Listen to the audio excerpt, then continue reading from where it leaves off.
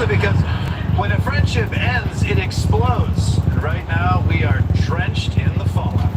Breaking news, war of words between Elon Musk and the GOP lawmakers. This comes after the tech mogul is speaking out again on the president's sprawling spending bill. He says, "I'm sorry, but I just can't stand it anymore. This massive, outrageous, pork-filled congressional spending bill is a disgusting abomination."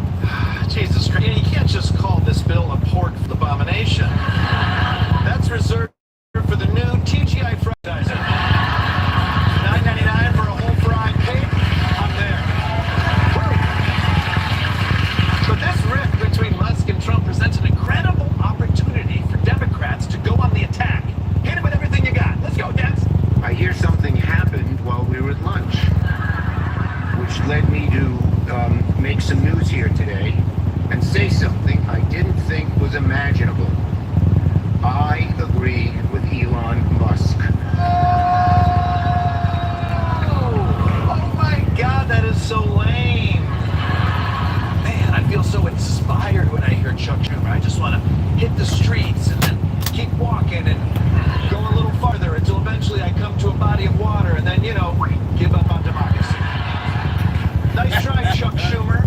Any other Democrat want to take a shot?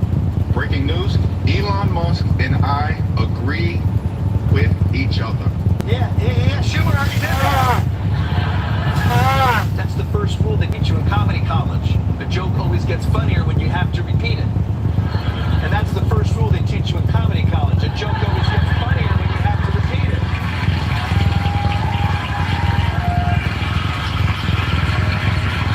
And even if Democrats can't take advantage of it, it's still shocking for Elon to turn on Trump like this.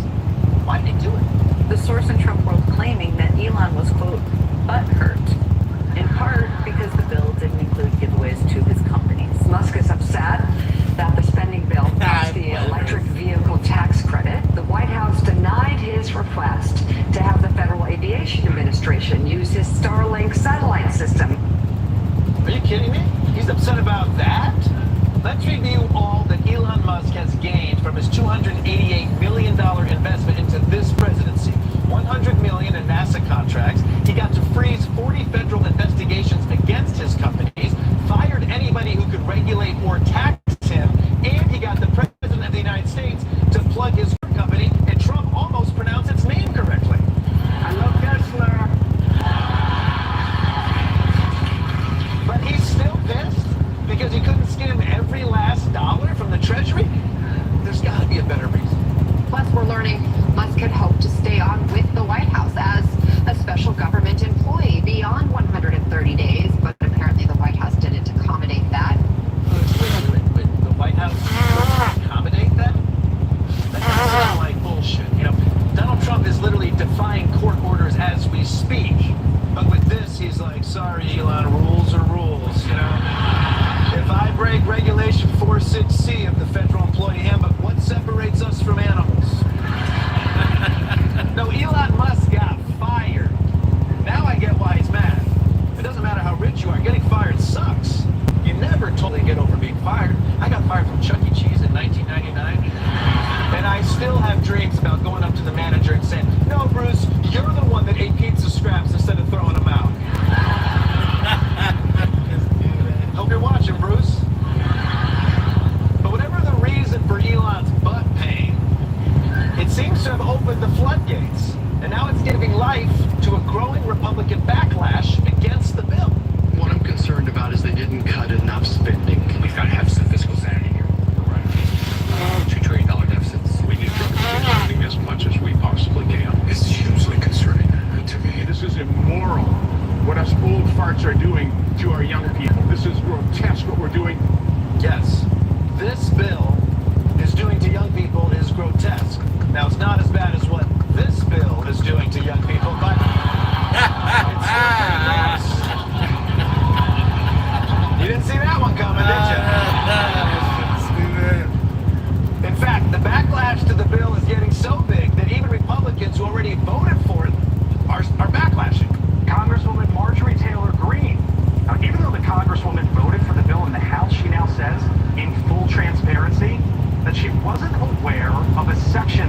strips states of their ability to regulate artificial intelligence for the next decade. Here's a lesson for us all.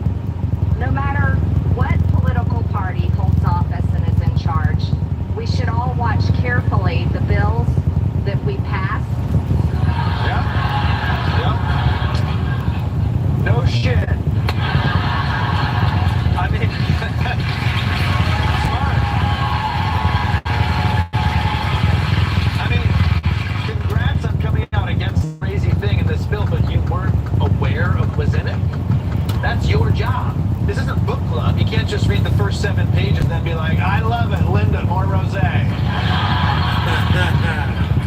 But here's what's really unbelievable about this story. We can shit on MTG, and we will because it's so fun to, but she isn't even the only Republican who's admitting she didn't read the whole bill before voting for it. Some voters in Nebraska confronted their congressman, Republican Mike Flood, and he admitted that he voted in favor.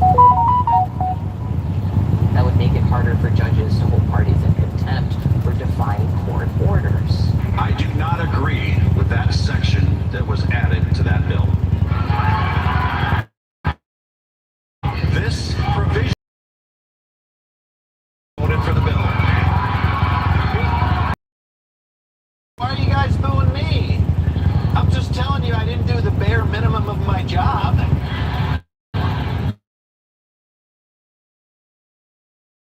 Come on.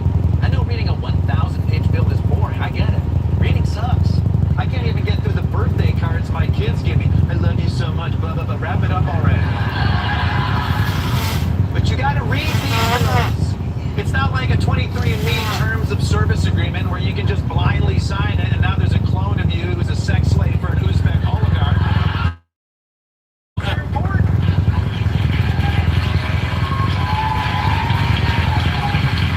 Anyway, at this point, there's basically an open revolt against the bill.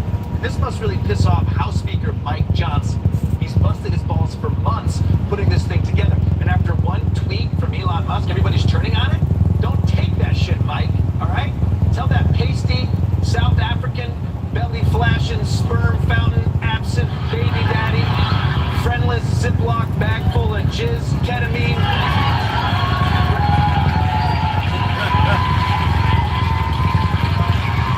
Ketamine, Rasputin, dead-eyed, deadbeat, doge donkey, Hitler-waving semen distributor, where he can shove his tweets. Come on. With all due respect, my friend Elon gets terribly wrong about the one big beautiful bill. Oh my God, none of them are good at this. For more on the Republicans backing away from their own big beautiful bill, we go live to Washington with the actual big beautiful bill. Bill, wow. These Republicans have some pretty harsh words for you.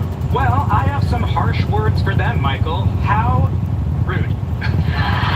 First of all, they were gassing me up, calling me beautiful. They spent all night passing me. But after they ran me through the house, now they act like they weren't into it, please. Well, to be fair, they're finding out a lot about you. You ban regulations on AI. You allow the president to ignore court orders. You kick millions of people off their health care. They passed me, okay? They're the ones who voted for me without getting to know me. They say they regret it now, but you should have seen them on the House floor. It was wild, okay? They're trying to stuff their amendments into me, all 220 of them.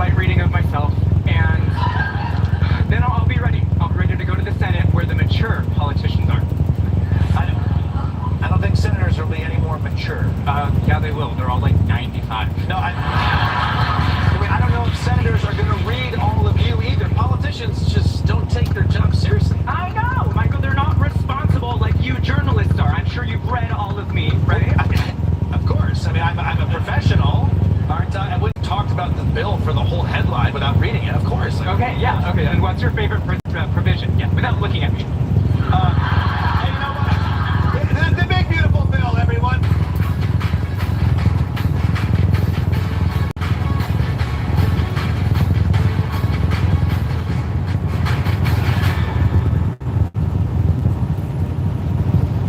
Wayfair presents dining tables and chairs.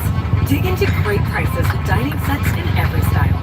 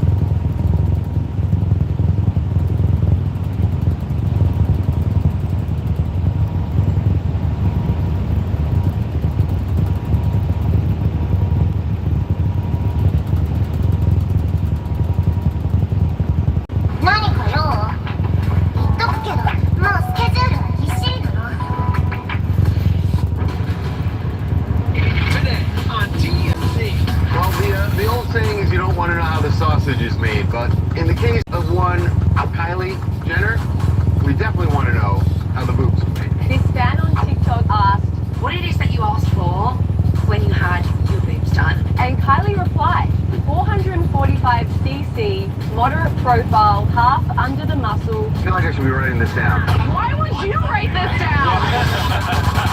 Bombshell testimony in the Diddy trial from one of the security officials at the Intercontinental Hotel who says a deal was brokered with Diddy to sell that footage for $100,000 in a brown paper bag.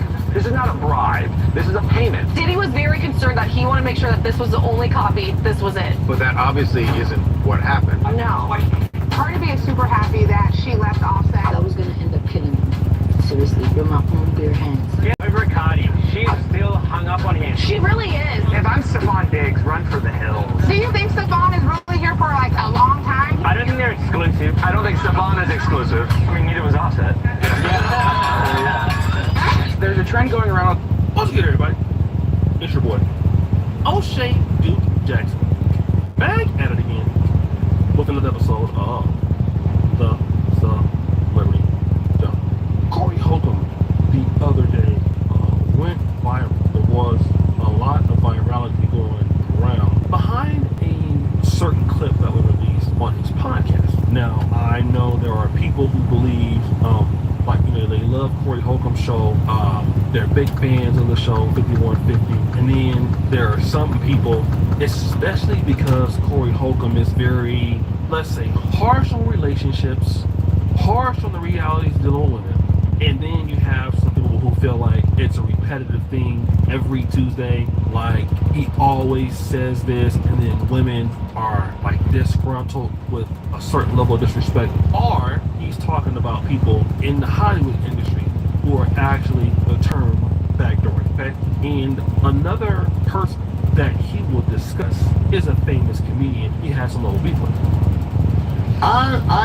This week I was watching an older comic who I know and belong to the Hollywood gang. And they always tell of the glory stories about Hollywood they have. He was on Homosexual Hype Day. And he's talking about the glory stories. But I'm like, why don't these guys ever admit they're in their 50s and they're old aged out? Like, you're not a young man no more, so the guys that you are around who's rich,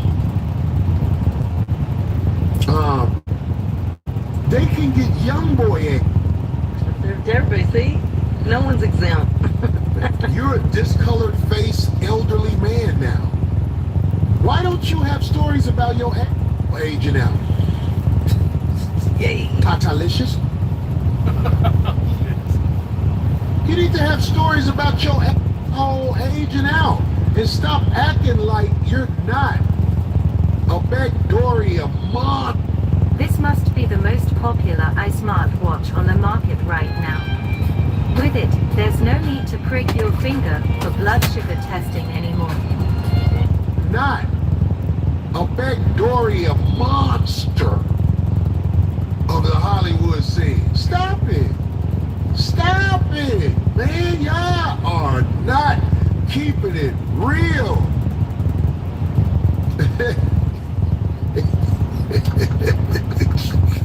Y'all not keeping it real. You get married later in life because you're whole aged out. You were always in a movie or writing on a TV show or something because you were a young man who could throw it back at them.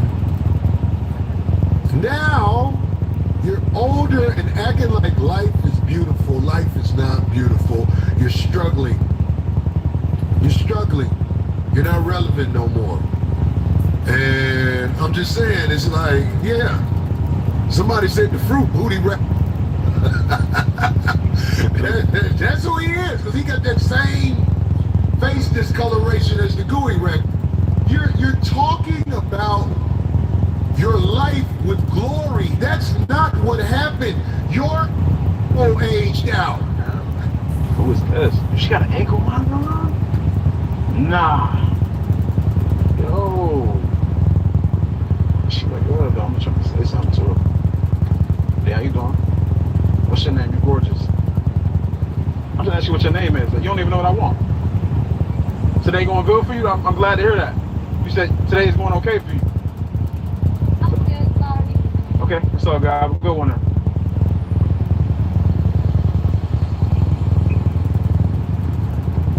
She got an ankle monitor on? That's a little crazy. Super hot out here.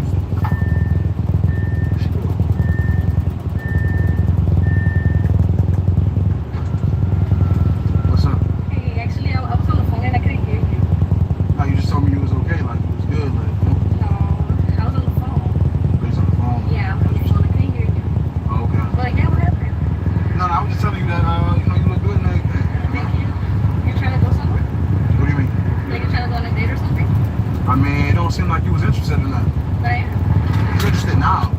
All of a sudden. It is just me. I just didn't pay attention because I was on my phone. Oh, you didn't pay attention? Yeah. Interesting. So maybe you should look next time then. Yeah. Use your eyes. You know, God bless us with eyes. You should use them. You got some good eyes. I appreciate it. Yeah. I think I'm all set now. You mean I'm not sure.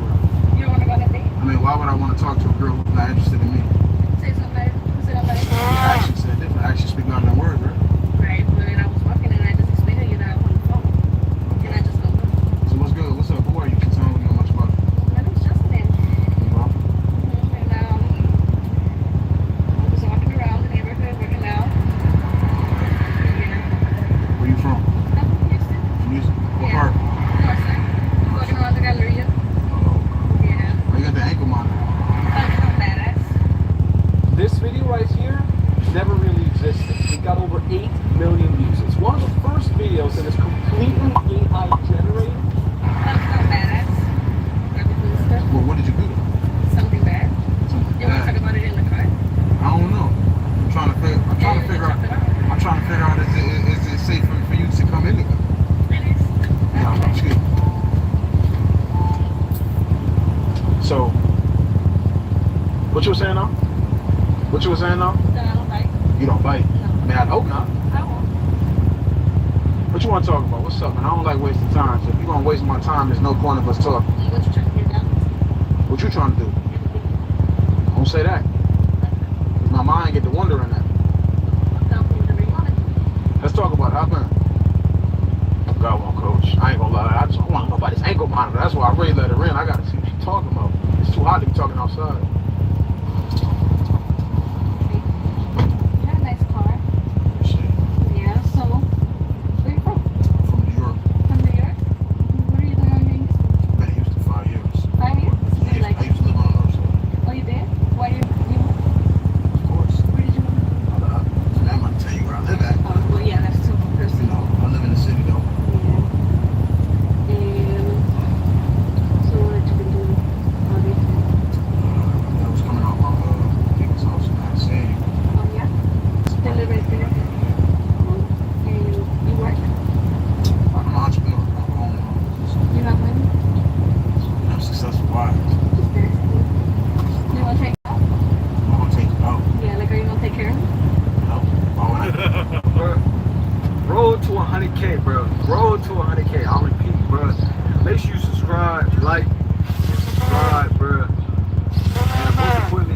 to your own life. Now look, we're gonna go ahead and raise up shirtless, bro. Shirtless. And we're gonna see what they talking about. It's nice weather today. It's nice day today. We're just gonna pull up. A lot of y'all don't be taking y'all shot like y'all Kobe, bro. We'll go ahead and take my shot like I'm Kobe. Cause I am, I quit. We're gonna go ahead and see what they like.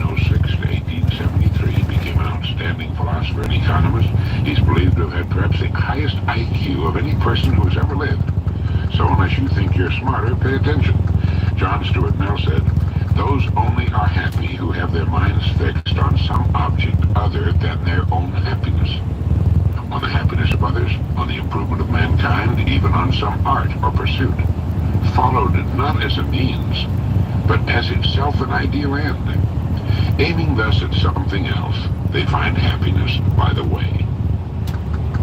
Okay, to my mind, there's no doubt whatever that that is the true and only lasting path to lasting and meaningful happiness.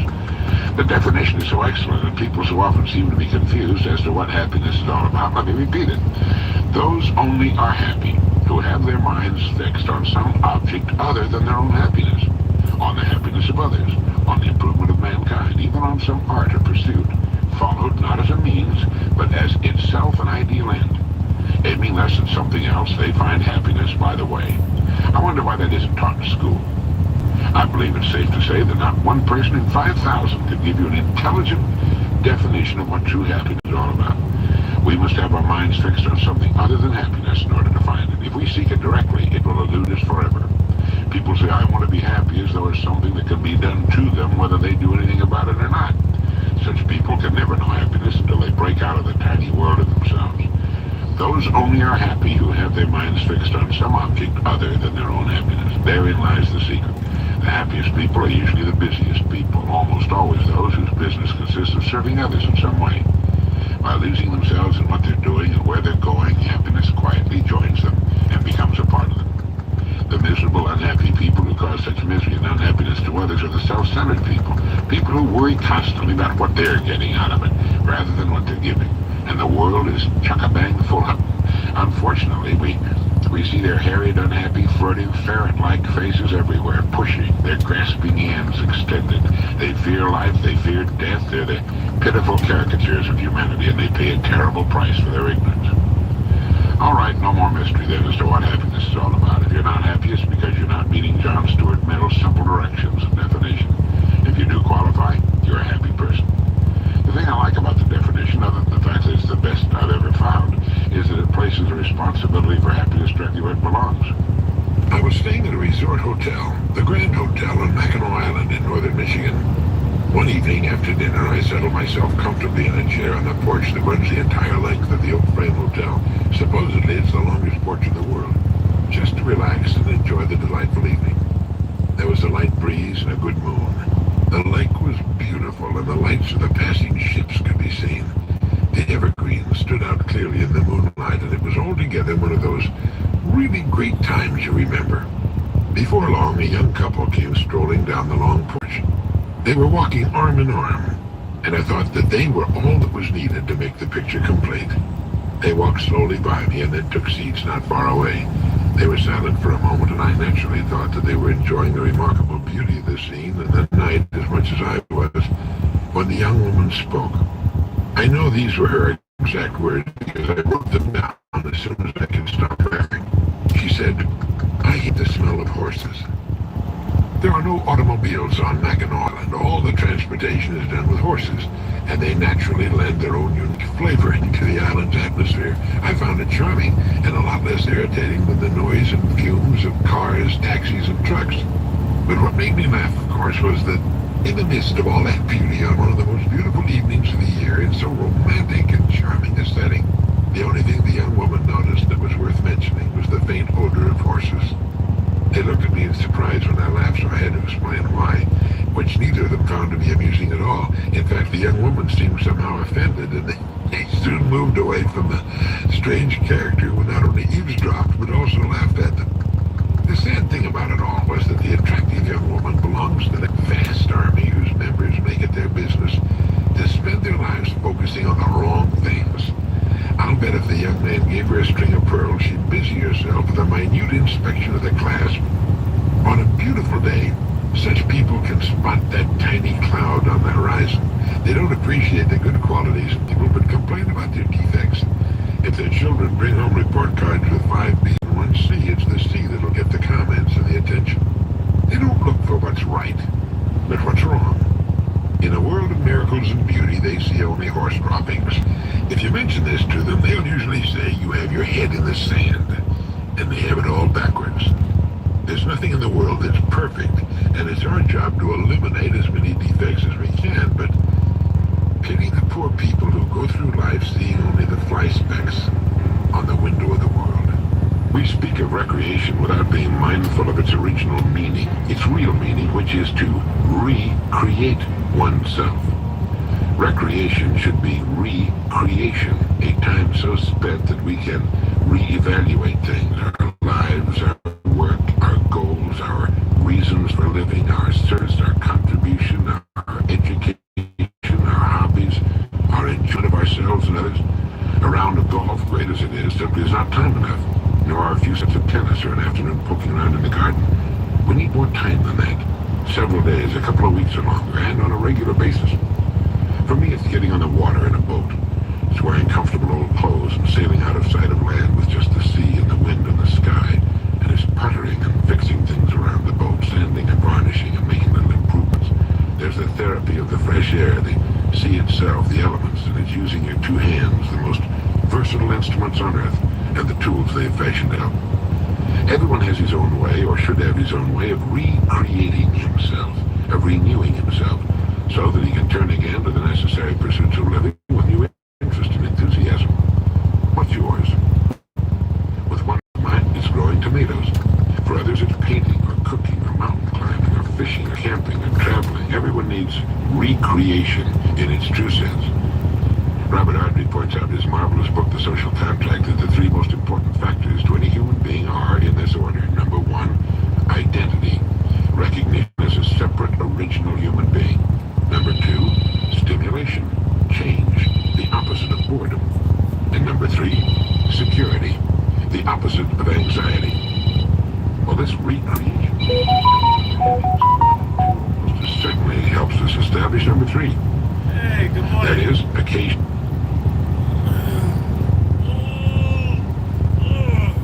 How you doing? Huh? What up?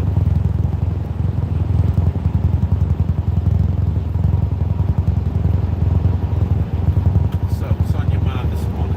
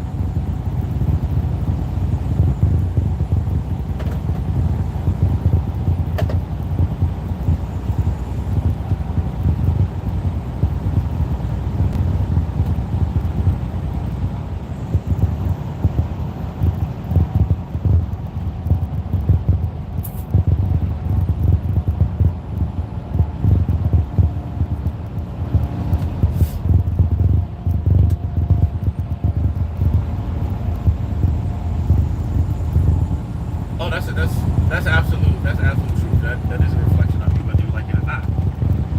And whether you perceive them as, I'm still an individual. You are, but you're not. Because now you're tied to this person. It's just like Shannon Sharp and all his wildness going on with this young woman, and she's taking him for all this money and accusing him of this, that, and the other, and now all his business relationships have dropped him because I can't be associated with that. Like, we not together, but we is. You know what I'm saying? We have mutual endeavors to partake upon it. You brought a third party in here that's messing it up for both of us, so I gotta let you go. We gotta break up. And that's honestly, that's what happens. So sooner or later, somebody's like, I can't deal with this shit. I shouldn't have dealt with it as long as I did, or whatever reason that they have. Or when the problem outweighs the love, or the overlook. I like to call it the overlook because you overlook what you don't want to deal with, even though it's staring you right in the face sometimes.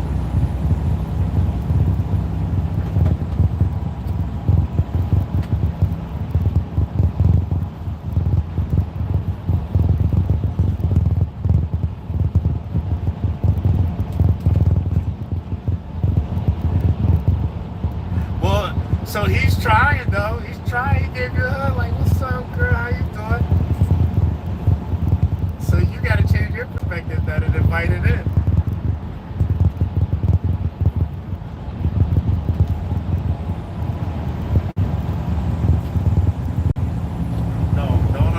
Don't try to understand.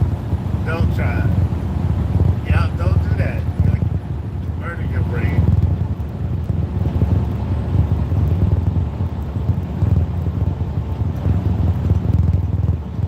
Yeah, that's how it's supposed to go. That's your sister's other half now. But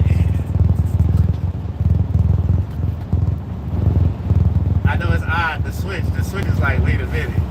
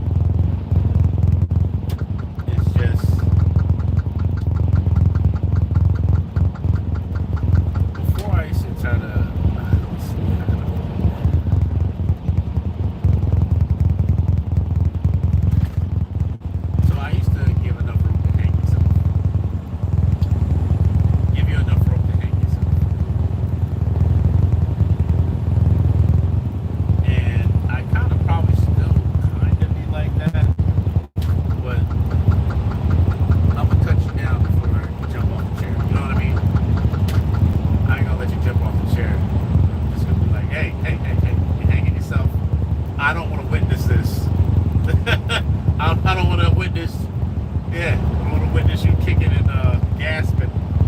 I'm out of here. I'm not gonna wait till I walk in the room to see you name. You know, I'm not waiting on you.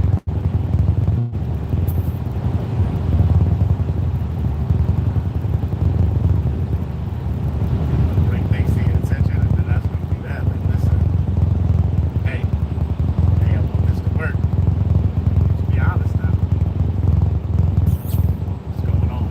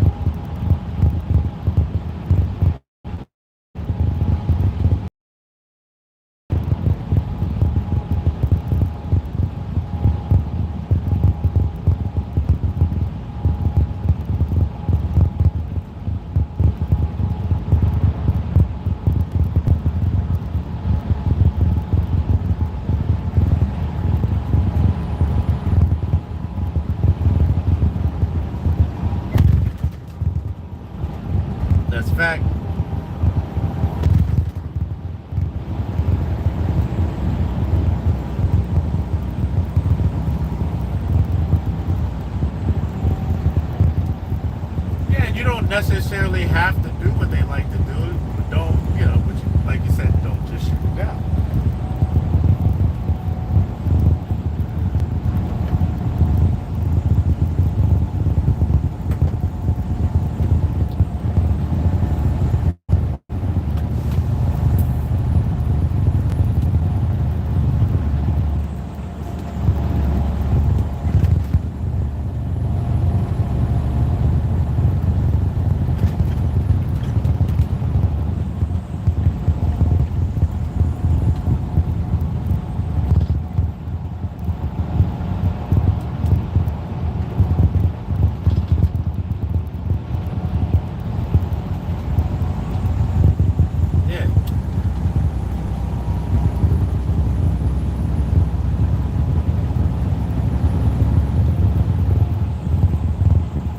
Yeah, dance.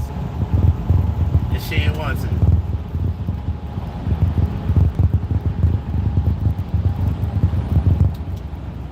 Yeah.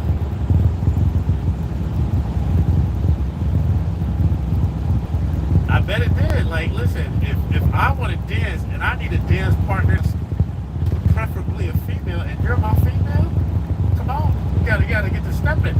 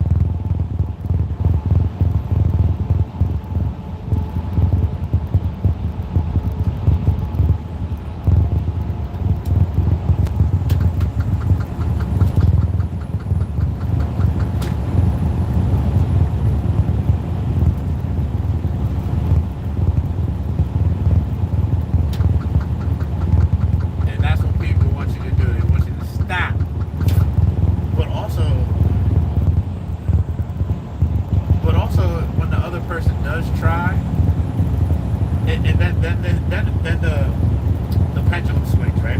So let's say you would like dancing, and then I tried to dance with you, and then you were mad at me because I was a bad dancer. Like, like, yo, this is your thing. Like, I'm trying my best, baby. I'm trying my best. I need to step all on your feet. I'll get better. Work with me.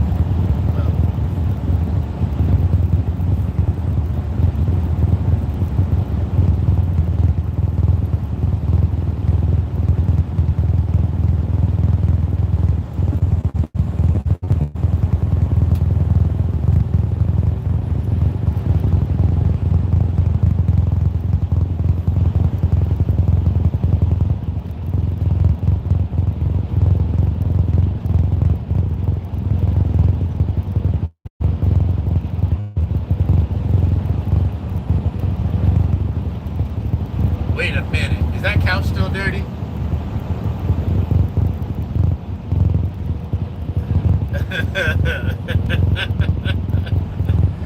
Wait, now you said you won't do this.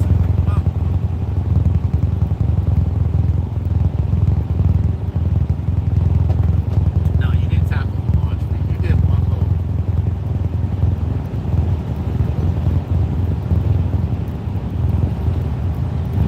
Is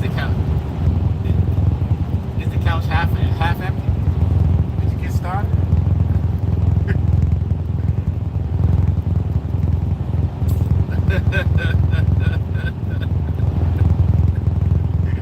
No, he need to get it together. How you gonna play hooky and not finish the stuff you play hooky to do?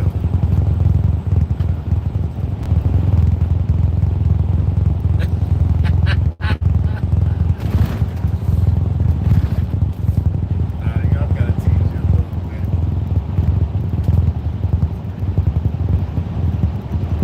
I am.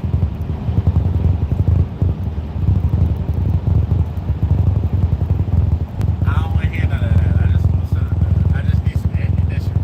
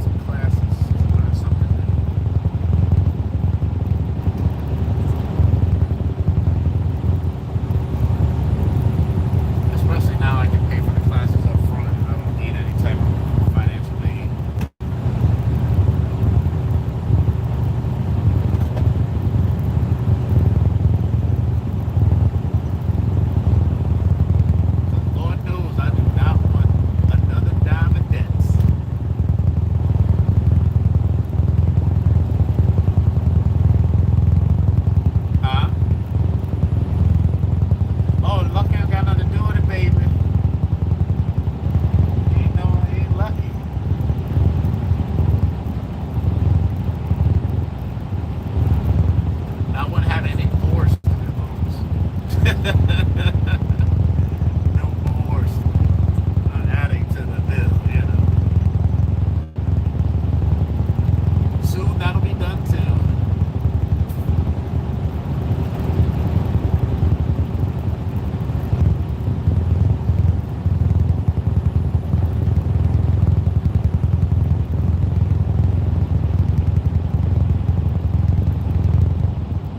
Gotta unlock some more life achievements.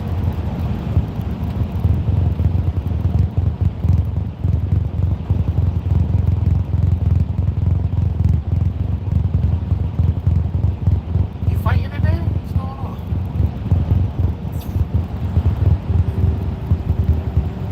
Oh, they're moving furniture.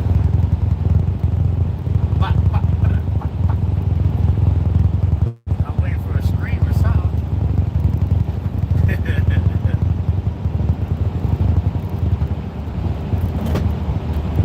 Over there boxing them dishes. Come here.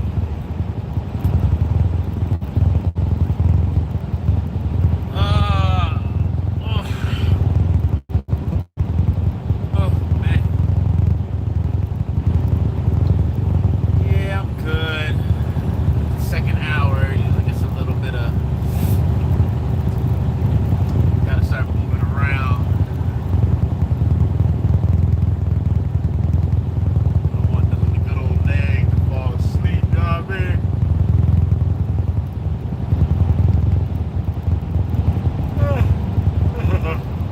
Well, I'll be here. I got about 2 hours left to drive it. And then I'll get unloaded. Go let them look at my truck. Drop this trailer off. And figure out what's going on next.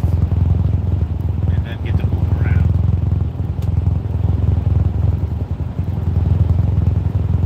I need to go to the gym.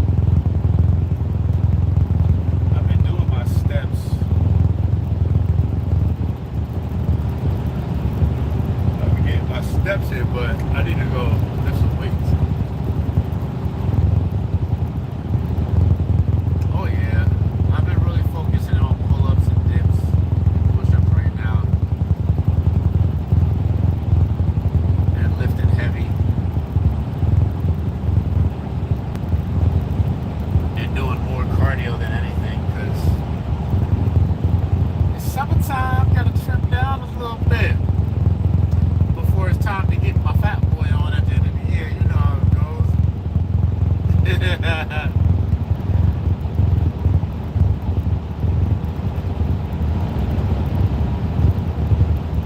Uh-huh.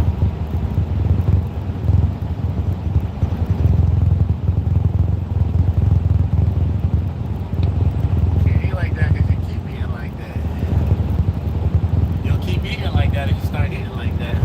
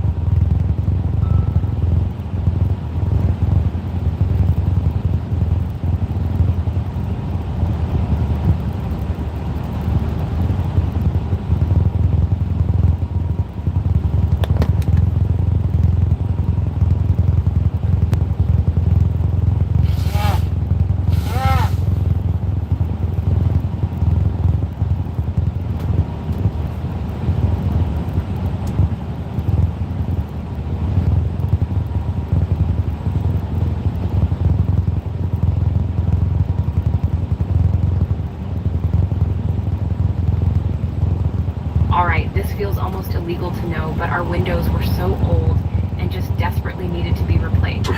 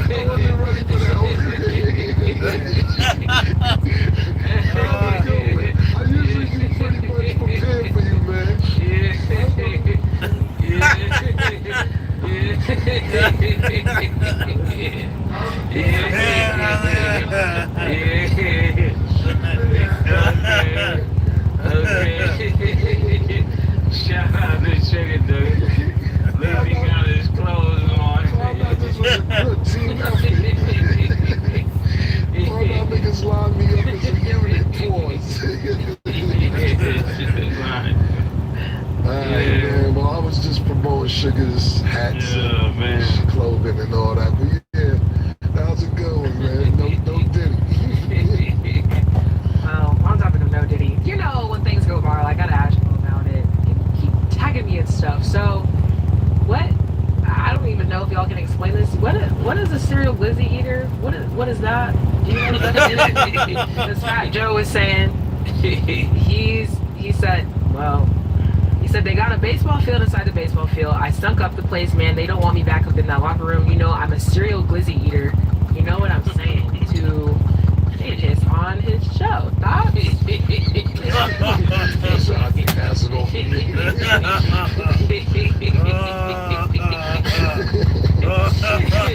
Next question. What I do want to say is though, real quick, because I was talking to Sin last night, pause. And the nigga act like he didn't see it on the show, because I did say it at the end of the show. I'm going to say it at the beginning of the show today. So therefore, people don't act like we didn't tell them this. After Friday's show, we will only be filming the next day after the championship game. So we'll be doing Friday, and then there's another game Sunday. So we'll be doing Friday, giving you the schedule for the next week. Friday, Monday, Thursday. Those are the only days it is what it is to be on for the next couple of weeks. And then when the finals are over, we go on vacation until preseason starts with football. So we just want to tell you thank you to all the fans. Don't know we're not going missing on y'all.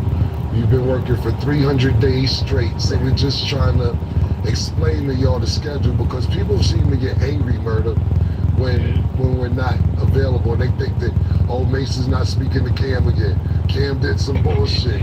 Fuck is going on? Why niggas ain't there? People start panicking. Listen, let me tell America, I don't care if I gotta lick white dog shit. I'm not gonna fuck it up. Pause. It's not never gonna get fucked up. It's just the fact that it's basketball's over, football's over. We don't cover baseball. It's no Olympics this summer. We'll chime in from time to time with Summer League, but we will have some amazing stuff on the network throughout the summer. So don't act like we're just not speaking. Everybody's on some bullshit. It's vacation time and basketball season's over. So just give me the schedule. It's Friday, Monday, and then the next day after whatever the next game is, which I believe is going to be on another Thursday. So no, we're not missing. No, we're not fighting. No, we're not beefing. It's just almost time for everything to wind down. And I guess that some people didn't see that, so I want to make that clear to the fans. And we want to tell y'all thank y'all as well. Yeah, we appreciate y'all a lot, but just some clarification for those who are watching. Okay, so you guys already know that you've been listened to, but it's stamped. So Adam Silver dropped some news regarding the NBA All-Star Game next year at the Clippers Stadium. A lot of things are sounding familiar. So 3 of the things is 1, the All-Star Game will feature some form of Team USA versus Team World. There aren't specific details, but that's what he released. It will also now be in the afternoon instead of the evening time, and it will be on NBC instead, based after hearing that news. And obviously we're still pending more details. What is your opinion? Yeah, I mean, when you talk about them making a game at the afternoon, as well as taking this game and actually making it USA versus the world, these are all flattering things, pause, because we know you're listening to me, you're listening to Killer. That's important, but we need a check. We know we're not with the big companies that you're talking about, but you can't keep stealing these ideas. I'm no longer flattered. I'm no longer flattered that people quote me and, you know, use my IP. You know, it's time to pay up. We did that last season. You know what I'm saying? It's just enough is enough. I see them do this time after time. You know, in big corporations, people that I think get paid to study, they be stealing a lot of my lines. It's crazy out here, Killer. I was on the internet the other day. They had your interview everywhere. It's flattering that people put the picture up, but come on. Yeah. I'm a partner. I need. To be honest with you, because I couldn't say. I never was flattered. I wanted mine from the jump. I always wanted mine. Pause. Yeah, because you know why? You know what it's more about for me? It's because they're never gonna cut us a check. I just like it's more of a disrespect when we're having literally the best sale we've ever had on our award-winning periodic investment beef sticks, and of a disrespect when kind of like we talked about a couple weeks ago how they used our clip, and like I said, ESPN, feel free to use our clips. We have no problem with it. The only problem I had was that anytime they use anybody else's clips, they'll say where the clip is from. And for our stuff, they never said where the clip is from. And that be my only part, the acknowledgement. the shit when they be like, yo, we've been thinking about it. And we came to the conclusion that if the United States face the rest of the world, that's the ticket right there. Oh, you know how they make the announcement, the undermine shit? What they do is with statutes, I didn't even know everything. What we're gonna do is gonna be the United States in some form against the world, and then we're gonna do it in the afternoon instead of nighttime, and then it's gonna be on not TNT but NBC. First of all, look, let's do a couple things, right? We know it's not gonna be on TNT because the contract is up, so we know it's gonna be on MTV. Then you try and douse it with try and start a new conversation like, yo, why it's not in nighttime? Why I gotta be in the afternoon? What the time got? All right, cool, whatever. The fact is, the main thing is that the United States will be playing against the rest of the world in some form, however you want to word it. But you try to douse those other things into it, the belittle the main thing that's the main thing is that the United States will be playing the rest of the world. Okay, cool, it's not coming on at nighttime. Whoop-de-doo. Okay, whatever. Oh, it's gonna be on NBC. Duh, the All-Star Game usually was coming on TNT. We know it's not gonna be on TNT.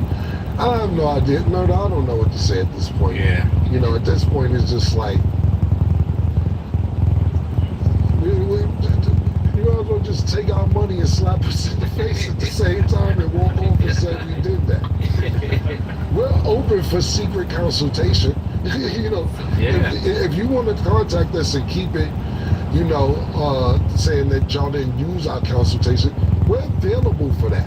We're available to give you secret ideas and act like, yo, it wasn't us. It's called ghostwriting. Yeah, Nas wrote Get Jiggy With It. Yeah, you know, Jay-Z wrote motherfucking Dre Day. I wrote for 3 Little Women. You did? Yeah, they single. I'm in the credits. I wrote that. Promises, that's me. I pinned that joint, man. I don't even know Stabs. I spell Stab age people a little older, maybe. Maybe older than Stab. But yeah, man. We're very creative, man. Just tap in, man. Just out of curiosity, is there a song that you wrote that you feel like a lot of people don't know about? Because I know you wrote a lot. You wrote half a Lil' Kim album one time, some Lil' C shit. You know they paid you $30,000. Man, I wish I knew what I knew. That was a lot of money at the time. Yeah, man. But I can't remember. I mean, I said I wrote for 3. I'm gonna have to look at my plaques in my house. I got a lot of plaques in my crib.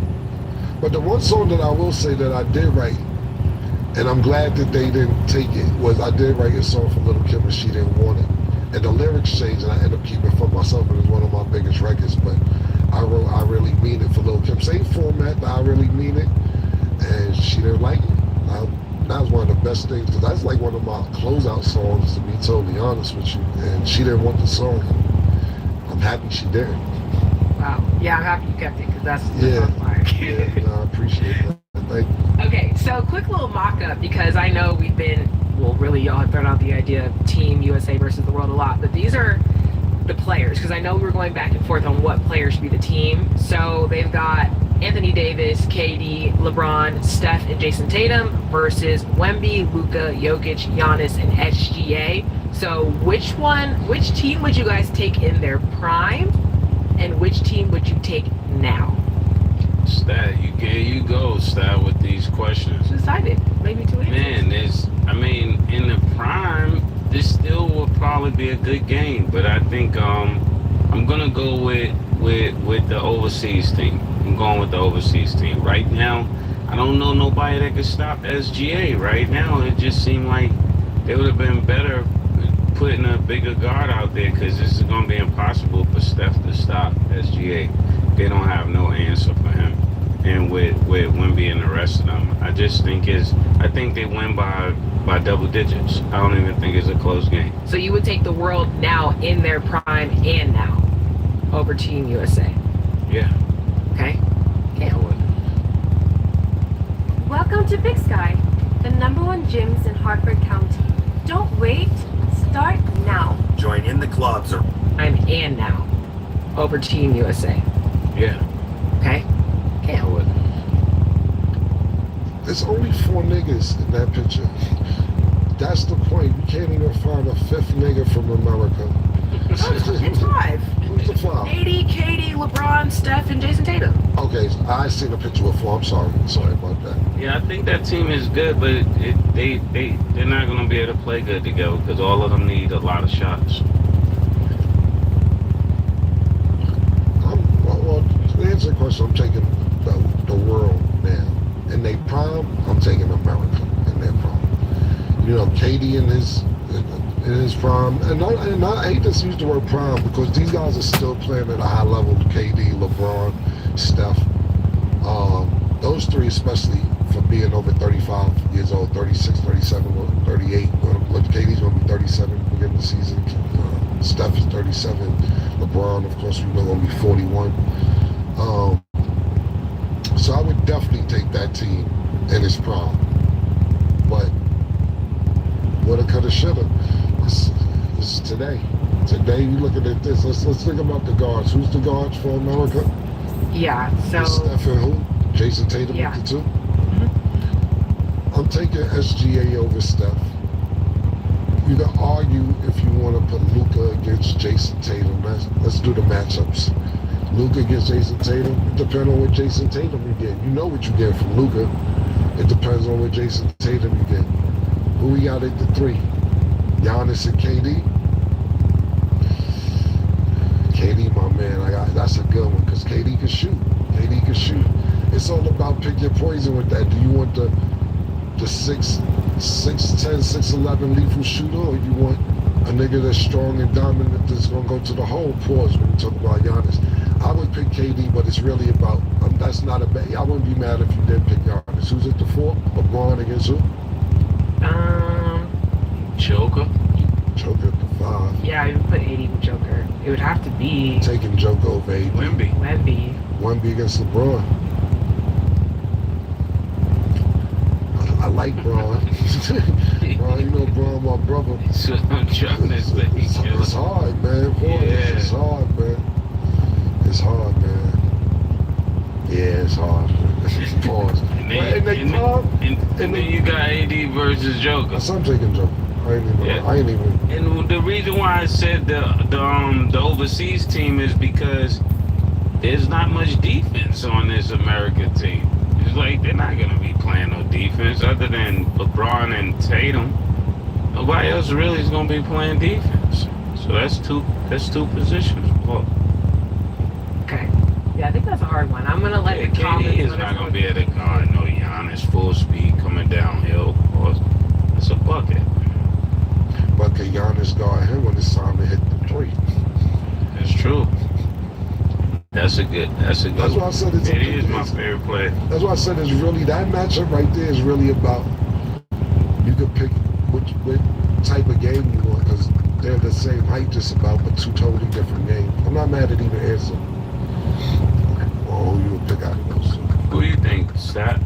In their prime, I feel like I would take USA, and now I would take World. Prime KD, prime LeBron, like. That's my answer too. Yes. Stat. Yes. Why do you smile like that when you say prime KD? Because that's who I'm taking. That's who you're taking. Okay. Yeah. We just agree to disagree. And that's okay. Your eyes are rolling like. I don't know what's going on here, but I'm an observer. I'm a doctor. Pay attention to body language and eye movement and all that, you know. I'm just expressing.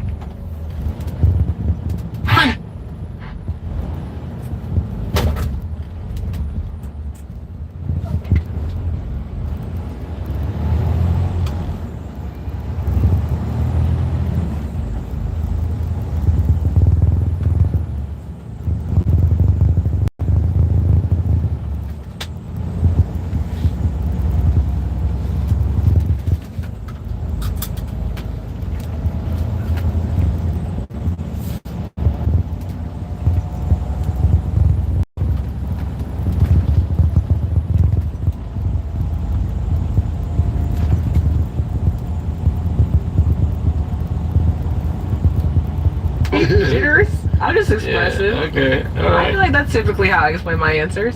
When I was thinking about it, I'm like, yeah, I'm going USA.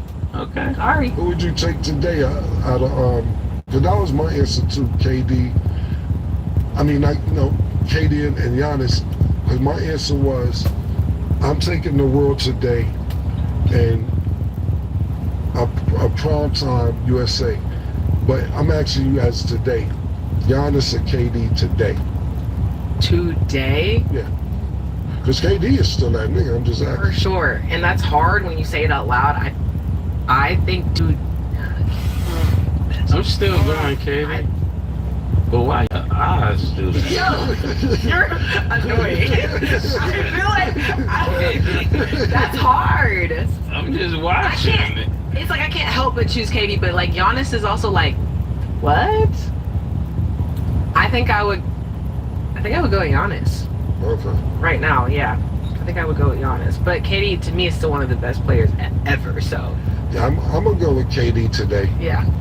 And then of course in the prime, but you can't undervalue, and like I said, like Giannis to me, you know, he's his first team all NBA, but to undervalue the accuracy of a 7-foot shooter.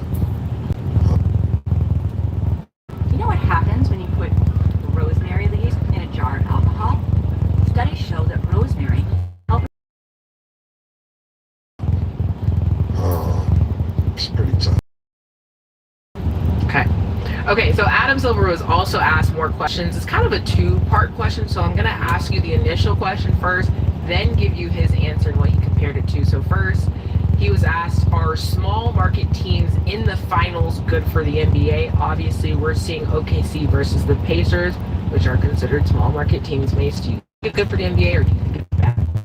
I actually like when some small market teams make it, because it does so much for the market, for the neighborhood, for downtown, for wherever they got the arena at. You know, it was just like when LeBron was playing in Cleveland, it brought so much money to that city, that everything surrounding that basketball game that people don't even think about, from the people that serve the popcorns to the people that does the parking to the people across the street to the bars, and just everything that goes along with that city. And sometimes when you're a small market, this is like life-changing money. It's almost like when the Olympics come to your city. You know, it just turns around the next 10 to 20 years when you understand the economics and things that happen through studying that. So I think that's the really good part of bringing it to a small city. But do people want to go to those small cities? Probably not. People will prefer to see the game in New York versus Indiana. That's a clear-cut answer. New York, because more people want to go to New York. They want to shop on Saks Fifth. They want to, they want to eat downtown and all of that. But that's what I would say.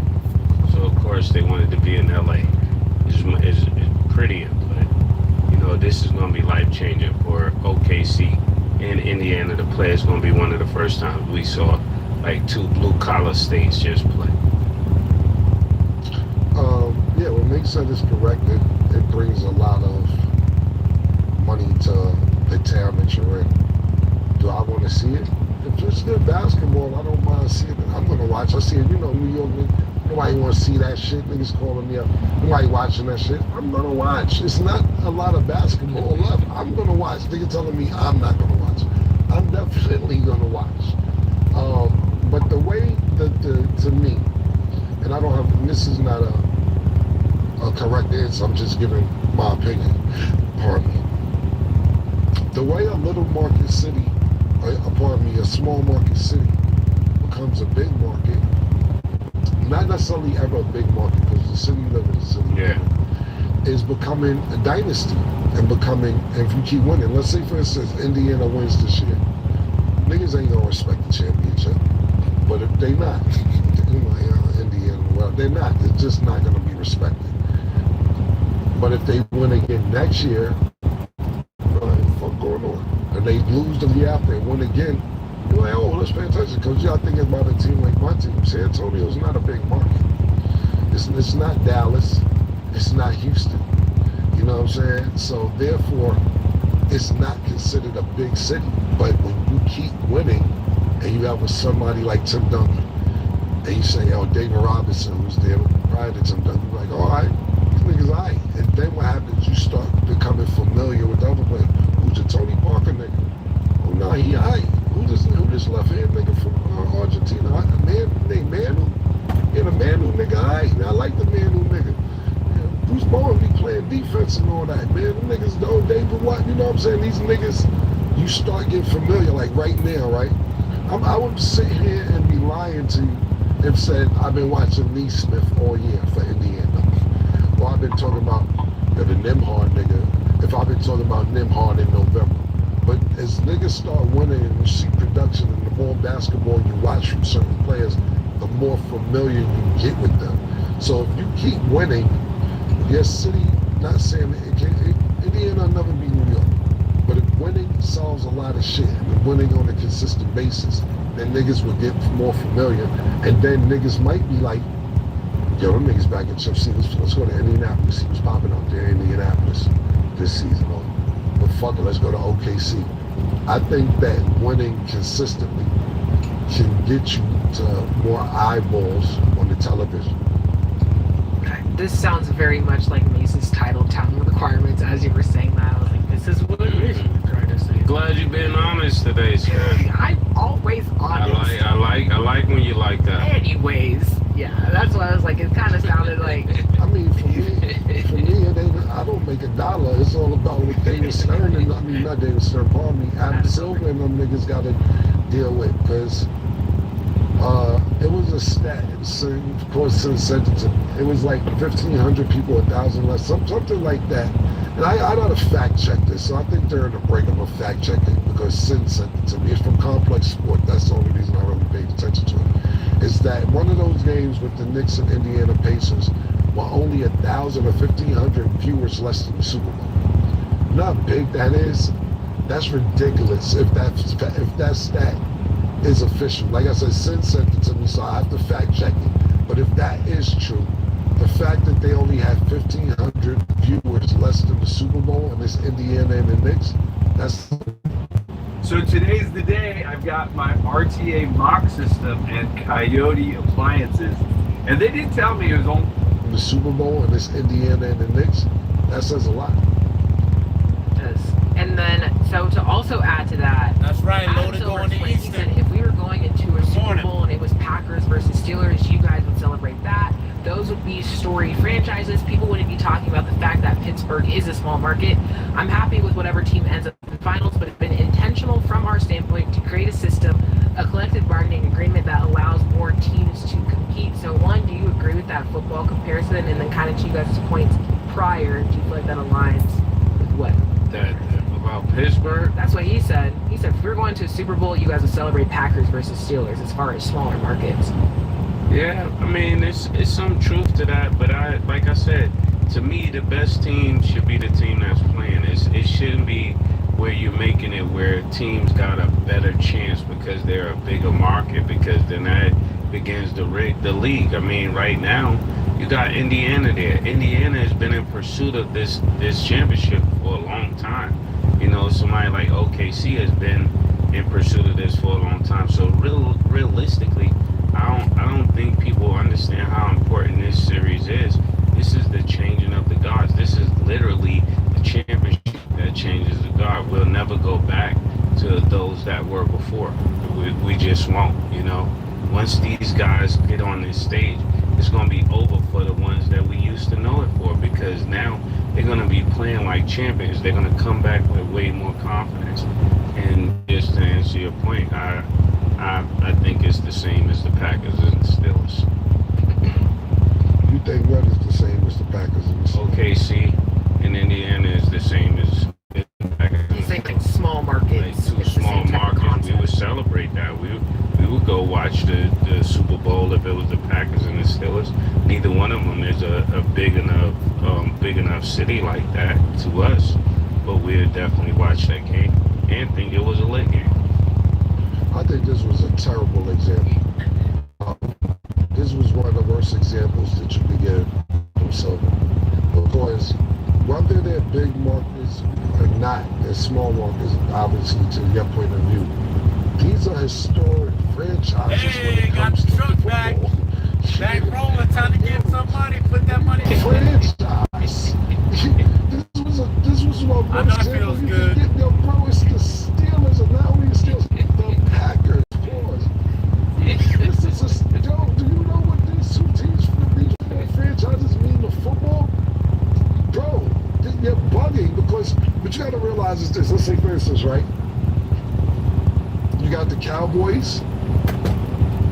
Who would you say, Larry? Top 3 franchises in football: Cowboys, New England. I don't even put it. There you go, 49ers. That's what I meant. 40. You go to a game. Let's say the Steelers are playing the Chargers in LA. It's terrible towels everywhere. Them yellow towels, them shits is everywhere. You're not gonna get Indiana terrible towels in OKC. Now you may have some OKC fans to go. I'm talking about an 80, 90,000 stadium of Steeler fans traveling to support their team. Not only that, nigga, them Lombardi choke. This is in Green Bay. This Lombardi in Green Bay, the frozen tundra. Yeah, bro, these two teams were terrible examples. Now I get where you're trying to come from, saying it's not a lot going on in Green Bay, Wisconsin, Pittsburgh. You know, I believe they got a hockey team, not a basketball team, Super Bowl. But at the end of the day, they use these two teams to compare the Packers and Steelers. I'm about an hour from home. To OKC and Indiana Pacers. You wildin' the fuck out, my nigga. You wildin', my nigga. And I'm gonna be honest with you, don't do it again. Don't do it again, my nigga. Don't do that. Do not compare the Oklahoma City Thunder and the Indiana Pacers to the Pittsburgh Steelers and Green Bay Packers. And I'm just with you. If nobody told you that, you ain't got no real friends. A real friend would have told you that you wowed out with that. I'm being totally honest with you. That was the dumbest shit you could have said as a comparison. I get what you mean city-wise, but these are historic franchises. Don't do that no more, bro. Yeah. Fucking Steelers got about six, seven Super Bowls. Yeah. You know what I'm saying? I know Green Bay got at least 2 or 3. If I'm not mistaken, 2, 4. Whatever it is, neither one of these franchises got the championship. Stop. Wasn't good. That wasn't good, bro. Yeah, I was gonna say I actually completely agree. I thought that was silly, and it's kind of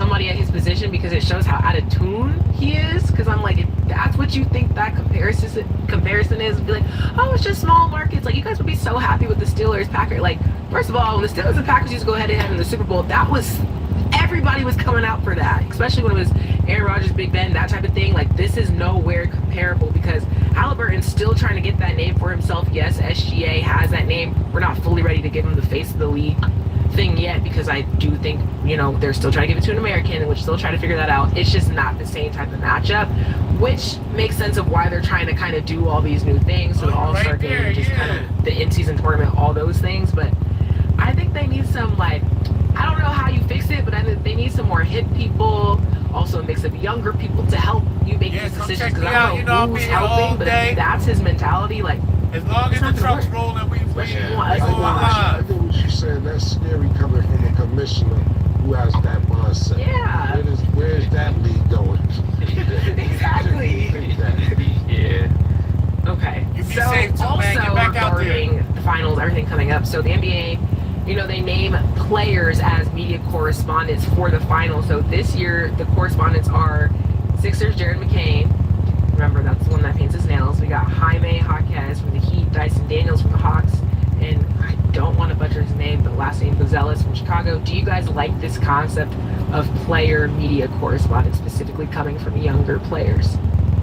I like the idea of giving new talent the opportunity to do anything. I just think it should be people. I haven't seen them yet, but more people that people will probably want to watch. You know, when I think of this list, I could think of some other younger guys that'll probably have, you know, just as much as personal group.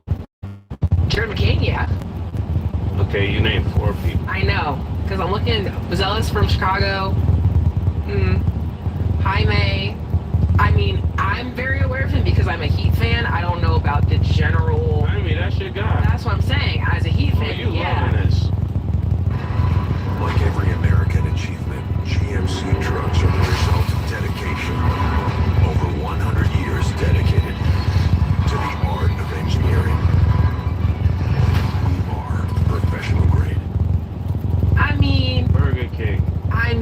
there are some people I'd rather see commentate instead. Like who?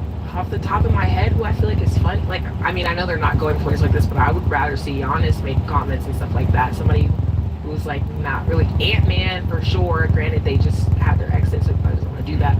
Those are the comments. John Morant. Yeah, so. And then Dyson Daniels, I mean, I know he did really good for the Hawks, but that's not really the first person on my mind. Only person is Jeremy McCain, because he does have a really big following on social media, even aside from playing basketball. That's the nails? Yeah.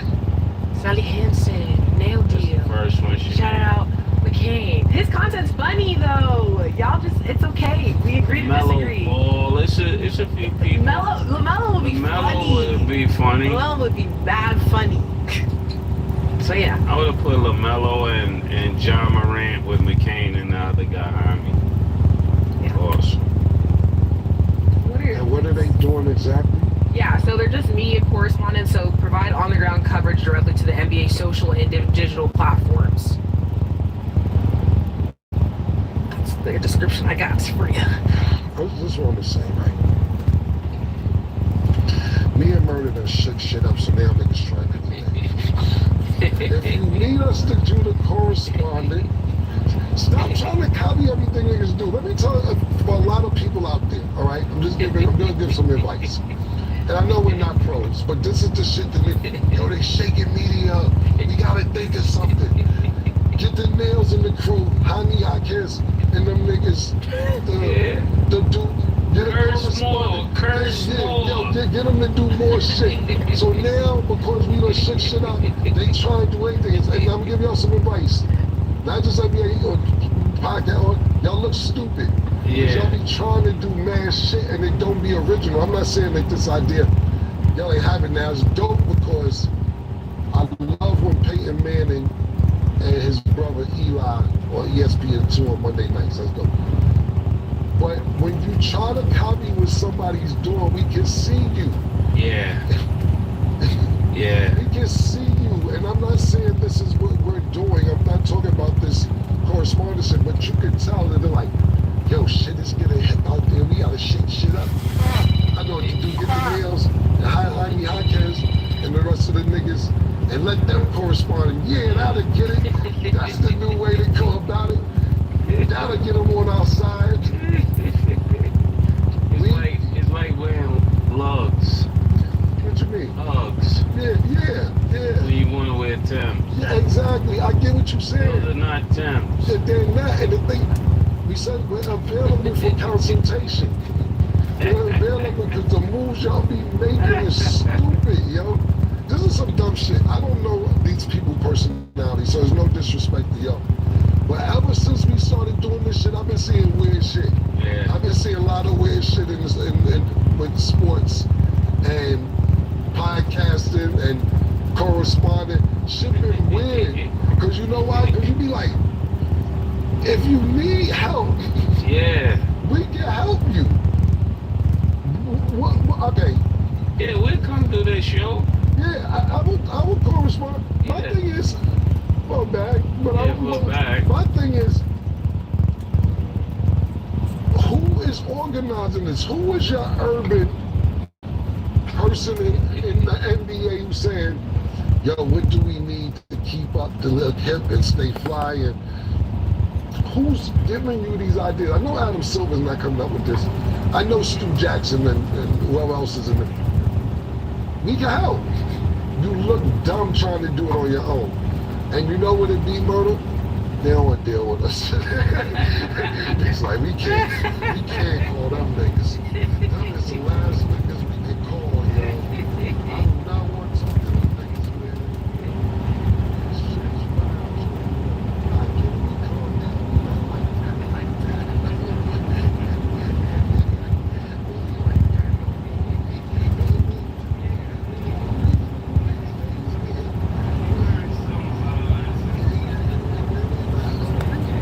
But when you do shit like this, it looks like you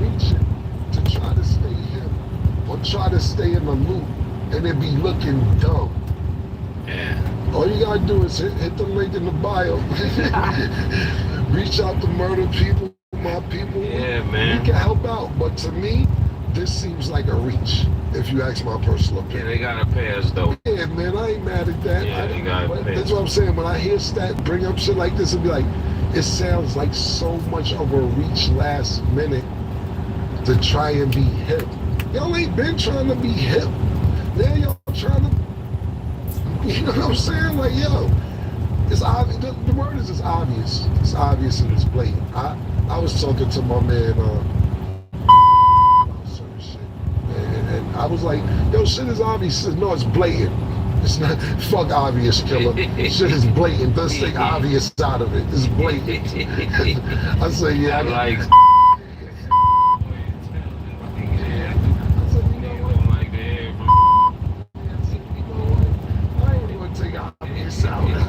We gonna stick with blatant. I'll be like, look at this, look at this. Yeah. You don't see this? That's a fact. I'm going with this blatant. But we're available for consultation once again. This is actually a great pitch. I'm just putting that out there right now because that's what I'm saying. Just down from Adam Silver's ideas to this. So you asked a couple questions. I have answers. So started with the Senior Vice President of Entertainment and Player Marketing, Michael Levin. Started in 2015 with CJ McCollum. And then basically the program's goal is to help prepare players for the next stage of their careers when their playing days are over. He said the reality is that they want to work with players in unique ways when they can be perceived positively, so they give them this access for content, help their social media, and the purpose is to do it on the NBA's biggest stage. So according to y'all, I think I'm gonna start cutting carbs. I need to drop my belly fat. Here's the most interesting weight loss fact I learned in the last decade. So if I'm trying to lose some body fat, and the purpose is to do it on the NBA's biggest stage. So according to y'all, they need help. You guys accept consultations, and this isn't the way to do it. Yeah, hit me up. Hit me up.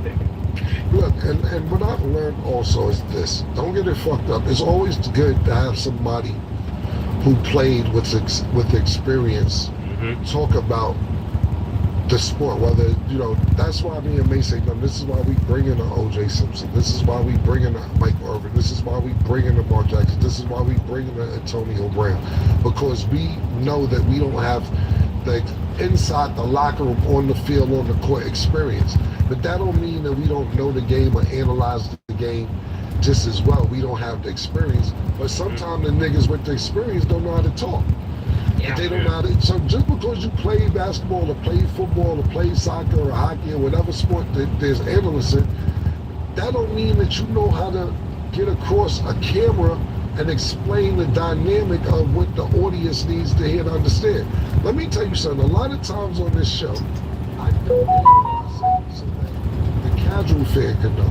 I can sit up here and run numbers all day on y'all niggas that have analytics and box scores, so on and so forth. But you know how many people, especially females, have said, Cam, I never understood football till you said it. Or I didn't understand the basketball, the free throw. I never understood a shot clock. A lot of times we dumb down certain things, and that's why I correct myself, Stat or Mace, because sometimes what we know we're talking about, and our audience that likes us for us, we may be going too fast for them. So I want people to learn about the sport as well as our analyzation about what we're talking about, but we're also teaching as we go along. Sometimes you have a nigga that's too ahead of the game and somebody may not know what the fuck you talking about because you're not speaking their language. But don't get it fucked up that we can't sit here and do anything that anybody does. Because half the time when I walk in the room, I know murder, but half the time, not even half the time, I'm gonna say 95% of the time, I know I'm the smartest nigga in the room when I walk in. That's just my attitude. When I walk in the room, I say there's nobody in this room smarter than me. When I don't care who's in there. That's just my attitude when I walk in the room. That's the way to do it. So, tonight is finally the night. You think that though? Yeah, that's what I love. Oh yeah. I definitely think I'm the smartest nigga in the room. You should think that though too, though. In addition to when you know it. Still, I got a 1200 on my SATs. See, that's the thing about it. You smart. That's also different. Street smart. I'm borderline. I'm borderline. My teacher told me I was borderline genius. You're 1200 SAT, borderline genius, in the white man's curriculum.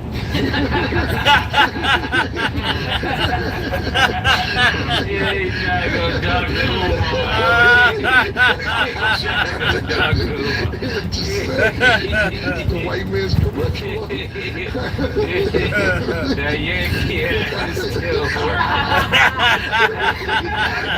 I'm just saying, I'm the niggas who shit to test, man.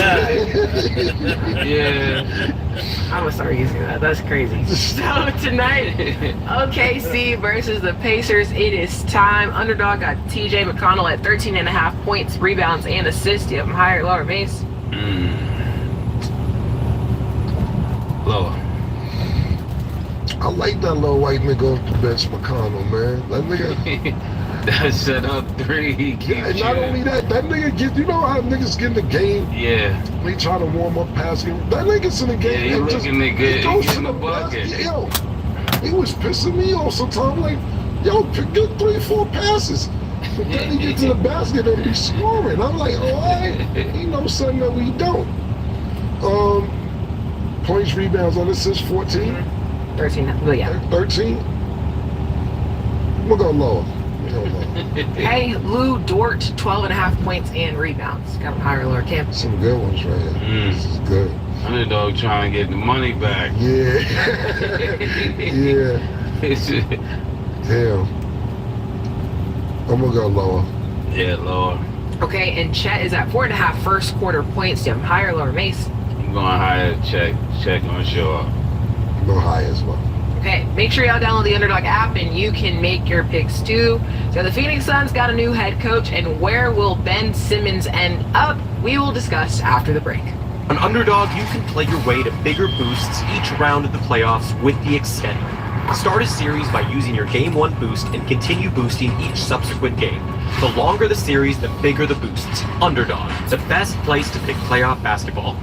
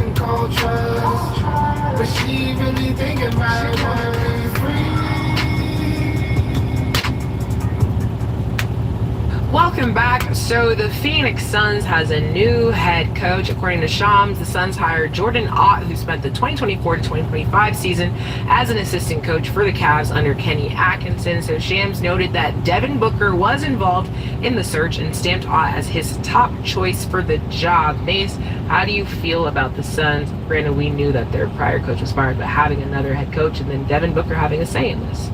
I'm happy for the Phoenix Suns, especially if Devin Booker is happy. That means he thinks this guy is gonna help them win, and I'm looking forward to that. I was always, high on Devin Booker basketball skills, and I look forward to him playing much better next year, and him getting some wins. So I don't know how the Bradley Beal thing is gonna work out, but I definitely think they need to switch that around. But this new coach should be interesting. To me, it's not really a lot to talk about, but one thing is that Devin Booker, security at Phoenix is safe and everybody else is. That's all I can really take from this. Yeah, they had to hire a new coach. I don't really know much. I can't say like I know a bunch about this coach to talk about him, but the one thing that I took from that is that they didn't go to KD, they didn't go to Bradley Beal, Yeah. It didn't go to anybody. Only person you heard say that helped pick this coach out was Devin Booker. So that's the only thing that I can really take from this is that Devin Booker spot on the Phoenix Sun roster is safe, and everybody else can be traded tomorrow. Yeah, so from that, right, so we see Devin Booker, we're just assuming he's safe. We don't kind of know what's happening with the rest of them. And then, of course, them having another coach, basically every season. Do you ever see them facing kind of any sort of consistency anytime soon, or do you think they're just going to be in a rebuilding era for a little bit of a minute? I actually think that Phoenix is like 2 players away from changing that entire team. One of the guards that I hated to see leave Phoenix was the what's his name, like Shampert or something, that played with the New York Knicks. He comes off the bench. He hit a jump shot. I forgot his number. Shamit. Yeah, he would be good to go back to Phoenix and play the point. They just need a solid point guard that can shoot when he's open. They don't need somebody who need a lot of active things, and they need a big man. But I think they can get enough points from Booker and somebody else to play the wings. They just really need a point guard and a big man. I think they missed their window. Yeah. I think they had an opportunity that year, Chris Paul, and that big nigga who got locked in his house from fucking ice storm. Fuck is that nigga name? D8 and that nigga from Bahamas. 8. Why is that the memory that you have? I'm just saying that being the one that got locked in his house in the ice storm and couldn't go to the game. That was crazy. Yeah. Let me ask you a question, Stat. What else you know him from? That's fair. I'm just asking. I don't know. He had 10 blocks one game. He's like, when the nigga had 60 that night. What do you know him from? No, you're right. It's just that was funny. Not my fault. That's I remember him from getting locked in his house because it was ice outside. He told me he couldn't come to the game. But to be honest with you, I think that was the year they had an opportunity. And then they also went to the championship as well. People forget that Dallas sent them home the next year. But that was the opportunity. And that goes to show sometime that speeding to try and get ahead could sometimes set you back. You know, Aiden, that year that me and Mace went to Phoenix to see them play, they lost to the Nuggets in 6 games, but you got to think about this. Aiden didn't play and Chris Paul didn't play. So we're sitting there saying, and I don't know if that would have been enough to stop Denver because they was on a mission that year. That's the year they actually won the championship. But if we're sitting here thinking about it, teams always say, we want to win now, we need to do something now. And making these dramatic moves, sometimes it sets you back. Last night, I was sitting there hearing people talking about how the Knicks might trade, or, this is all speculation, I have no info on this, Kevin Durant for Karl Anthony Towns. Is that going to help the Knicks? I don't know. I'm not saying it will or won't. But this is what I'm saying. You're 6 games away from winning the NBA championship. You're 2 games are going to the NBA finals. The coach is fired. Trades already being talked about. This is the first time this team played together. They haven't played together. To me, you need to bulk up the bench and figure out some assets around the bench. But these moves are already trying to get made. And then what happens is, now if you get bumped next year in the first round or second round, everybody gonna say we should have left home. This team played together for 9 months and was 2 games away from the NBA championship, and now all these major adjustments need to happen. Sometimes just relax, give it 2-3 years and see what happens. It isn't like these players are going anywhere. Karl Anthony Towns gonna be 30 when the season starts. Jalen Brunson is 30. The rest of these kids, these niggas not even in their mid-30s. So you sit there and make these drastic changes, and then you set yourself back another 6-7 seasons when you might have only been 1 or 2 seasons away from the ultimate goal. So you saying you wouldn't trade Towns for KD? I'm not saying I would or wouldn't, but what I'm saying is this: you have chemistry now with the team you got. Yeah. So if you trade Karl Anthony Towns, now you have to start new chemistry with Kevin Durant and figuring out how Jalen Brunson is going to play with Kevin Durant, or Bridges, or or Josh Hart. Yeah. Secondly, do you want Mitchell to be your starting center? That's what it would have to be if Kevin Durant goes there. And I'm not saying that will work. I hear people, when I was saying I heard about this, people were saying if you do that trade, the Knicks are going to the championship. That's what I've been hearing when niggas was talking about. Yeah, because they thinking about Siakam. They see Siakam next year. Right, but I'm just saying, you sit there, they're saying that you're not going to have Jason Tatum in the majority of the season. Giannis is already not happy in Milwaukee. We don't know what we're going to get from Paul George and these guys in Philly. You know, Orlando still seems to be a few years away. They got a lot of young pieces. They're saying that it was smoke and mirrors with Cleveland. They're saying that if you get KD on this team now, the Knicks go to the championship. And I'm saying that's not a foregone conclusion because you got Kevin Durant. Is he going to mesh with the players that's there? We already know Kevin Durant is all world. And this is a great example, Murder. When we see Kevin Durant, Bradley Beal, and Devin Booker, what do we all say? Championship. Championship. They go. They at least going. They're at least going out of the West. They not even making the play. Sometimes just because it's a name doesn't mean it's going to equal into chemistry, and that's what I'm saying. So I'm not saying that they wouldn't be good, but I'm saying you're taking away a whole year of chemistry to gamble on something that may not work out. So you would trade them or you would? Would I do it? No, I wouldn't do it.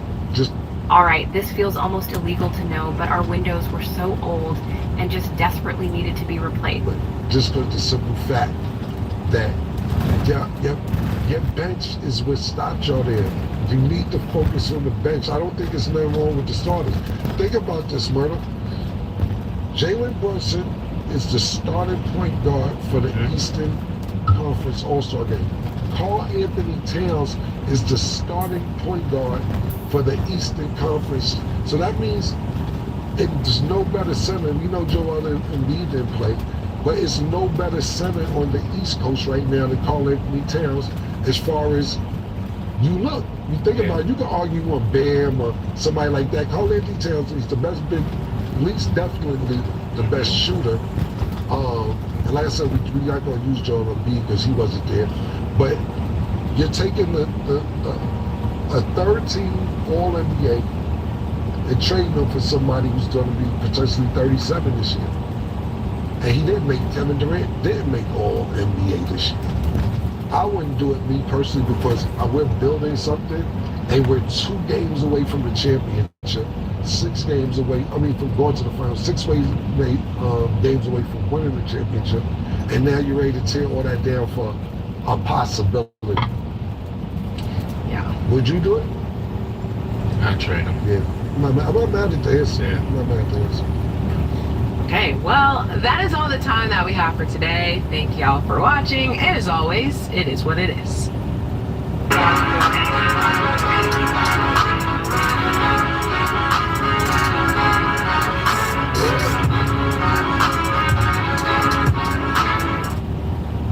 I hate it when men tell their girls, dang, I haven't shaved.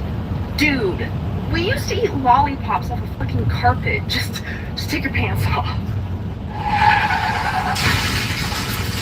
And now it's lollipops off of balls. I can.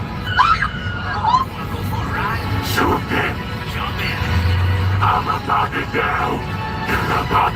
Papacito, papacito, no papacito, como canta ahí, papacito.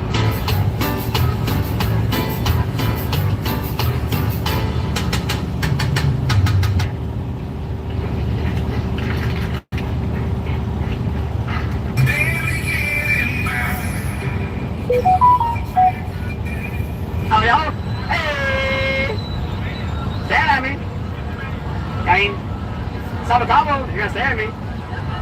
What's your name? You look nice. Maya? Nice to meet you, Maya. Wait, I don't know what you guys got going on over here. Maya, before you're doing interviews for reals? Whoa. Before you guys do your interviews, Maya. Let me get your number real quick, Maya. I'll give you my Instagram. I'll give you my number. I need numbers. What do I do? Ready? Take it. Out here. Let's go. On to the next one. Nice to meet you, though. There. Go. I can't do IGs, y'all, at the end of the day. This might be nice, cool, whatever. I'm on to the next one. Can't settle.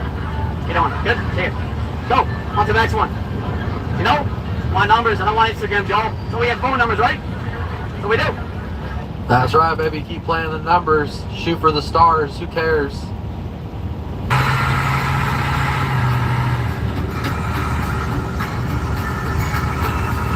We keep playing the numbers. Shoot for the stars. Who cares?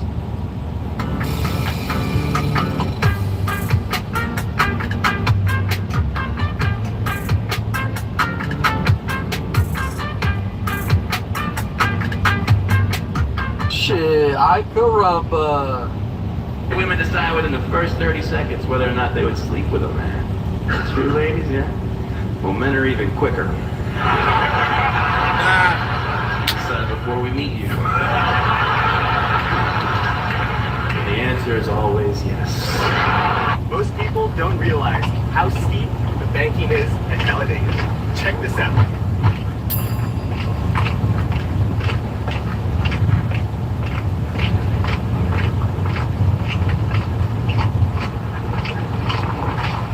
That's 33 degrees. This is Talladega. That's pretty freaking wild. I never knew it was that steep. What about y'all?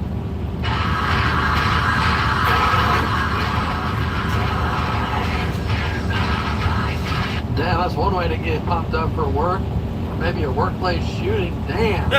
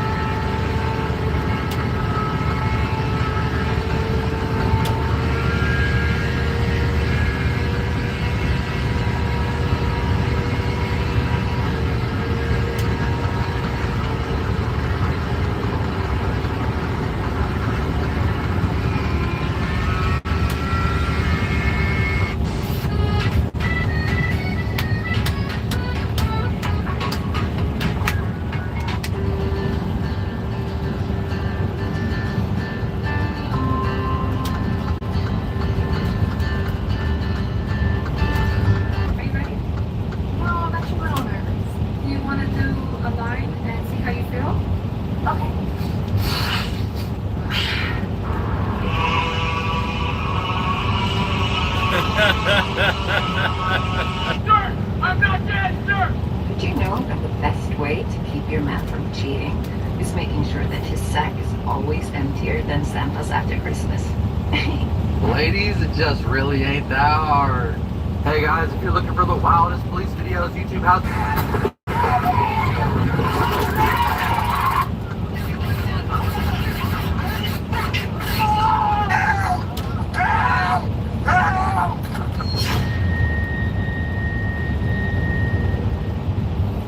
Nobody can convince me that the platypus is not a science experiment. It's like a duck-beaver-otter hybrid. It's also a mammal that lays eggs. It's also venomous, which is weird for a mammal, and its venom is found in its back legs. It just kicks you to envenomate you. It also doesn't have teeth, so it uses rocks to chew up its food. And I don't know where its food goes, because it also doesn't have a stomach. It also doesn't have nipples, but it gives off milk. It just kind of leaks out of its armpits. It's also an aquatic creature that doesn't have senses in water. It goes blind and deaf when it jumps in water. But that's cool because it can connect to the electromagnetic field. It can sense electrical pulses in other creatures' bodies. What? Damn, the platypus is enough to boggle the mind for the entire day. It's such an interesting world we landed on, and I'm so grateful to be a part of it. How many days do you expect a man to take you on before you start paying your bills? I feel like you should start paying my bills the moment you start talking. What? The first fucking one? What? To pay my bills the first day. What bill? Phone, electric, rent, all that shit. Delusional ducks from Fantasy Island. Your days are you want to take a woman out before you start paying her bills? Never. What the fuck? Pay a woman bill, I feel like we gotta get in a relationship. We gotta be locked in for it. minute. Like, I say like a year to a year and a half. Like, cause I gotta really be locked in with you. Like, yeah, no, I like things that don't come with bills. Damn, this shit is hella funny. The girls are like day one and the guys are like never. Damn, it really shows where we are these days, for real. And are these women fucking delirious? Like, let's be honest. Who the fuck is gonna pay their ugly ass bills? Let's keep it real. Old Spice Super Hydration Body Wash. The sweet scent of a honeymoon in Fiji. Moisturize with vitamin B3.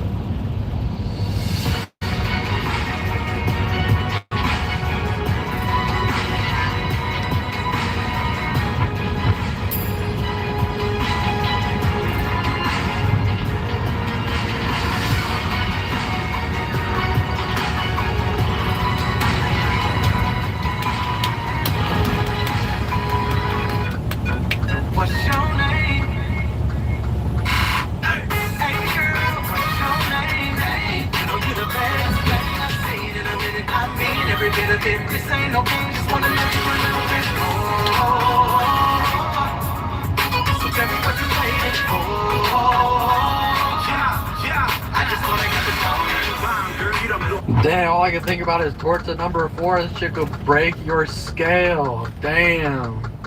Eventually, everyone gets forgotten. In just a few generations, no one will remember your name, your struggles, your achievements, or your failures. Whatever feels so important now will disappear completely. So, why spend your precious time taking everything so seriously? Why worry about what others think? Why stress over small problems? Why care about mistakes that no one will remember? Think about it. You're living a temporary life on a tiny planet in an endless universe. Your biggest disasters and most embarrassing moments won't even register in the grand scheme of things. Instead of creating more problems for yourself, go find some joy. Instead of overthinking, go experience something new. Instead of worrying about your reputation, go make some memories worth having. Life is too short and too temporary to spend it stressed and serious. Your problems aren't as big as they feel. Your mistakes aren't as important as you think. Let go of that heaviness. Find reasons to laugh. Create moments of happiness. Make peace with imperfection.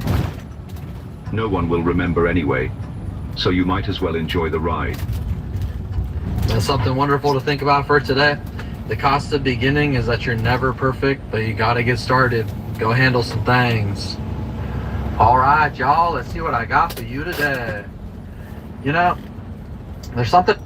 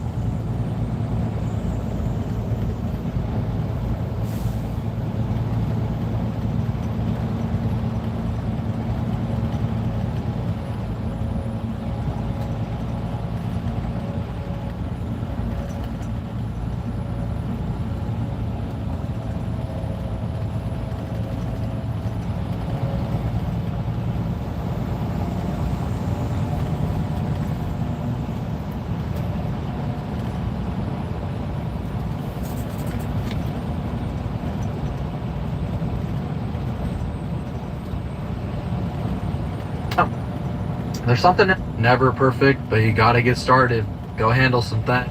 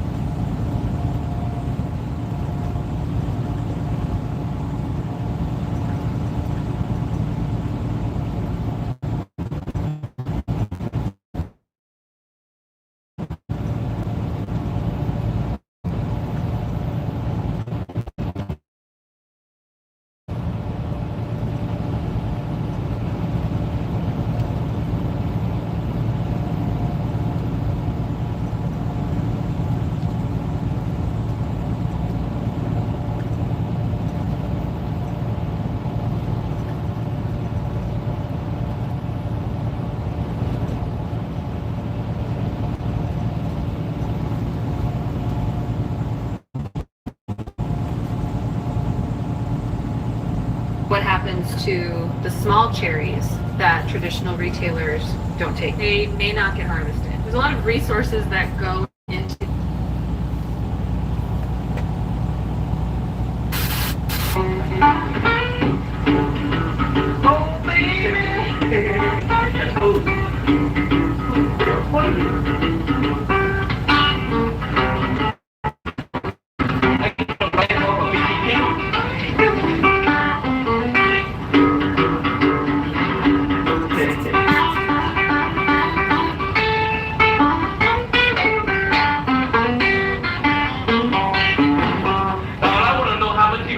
for this haircut. After all the serenade when you do like this shit.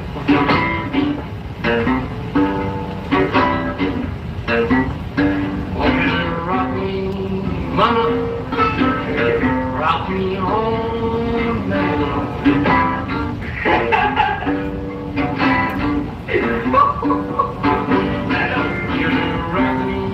baby. Rock me home.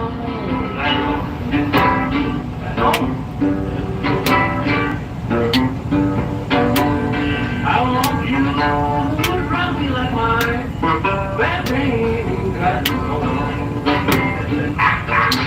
Right on. I better use this up. I keep my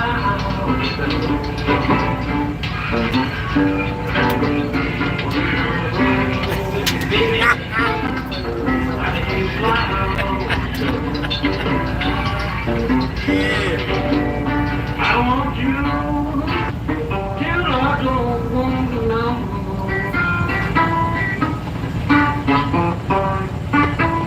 That is right on.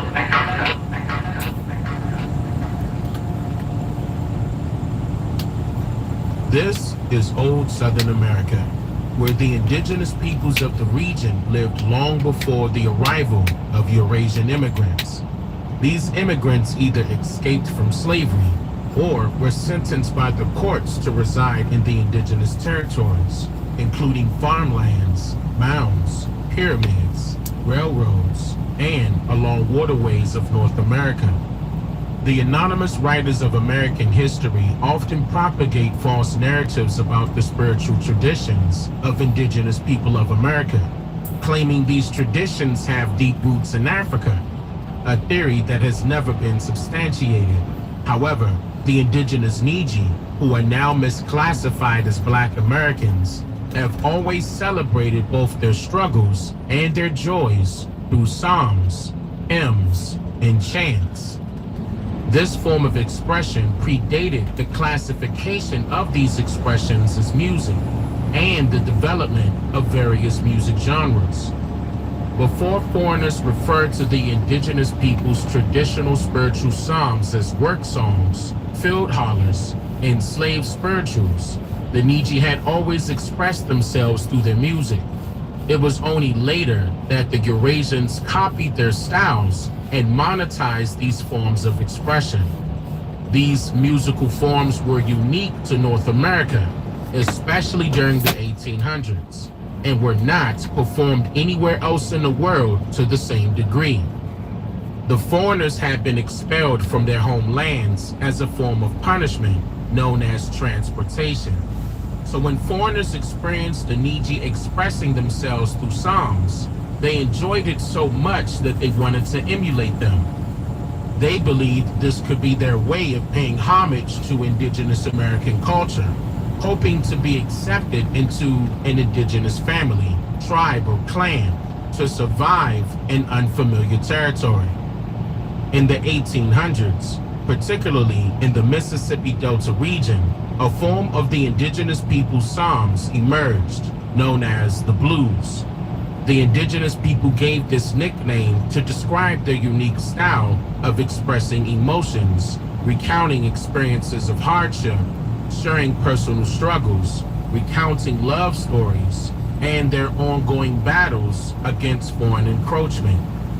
During this time, only a few instruments were used to create this distinctive sound, including the piano, acoustic guitar, harmonica, and the voices of the Niji, who would either hum or sing melodies that conveyed their emotions and harmonized with the instruments they played.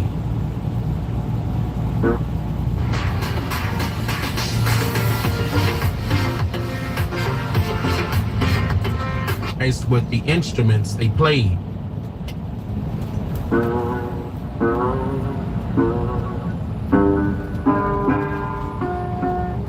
I said I can read your little writing now, baby. Love no camel wine in this old world.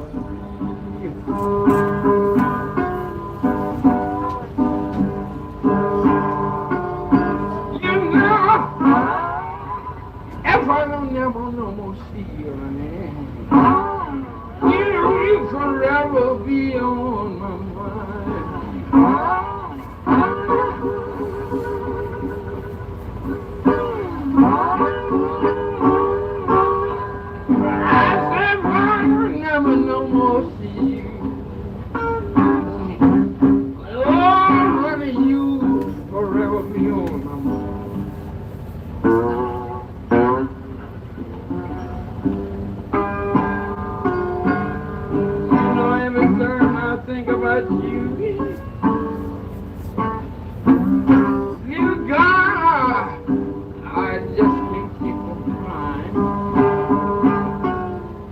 This style of music is often referred to as Delta Blues.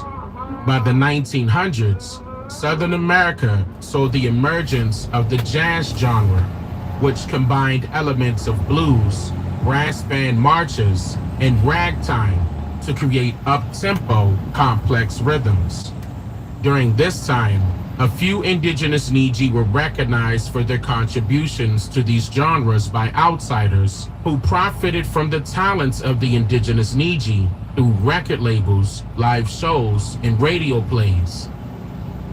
For example, Alabama native William Christopher Handy, also known as W.C. Handy, is often referred to as the father of the blues.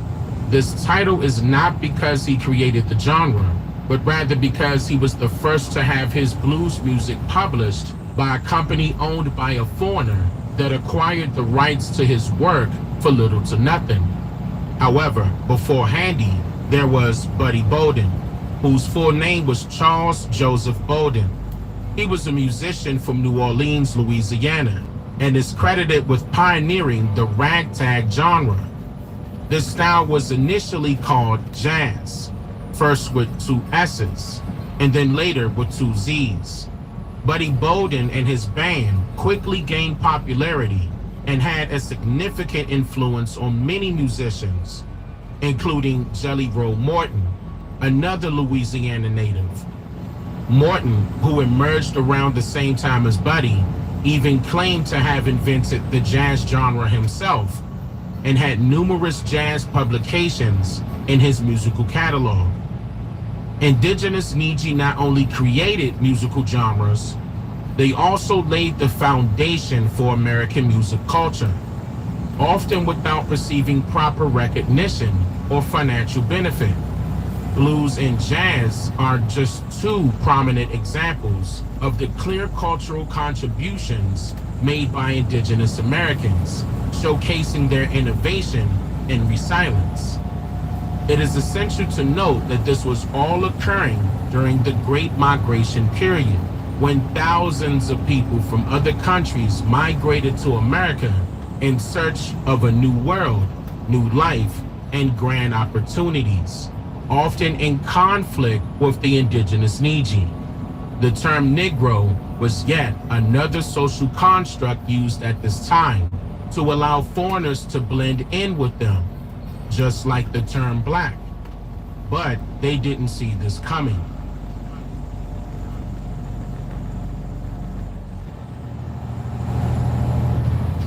This was a period in which this country received hundreds of thousands of European immigrants.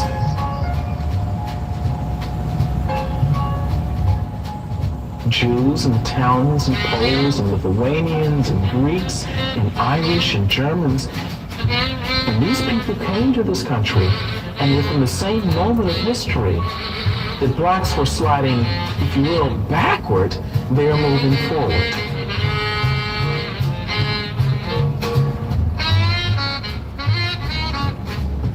Creating the impression that blacks were not up to stuff as a people.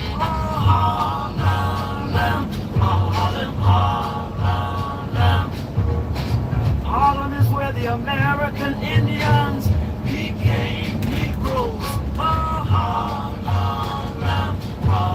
Harlem. When foreigners migrated to New York. The Harlem Renaissance, also known as the New Negro Movement, was a cultural movement that took place in the early 20th century. The movement showcased the achievements of so-called African Americans in literature, music, dance, fashion, theater, and even politics. However, behind the art and cultural revival, there was a hidden agenda fueled by a deceptive motive. In this video, we'll explore the historical context of the Harlem Renaissance and the New Negro Movement, the idea of art as a manifestation of strength through exertion and stretching, and the impact of the movement on the indigenous population's environment. Good morning. Hey, good morning.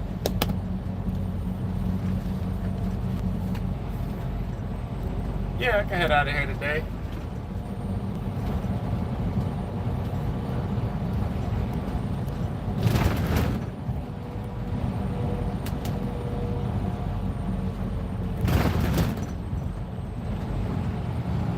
When's Idaho delivered?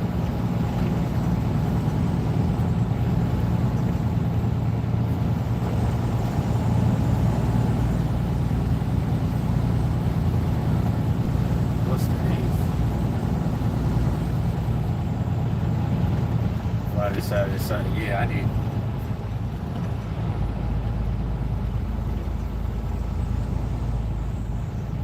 Tent at 2.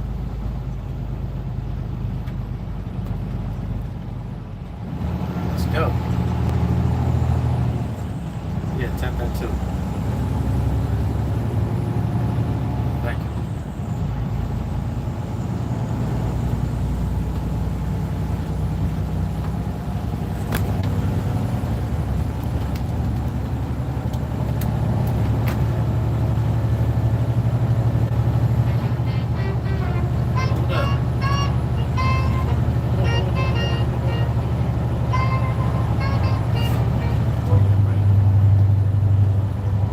Produced by Dane Calloway and Tanisha Calloway. Watch this brand new documentary, Mother Rosa, right now at DaneMakeYouThink.com. This video right here never really existed. It got over 8 million views. It's one of the first videos that is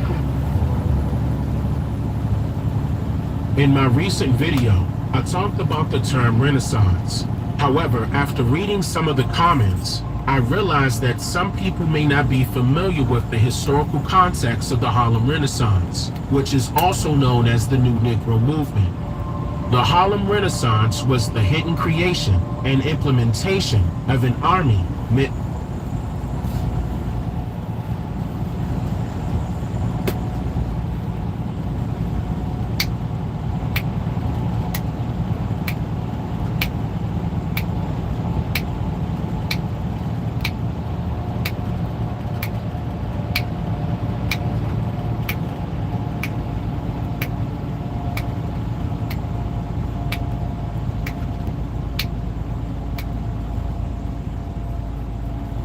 Can you send me to Brandon, please?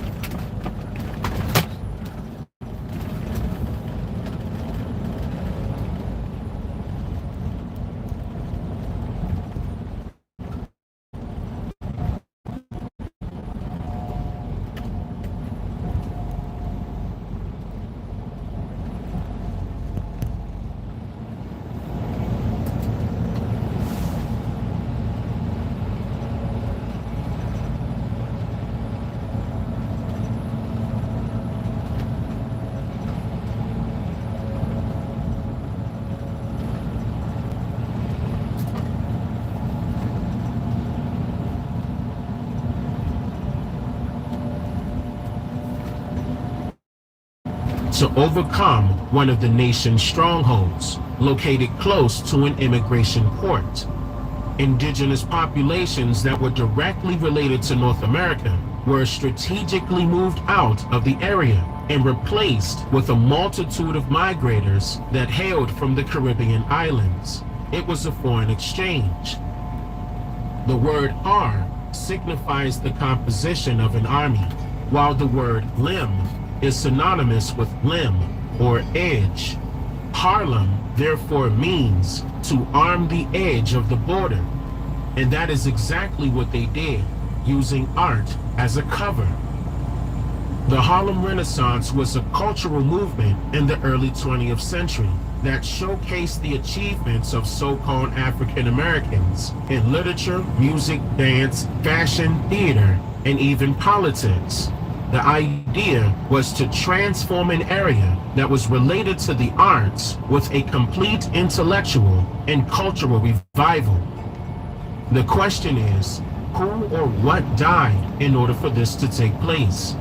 Because in order to revive something, which means to bring it back to life, health, existence, or use, something would have to die first.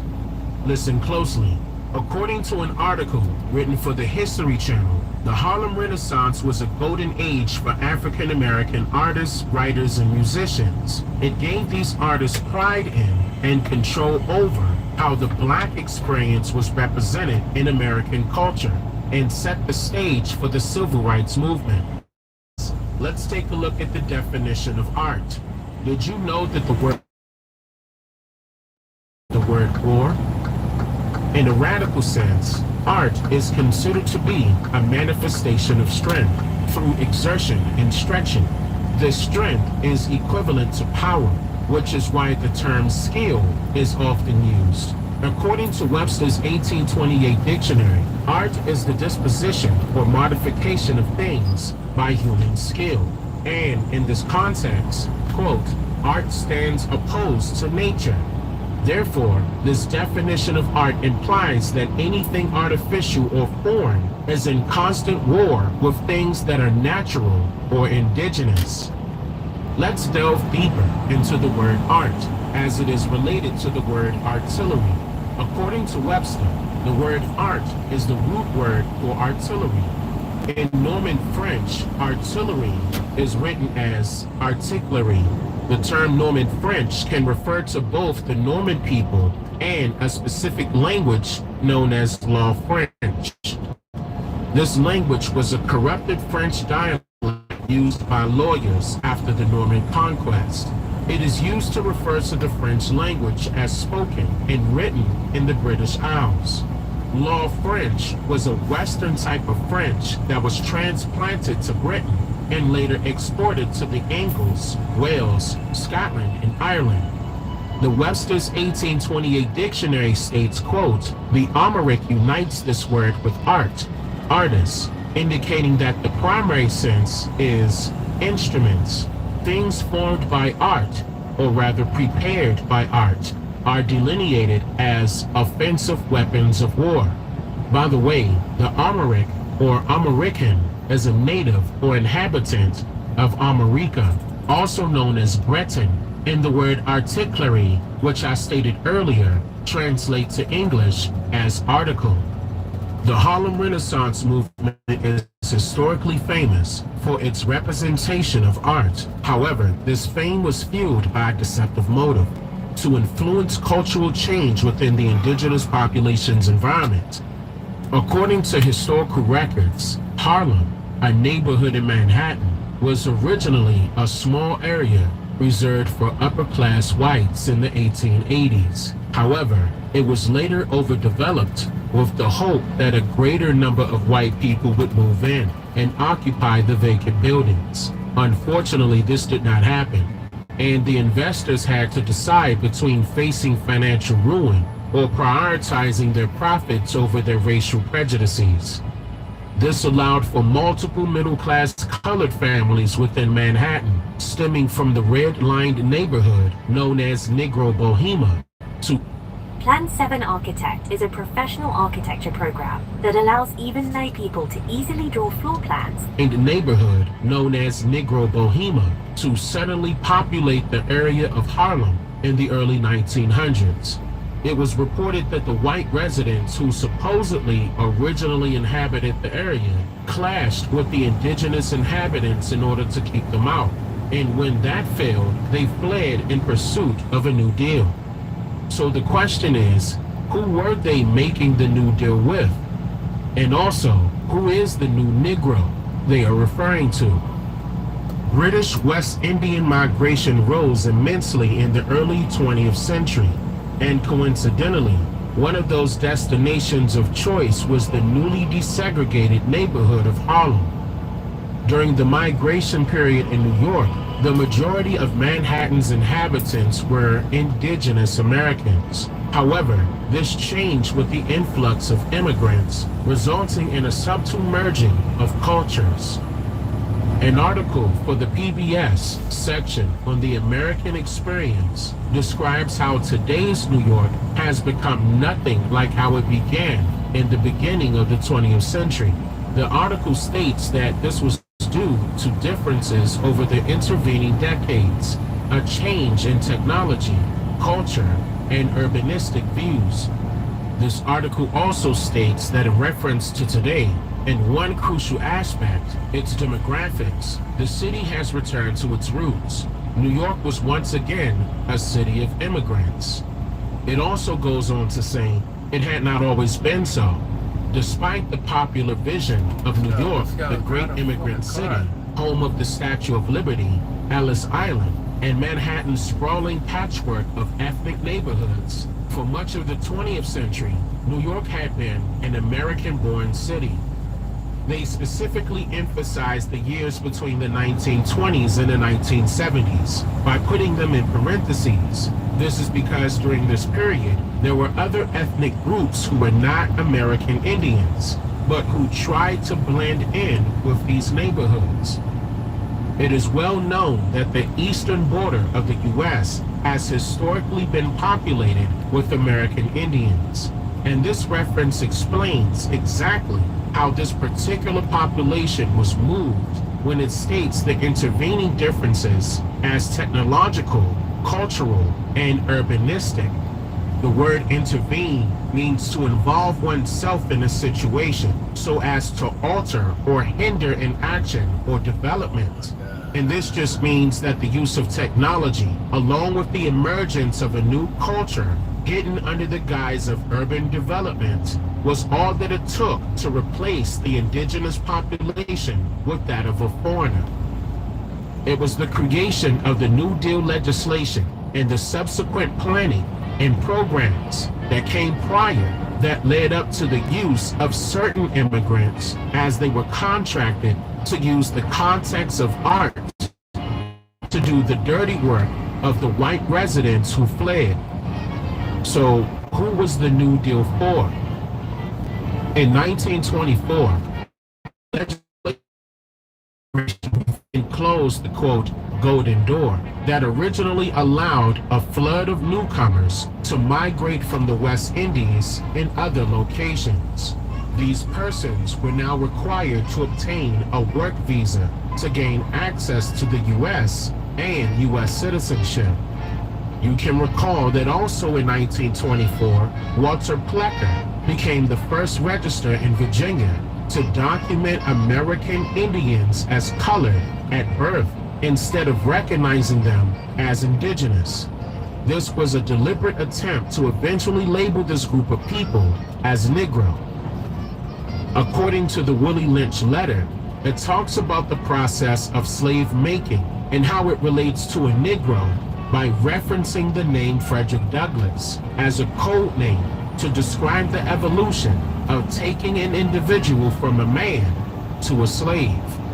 It states that there is a scientific process, and through this process, a rationale of results and ideas can originate that can then be used to develop a social being called the Negro, also known as a mule.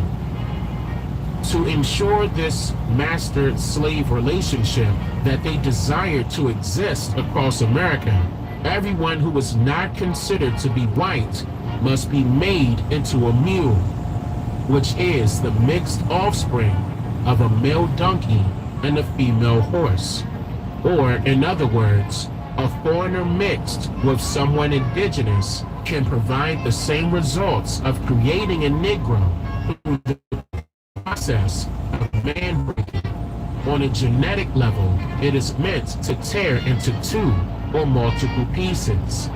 So when I mention the definition of brand, and assaults in the last video with its relation to Walter Plecker, understand that this is what was done. Exactly. Through tearing down and ripping to pieces the identities of American Indians through name change, culture change, technology change, and urban renewal, you break the man that existed previously and create something new. These promises were made to incoming foreigners if they were willing to use their creativity in the form of art, such as music, literature, dance, fashion, theater, and even politics, to rewrite a different story. They will have the opportunity to gain citizenship. The goal was to cover up the true story of our past and present a new narrative. This was the New Deal. And we can see for ourselves that after the term Negro was implemented, that term itself is no longer allowed to exist, along with the term before that, and the term before that. That was the result of the Harlem Renaissance and the new Negro movement. It was the skill of taking something and ripping it into many pieces that allowed for an entire population of indigenous people to be killed off mentally, re-educated, and reclassified so that they could be brought back to life for someone else's use.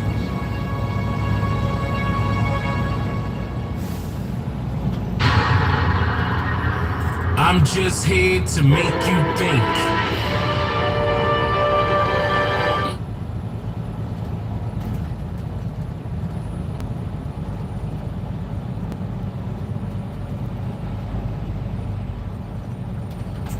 A man who works hard, sweats hard. Old Spice swagger, fights sweat. So Coach thought I was slacking. You see that? There's something no one wants to say out loud anymore, so I will. We live in a culture where the body count conversation gets flipped. If a man brings it up, he's labeled as insecure, and if a woman avoids it, she's called empowered. Yeah, here's thanks. what no one is admitting. Yeah, but does that actually work? Like, are there actually still grown men in 2025 that hear the phrase, you're insecure, and they go, oh, well, I'm just gonna ignore objective reality because she's right. Like, every man who's dealt with women understands that that's the oldest trick in the book.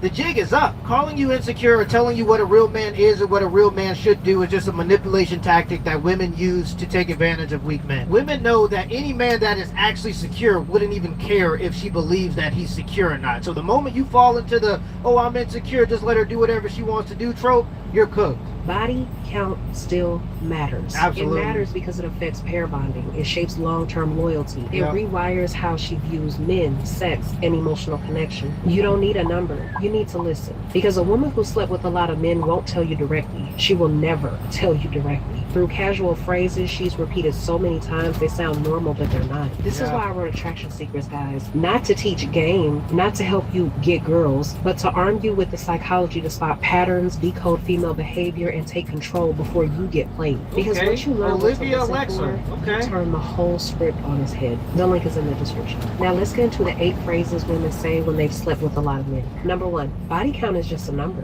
This is the go-to line when her number is high and her tolerance for judgment is low. She doesn't want to explain it. She doesn't want to own it. She wants to convince you that you shouldn't care. This phrase is a preemptive strike designed to flip the guilt onto you. But if it was really just a number, she wouldn't need to diffuse the topic before it even starts. Yep. Think about that. Women instinctively know that a man values exclusivity. A woman who's proud of her choices won't dodge. She dodges because deep down, she knows it changes how you see her. So instead of transparency, she gives you permission to suppress your own standards. Number 2, if men can do it, women can do it too. This is where logic gets weaponized. She's not trying to match energy, she's trying to erase consequence. She wants to sleep around, detach emotion, call it liberation, and still be seen as high quality. But here's the problem. Biology doesn't work like that. When men sleep around, they increase sexual options. When women do it, they decrease how deeply they can bond with the man. Yeah, and a lot of people don't like that fact. A lot of people get angry, and there's always one woman in the comments that goes, I care about a man's body count too, but we're just talking about in the dating marketplace. Obviously, morally,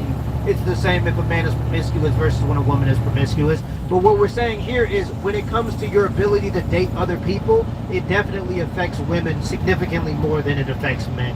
Drake ain't missing out on sleeping with any woman that he wants to sleep with because he's already slept with multiple other women. But if you look at a lot of these ex-porn stars or women who have done OnlyFans, they'll tell you that they have a hard time dating because of their past. They want the man that other women like to only like them. And when men sleep with multiple people, it just shows that he has the capability of sleeping with other people, so women like him. And for some women it is a turn off, don't get me wrong, but for majority that's not going to be the make or break. While on the flip side, for most men, if you're sleeping with a lot of dudes, that's going to be the make or break of the relationship. So it definitely is different. We can all be adults. Let's just be adults here and just see objective reality. It's definitely different. Why? Because men are wired to reproduce. Women are wired to pair bond. The more men she's had, the harder it becomes to connect deeply to any one man. Yep, so when she uses this phrase, what she's saying is, I want to do what I want to do, and I want you not to care. But if you accept that, you're signing up for a relationship built on male guilt and female entitlement. Number 3, I just like my freedom. This one gets thrown around during the relationship talk. She says she's independent and she's not trying to be controlled. But what she's really saying is, I want your attention and emotional investment without obligation, though. Yep, this phrase is exactly. non-exclusivity dressed up as independence. And that's why I always say you should expect reciprocation for any woman that you sacrifice for. Because currently, in the modern times, if a woman can take advantage of you, she will, and other women will cheer her on in her taking advantage of you. And right now, the common way that women will trick men is both people will go to work because the economy is tough, don't get me wrong. But the woman will still expect you to pay for everything, pay for the dates, pay all the bills, and practice chivalry, while she prioritizes herself, her own savings, and builds a nest egg just in case she has to jump ship. So she wants you to sacrifice your efforts and your labor, and sometimes even help with the domestic labor. Oftentimes that's what you're going to find, because when the woman goes to work, she comes home, she don't want to cook, she don't want to clean, so she don't want to do the things that she's supposed to do to contribute to the family and the sacrifices that she's supposed to make, yet she expects you to sacrifice for the family. So whilst you sacrifice everything, she gets to prioritize herself and her own savings just in case she has to jump ship. That's how a lot of guys get caught in the modern era with this. If I pay majority of the bills, I don't care if you go to work too, you're doing majority of the domestic labor because that's your contribution to the family. What's wrong with these burger buns? They taste perfectly delicious, but due to a production mishap, their bottoms are slightly curved instead of flat. Traditional grocery stores wouldn't sell these in Two, you're doing majority of the domestic labor because that's your contribution to the family. She wants to move like she's single while benefiting from door consistency. Yep. She's been through enough men to know commitment limits options. So she throws out freedom to keep the door cracked open. But here's the game. She doesn't want to be claimed unless you're better than her past. That's not freedom, that's leverage. And if you go along with it, you're just a placeholder until she upgrades. Number 4, sex doesn't really mean anything to me. This is what a disconnected nervous system sounds like. She's not confident, she's numb. And that numbness didn't start naturally, it was trained. Here's the biology. Every time a woman has sex, her brain releases oxytocin, which is the bonding hormone. When that bonding gets broken over and over again with no emotional return, her system adapts. She detaches, she disconnects, she treats intimacy like a handshake. She's 100% right. For so long. When she says this, it's not a flex. It's a confession of emotional burnout. She's telling you that she could sleep with a man and not care because she's already done it too many times to still feel anything from it. Number 5, I don't regret anything. I learned from every single experience. This is how she rebrands a reckless past as growth.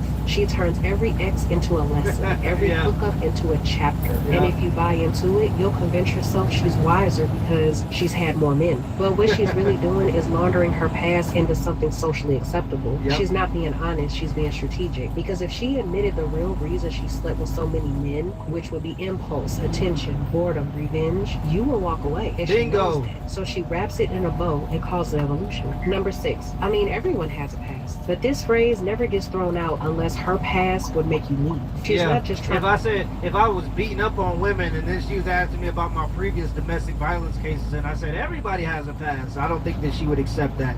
The best thing you could do to determine somebody's future is look at their past. A woman and a relationship is going to be the biggest investment that you make in your life. You're literally choosing the woman who's going to raise your daughter. And if you don't want your daughter to be like the woman that you're with, then maybe you shouldn't be with that woman. It's a huge investment men make, and you got to judge a woman's past in order to know where she's probably going in the future. It's not always the case, but every good investor does research on the investment before he makes the investment. She's testing you. She wants to know, will you ignore it? Will you overlook it? Exactly. Will you be the one man Are you the who sucker? accepts what the other 10 wouldn't? Are you This the is sucker? reputation management in disguise. She wants the benefit of having a clean slate without having to live like she earned it. And if you accept that phrase without asking questions, she knows she has you. Number 7, I was just having a phase. This one always comes after the damage is done. She's not calling it a mistake, she's calling it a season.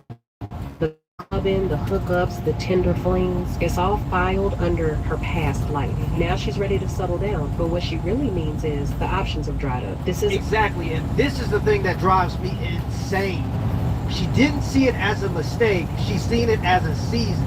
And it's so weird. Like, if there was any other domain, say if I was addicted to alcohol, say if I was addicted to weed, or I was addicted to cigarettes, whatever it may be, if I look back at my past, I would tell people to not do what I did. But older women who go through this quote-unquote season, they encourage younger women to also go through the season. And I just think that's so weird. If you did, and it's because they don't see it as a genuine mistake, even in the verbiage that they use when they talk about this quote-unquote hoe phase, or this season, or this journey. If you listen for the right phrases, you'll hear the same thing, essentially. I was just getting to know myself. I wanted to find out who I was. All these different things. She's not backpacking the Appalachian Mountains to find out who she is. She's going around and sleeping with men. That's not how you find out who you are. But I just think that it's so weird how, even when it comes to older women who go through this quote-unquote phase, they incentivize and tell younger women to also go through the same phase, even understanding that it may have damaged them. It's a self-awareness. It's her trying to rebrand herself. She wants the title of wife now that she's already lived like the wild girl. And she wants you to believe you're getting the best version of her, when you're really just getting the cleanup version. Number 8, I don't get attached easily. This one sounds chill on the surface. She says it like it's maturity, like she's in control. But the truth is, she's detached because she's been through too many meaningless experiences. Women are biologically wired to connect through sex. It's a normal, natural thing. So 100%. she doesn't get attached easily, what she's really saying is, I've had to numb myself because sex hasn't meant anything to me for a long time. If you're looking for something casual, she's perfect. If you're looking for real connection, she can't even access that anymore. So here's the final word. The most dangerous phrases don't sound dangerous at all. They sound normal because repetition hides dysfunction. And most women today have said these phrases enough times that they actually start to believe them. But if you know what to listen for, you will never, ever be misled again. This is why my book, Attraction Secrets, is not optional. It's protection for you. It's Olivia Alexa. Great video. I don't know how I didn't know about this content creator before. Let me show the channel. I'm also going to put this in the description and in the pinned comments down below. But she's 100% right. And any man that's dealt with women, 8 phrases women say when they've slept with a lot of men. They expose her. Yeah, and she's right. If you're a man that dealt with women, you understand when women are you. Brother, all you gotta do to understand a woman's past is not be judgmental, and she'll tell you everything you need to hear. You just gotta listen and not be blinded by lust and lying to yourself because you want to believe that this woman is something that she's not. Listen to what she's saying and she'll tell you exactly who she is, but when she tells you who she is, you have to be willing to accept that that's who she is. And if you're willing to deal with that, or if you're willing to deal with some of the things you may hear about her past, then that's okay.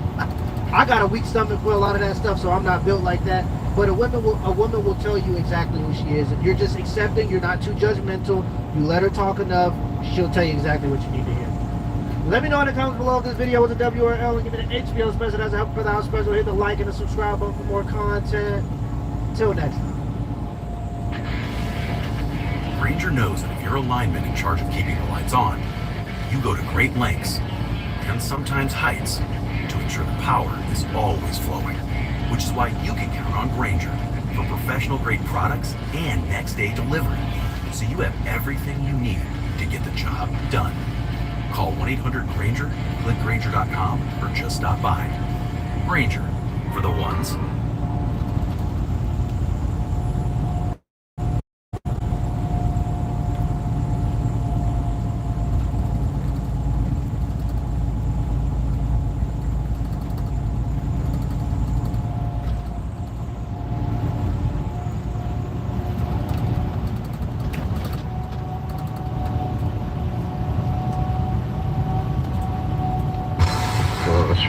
Because that big stupid thing with a f***ing gray squirrel looking at me. I put the rag on there and I was like, gee. Welcome to Ween's Motorco, guys. Yeah, he looks like he's like in his early 30s. I don't see it. We did leave a couple rags in there to help up that compression a little bit. I want you to show me. Yep, take that. Just use that. You could sweep all day and not get this shit. That's true.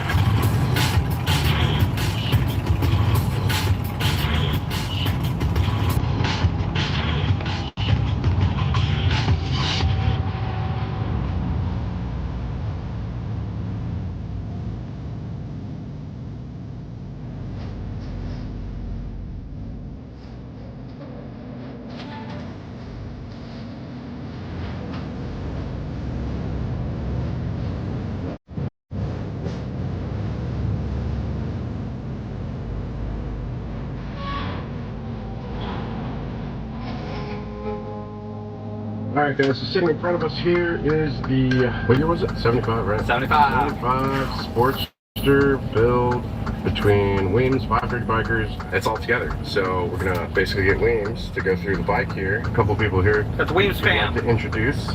My beautiful daughter, Adelaide, building her own very first motorcycle ever, 1970 Triumph.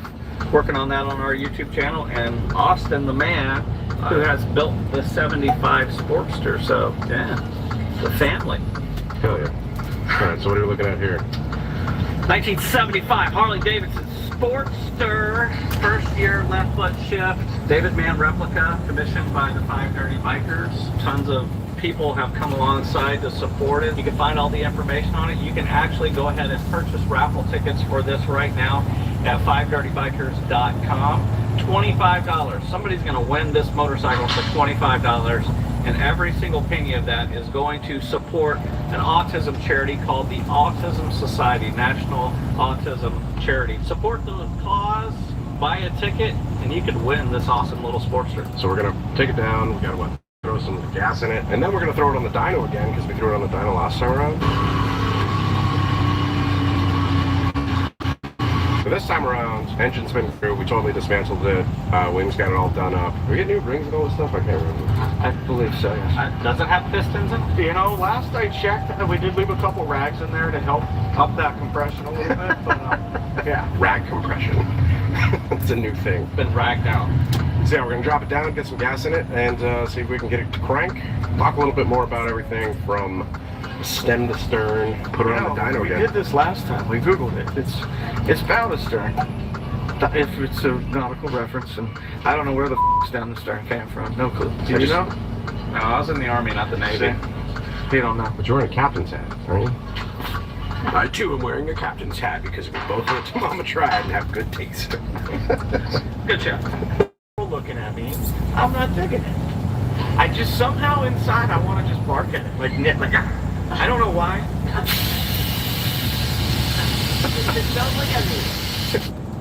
Can you identify which app is a trap? I need your email, please.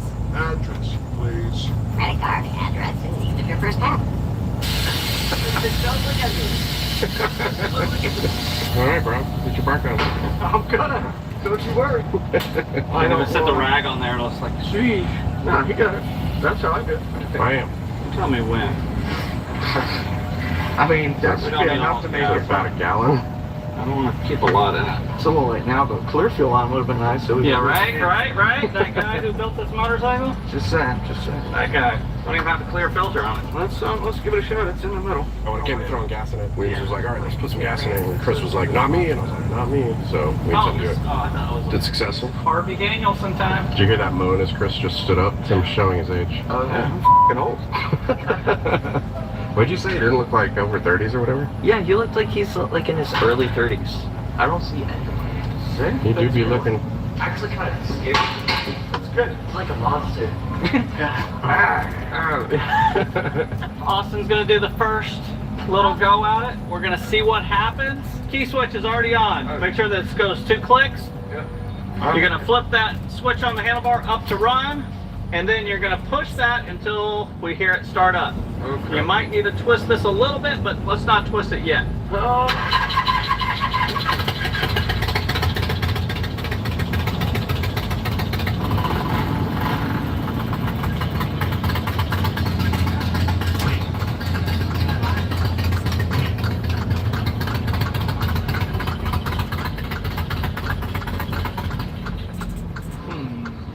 Jules. That has to be one of the most uneventful startups probably I've had. It's like good to go. Because you got this guy starting it up. Anytime you guys have a problem with your bike, get Wayne's, get him to. I don't work on Harleys. I work on them. No.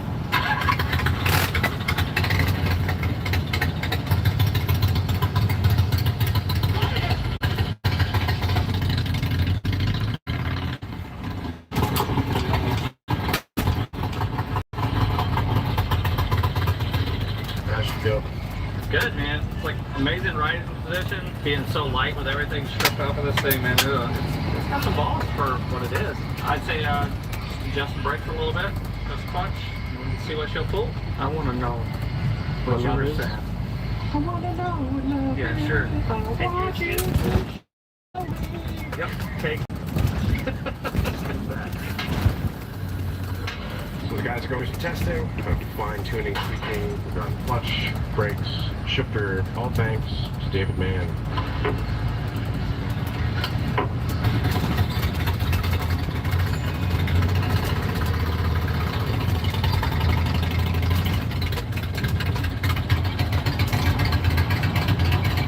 Gotta make sure that we can get the maximum amount of horsepower out of this motorcycle as possible. Oh God. That's what this does. This machine measures how much torque and how much horsepower. So you guys didn't hear Weems, but he just told his son that he's going to take all instruction from Chris. So Chris is his dad now.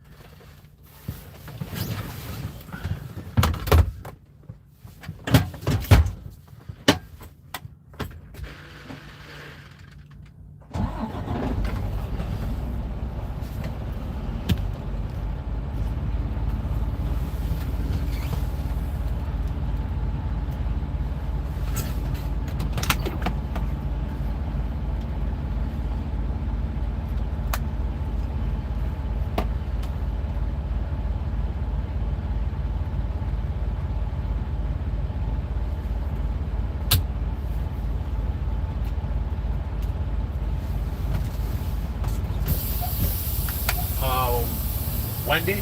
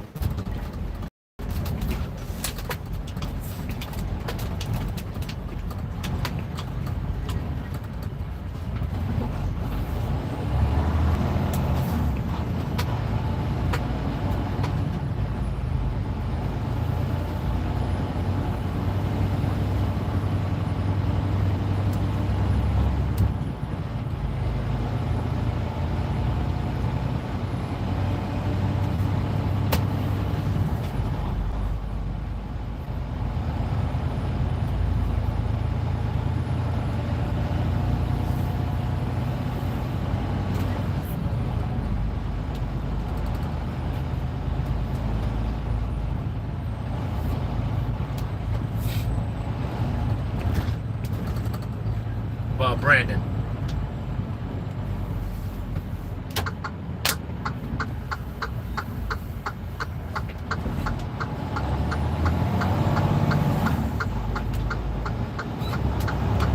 Hey, Brandon.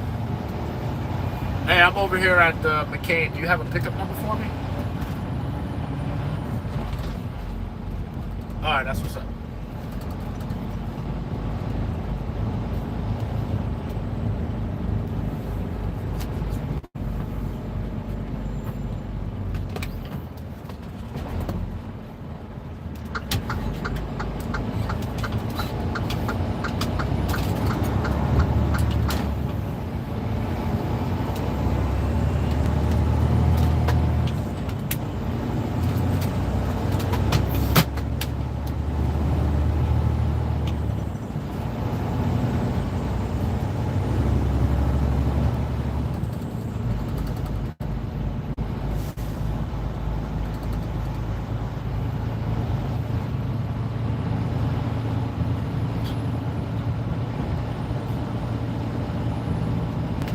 Hotels and vacation rentals, Booking.com has something for everyone.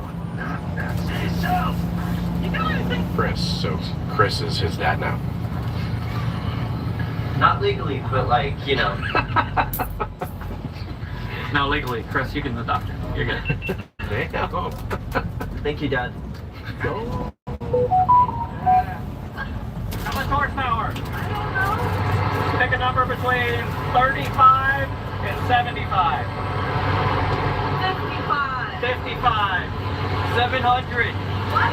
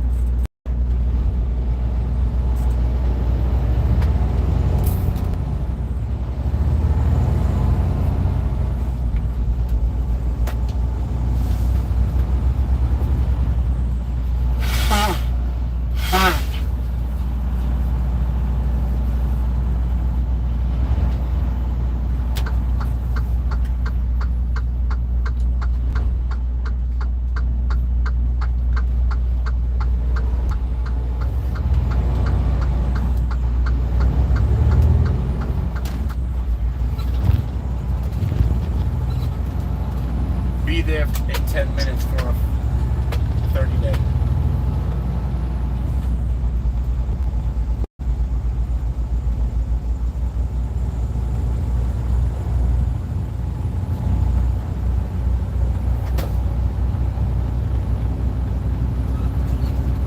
Thank you. I will. The day is going amazing. Smooth in and out.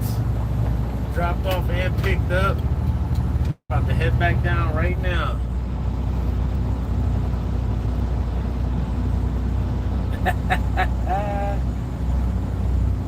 Brother.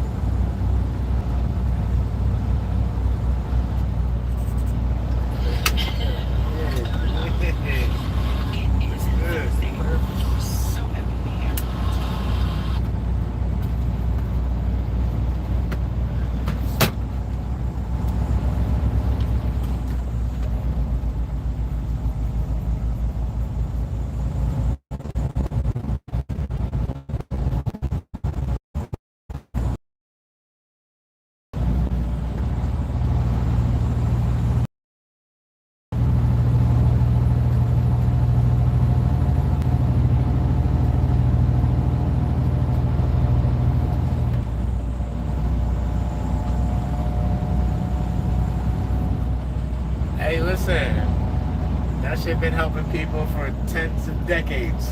So if it works, it works. No matter how old it is. We just know it just tastes like nothing from this world. But it works like nothing in this world. Your old ass got some Geritons. I'm gonna come take a sip too. Hook it up. Nah, I'm just clowning. So it is Thursday, June 5th. It's beautiful outside. I done dropped off and picked up this morning. Hopefully I get paid a couple dollars today to float me till next week. I mean, I don't need any floating, but everything is already finished and done. So I don't got nothing to worry about. I'm trying to go get Hokaya tomorrow so he can come with me. And we're going to head out to Idaho for the first trip of the summer. I got to call his mama and make sure she gets all his stuff together.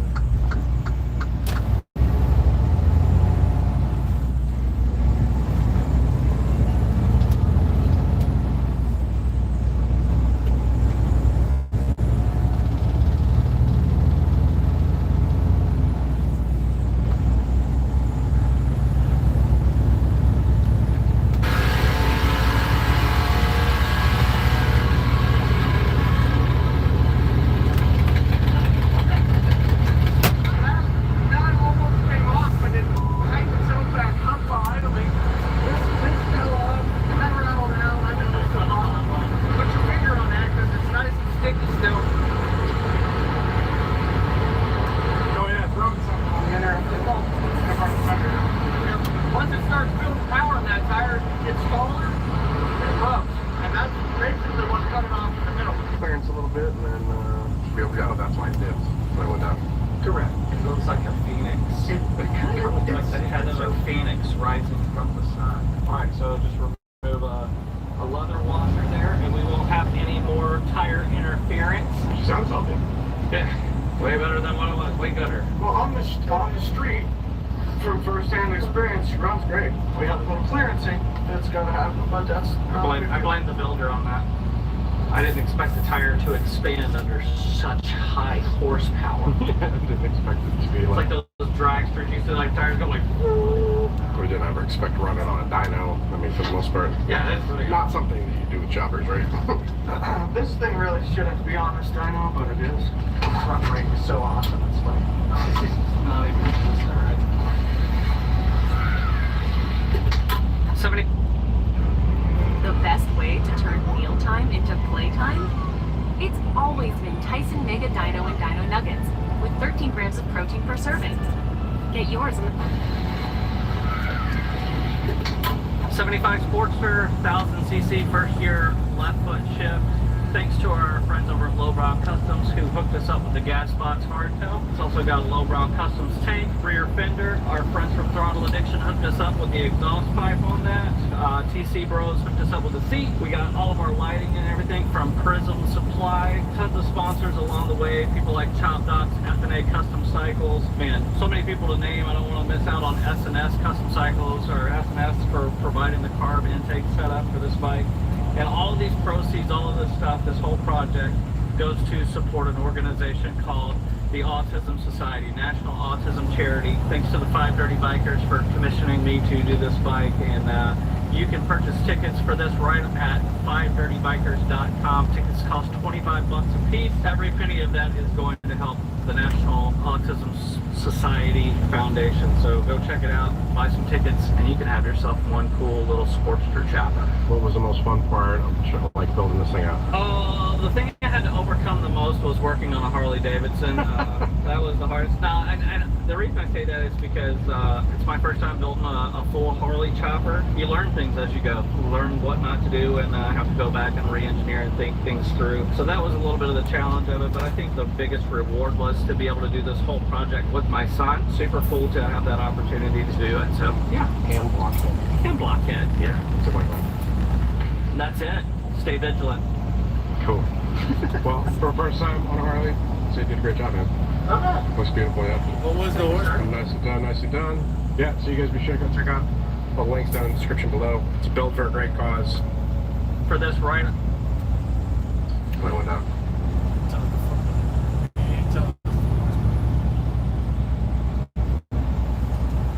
Struggling to hold the LSIT? If you can't stay upright, hip flexors are weak. Dynamically lifting into the LSIT increases our strength. We're getting more total time horizontally. Leg lifts are more specific. Squeeze your quads and pause at the top. Enjoy the cramp. Move hands away to increase compression challenge. Knees build and range hip flexor strength for LSIT. Do not cheat by rocking backwards. Keep leaning forwards to stay strict. If forward folding is limited, hamstrings are tight. Decline stretching works well. This helps us compress the body deeper. Localize the posterior chain stretch with an upright torso. Standing forward folds build strength at length. Hinge at the waist by keeping the back flat. The weight plates remove calves and fully stretches hamstrings. During LSITs, keep straight arms, shoulders shrugged down and legs straight. You're now ready to hold, struggle and improve LSIT. Struggling to hold the LSIT? If you can't stay upright,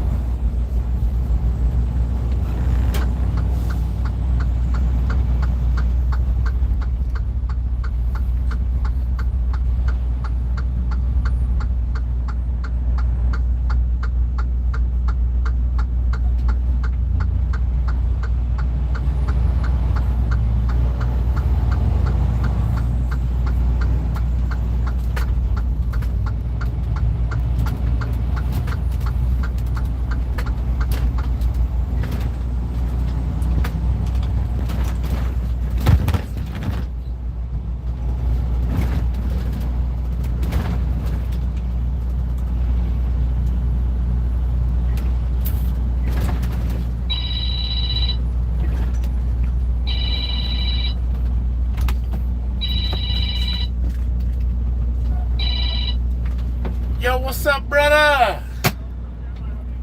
Good luck, man. I appreciate you. Yeah, hey, man. Anytime, when we be looking out for each other. It's been some years now.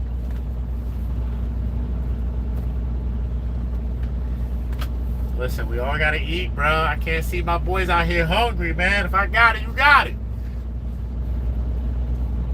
That's it. It's plain and simple, man.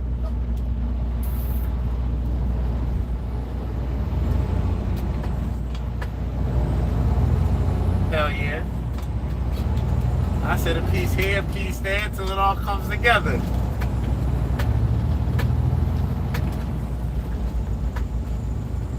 That's how it gotta be, man. That's how it gotta be. I just picked up, I'm in Maine, I'm about to head to Idaho. Yep.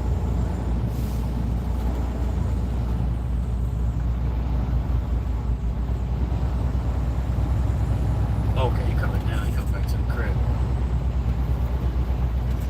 That's what's up, man. That's what's up. 11.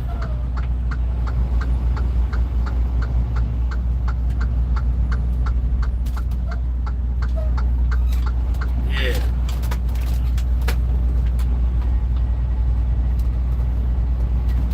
Every once in a while, my guy, you gotta fast it out.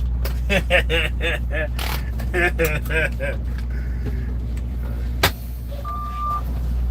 get it, man. Yo, so my last 2 weeks have been slow. I ain't get a paycheck yet. Nah, I just been running, and you know, sometimes the load, the timing be off, and I didn't make the cutoff for the week to get paid, and for the last 2 weeks. So like, when the next week came, by the time I was done doing the loads for this week, I didn't make no bread. So I had to go right into the next week because the final delivery overlapped into the next week. So hopefully today I guess I get paid, man, because yeah, you know, it's just the timing be off because of the loads.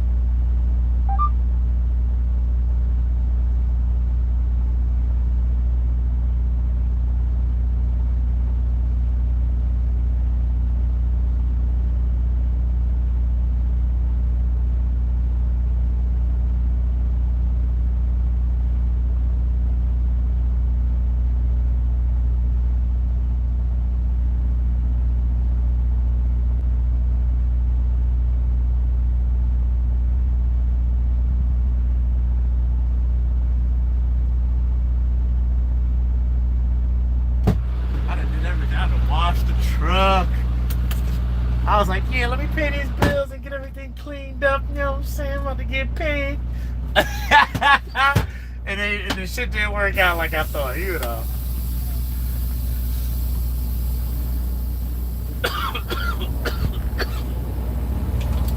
But it's all good because I got food. I got a couple dollars. Like, it's not a problem. It's just some weeks. Like, if 2 weeks go by and I don't get paid, I feel like I'm working for nothing.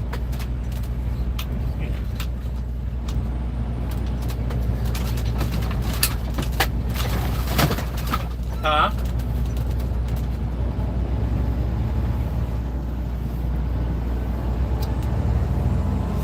Well, so So the truck gets paid, you know, everybody gets paid, the fuel gets paid, everything gets paid, and I might come out with like a couple $100 some weeks because between the pay period, I might have only done enough to cover whatever the cost was, whatever the payment costs were, and I couldn't get a third.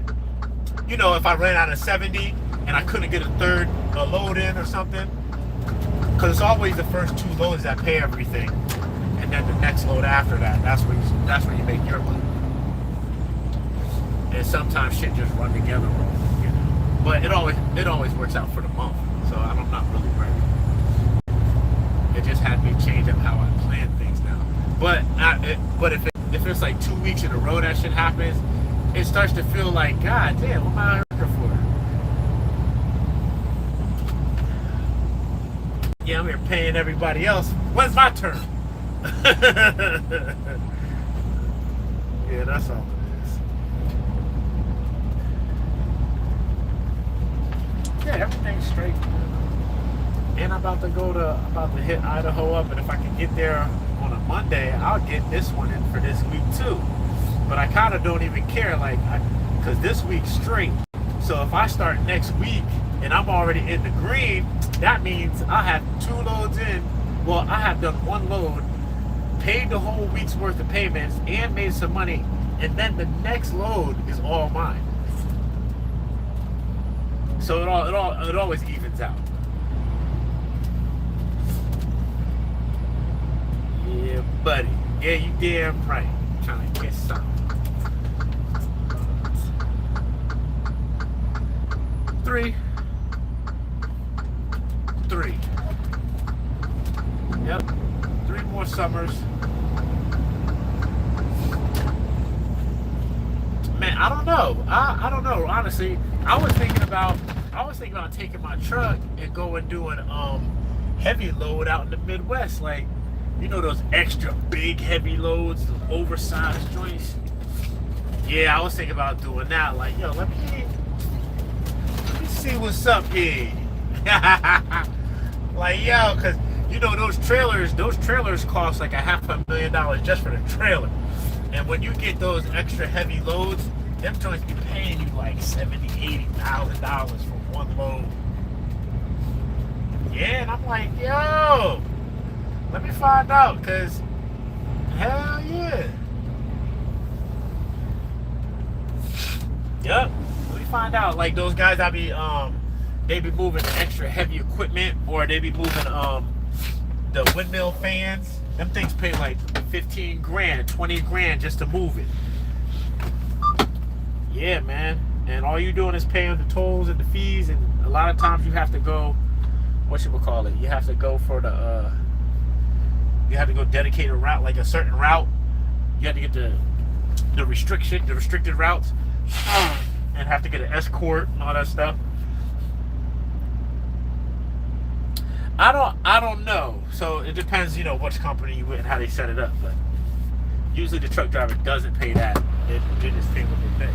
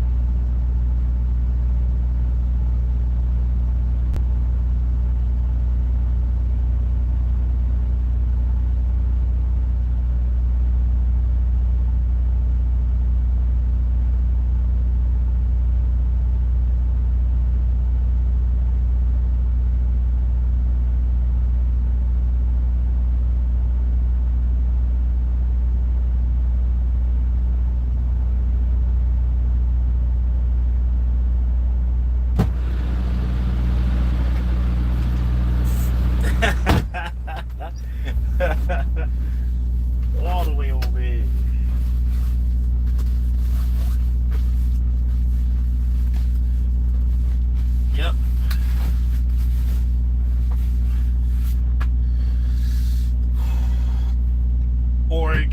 California, Utah, Wyoming. Yeah. Out of here. Nah, that's 4 days. Yeah, so no, it's like 5 days. So it's 45 hours, 45, 46 hours.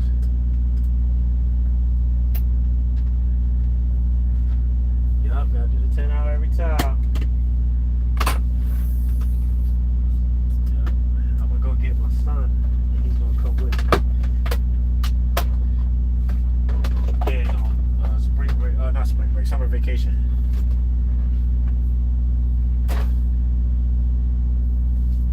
Yeah, so I'm gonna pick him up tomorrow. And then keep it pushing. Oh yeah, she don't give me no problems, man.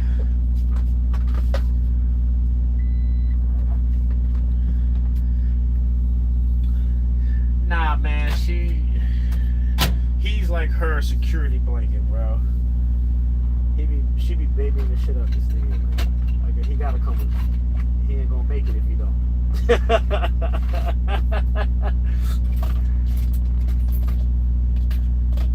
Yeah, the big ones are grown, man. They're in the 20s. The youngest of the other kids, he's 16, about to be 17.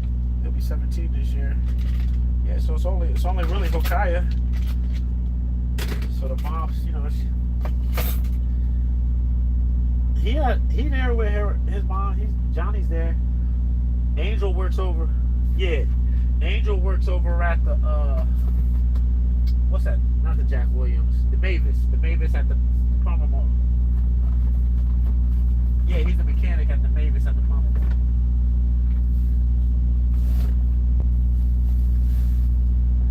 Yeah, he over there doing this thing. Everybody good. All the kids are good.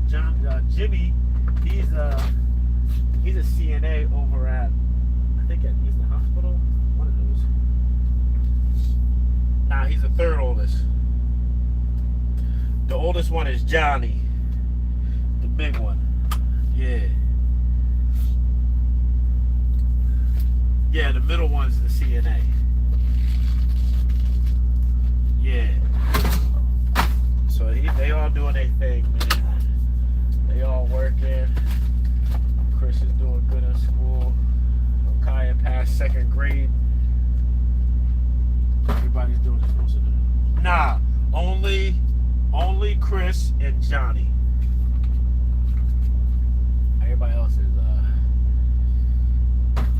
yeah, she good. She got her mom stayed with her. I told her, he's like, y'all better team up. I ain't there no more. Get mad with me. It's a wrap. They'll be okay. Everybody gonna be okay.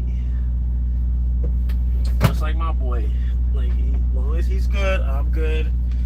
Everybody be alright. I don't have to come throwing a fucking fit. Yeah, I don't want to take him away from his mama, because if I did, I'd get her ass deported. Get your ass out of here.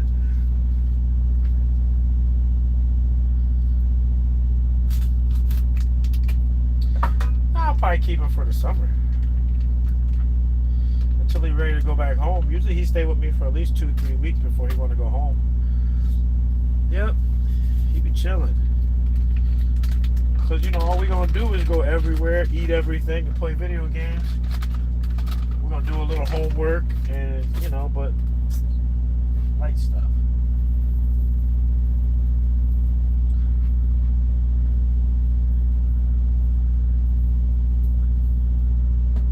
Yeah. Yeah. Hell yeah. Yep.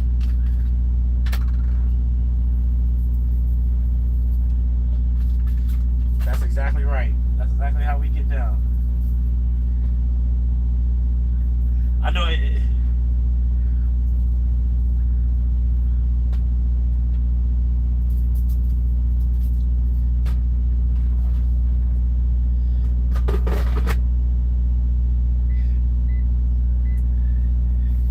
Yeah, because they figure it out quick, yo. They figure it out quick. They be like, yo, Dad, you got that.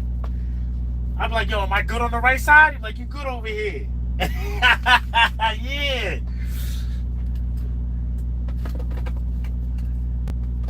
Hell yeah, that shit feels good, yo.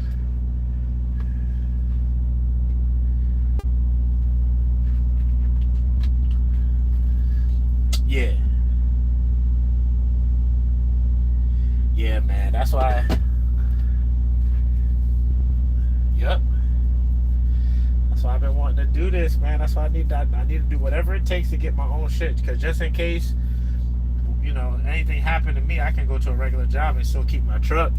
And if when he gets older, he can just be like, yo, Dad, but here, take the truck.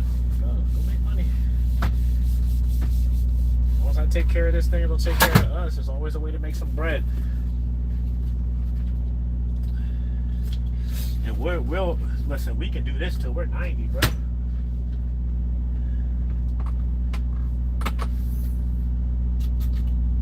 Yep. Yep. Yep, real old. Could be a great grandpa. Facts. With a smile on his face too. Cause think about it then, like, yeah, once you own everything, bro, you don't have to kill yourself anymore. You can take a step back, like put somebody else in the truck, so it worthwhile.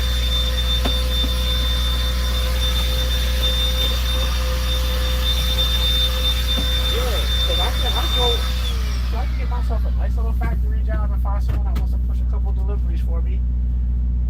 Or even keep the truck and do some deliveries on the weekend. Like, I'm not gonna do much. Cause listen, if I get 2 loads a week, $2,500 a pop, that's 5 G's. I don't have to do nothing else. Like, after I pay everything, it'll be like, listen, I keep $2,500 a week, and all I gotta do is move twice a week. Man, that's good. I don't got nothing else to do. What I got to do? I don't got to kill myself. I can stack. And if I wanted to stack, I could just go run for a couple months and come home for a month. That's the goal, man. Like, yo, I really want to get a place somewhere else, like out of the country. I'm looking at all kind of places, man. I'm looking at Italy. I'm looking at the Philippines. I'm like, yo, if I came over there with 10 grand and bought me a place, man,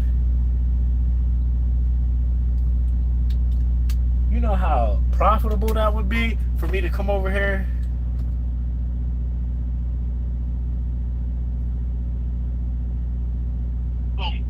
My bad.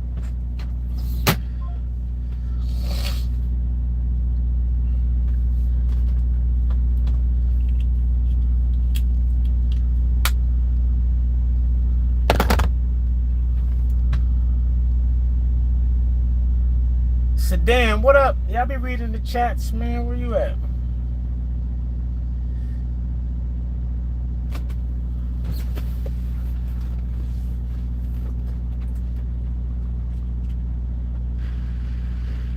Nah, my headphones died. My bad. Yeah, headphones went out. Cut off the call. Yeah, man. But I've been seeing spots. They got places in Italy that want you to come and buy a whole crib for $5 grand. And go be a citizen, like you don't have to stay there, but I can come here and work and go home in the summertime to fucking Italy. And in the meantime, I can rent that spot. I can rent out the villa. Airbnb, whatever equivalent that they have over there.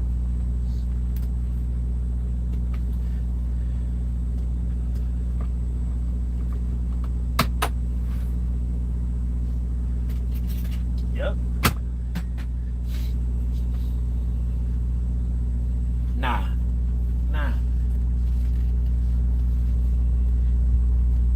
Word.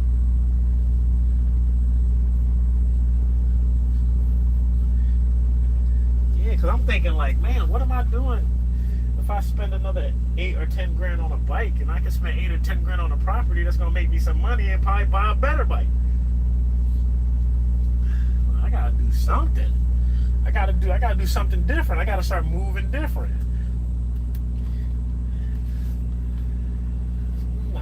Nah, that's can't go wrong with that, man. So I'm gonna finish my little Harley. I'm gonna ride for a little while.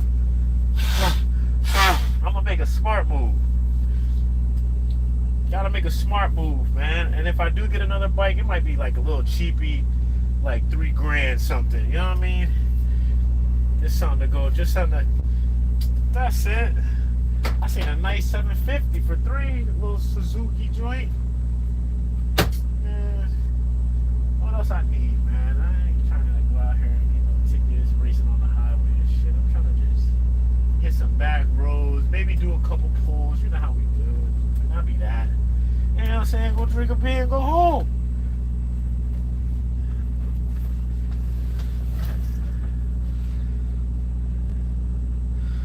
Nah.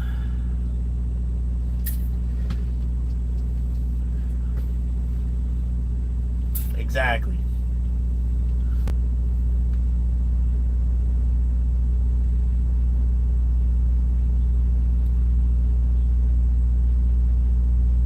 Yep.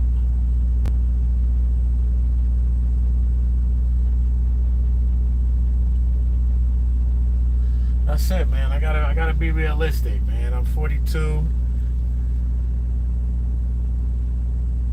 Yeah, I gotta do it within my means, man.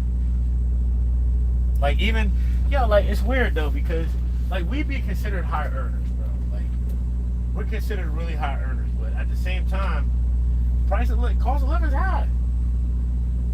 It's high. No ifs, ands, or buts. And I don't want to live off credit. Like I can get anything I want, but then I'd have payments out my ass forever. But I'm not doing that. Fuck that.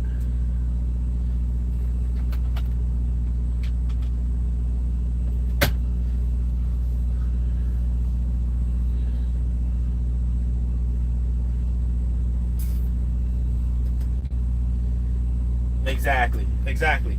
You done built a cage of your own making, and now you gotta live in it. I'm not doing that, man.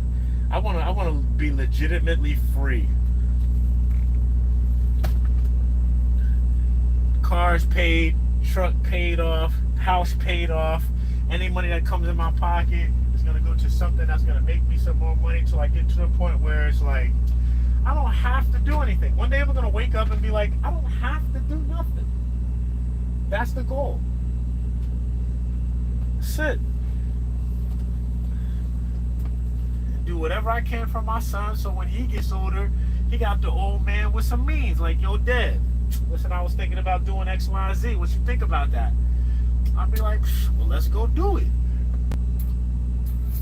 No ifs, ands, or buts. And be smart enough to see how to make money from it. You know? That's it. Get these trucks running, mess around and have me a little restaurant selling wings. I can just sit around, make wings, eat wings, and drink beer all day. I can do whatever I want. For real. And it has to be that way. It has to.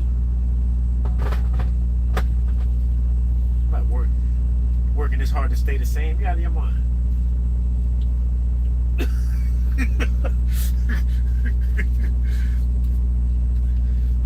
Yeah. I have so many people that be like, yeah, man, I'm just trying to get enough to pay the rent. Nah, yo, you should be trying to get enough to not have to ever pay rent. Something. It's not it. Yeah. Gotta talk to those friends and be like, at least get enough to pay the rent and buy a case of beer.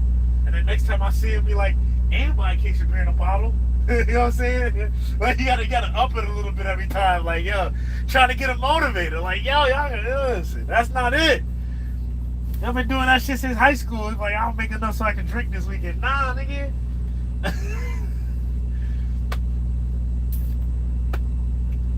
And that's exactly how they live. That's it.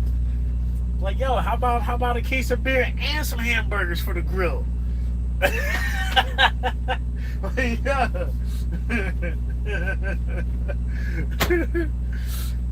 It's sad but true. It's sad but true. Yo, do your thing, man. You be safe out here. Later.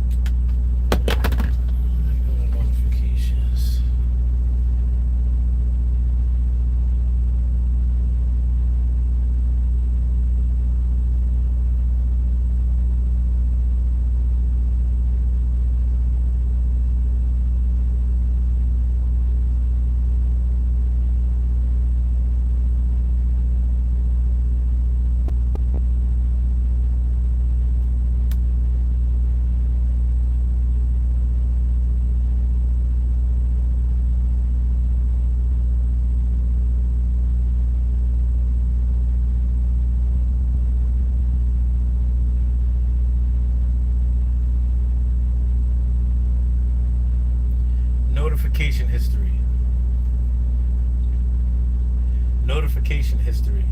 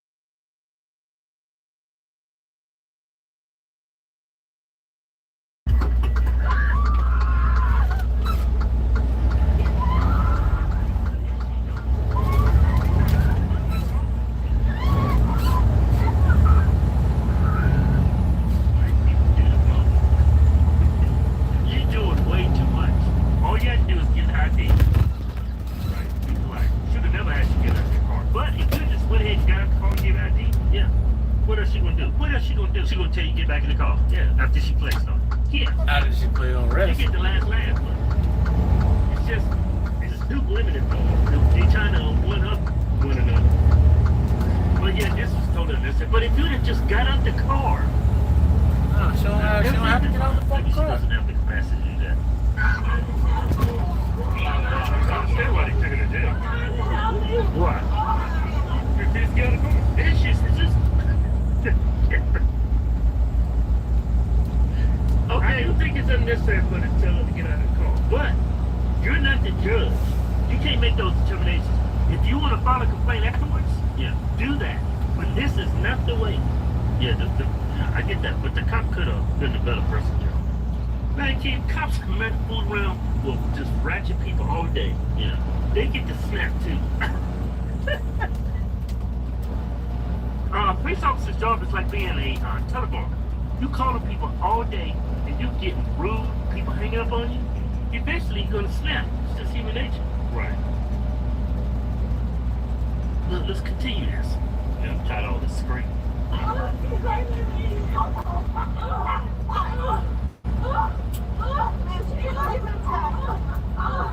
You know what pisses me off? You got black pants on, black shoes, got these bright white socks on. Only an old 75-year-old man in a convalescent home does that. Those socks at night. Man, that is crazy. Gray socks. No, that is crazy. I can't stand that. Black pants, black shoes, and big bright white socks. Dude, that's not white. It's maybe an off-white, maybe a gray.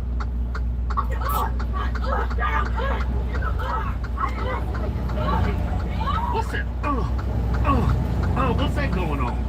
Jeez, sound like we're going, That kid, she tried to go into the car, but she's resisting. Yeah. But she didn't have to handcuff the killer. Huh? She gave her the ID. Yeah, but she wanted to step out of the door. Now, that, I don't think that's a lawful command. Keith, in Mississippi, got strict traffic. What's the point of getting out the car? Huh? What's the whole point of getting out the car? Probably felt uncomfortable with it. Kevin, now you need to stop. Hey, you do the most. We're doing too much. He felt unsafe with the kids in the car, Kevin. Huh? Huh? Some people will shoot you with their kids in the backseat. Kevin, you know that. I know that, but... We're talking sub-Saharans.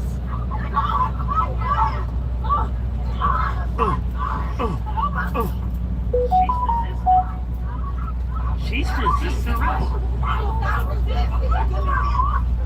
But in order to get out of the car, she wouldn't. Yeah, but I'm starting to think this is unlawful arrest, though. What's she arresting her for? What is she arresting her for? For filling out of the vehicle, but... What? What's the penal code on that? She ID'd herself. If she's resisting arrest, what's the primary charge? You can't arrest somebody for resisting arrest. Right. If there's no primary charge. There's no primary charge. Yeah, I see what you're saying.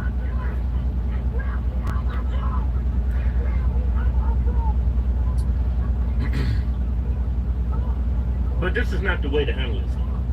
You file a complaint. Yeah. Against the police officer. I think there's blame to go around for both. Yeah, of course. Yeah. Yeah. But the thing about these incidents, people trying to fight that case on the street, you're not gonna win that. You gotta fight it in court. You never win over a cop's ego. Yeah. Unless you file a complaint and then they do an investigation and say, we agree with you. That's the route you should have taken. This is tomfoolery right here. I would have been like, I can move the car. Oh, you want my ID? Here you go, officer. Yeah. It'd have been that. I'm sorry, but my grandma, she in there. Just walk out the block. That's what she said. It's not for me personally, but I'm talking about my grandma. Grandma disabled. That's why I'm here. But here's my ID. What? Step out of the car. Okay, but why? You just want me to? Okay. I'll get out the car.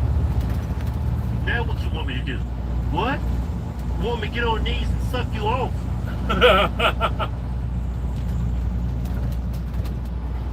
Stop, you ran over.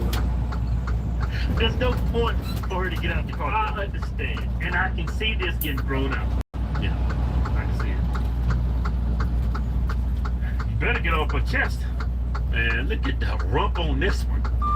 Man,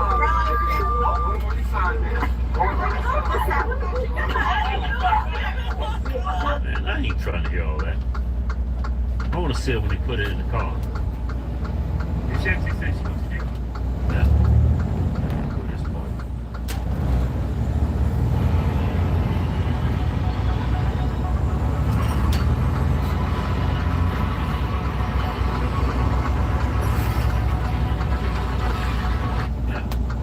Yeah, go this part.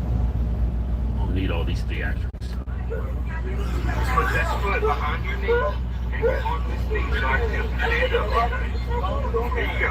But you gotta realize when you're a big woman and you lay on your chest like that, that keeps you from breathing. A lot of people don't realize that.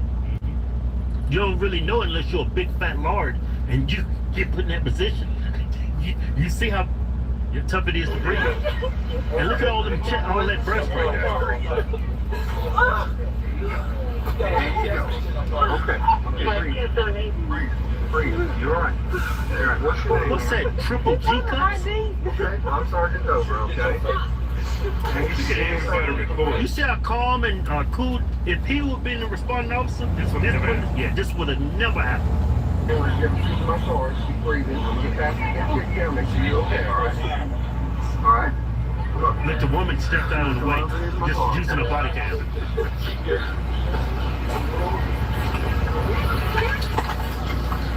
You got the ID cam, there's no point for her to get out of the car. Right. Obviously, this is a black area.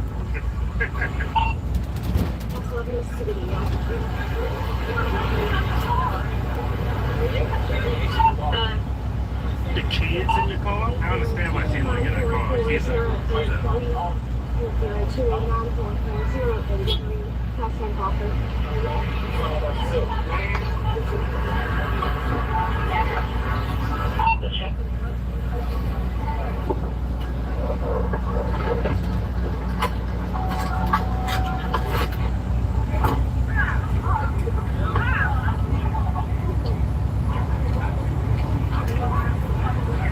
There's Grandma. You see her right there walking?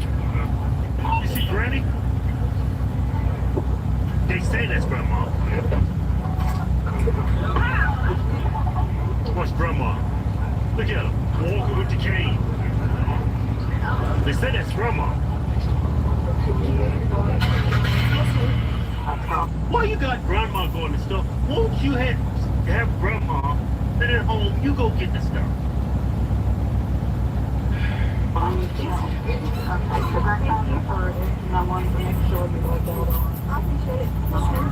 Look, white people sticking together. Wait, what she say? I just want to make sure you have that. I got it on video. Something like that, let's see. Maybe I've jumped to conclusions. Let's see what goes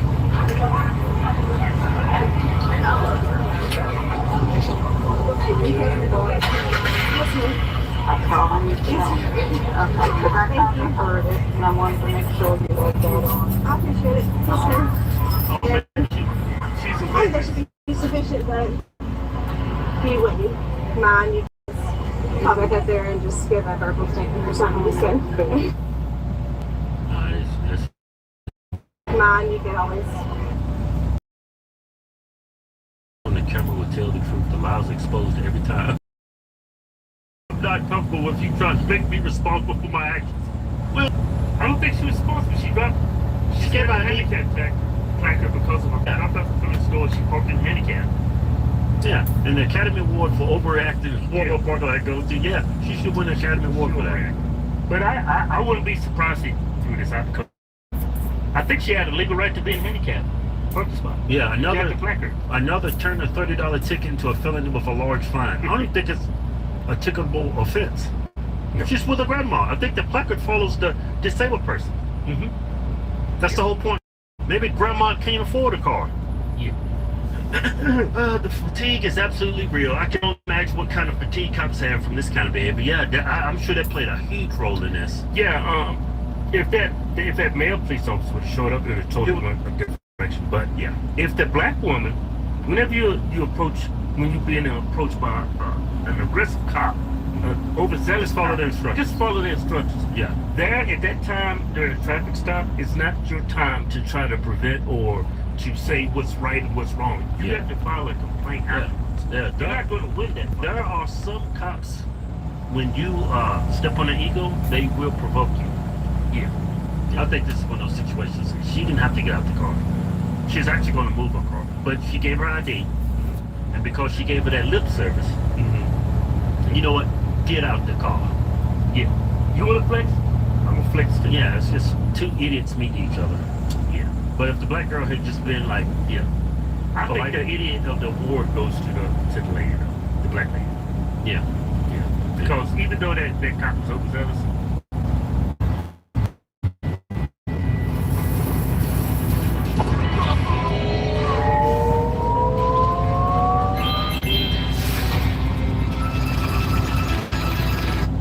Officers were dispatched to a restaurant in Gainesville, Florida, to reports of a woman causing a disturbance inside. What began as a routine call quickly escalated.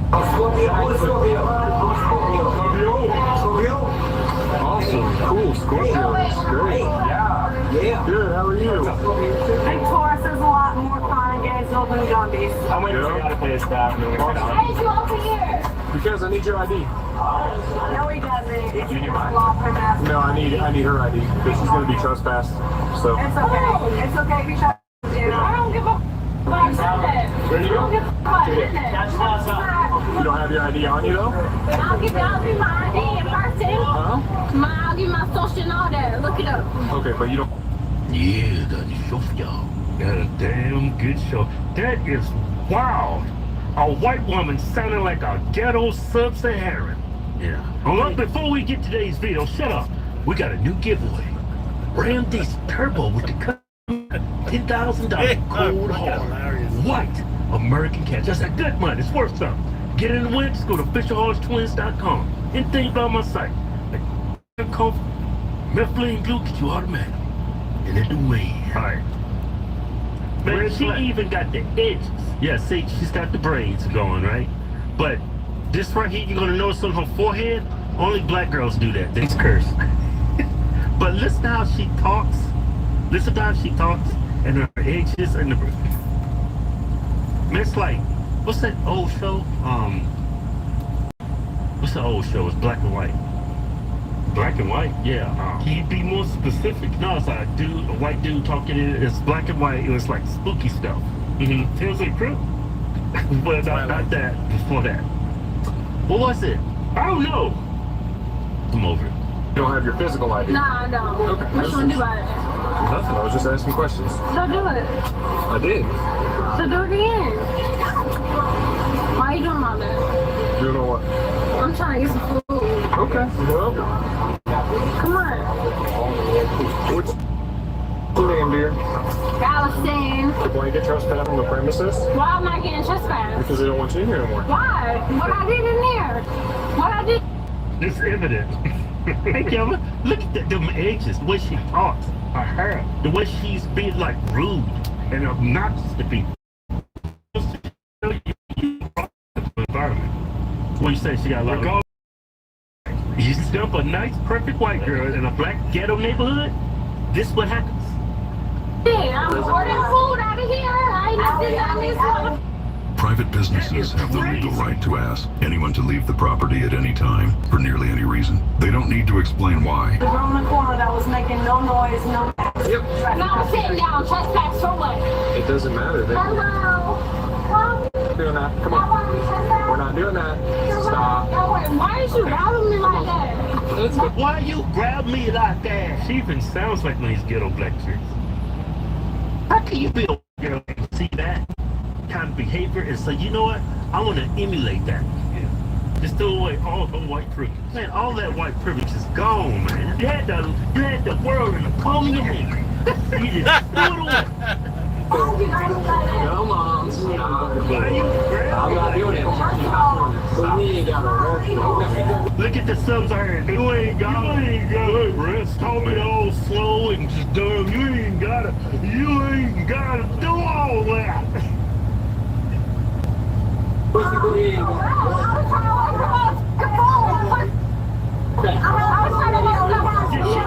the C word?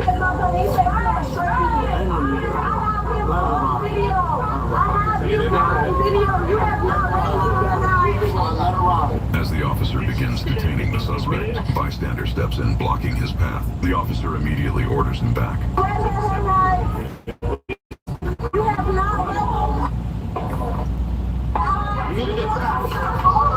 Hey, step back.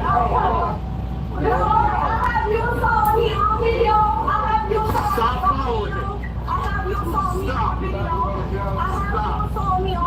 I have you follow me on video and camera. Officer, this is legal. It's the state of Florida. Officer, you don't know your... Oh, Jesus, that's too much. Shut the fuck up.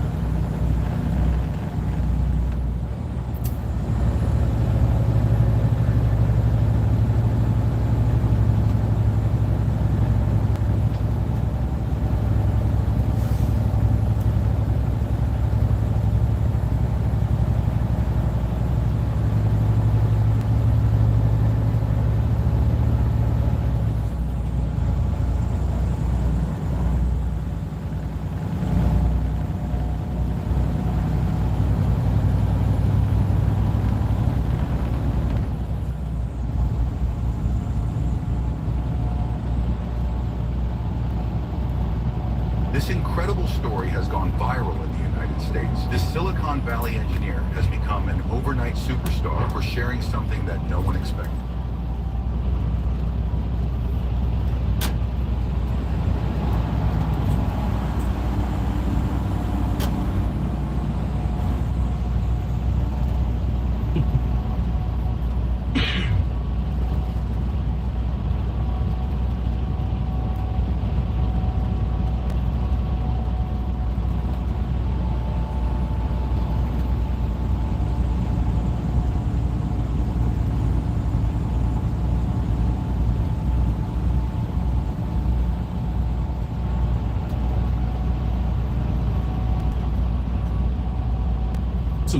Two.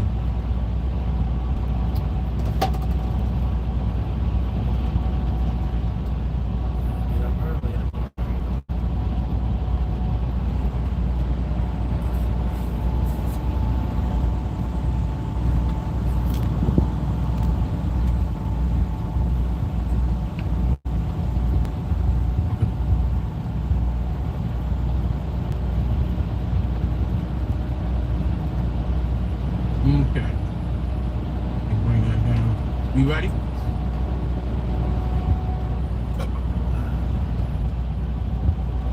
What we looking like, chat?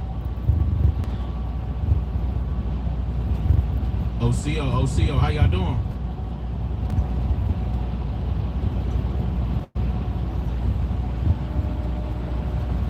I know, Blue. OCO, Blue, how you? Hey, do we have a delay, Blue? Like, you can see me moving at the same time? Is my mic, there's no delay in the mic and the camera, right? No sound? Y'all don't hear me?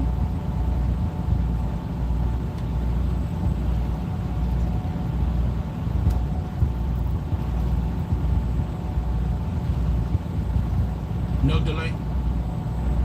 No delay. Wake up, turn your head round. Hey, you've been warned. I'm just saying.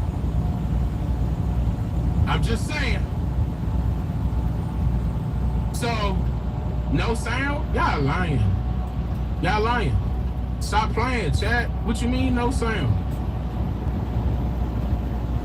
I can hear you. You good, Chief? What's up, my OCO Montana? How you? Yeah, camera on. Yeah.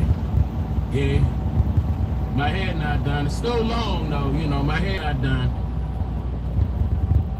My hair not done. So I know how I am. The only reason why I don't get on camera is when I got my head pinned up. Cause the men be hating. Like low key, the men be hating. Like why you gotta have your head pinned up? I'm like, the ladies love it. Let me stop. Look. Hold on. Wait, because I gotta give people a chance to get in here, y'all. Let me do this intro. Let me give them a chance to get in here. Hold on. Let's do this real quick. It's hot in here too. Oh, hold on.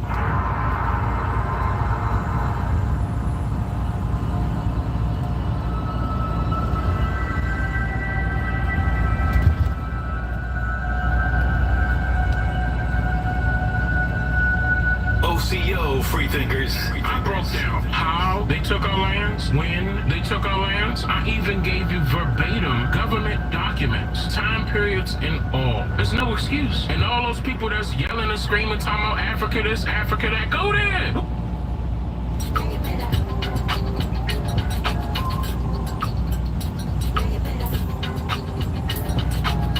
Hello, I'm James and I'll take the stairs. That was stressful. Who wants some cake? If only there was a way for me to recognize which luggage was mine. Let's begin. Actually, let's begin. Introducing one rep of, are you sure this is how you do it, bro?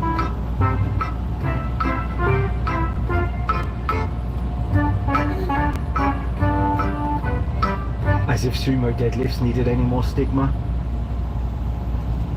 Don't want to eat candy. But the parasites in me want the candy. Or what we call in the industry, the Daniel and Baileys. Don't want to eat candy.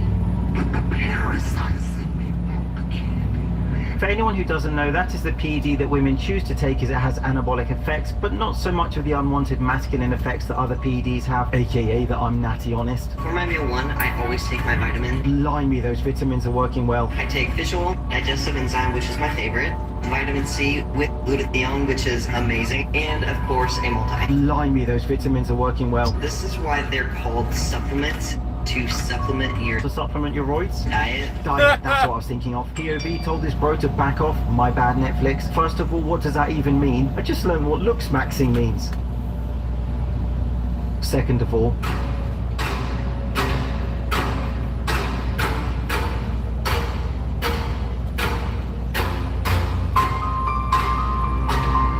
that was less Netflix, more Disney Plus. These are low-key huge. What does low-key mean? I just learnt Netflix bad.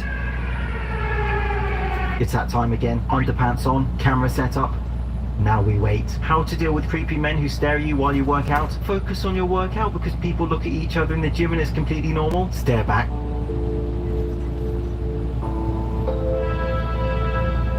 No one's staring at you. They are walking behind you to leave the gym. In disbelief. So are we all.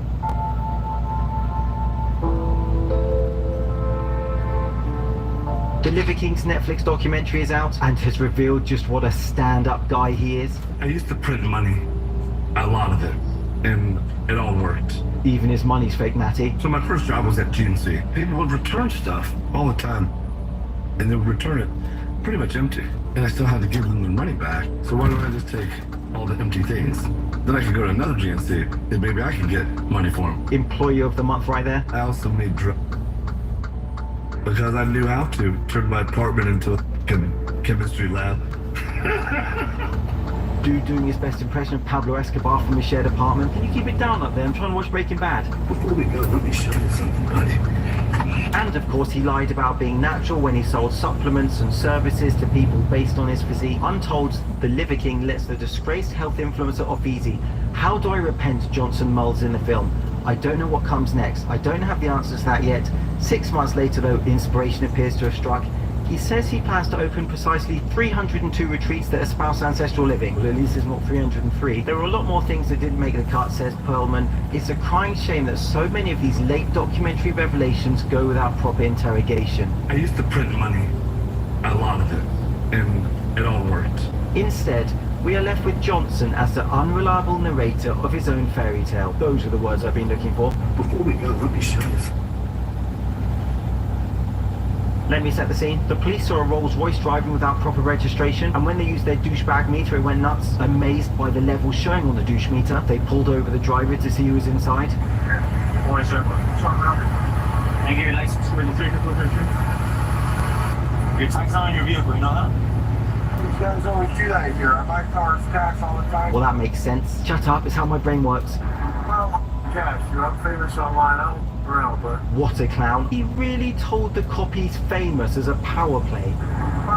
cash. I'm famous online. I don't around, but What a delusional future on lunch duty joker this guy is. Come on, where's Big Larry wants more mashed potato? This doesn't pertain to your fancy. yeah, there's 2024 Different bin. This piece of paper got it, but that doesn't go with I have 15 cars.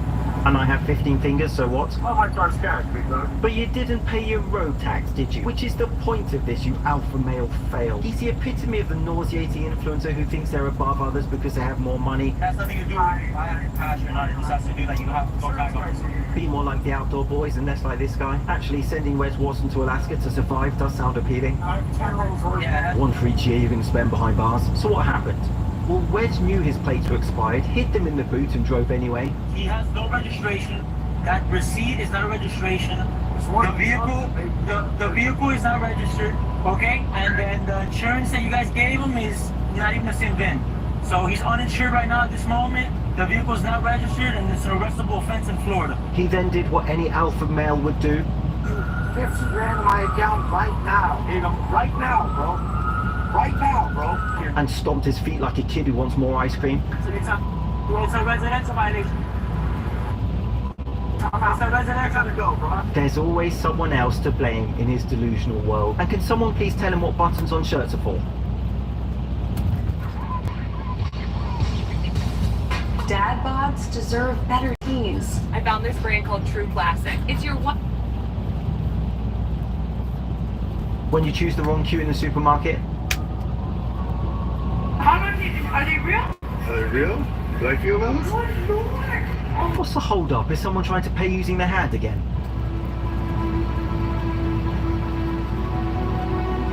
How much are they real? Are they real? Do I feel those? Meanwhile, in an alternate universe. This is why you should never drink. Probably explains a few things though.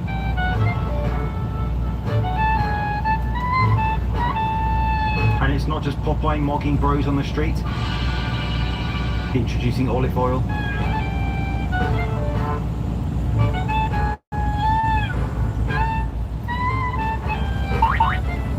If I walked into a supplement store and she was trying to sell me weight gainer, I would have a few questions. Just a few questions. Do they think no one will notice? Red Bull does indeed give you wings. Are they real? Are they real? Do I feel those?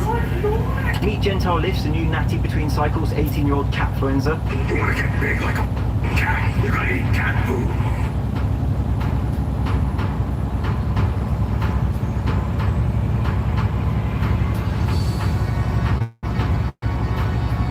I train like I got 9 lives. Eat like a cat and live like a lion. Now don't you mess on my front steps. I mean, he's a strong guy, a permabulker.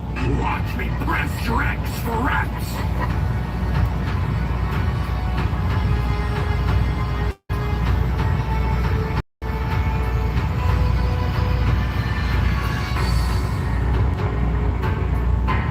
Of course he knows his way around the gym, but at what point of wanting fame and attention do you think time to eat dog food? If you want to train like a dog, you gotta eat like a dog.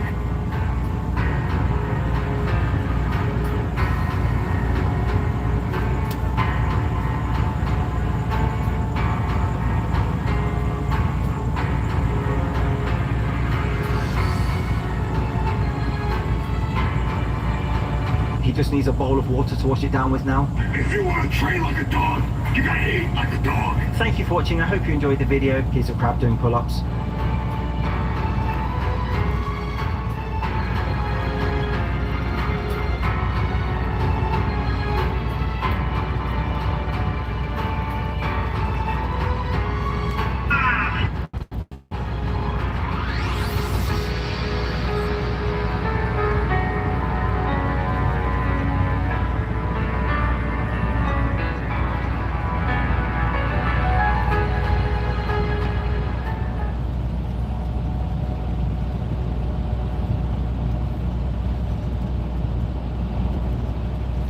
Welcome to a world where shadows conceal untold riches, and only the bold dare to uncover them.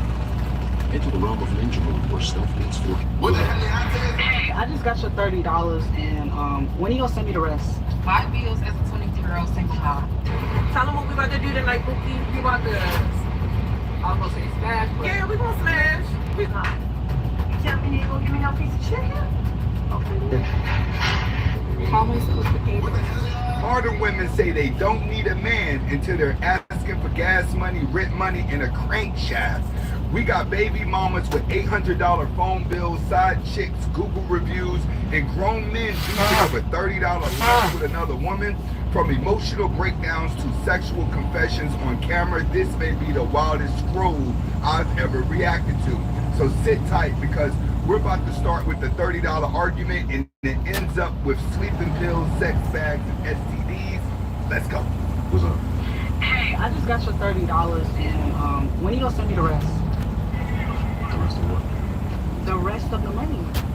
What do you mean? You said you were hungry. You need gas too? No, I just want something to eat. That's why I'm confused on why you sent me $30. $30 is more than enough money to get something to eat. Realistically, even if you go to a fast restaurant, Chipotle, you can get full course meals fill up for less than $30. What is she talking about? Watch what he say to her. I'm confused on why you calling me complaining about $30. Cause what I'm gonna do with this? I can name about 20 places you can go to and still have change left over. What the hell are you trying to go to, Noble? No, but you know I like to eat. Trust me, $30 is not enough for Noble. That's just the same amount of money as the Fiji water they give you. Don't even finish your food. I do. Sometimes. But this is really bothering me because this girl made this video and said that if the dude that you're talking to only sent you $30 for lunch, that he don't really like you like that. And that's how... Did you just... Oh, hell no. He's supposed to hang up with you after complaining about $30 to eat and you just on your lunch break. But stay in there, the rest of this video gets worse. Did you just hang up in my face? Yes. Why would you do that? You calling me complaining about $30 because some random mentally unstable woman got on the internet yapping about how $30 ain't enough for food. That's exactly what I did. She had some valid points. You lucky I didn't block you. Well, are you gonna send me some more money? Can you send me back the $30? No. Why? Because you're unappreciative. Send the money back. Let that man go his own way. You go your own way. You just pay for your meals from here on out. They said food is good for the brain, but you don't deserve to eat right now. So stop for a little bit and think about what you just said. My bills as a 23-year-old single mom. This is basic necessities only. So my rent is $2,600. I live in Buckhead, so damn near anywhere in Buckhead, a 2-bedroom because I got a kid. That's gonna be in the 2000s for sure. My phone bill is $800. Now before y'all start asking me why is my phone bill $800, I got my 2 brothers on there, my cousin on there, my daddy on there, and I got 2 phones on there. And then my brothers and my cousin, they all have iPads from there as well. So it doesn't sound like you're paying that bill all together. It sounds like everybody is chipping in to help you out, but yet you want to complain. Like it'd be like between $800 and $900. My insurance is $600. I live in Atlanta. That's self-explanatory. Georgia Power is like $100. Wi-Fi is $70. My gym membership is $267. It's really supposed to be $300, but because I'm under 27 or 25. 67, where are you going to go work out at? Equinox? Even in there, they don't even have enough equipment. Do you understand it's only $34.99 at LA Fitness? It's only $24.99 at Planet Fitness, and they have just as good as equipment. But listen to what she says next. 40-piece discount. I got a trainer. He charged $495 for the month, and my credit cards are $100, which comes up to $5,032. That makes sense. These hairstyles that y'all see every week, lashes, nails, toes, everything else, you add up. Now I'm pretty sure y'all wondering how this afford this shit. Is she selling pussy? No. Yes. Not yet. I'm just like y'all. I would never do that. But she thinking about it. I have different ways for making money, but one of my favorites that I've been doing so far, and it's only my favorite, all of them are my favorites because they don't require a lot of effort, and if they do require a lot of effort, I'm actually doing something that I like.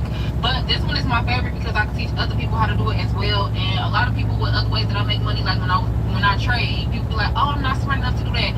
Digital marketing, people feel like you have to have followers to do that, which you don't. You don't have to have followers to do that. It's a passive form of income. You don't have to, but whatever. But sounds like she's thinking of a whole bunch of ways to scam. When it comes to these type of girls, that's all they know how to do is scam for the money. You'll notice a woman never starts a business. She only learns how a man has created wealth, and then she just follows that blueprint. Live. So I had somebody that take me on a date, right? And I was telling him, well, instead of taking me on a date, the same money that you gonna use towards the date, you can help me buy my car for my car. What? Bro, what are you talking about, man? My car is still drivable, but I need like a crankshell or a camshell, and it's like $200. How did you know he was going to take you on a $200 date? What if he was going to take you to McDonald's? That got to do with me. I was like, I'll come up with the rest. You know, you might not get the whole thing. Once again, what if he was taking you to McDonald's? You would still have to come up with another $180. This my new boyfriend. Tell him what we about to do tonight, Bookie. We about to, I was gonna say smash. Yeah, we gonna smash. We gonna do all that. 69, whatever, all that, right? Yeah, these niggas. This how it is when you get older. Them older women, them cougars, they get so desperate they don't care who they date, and they gonna brag about it because they know other women their age is not even getting touched. Right? Yeah, okay. You my new man, right? No. Okay. Sorry, what did you do? Oh, I fixed you a goodie bag. Yeah. Fixed me a goodie Yeah, bag? there's some candy in there for the Uber ride home, some Nutella. Yeah. There's a pregnancy test in here and a UTI test. Yeah, it's a suitcase. But yeah, that was a lot of fun. But yeah, here's right there. It's a white Camry. So, Thank you. See you later. Bye. My one night stand gave me a goodie bag. That is so sweet. Hi, for Chelsea. At least she got a bag. In the last video before this, that girl didn't get nothing. She just got put on the elevator and sent down. Listen and we don't judge. Sometimes when you be making me do your thing, I be doing it hard so you can't ask somebody else. So you don't like doing my baby? Listen and we don't judge. So you don't like doing my baby? No, that man don't like massaging your back. Black women, you do not be having children. You be creating service and friends. Watch what the daughter says. We listen and we don't judge. Go ahead. You know how you just sleep around the same night every time? Yeah, because I be sleeping. It's not just because you be sleeping. I be putting some pills up in your drink so you can go to sleep, so I can sneak out. You gotta be a mean mom for your kids to be putting sleeping pills in your drink to make sure you don't wake up. You joking, right? Nah, ain't no listen, because first of all, I don't even have sleeping pills. The one with the X on it? The X. Xanax? I think so. Them is not sleeping. Hold on, y'all. Hold on. Go, Jaden. Sometimes when you be fussing ass, we don't know which one you're looking at because you be looking both ways. First of all, boy, you know you can't be honest with a black woman. You gotta always live in their delusion. She's sitting here cock-eyed and the kids are calling her out, but it gets worse. I can't help how God made me. Listen and we don't judge. Okay, y'all. Y'all see my eye? I can move straight. I mean, I can't help how God made me. But whatever. I'm still pissed off. We listen and we don't judge. Go, Mama. I don't want to play with there no more. Why? Because you put Xanax in my drink? I'm supposed to judge. Bye, y'all. Bye. You the one that wanted to be real with your kids, but when they get a little too real, you don't know what to do. If you made it this far, go ahead and hit the like button. Definitely share the video, and we still got more. Let's get back to it. I see y'all got that damn 12-foot statue of the lady downtown in New York. See how y'all feel like y'all can conquer the world. And more black girls can go to school. They didn't show a doctor down there. They just showed a mean fat black lady. And say, that's your auntie, that's your mama. You know, when you look at that and she's strong. Y'all use any symbol you possibly can to make some shit. That look like something Zeus Network put up there. No, that was humiliation in New York to try to show women exactly what you look like. They're subliminally sending a message. They're not empowering you. That's where everyone has it confused at. To show you how these bitches be tearing it down. a fat black lady got to do with y'all? The mean fat black lady with the attitude, they ain't put this whole in no doctor uniform, just regular clothes and say, yeah, embrace that. She look like one of them black chicks that be down at the laundromat and walking around a dollar store mad and angry. Or at children he's ready to scream at other parents. And you embracing that shit. You so happy to have a statue, you still can't explain what the meaning to have a stupid ass statue. Just a 12-foot big ass statue of a bit of. And that's the funny part about that. They didn't even put a woman up there that looked good, nice hair, big booties, got some tatas. You know what I'm saying? They took a mean, angry looking black woman, and black women are like, that's empowering. No, she just set y'all back a whole nother 20 years.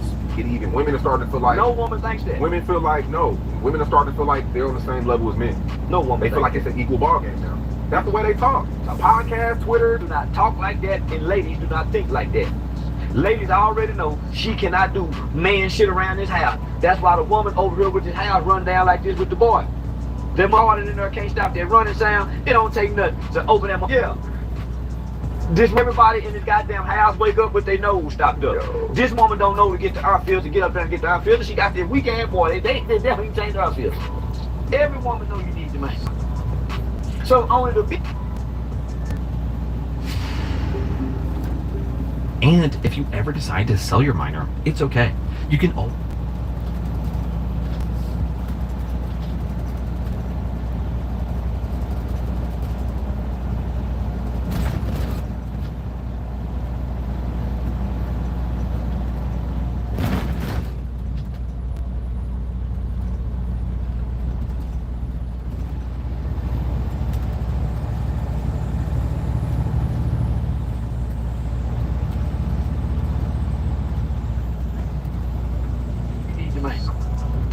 So only the big. And he's right. I had to edit out some words, but Charleston is right. Only a B, the worst type of woman, says she don't need a man and she could do everything without a man. A real woman recognizes that she needs a man in her life, especially for the little stuff around the house. Is on her talking like I can get back at the man and get even. That's why the STD and the STI numbers are up so high, because now the women are like men. Men have always been sexually promiscuous. Now the women are doing it. Now the AIDS and STD and STI are alarming rate because the women are nasty. Look like these nasty ass dog at it. And now she a dog at it. That's the thing about women. When they're trying to emulate a man, they always want to be the worst type of dude. When you stop and you look at a lesbian couple, the one that's playing the male is never playing a doctor. It's never playing a good male. It's always playing the bad boy. Like, look at a black lesbian. She gets a whole bunch of tattoos, cut her hair off, and walk around with her underwear showing, looking like a rapper. Why do y'all never choose to be a decent man? You choose to be the worst kind. Let anybody come and like the man come, competing with the man, trying to get even with the man. And now she destroying herself as a woman, trying to get even with a man that done hurt her. Now she ain't good to no man, because she done destroyed herself as a woman, trying to get even with men. Y'all can say whatever you want to say about Charleston White. At the end of the day, he be dropping that knowledge. If you agree, get in the comments and give me a fire emoji. We got more. I'm not giving you shit. Because didn't y'all go get lunch without me earlier today? I gave you leftover burger. What's that? I gave you my piece of my burger that I cut with a fork instead of have knife. You tell me you ain't gonna give me no piece of chicken? Okay. That little piece of burger that you gave me, I had to cut it with a fork. I didn't have no damn knife, huh? Boy, the white women hang around black women for 3 days and end up talking ghetto. Watch what she says next. This gets funny. Thank you, Brittany. Brittany, it was, when I tell you my little baby would have cried, she gave me the burger this big. That's a this lie. big. That's a lie. I cut it with the fork, Brittany. This big. All y'all look like some fat women sitting inside the office complaining about food. Come on, complain about the jump. With the fork, because I was thinking about you because you said you was hungry. Sam didn't give you shit. Here at Match Creek Motors, we all start with the same shell. But how it turns out, it's up to you. thousands of customization options. Cool. Classic. Or downright crazy. It's your car, built it your way. So what's next? Match Creek Motors. Your dream car? Download for free. You can't even offer me a piece of chicken. You getting hostile, but you I can. got you, baby. I got you. Melissa, what about the couple of weeks ago when all these weeks I've been starving? But I brought my so-called friend some lunch a couple weeks back. She was supposed to get me some. And then, oh, my husband buying 3 people lunch. I come back. You're not supposed to get lunch. It's not my fault that Sam forgot to buy your lunch. She had the money to buy your lunch. Yeah, that's not what friends do. He ain't made shy 8 cents. But she still gave you a piece of her burger that she cut with a fork. She was thinking about you, but you just coming up with any reason to complain. We got one more video. Stick in there. Hey, when you work for your ex, what are you doing? Are you serious right now? Are you trying to impress him or what? No, I'm trying to show him what he missed out on. Well, he missed out on. How about all those ones you didn't miss out on? I'm gonna go to bed. That girl tripped. How am I supposed to pay this? It's only $385.27, but I would have walked out too. Why would you start looking good the moment you noticed that your ex-boyfriend was in a restaurant and the main dude was just lying to you to see how you react? It shows that you're disloyal, but it also shows you still have feelings for another man. Mikey, you got some news. Tiffany's no longer my girlfriend. Thank God, dude. That woman was the craziest person I've ever met in my life. Oh, hold up. We're engaged now. She's my fiance. She's no longer my girlfriend. She's my fiance. What the hell, Mike? I'm so sorry. That she's your fiance. Bye. Oh my God! True friends know the truth. If you like the video, go ahead and hit the like button. Definitely share the video. If this is your first time watching, hit that subscribe button. And if you like videos like this, definitely go down in the description, click on the playlist, and watch way more videos that are just like this. And trust me, my last video going viral, so make sure you check that out. See you on the next video. It started as a dream. A legend left to rot, forgotten in a garage corner. The Mark IV Supra, a car that defined a generation. And this one was about to be brought back to life. Every bolt told a story. Every setback fueled the comeback. From bare shell to boosted masterpiece, this has always been the vision that I had for this car. This is the crazy progress and full restoration of my Mark IV Supra. Welcome to Jacksonville. Welcome back to my Mark IV Supra build. This car has gone from a complete dumpster fire into a show-winning quality car. I want to make this thing's debut at SEMA, and I want this car to look amazing. We are now in the final stages of putting this thing back together before we get the engine in the car. I want to make sure I have my brake lines and all of the other stuff that needs to go into the car ready to be in the car when we put this engine in. Let me give you a quick look at the list of things that I'm going to try to accomplish by the end of today's video. I'm going to install the bushing, glass, seals, suspension, wires, sound pad, rebuild the AC blower box, replace the old hardware with our zinc-coated bolts, install the new master key set, powder coat the rest of the suspension, and put our brake lines in. I don't have my fuel lines yet. We are going to be running AN lines, and we are going to be running PTFE lines so that we can have E85 on this thing and make monster power. Because, like I said, we're going to make one. Alright, this feels almost illegal to know, but our windows were so old and just desperately needed to be replaced. We're going to make 1,000 horsepower. Now, that's enough talking like I always say. Let's get to work because there is a ton of things to do. Once again, we got brand new parts going on car.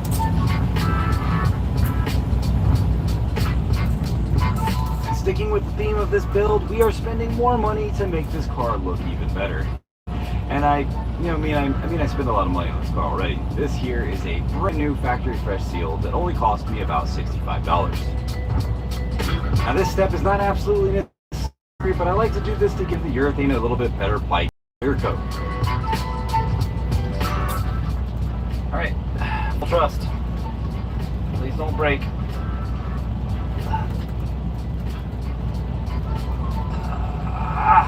Okay. That's way off.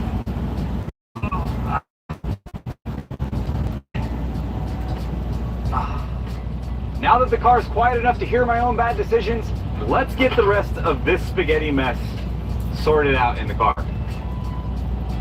Pray for me. If you remember from a previous episode, I had to do a lot of wiring repairs to this interior harness. Thankfully, my friend in Australia got me over a brand new interior harness with a brand new fuse box. One of the diodes was melted on there, and that diode actually controlled the marker lights on the car. I got a new OEM in the box cylinder and key set. This comes with not only 3 sets of keys, we got your 2 spares, then you got your nice rubber key right here, along with the hatch lock that goes through the rear tail light, and 2 for the inside right here. So one of these goes to the driver's side and one goes to the passenger side. Not only that, got the lock for the glove box. How awesome is that? And on top of that, this came with the ignition. So now I'm going to be able to rekey this entire car. Let's get back to work. Now, before I built anything, I had to go through every single one of these zinc plated bolts and get them sorted out.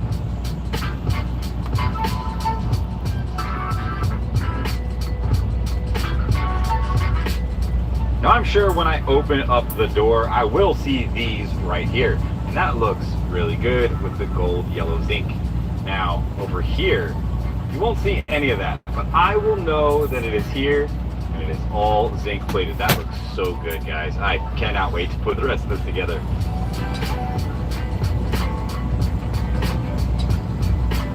My OCD is so bad that I'm actually changing out the felt on the window track so that I can put my zinc-coated window track in.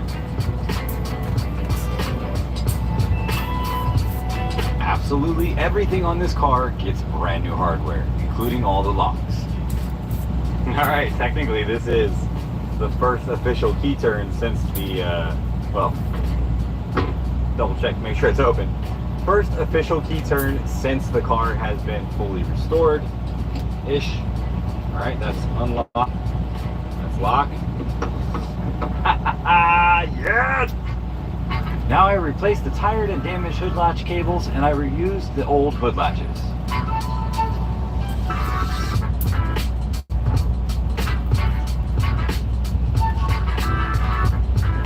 We have the bash bar here that we have powder coated, and it made it look so much better and amazing. This is awesome, right? The problem is no one's gonna ever see this again once I put it on here.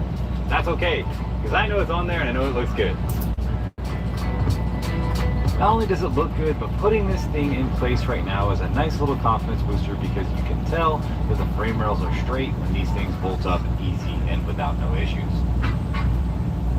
Okay, so for something I have never done before, that is rebuild the steering rack. I am a little bit intimidated by this, but I think I can do it. I've watched a few videos and I slept at a Holiday Inn last night, so I should be okay. Anyway, all the parts on this are pretty well worn out. This is not terrible, but these are pretty inexpensive and easy to replace. The boots were missing when we got the car, go figure. You know, one more thing, not on this car. We've had to source so many things. You see over here, the plug is broken, and yep, that needs to be replaced too. So we'll probably pop all of these things off here, scrub it down, and then we're going to replace all the seals. The first thing I need to do is break this thing completely down, get rid of all the old grime, corrosion, and old paint.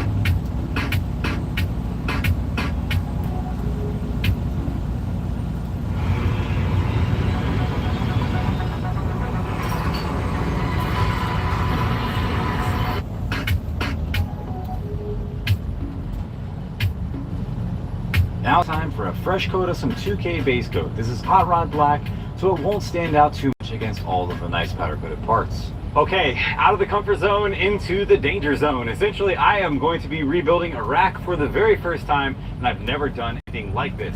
I'm a little nervous, but at the same time, I'm also very excited to see whether or not I can do this.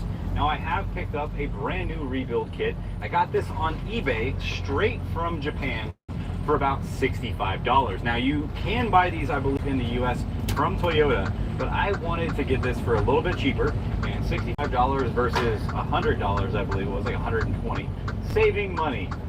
Yeah, we're saving money on this car. Anyway, I have learned how to rebuild this rack by going on YouTube and watching another person rebuild this rack. These parts look really good now. We have all of our finished surfaces clean.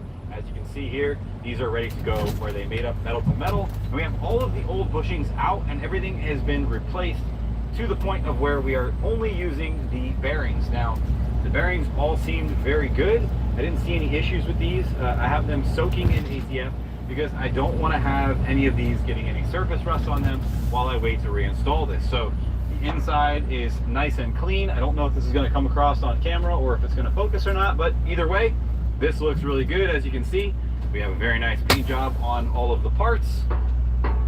Now to these guys over here. So there is a lot of seals on this. This has Teflon seals right here. So the problem with Teflon is it tears very easily. It's a very good lubricated seal, and it's made to move back and forth without having any issues of rubbing and chafing like a rubber seal would.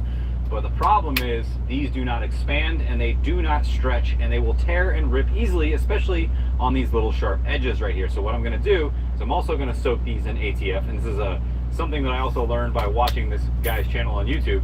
But I'm going to essentially clean this out a little bit more, make sure it's good, remove all of the old seals, soak our new seals in ATF, stretch them out a little bit, put them back over there, and then we should be good to reinstall this. Now, something I wanted to show you guys, why the important thing of keeping a rubber boot on your steering rack sealed and good to go is because if you have an exposed open rack, what happens is rocks and debris can get in there. And right here on the gears, you can slightly see there's a little bit of marks going on right there. And that right there, my friends, is from rocks. This thing actually was pulverizing rocks inside of here. When I cleaned it out, there was several pebbles that actually came out of this main tube right here. Obviously, they're not going to go flowing through here, but what could happen is that could get in between that area right there and clog it, causing the power steering pump to starve for fluid, burning up my power steering pump, which would have sucked. I think the power steering pump is still good, but we are going to change that because there needs to be modifications made to that because of what we're doing on the engine. All right, well, that's enough talking like I always say. Let's get to rebuilding something that could possibly leak, even though we don't know what we're doing. We're watching a YouTube video to figure this out. All right, first thing I need to do is remove all of these old rubber and Teflon seals and throw these things away and replace them with new ones.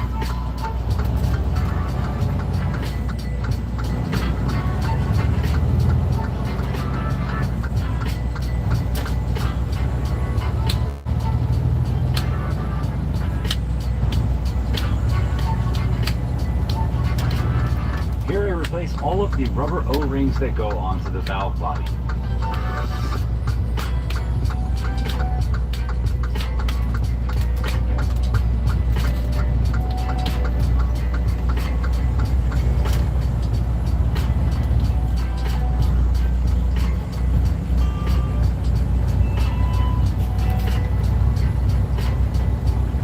Now I use a hammer and a socket to knock in this seal here. You want to be very gentle and make sure you lubricate the area so this slides into place easy.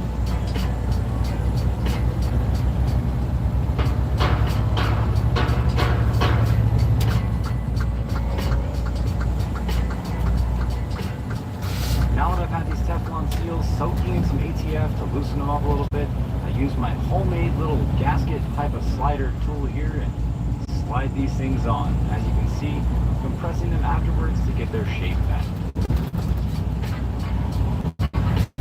Now I use a mile long of extensions to make sure that my washer as well as the seal go in the right orientation inside of the tube.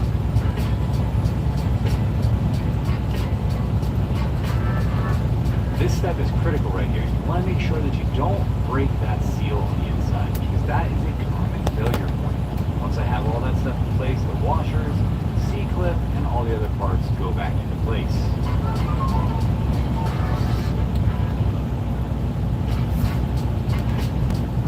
This part specifically is the only piece on here that will actually get grease on it.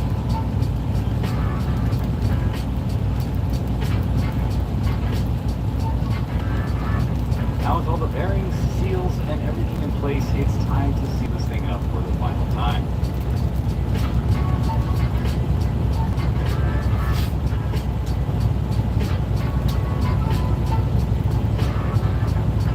This piece right here that I'm moving up sets the steering preload on the steering shaft.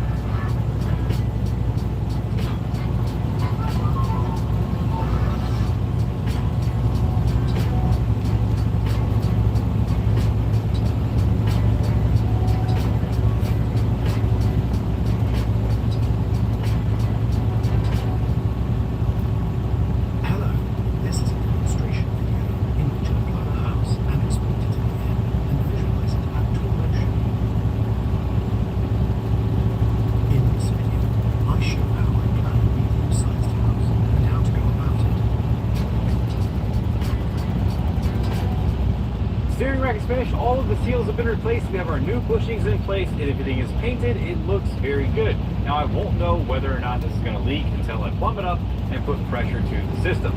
But there is one thing that I can test fit, and that's thanks to today's sponsor, Bamboo Labs. Now you guys know how I've been with this Noble M400 project. I've been doing everything I can to improve upon everything on this car. Now I want to prototype these parts, but to get them built over at a CNC shop, that costs a lot of money. I don't want to waste money getting parts milled out and made for the Noble that don't fit and work. But thanks to my 3D printer from Bamboo Labs, I've been able to print out and design some very cool things. Remember the front hinge that we were talking about? Well, here it is, all 3D printed and ready to go. And as you can see, fully functional, gives us lift and tilt to where we'll be able to move that front clamshell up and back at the same time, opening it all the way up so we can get to everything that is down inside of that front area. We've also printed some things like this, which is a basic little box here that is going to be holding this little electronic piece, which senses current and power that is going to our e-brake. So essentially this guy right there is going to tell me whether or not a cable breaks on my parking brake, and it's going to send a signal to the dash throwing a light. It's a simple little tool and a simple little thing, and we're going to use epoxy resin to hold this piece in place. Now these are pretty cheap. They're about $10 a piece. As you can see here, we've 3D printed a functional box that will bolt into place, and it also has little pins. You can see here, that's held into place perfectly. We're going to have a plug right there. That's going to bolt into the tunnel, and if this breaks, we can literally pull this out, throw this away, and 3D print ourselves another one. Now this is something I am really proud of right here, this guy. So you have a brand new intake manifold going on to the Noble. The Noble has the ugliest intake manifolds that I've ever seen because it's basically off of a Ford Escape. Now when you look down into the engine bay through our brand new clamshell that has a window in the back, you don't want to see a Ford Escape intake manifold sitting there looking back at you. So now we have designed and built an intake manifold that we are going to make sure it fits before we go over to the machine shop and have this cut out. But I really like the way these came out and the way this looks. This thing is absolutely awesome, guys. Let me put it on the car so you can actually get a clear view of what this looks like. I mean, look at this though. This is awesome. Dude, the 3D printing on this is really, really nice. The resolution is very smooth. I mean, this, for all intents and purposes, if I didn't have to build this into two pieces, this probably would be a usable part with the right builds. With my Bamboo X1 Carbon, I've been able to develop and prototype some really cool parts, like this intake manifold. This intake manifold is going to totally change the design and look of the car. I'm really happy with the way this turned out. As you can see, everything bolts right into place. All right, let's find out if this fits or not. Really happy with the way this looks. Gonna give you guys a close-up here in a second, but definitely gotta test this out to make sure the pieces are going into place. All right, so this is very good because we have test fit this. Now we can actually see where this sits, and I don't like how close it's going to be to the glass, so that means I'm gonna have to shorten the runners by probably about a ½ inch to give myself some space just in case anything comes into contact with the intake manifold, causing it to either scratch up my brand new, nicely made intake manifold or scratch up the glass. This looks really good though. Let me give you guys a close-up look. This definitely gives the car a more refined look, and it changes the entire image when you look through this back glass. If you look down onto a standard intake manifold, it's just gonna look like an afterthought. And I want everything on this car to be nice and refined. This car from factory was built with one purpose, and that was to be fast and to compete with cars that cost twice as much. So when you do that, you save money where you can. Now this right here looks really good and next level, not like something that you would see in a Ford Escape. Thanks to Bamboo Labs for sponsoring this video. Let's get back to the Supra and get some more work done to that, because I need to make this thing a roller by the end of the video, hopefully. I hope. There's still so much more work to go. Well, I am not going to be using this dash. Now, while looking at it, I realized I need to go ahead and get the blower box sorted out. So I figured, why not rebuild the blower box? I mean, it's a good idea, right? A 30-year-old car with no parts available. I should take that all the way apart. This thing definitely needed to come apart because the entire inside of this thing was disgusting. It was covered in 30 years of dirt, as well as every single seal was failing and falling apart.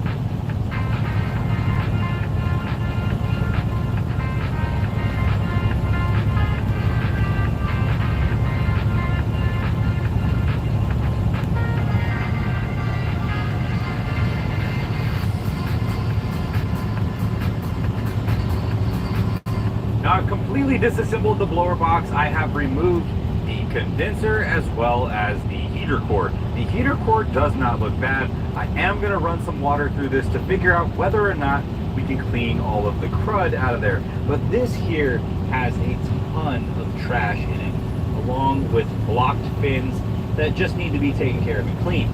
That's not a big deal. I can run that through the sink and get that cleaned up. But take a look at all of the crud that came out of here. I mean, there's a literal feather in there. That is nasty, and that is what is going to be blowing through the vents as well as all the other parts of the car. Even though there is a filter on this, it will still get by some of that. What I want to go through here areas where the foam tape laid, and I can basically make sure that all of that is refreshed and new, as well as clean out some of the nasty dirt that has built up over the years inside of this box. That's what I'm going to do next. Then I'm going to reassemble it. We're going to get this in the car. Experience a spotless clean in the smallest spaces. Eliminate invisible debris with a lightweight and powerful Dyson machine. As you can see here, when I start to wash out the heater core, this thing had tons of rust and nasty water in it. Once I got all that cleaned out, I moved on to resealing every single piece on the blower box.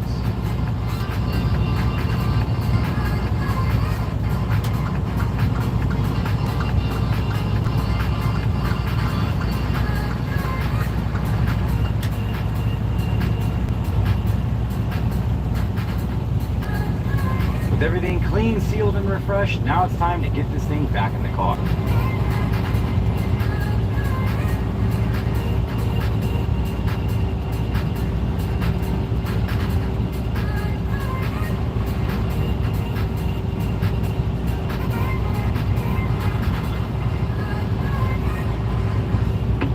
The sound insulation finally came in, so before we slap the rest of the parts in this car, let's get the rest of the sound deadening laid out in this car, because nothing screams race car like luxury silence. Kind of.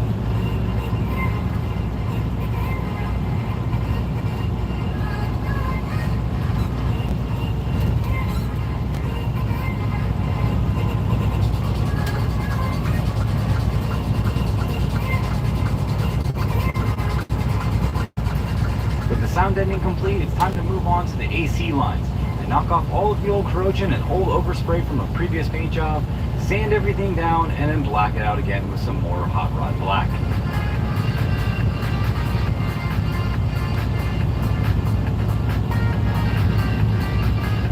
One of the things that I forgot when we were getting the car ready to go to paint was to clean and fix the wing. So here I simply remove all of the old gasket material, sand the wing down, fix any chips that are on it, and then put it into primer.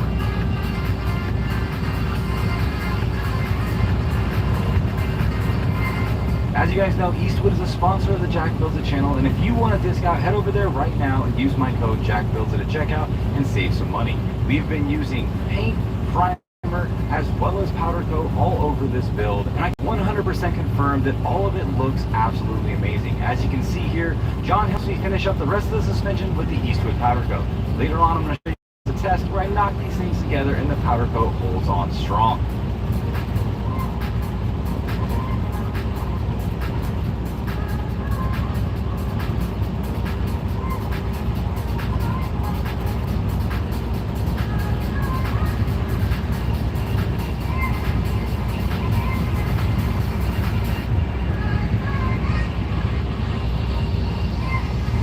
Back at the shop, I make a template so that I'm able to make a brand new gasket here. Not sure if they sell these anymore. I'm going to make a new one because gasket maker is relatively cheap.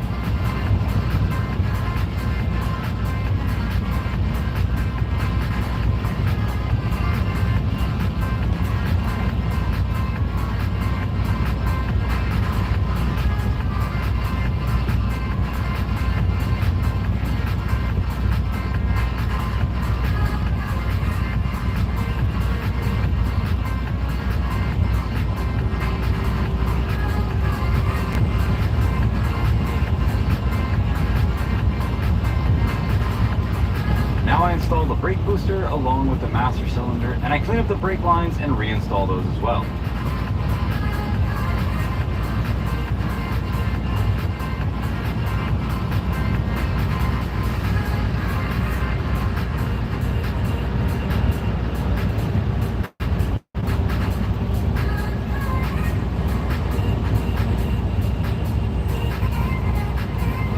Here is the rear subframe. I need to do a few things with this. One of the things I need to do is replace all the bushings. And to do that, we have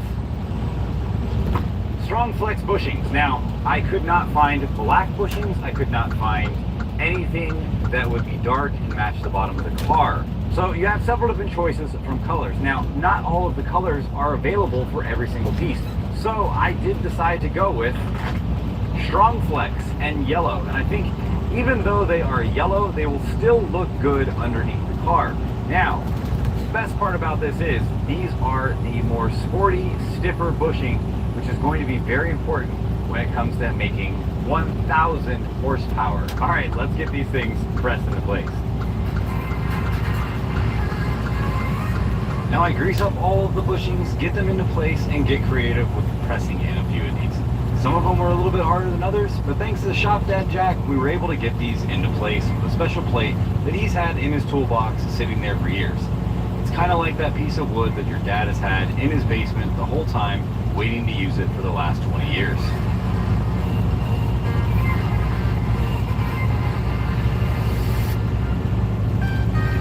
Next up, the upper control arms. Now the ball joints on these were still good, and I could tell they've probably been replaced pretty recently. So I just press out the old bushings and put in my new polyurethane bushings.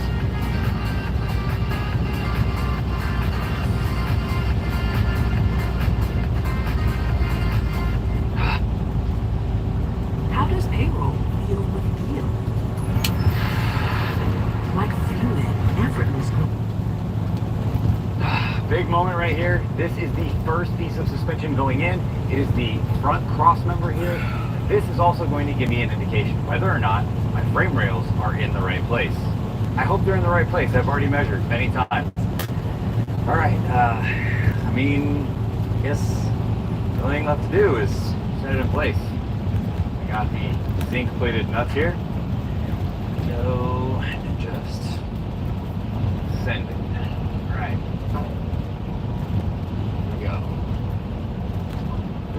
Going in.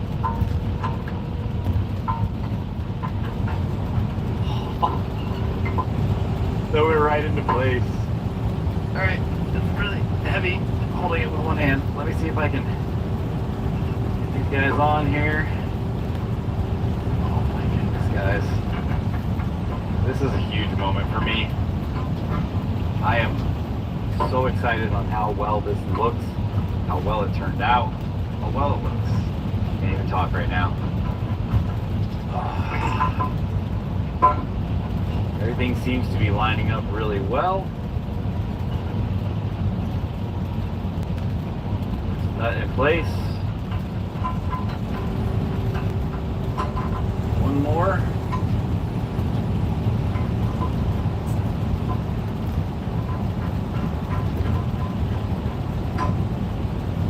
Oh, okay. Tighten those guys down.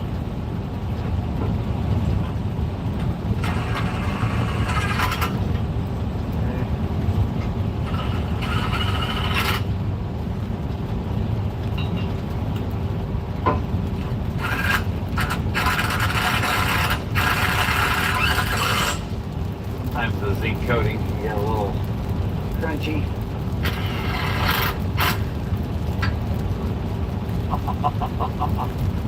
I don't know how to say this, but that went right into place. I couldn't have wished for anything better on this. Now, officially we have our first piece of suspension in. We only have to put everything else in. Woo!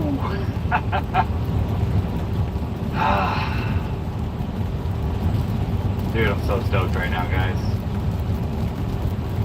Alright, let's keep moving, because there is so much more to go. 7 long months of working as hard as I possibly could on this car, trying to find parts, as well as just doing anything it takes to make this thing move along. This car is looking so amazing, and this is the part where everything starts to come together. As you can see, the suspension goes in, and it just takes on a totally different look.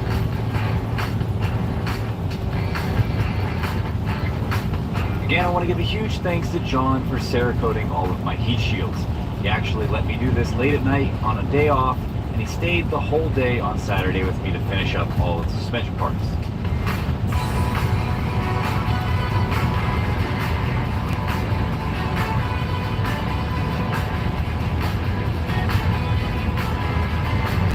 There's no other feeling like brand new parts going on the car, and this condenser is definitely one of those feelings. The other one was tired and old. Now we have a brand new condenser with refreshed lines.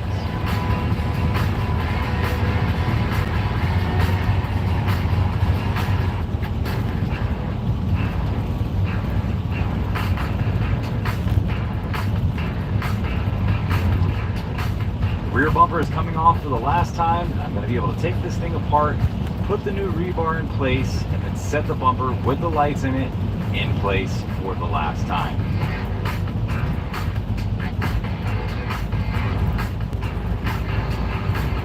All new rear suspension bushings in place, and the cradle is going up for the last time as well.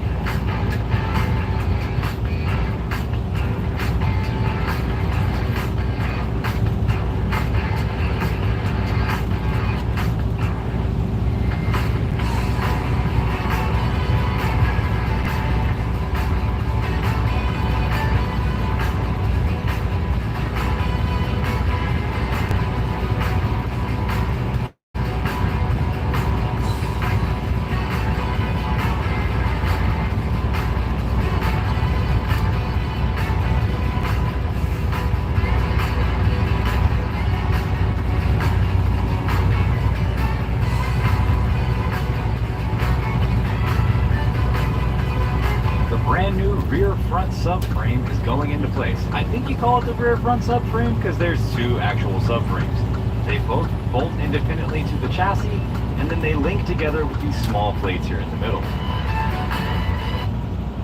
My backyard used to be mosquito territory until I brought this $40 device out, and it's making mosquito bites a thing of the past. For years, mosquitoes ruined my evenings. No matter what I tried, coils, sprays, citronella,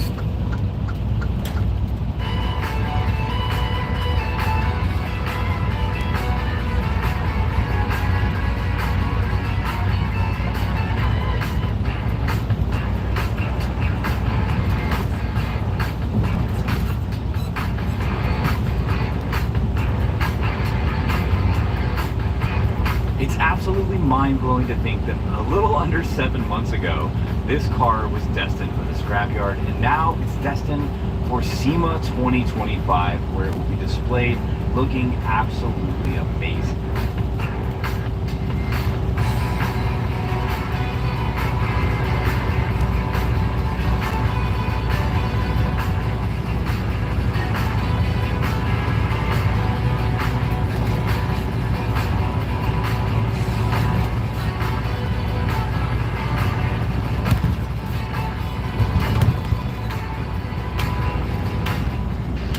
So much work has been done to the car today. All of the powder coated parts are looking amazing and are getting put on the car one by one. We are still waiting for a lot of parts. Now I'm waiting for control arms as well as inner and outer tie rods along with the boots. But we have got all of our AC lines in place. We have the sway bar in place. The steering rack is freshly repaired and in place. As you can see up here, we have our brake booster and master cylinder looking amazing, nice and freshly cleaned up and put into place. All of our brake lines in place. This car is starting to come together really, really nice. And over here you can see all of that freshly zinked hardware looking absolutely amazing under the car. And if you come to the back, it still gets even better. We have Cerakoted heat shields going to help with preventing any of the heat getting into the car. The rear cradle is looking awesome. We have some of the control arms in place. We have all of our new bushings that have been installed to this point in place. More Cerakoted heat shields. This car is looking absolutely amazing. Now, I have so much work left to do, and I still have a lot of parts that I'm waiting on. I'm waiting on control arms that have replaceable ball joints. There's so much more to go, but I'm excited because we are moving along fast. And thank you guys so much for watching. If this is the kind of content that you like, hit the thumbs up button and subscribe to the channel. Oh, and by the way, if you stuck around to the end, I'll get you guys a little secret on what's going to happen this year at SEMA. I'm going to be offering a contest here very soon where one of you guys, maybe two, is going to be able to come out here and go see SEMA show for yourself, all expenses paid, travel and everything, and get a special tour of the cars.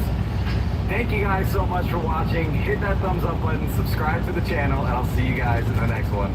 Peace.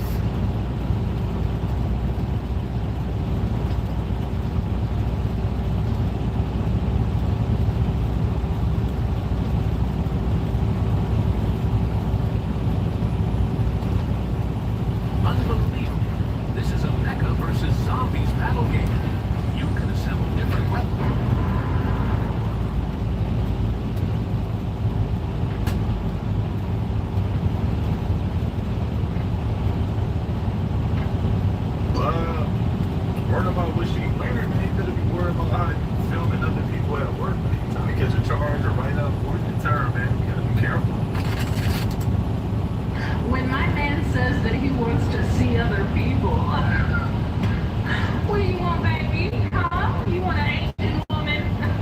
Because whatever you like, I do for you. If you want your nail done, I do for you too.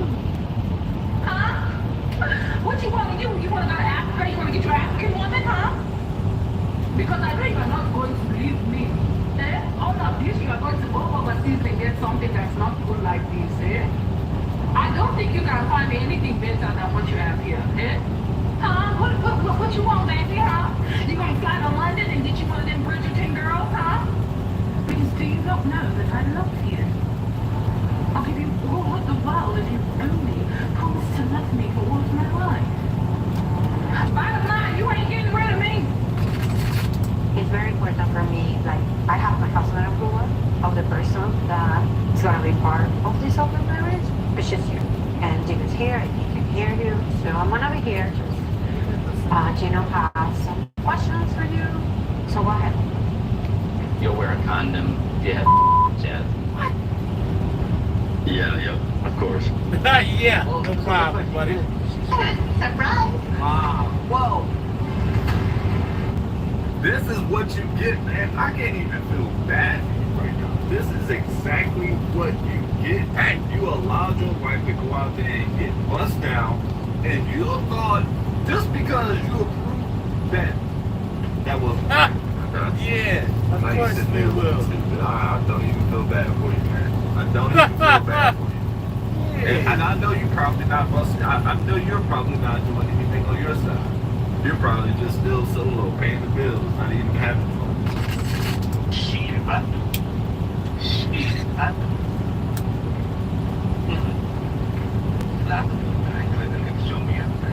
Damn, you done drunk half of it already. You ain't. I don't need no narrator. If this is me, they only supposed to do you. I ain't gonna let him show me up.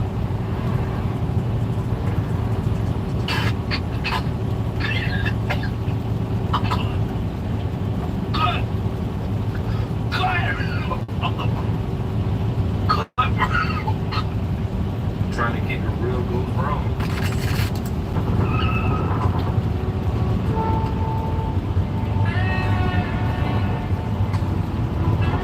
city girl's taking a big L for this one. Don't be so delusional. Your man would literally have you as his cover photo. A picture of you gripping your ass. A bitch would see it and be like, hey, like, is this your girlfriend? Like, I thought you were single. He'll be like, nah, babe, that's my dead cousin from 2019. She died, she had a heart attack. And she gonna believe that shit. Even if the picture was posted 2 days ago, baby, she gonna believe that shit. Look, man, I feel like if a girl really, really likes you, if a girl really, really likes you, she's gonna fall for a couple lies. I'm serious. If a girl really likes you, she really wants you, you can tell her a couple lies, not big ones. Tell her a couple small lies, and she's probably gonna believe you. My dog just called and told me he found out who the girl was cheating on him with. We're from the Detroit line. Hey. Yeah, you just gotta go in there and let that go, boy. That's all. Hey, keep up with that. Hey, keep up with that. Funny part is, me and my dog, we used to play football when we were younger. We both just stopped because you feel me? Wasn't going nowhere. So if you think about it, this just cheated on him will accomplish our dreams. That shit. Damn, bro, this hurts, man. Yeah, you ain't competing, dude. Let alone, bro, the Lions win a game on a Sunday afternoon and your girl goes missing. You already know where she at, bro. She celebrating with this dude. Dang, dude. But the crazy part is, I love when he said, man, your girl is not actually cheating with another dude, what she is. But realistically, mentally, she's cheating on accomplishments and goals. Damn. Ooh, that's a bar. That's a real bar. A few backshots as friends is not going to ruin our friendship. You help me, and I help you. Isn't that what friends are for? But remember, no eye contact. Unless you want to make things complicated. Yeah, I'm sure that eye contact goes out the window when you find out you're pregnant a few weeks later. Jeff Bezos, he a bad man. I gotta give it to him, man. They gonna figure that shit out. I'm not gonna lie, man. If it's real, because I haven't fact checked this, bro. If this is real, what? The boys out there delivering, man. That's the most economical way. Man, you don't have to worry about fuel. You don't have to worry about. I mean, packages is gonna be late as hell. You get what I'm saying? But ain't no one-day delivery with the horseback. But I mean, damn, all right, cool, bad. Damn, they figure out all kind of ways. Drones, now horses. Horses on a drone on horses. I don't know.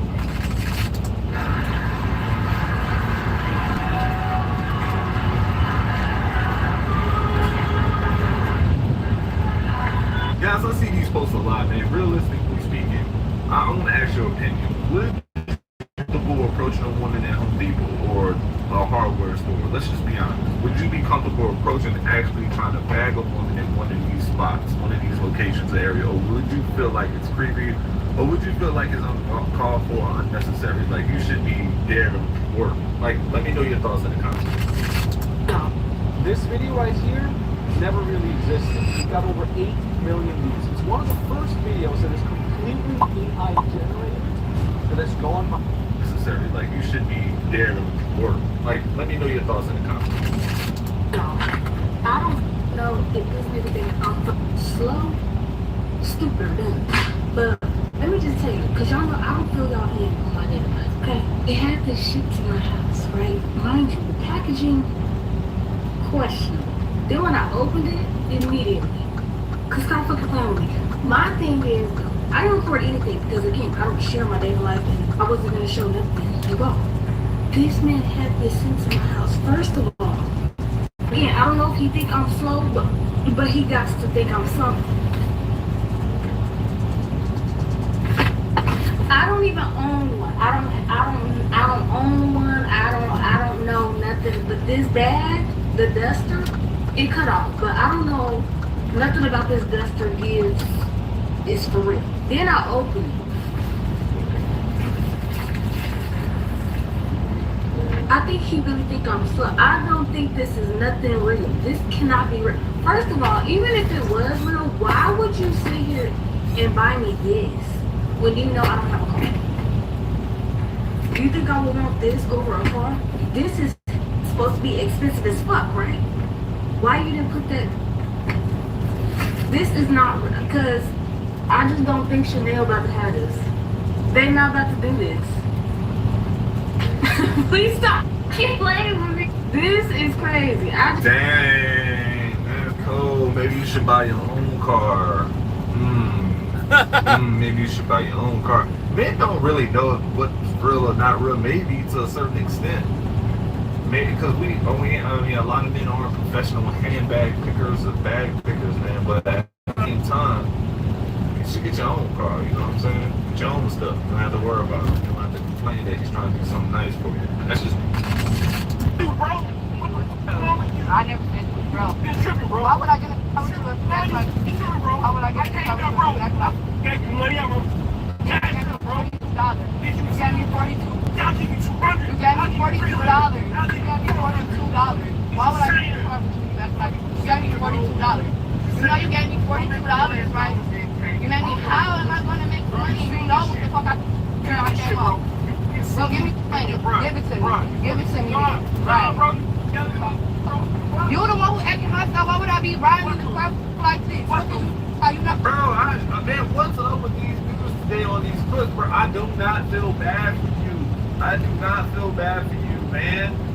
You over here crashing out over a 304 literally because you couldn't pay the bill but had the money to pay the bill. What kind of stuff is this, man? And now you're all over there, crashing out. Over some box, over some used box on the side of the road, man. You coming out all on the side of your car, man. This is wild.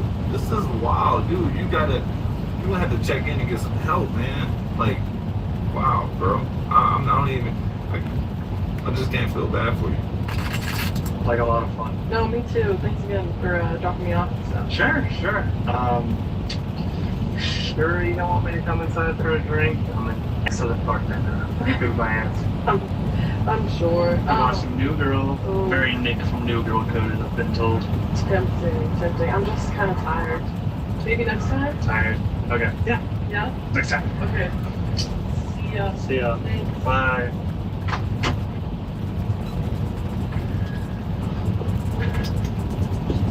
Oh, and thanks for paying for dinner, by the way.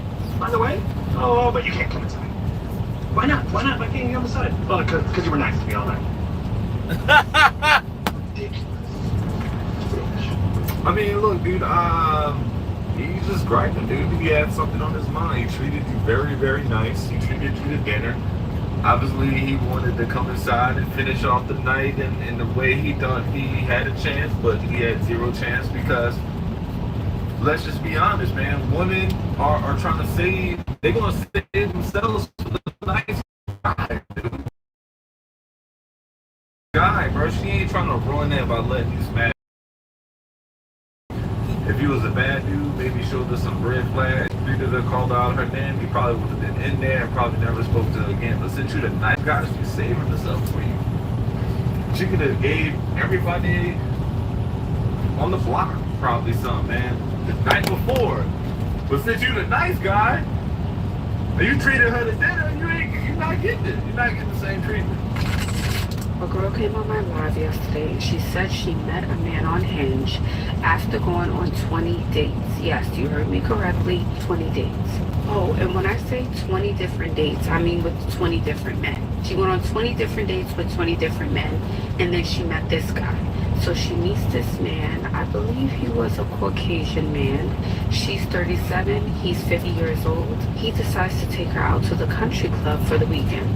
She said they have a ball. I mean, laughing until their stomach hurts, drinking, and he was eating up the cookie in her milk cookie. So she then proceeds to tell me that he is flying her out tomorrow, which is today, to Puerto Rico. And she plans on quitting her job. She has a $20 an hour job that she plans on quitting because she wants to have fun and live it up. She says she wants to live the soft life and she's willing to take the risk. She's willing to risk it all just to see how everything goes. So my question to you is, what should she do? What we should do is let her make her own mistakes. Yeah, she wants to live her life. She thinks a man is going to cover her, especially a billionaire man. Especially a billionaire man that met her on Tinder. Well, Bro, what are the odds that you find a billionaire on Tinder? Like, let's just keep it honest. What are the odds that you find it? So I'm thinking it's cap already, because it has to be. Tinder Might be a swindler. wealthy guy, might got some money, but billionaires on Tinder, I don't see that really happening. You know what I'm saying? Like, they're already established and well known. They're not risking anything for Tinder. No, but let her make mistakes. If she want to quit her job, they go play around in fairy tale land up here, then let her do it. Let her make those things. God, do you have $100? Because I'm looking for 2,000 believers who are willing to trade $100 for a house in Jannah. Will you be one of them? This is your brother Abdurrahim McCarthy, and alhamdulillah, we've reached 65% of our goal to finish the construction and save the 120-year-old building, which is now Masjid Isa ibn Maryam in New York City. The Prophet ﷺ taught us that the days of Dhul Hijjah are the best days of the year. Then let her do it. Let her make a mistake. Y'all, there are some things I would just never say to a man, and I just cringe when I hear it. But I'm y'all feminine energy coach, so I'm here to put y'all on game. Number one is, what are we? Are we going to be in a relationship? Where is this headed? Never, ever, ever give the man power to dangle commitment over your head. You have the power to set the tone, the dynamic, and the pace of every interaction that you are ever with a man. That man needs to be pulling out his best tricks to try to tie you down because he don't want any other man to have a chance with you. I would never tell a man that I don't need his help or make it seem like I'm just so independent and that he couldn't do nothing for me. Literally, no. Baby, can you help me? That's how I am. You need something? Yes, I do. I'm quick to play the damsel in distress because that's how you can see if a man actually cares, if they're willing to go out of their way to help you in some type of way to improve your life. And the only men who don't want to improve your life are men in their feminine energy. Masculine men feel good when they help women. They feel good when they get your appreciation for allowing them to take something off of your plate. Acting like you're too good to receive a man's help will repel true, healthy, masculine men. And you will attract a lot of takers and a lot of feminine men and a lot of men who want to do 50-50 with you because they like, shoot, you got it.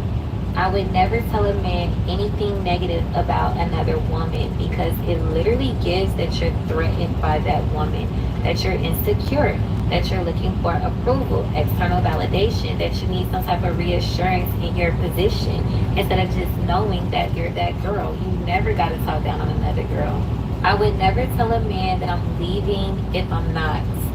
Constantly threatening a man with you leaving him alone and you never do, it's only making yourself look like a fool. They are not going to take you serious. They're going to keep playing with you, and your word means nothing. You increase your confidence when you recognize that your word is your bond.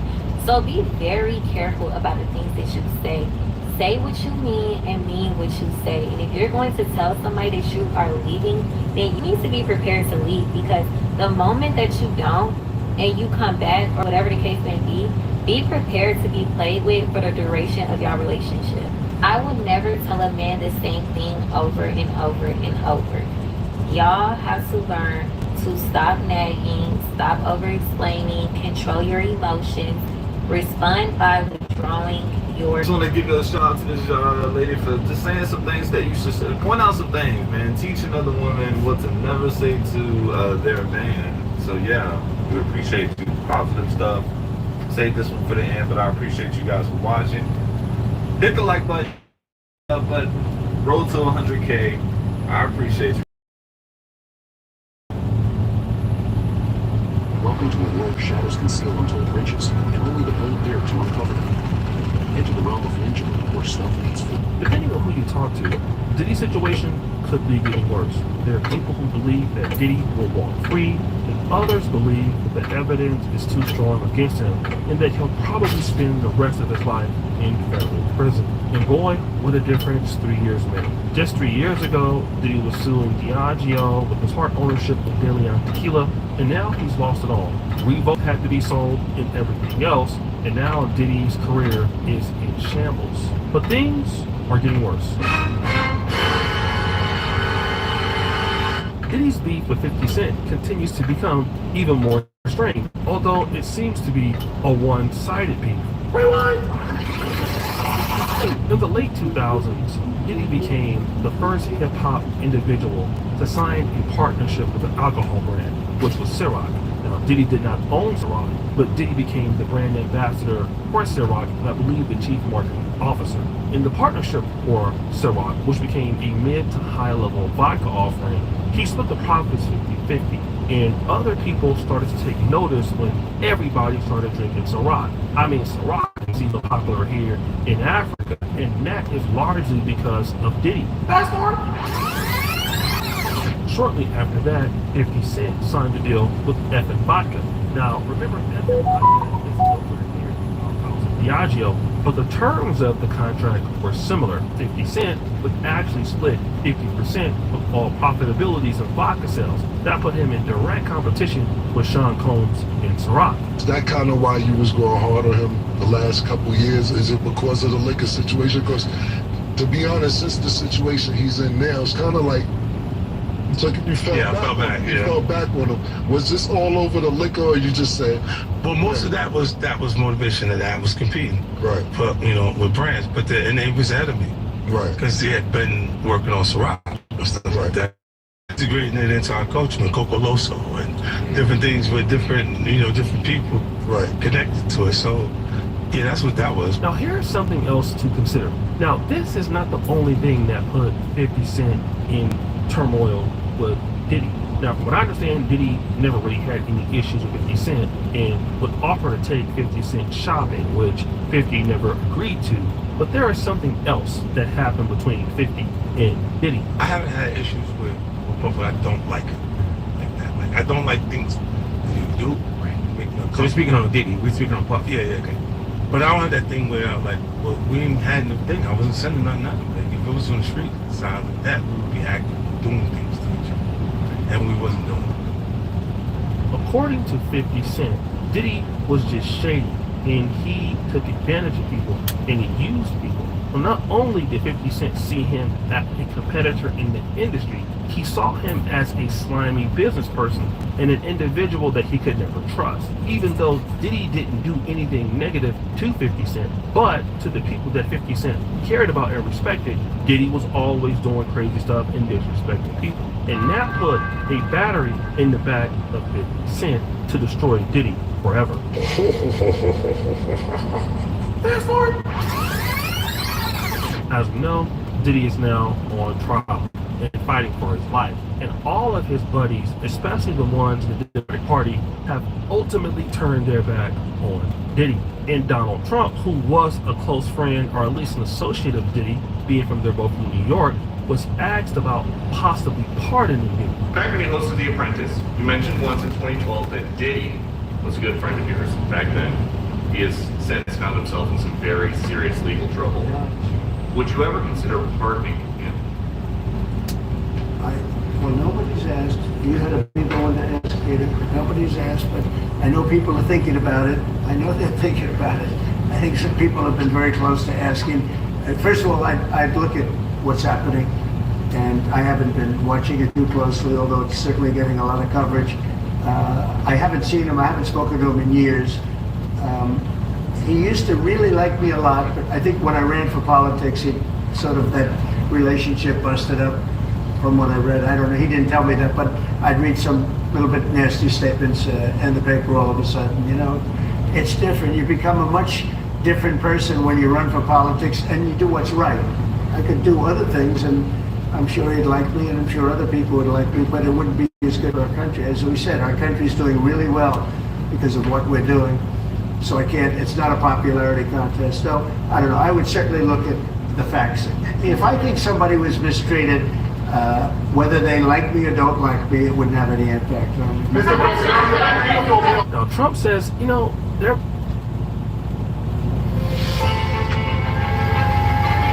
PlayStation 3 will be the most realistic one. Now, Trump says, you know, there have been some things about Diddy that, you know, I've heard negative things.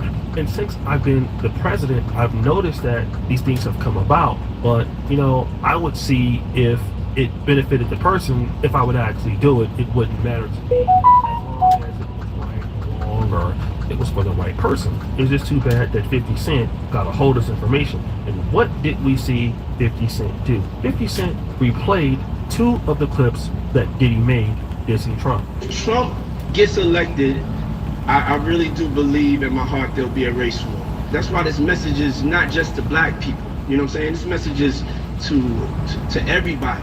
You know, this man is really trying to turn us against each other and put us in a situation. America messed up. And then this one. White men like Trump need to be banished. Then after this, 50 Cent's post. Well, can't ask him for help then, buddy. LOL.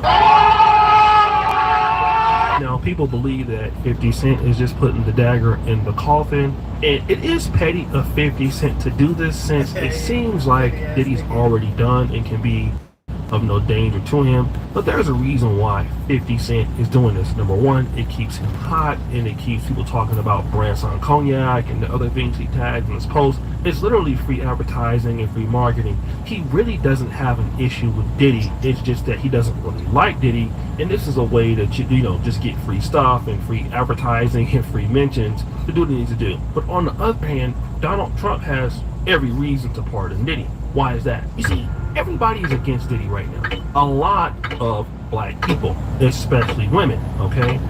We understand that a lot of people have turned their backs on Diddy, especially the people he used to be around. Now, if you look at what's been happening lately, look at what happened with India Youngboy, and look at what happened with Larry Hoover, Donald Trump has decided to pardon both of these guys.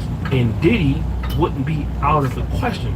Again, look at what Republicans try to do with Tory Lane. This is another way of trying to get the black vote. And now look at Donald Trump. If he pardons Diddy, it doesn't matter. His term is over anyway. And Trump really would not care who would run after him. It doesn't matter. But it would put the battery in the back of the black community to say, wait a minute, well, these guys are actually kind of for us. So, you know, they're trying to help us out. And it doesn't cost the Republican Party anything to pardon Diddy. It doesn't cost the Republican Party anything to pardon Larry Hoover. It didn't cost the Republican Party anything to pardon India Youngboy. And now these are people who will speak on behalf of Trump in the future. It's going to say that, listen, hey, we know you guys think that we're racist Republicans, but we can look past it and see if you are being treated unjustly and unfairly, especially in a Democratic state like New York, where probably some of these federal charges will be filed in other places. But hey, this is a good opportunity for the black community and other people to realize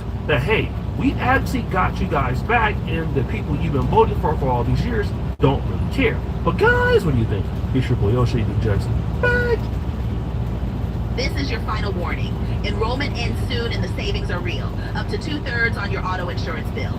Recently, I kept seeing posts about people saving up. Streamers are becoming more popular than some hip-hop artists, and even some YouTubers. There was a time where YouTubers were the best known content creators, but that isn't the case. I can tell you right now that the guys on Twitch are killing it. Guys like Kai Sanat or even DDG don't even waste their time making content on YouTube anymore because there's so much money in streaming on Twitch. And one of the greatest streamers right now in the hip-hop scene or in the black sector is a guy by the name of Duke Dennis. Now, Duke Dennis is also a part of that super content team called AMP, which includes Kai Sanat and some other guys. And he's also very, very, very popular. But wait, there's some bad news. According to people, Duke Dennis is a young man that has been, you know, denying the fact that he has actual children. And there are people online saying that this guy has at least 8 kids. Damn! And one of these ladies is actually in jail for murder. And this kind of all started brewing just the other day when this young lady came out and made this post. How many kids do I have? I have one son. His name is Dallas, and he's 2. And he's just my perfect angel. Somebody said, why you're still single and how is co-parenting going so far? A lot of y'all don't know my situation, but like my child's father is not involved at all. Certain things floating online with me, and it starts saying speaking like NDA signed or stuff like that, and it's like in no way, shape, or form is that the case in my life. Like I'm not gonna spend my time like tracking no man down, trying to force them to be a father, trying to go on the internet to force them to step up, or like all of that. Like literally, it just is what it is. For there to be people out here that have kids, and that's not their like top priority, or they don't morally like, I don't know. I just really just be like, my mind get fried about like people like that existed, you know. But ooh, you got me. I love my baby so. Now, allegedly, Duke Dennis has denied having children in the past, but then again, Duke Dennis finally decided to address this on a stream. We go through the same every single year. The same bullshit come up, and I would tell y'all the same thing once again that I told y'all last time. You know what I'm saying? It is none of your business. If I want to keep to myself, my mama and family and all those things, I do not include any of y'all because y'all are very weird. Now, I understand, bro. You know what I'm saying? If you're interested, you want to talk about it. You know what I'm saying? Cool. Have a blast, you know what I'm saying? Trying to figure out what's going on. But y'all be going way too far. And when I say y'all, I mean the people that's doing it. If the shoe fit, wear it. If it don't, let it fly. Alright? I understand, like, y'all talking about it and like that, but y'all be going a little too far. Alright? Y'all be posting people, kids and shit without their permission. You know what I'm saying? Writing long think pieces that are 100% incorrect. You feel me? And now, you know what I'm saying? All of that is the reason why I would never include any. I would never include none of y'all in this because of that reason right there. Y'all show me time and time again that y'all just a little too invested in what a lot of what's going on. You know what I'm saying? But I will tell you this though. My friends know what's going on. My family know what's going on. AMP know what's going on. Everybody knows what's going on except y'all. So, you know what I'm saying? You feel me? So, that's really how it is. You know what I'm saying? So, wrap this up like y'all do every single time. You know what I'm saying? This is the fourth year in a row that we done did this. Just let me know when it's done, when y'all ready to move on. And, you know, I am this one. Now, in my honest opinion, I've seen a lot of celebrities or content creators do this, where they're charged or blamed from some level of allegation, and then what they do is around and then try to make it the fault of other people.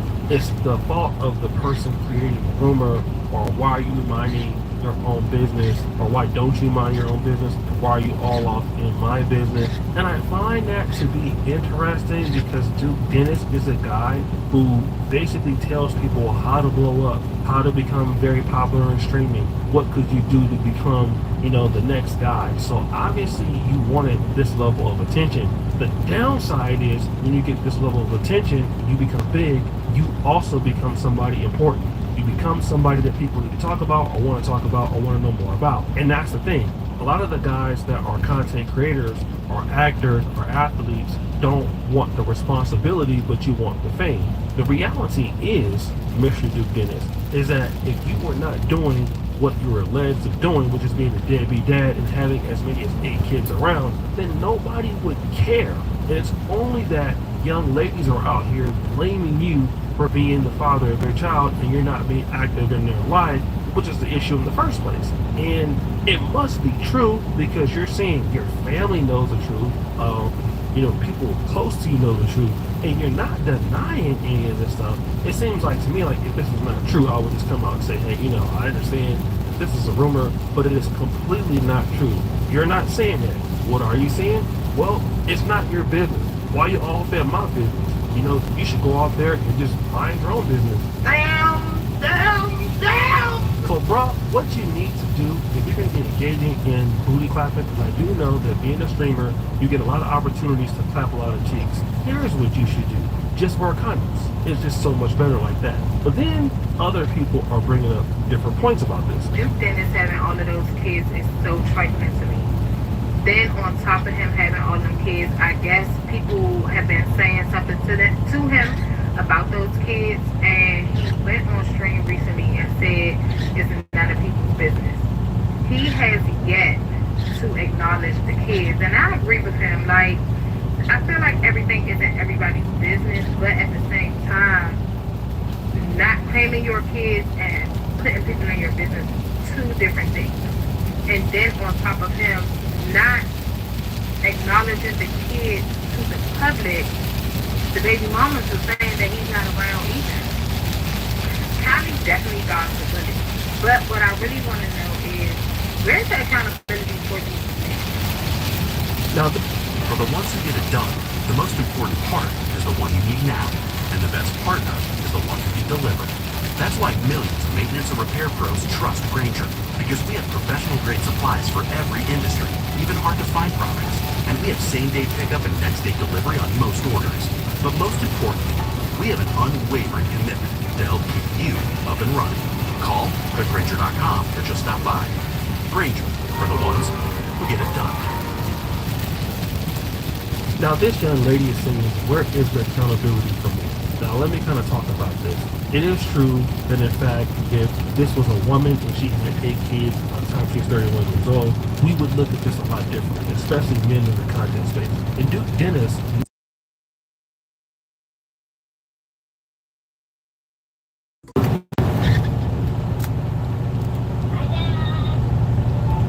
Yo, my boy, what's up? Ready to go tomorrow?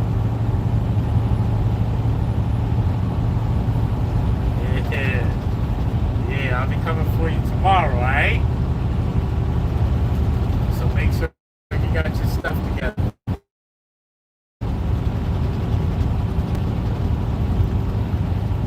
Yeah, one day at a time. Yeah.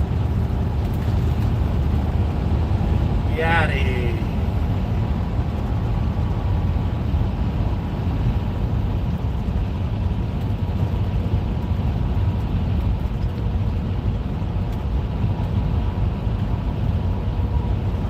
Mom ain't feeling it, yeah. Mom ain't feeling it, huh?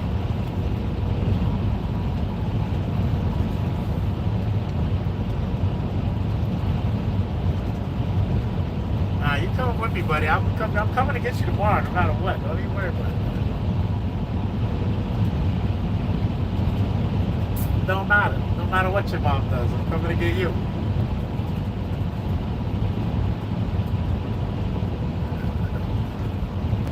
You don't got nothing to worry about when you're with me, kid.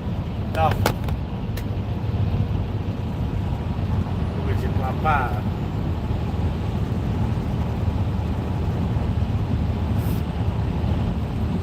Your mom's gonna wash your drawers and your t-shirts and your socks, put them in a bag with your tablet and your Nintendo and your charger and your toothbrush.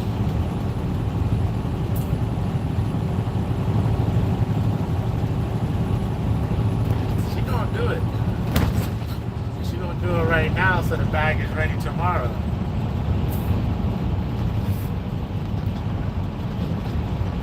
Nah, all he needs is 5. He's allowed to stay as long as he wants to.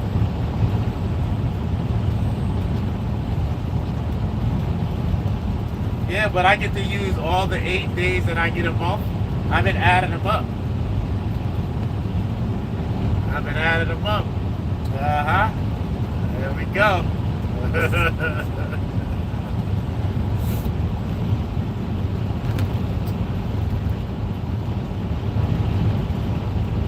It don't matter, buddy. She can say whatever she wants. As soon as you're with me, it's a wrap. Can't do nothing about it. Can't do nothing about it, buddy. It's a wrap. Yep. He can come back when he feels like it. As long as you're back before school starts, you're good. It's down.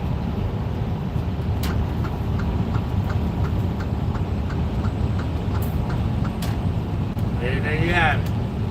You got no phone with you.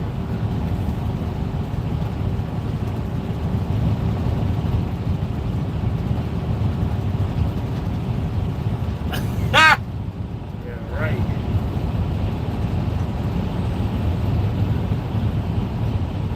No, the hell she ain't.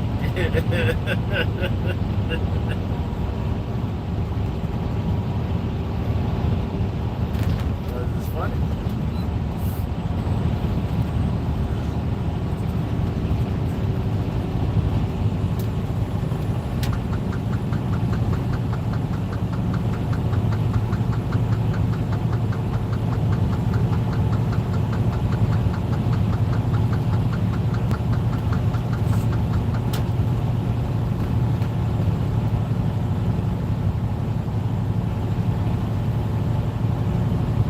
Kayak.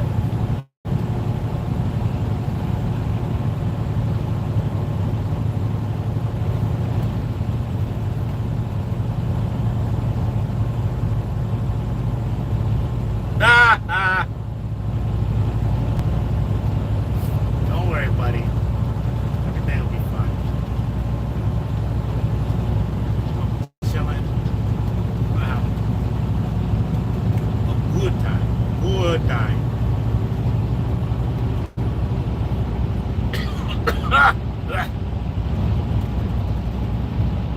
Yeah, put his swimming trunks in there.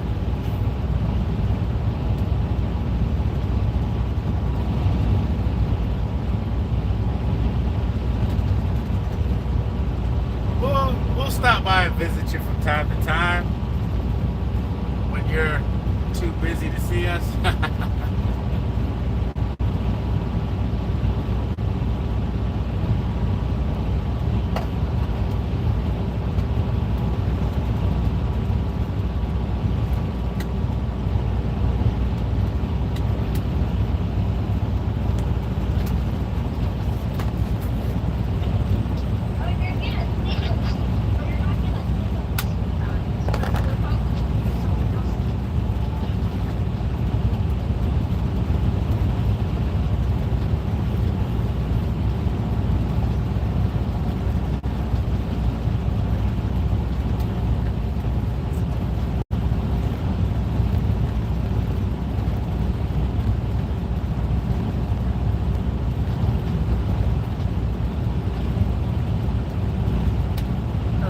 Buddy, come with me.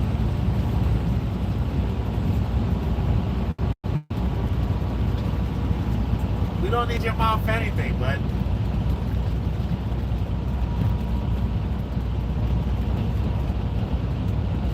Don't need mom for nothing.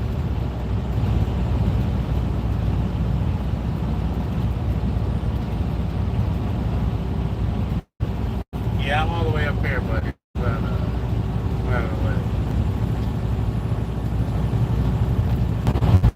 Brave and strong.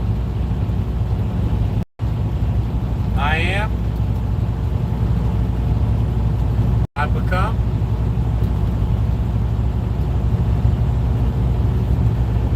I become. You don't want to come with me tomorrow?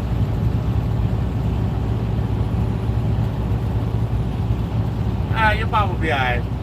I'll be there tomorrow. She'll be alright.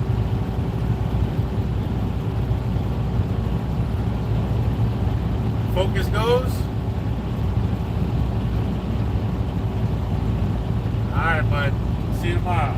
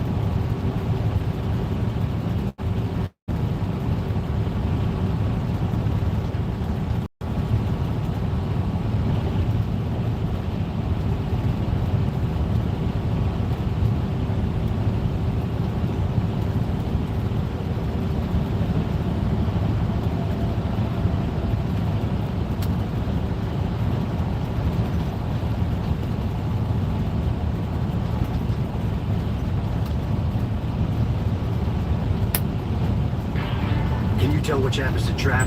Google Playcam. Download apps, not traps.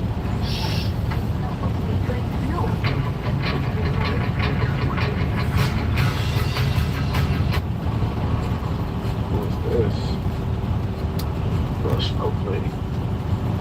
I'm trying to say something to her. Hey, how you doing? I'm blessed. What's your name? Genevieve? Okay, that's a beautiful name. You got a beautiful smile as well. How's your day going? It's going amazing. It's super hot. Are you from Houston? No, I'm actually not. Okay, where you from? DMV? How long you been in H-Town? Okay, I'm from New York. Okay, you like it out here? Sure. Are you single? Yeah, I am. Okay, maybe we should get to know each other. What that mean? I need to feel something. No, I need you to give me that energy, not giving me that, like... Okay, what type of energy you need? Taking off my feet, I don't have to do nothing. I mean, you a grown woman, right? How old are you? Oh, you 18. Okay. That's all. Have a good day. Have a nice one. Yeah, I'm cool. 18. Way too young. You said what? You said this is awesome. Yeah. Appreciate it. Huh? For sure. Thanks. What's up, though? I mean, nah, you 18. And you just told me I ain't look like a dude that can take care of you, right? Looks like it now. Oh, looks like it now. What's that? I said, what's that? Nah, 18. Listen, I'm about to be 28 next month. There's no way. Way too young. Out of my league. I'm good. You know what I'm saying? And you a gold digger that young? It's crazy. How you a gold digger that young? But you know what? Like I always say, I blame social media for the reason why these women act like how they act. I feel like it's always, obviously there's always been gold diggers, right? That's just a given. But I feel like the amount of gold diggers that there is now is because of Instagram, social media, and people come.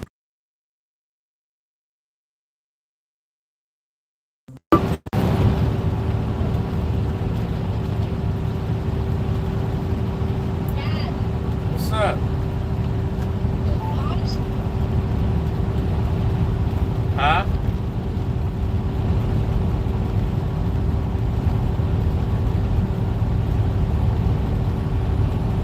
Mom can go where?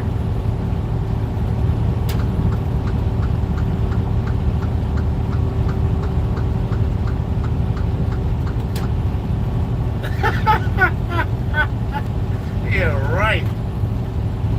Hell no.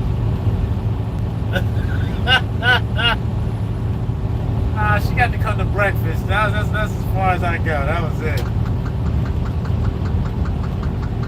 No, I didn't ask her to go to breakfast. She already came to breakfast. Remember when we went to IHOP? That's it.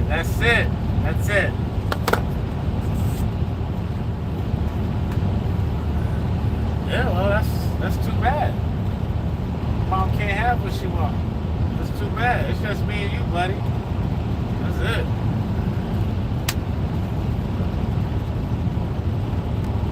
Yeah, that's not happening, dude. Too bad, so sad. She'll get over it. Don't worry. That's part of being a man. Sometimes you gotta make them be sad. They'll be alright. Alright? That's it.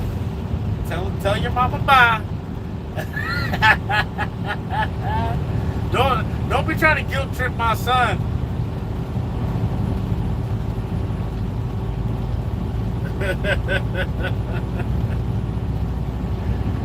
Make sure you charge it.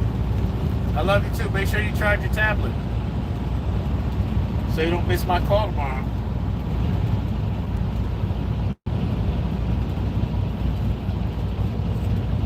Fuck you coming with me? You out of here for your mind.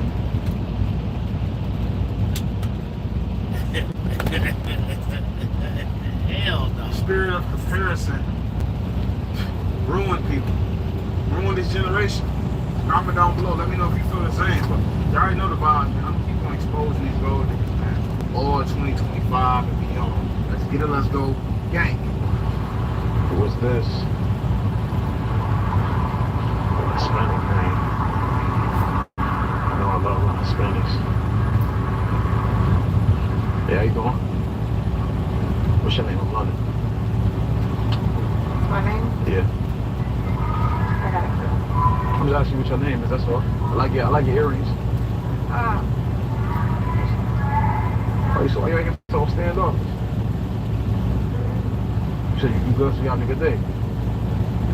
I was. What you mean you was? Why you not having a good day no more? I'm just trying to be on my way. Well look, I ain't gonna hold you up. I know you're busy and everything, whatever you got going on. Maybe we can get to know each other. You're very beautiful. You know what I'm saying? I like what I see. That's why I spoke. So if you don't mind getting to know somebody right now, maybe I can take your number. Yeah, I know I'm beautiful. For sure. Did you hear what I said? I really didn't. I said maybe I can get your number. We can get to know each other. I don't have a number. Have a good day. Go on about your way. Summer savings are here at Going Gone by Dick's Sporting Goods. Find a store near you and save big at Going Gone.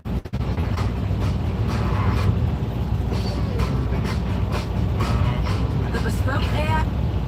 Go on about your way.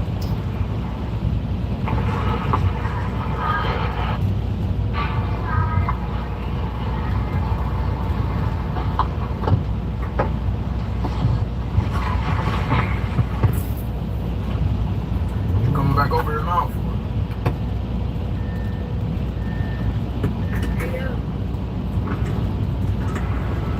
What you mean AO? That ain't my name. AO ain't my name. What is your name? I told you over there you wasn't listening. Hey, can I give you my number? I mean, why not? You just told me that you ain't got a number, right? So now, how all of a sudden now you got a number? I activated it for you. You activated. Come on, man. I wasn't born last night. Don't play me like I'm a boy. Man. Respectfully. Respectfully, you're right. Exactly. So don't be talking to me like I'm some kid, like I'm You're not. Alright, then, so don't talk to me like that. What's up? What you want? I want to give you my number. Why not?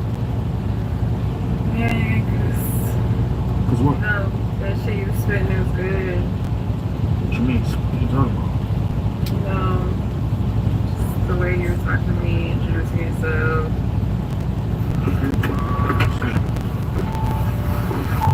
So if it was so good, why you was acting like that then? That makes no sense. You're right, it doesn't make sense. So that's why I'm confused on why you sitting right here. I mean, people can change. Yeah, but what was the difference between me right here and me over there? Just the view. The view of what? You. It was different over there than it was over here. Interesting. So who are you? Like, you're not really saying nothing. I was trying to get to know you. You kind of like being a little close. Want to talk to me, you gonna have to speak. Germs. You got a name now, I see, huh? I do. Interesting. Well, maybe now I don't got no time for you. You know what I'm saying? My time is expired. Respectfully.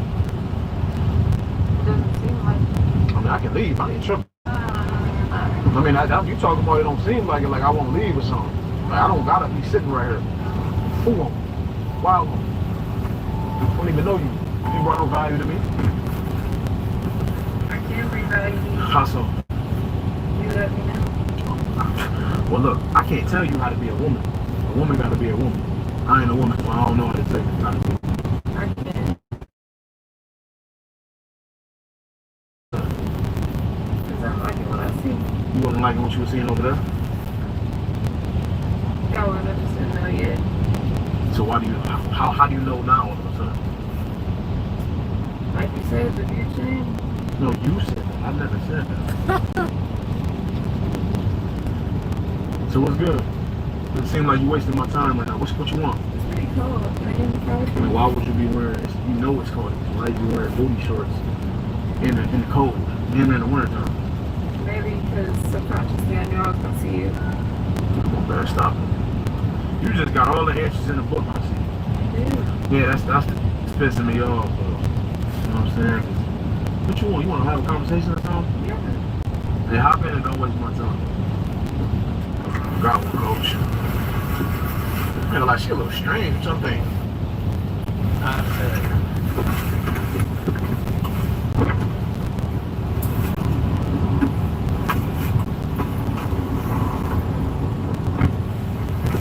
What's up? What's up? Should you tell me? What's up with you? Tell me about you. Tell me how much about you. My name's Harlem. And I really like you. You really like me? Mm-hmm. Like, you know nothing about this. How you really like me? Well, I like dudes that drive as nice a car as well. Okay. And I like dudes that make a lot of money. You look like you make a lot of money. When I'm successful. What do you do? I like when that's, when everybody be making as much as me or more than me, because I want to motivate somebody, a hustler, somebody who's a go-getter, and just about goals in life, reaching goals. I like dudes that I can spend a lot of money on me. I don't really like to do much. What do you mean you don't like to do much? Like, I feel like a man should be making the money. I don't really like to do much. So, you're not a motivated woman? No, I'm motivated. I'm very goal driven when it comes to what I'm gonna get from somebody else. From me. But why aren't you focused on getting it yourself? I am. No, not from a man, like on your own, like career-wise, whatever you want to do. Well, I just don't like to do too much. Like. So basically, you're lazy. No, I'm not lazy. So what would you call it then? I'm motivated. I'm just motivated for different reasons. So let's share the reasons. I'm motivated to make something for myself without having to do anything. Pretty bum. But that's what it's given though. Because why do you feel like a dude should be handing you money for no reason? What do you bring to the table? What value do you bring to a man or any situation that you're involved with? I am the table. Come on, man, stop it. How are you the table? You have no goals. You don't do it. You're not a high value woman. I'm very high value. No, you're not. You're very low. You're a very low vibrational woman. Look at me. I'm pretty. I am high vibrational. So you're saying just because you're pretty, that means that you're a high value woman? Yeah. That's all you have. It's just looks. Looks only get you so far in life. Looks got me this far. What do you have going on? What do you mean this far? What far? Like?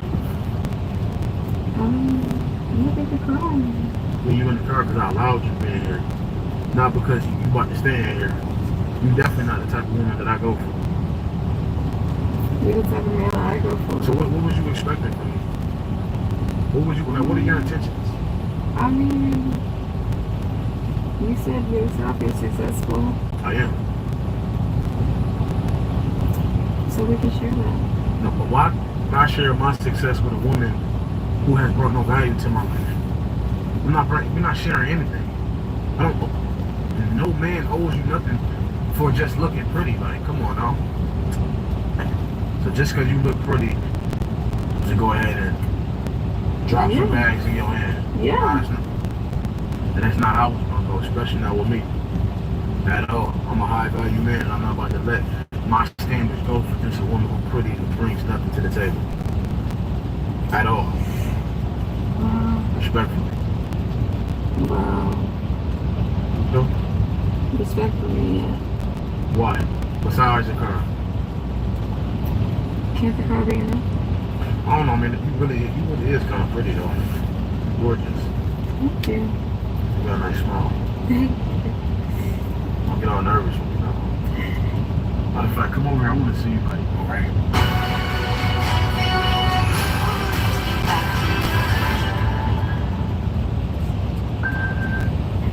Matter of fact, come over over here. I want to see like right here. Look so good. Where's the pineapple?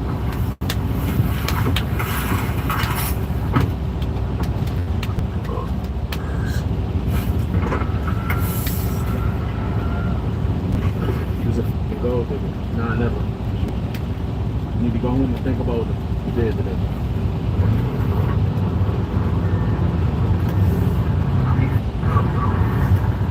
That's crazy that women really be out here thinking that just because they pretty, that it's supposed to wine and dine them and give them a bunch of money just because they look good. Like, we don't care that you look good. Just because you look good don't mean that I'm about to be spending my hard-earned money on you. That's crazy, man. Like, what happened to the woman that used to be motivated, the woman that used to actually go out and get their own money in, you know what I'm saying?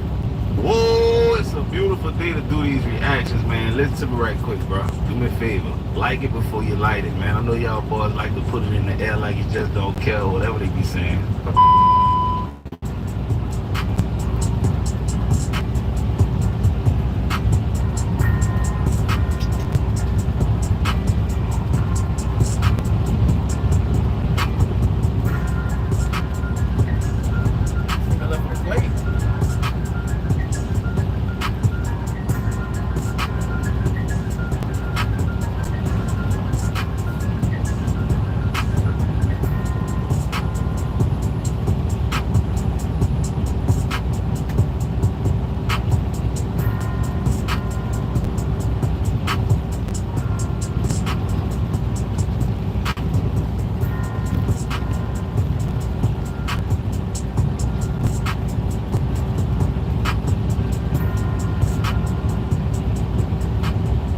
Gotta be selling that coochie. You know that's the oldest profession in the world, dog. Her spot jumping like an old school trap house. I'm talking about 1990, 91. Like, yeah.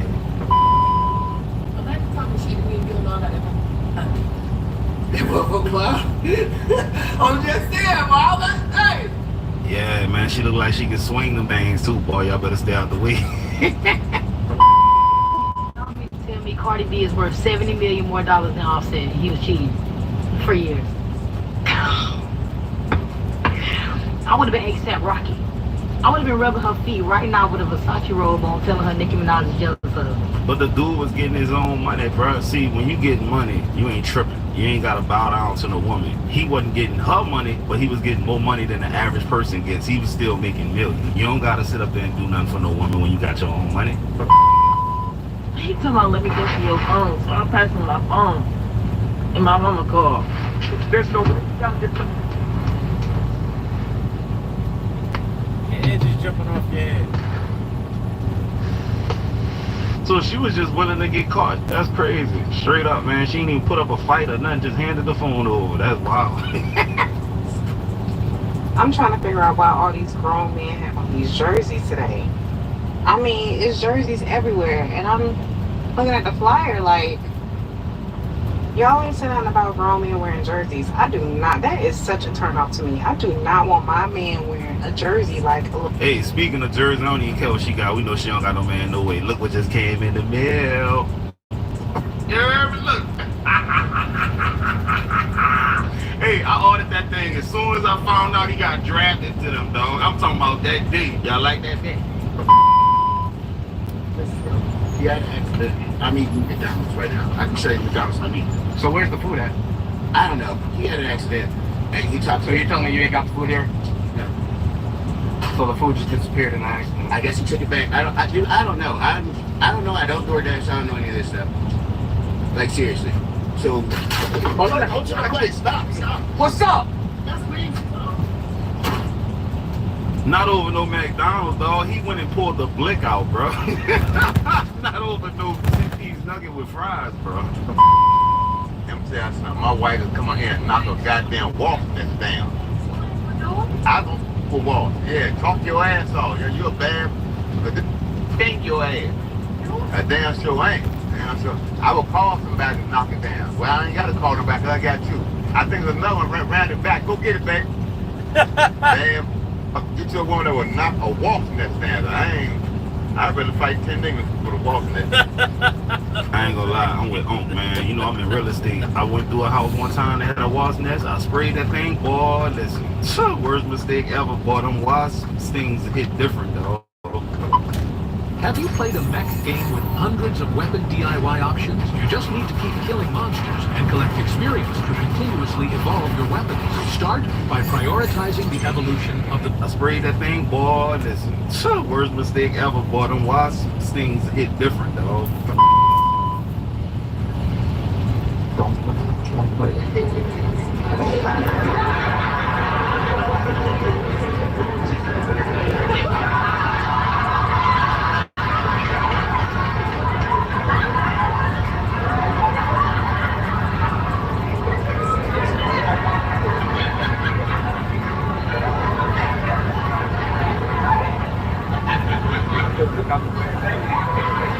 That's me. I clown all day. Go follow me on Instagram, son. If you want to laugh, I'm gonna make you laugh. All I do is joke all day, son. I be in the streets, though.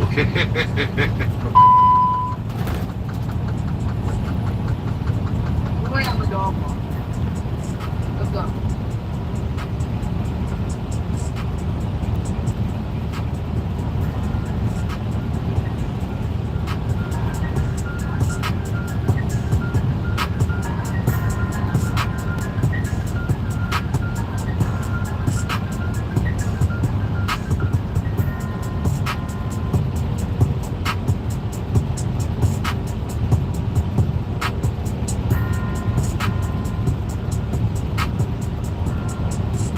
I don't know why, but I had higher expectations for dude. I really thought he was gonna catch him. How? Police supposed to be the most in shape if you really think about it, dog. Y'all get paid to do this. I'm in my 40s. I know so many women that got divorced. When they tell me how they got divorced, Kodak, I swear to God, they all for the same reason. What? I wanted more for my life and he wasn't working hard enough. What's happening is that women are seeing other women and what they have saying, I want that. And the I want that becomes, who's gonna buy that? My daddy. And when I'm gonna find one. So what happens is that now we're looking, dog, I love women, bro, but I first of all, I left the streets for a while because I'm just like, they became predictable. You meet a chick, and all of a sudden, next thing you know, as soon as she knows what she's doing, she asks you, telling you how to run this bitch, like, God, you don't even ask me how my day been. I ain't gonna lie to y'all, I never personally ran into that, but I've heard the stories about, yeah, man, rent dude, light bill dude. You just met this, bro. But listen, man, women wasn't designed to be on Instagram and Facebook looking at other women's highlight reels every day, all day. Because people really just post the good parts of their life on there. One thing I hate about living in an apartment, I came home and my door lock was turned like that. Anybody who knows and lives in an apartment,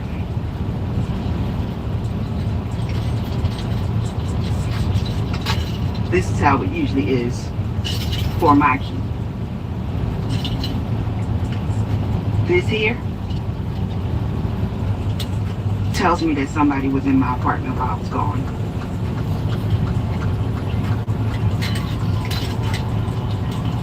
When I used to stay in some apartments, they used to come in there routinely, but they used to knock on the door and say, listen, we got to come in there and change the air filter or whatever the case. I don't remember them just going in there when I wasn't there, bro. It's possible that they did. I just didn't catch it.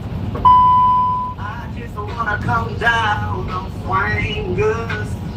That candy paint just sweet like banging on MOE.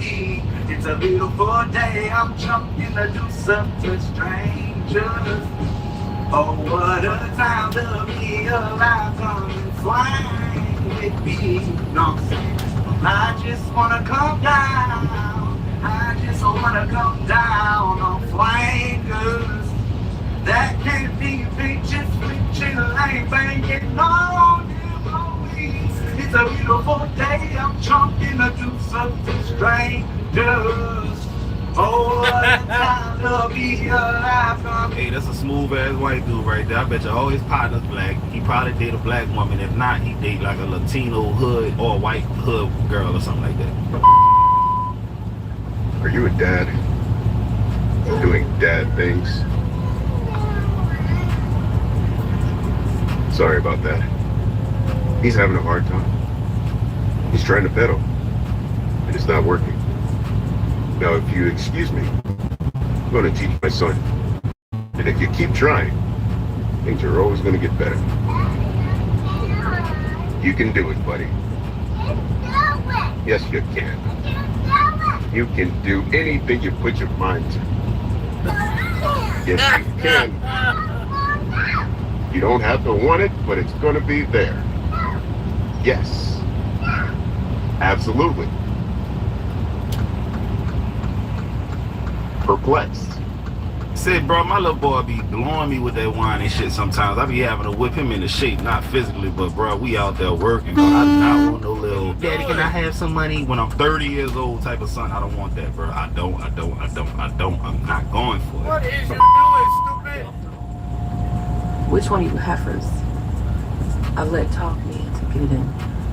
First, don't tell me. Imagine, if you will, I'm out there with a fine man. Fine. We had a good night. End of the day, he rubbing my feet. Feel good. And then all of a sudden, you feel it. And your big toenail pop off in his hand. You can't even look at him because of sheer embarrassment. And then him like a dummy, he go, here, I think this belong to you. And you take it and you put it in your purse. Y'all end the day and you don't never talk to him again. Cause he know you a fraud. I should have known better. I could barely keep my lashes on. Get a little bit of money now. I really should just leave that to the professionals. Still sick. Said Jill Scott gotta chill, man. You got money, baby. Well, you should be able to make a little money to go get your tools done. You don't gotta worry about the press-ons, man. Cause that looks just like Jill Scott in my opinion. I don't know about y'all, but y'all remember she was working the microphone.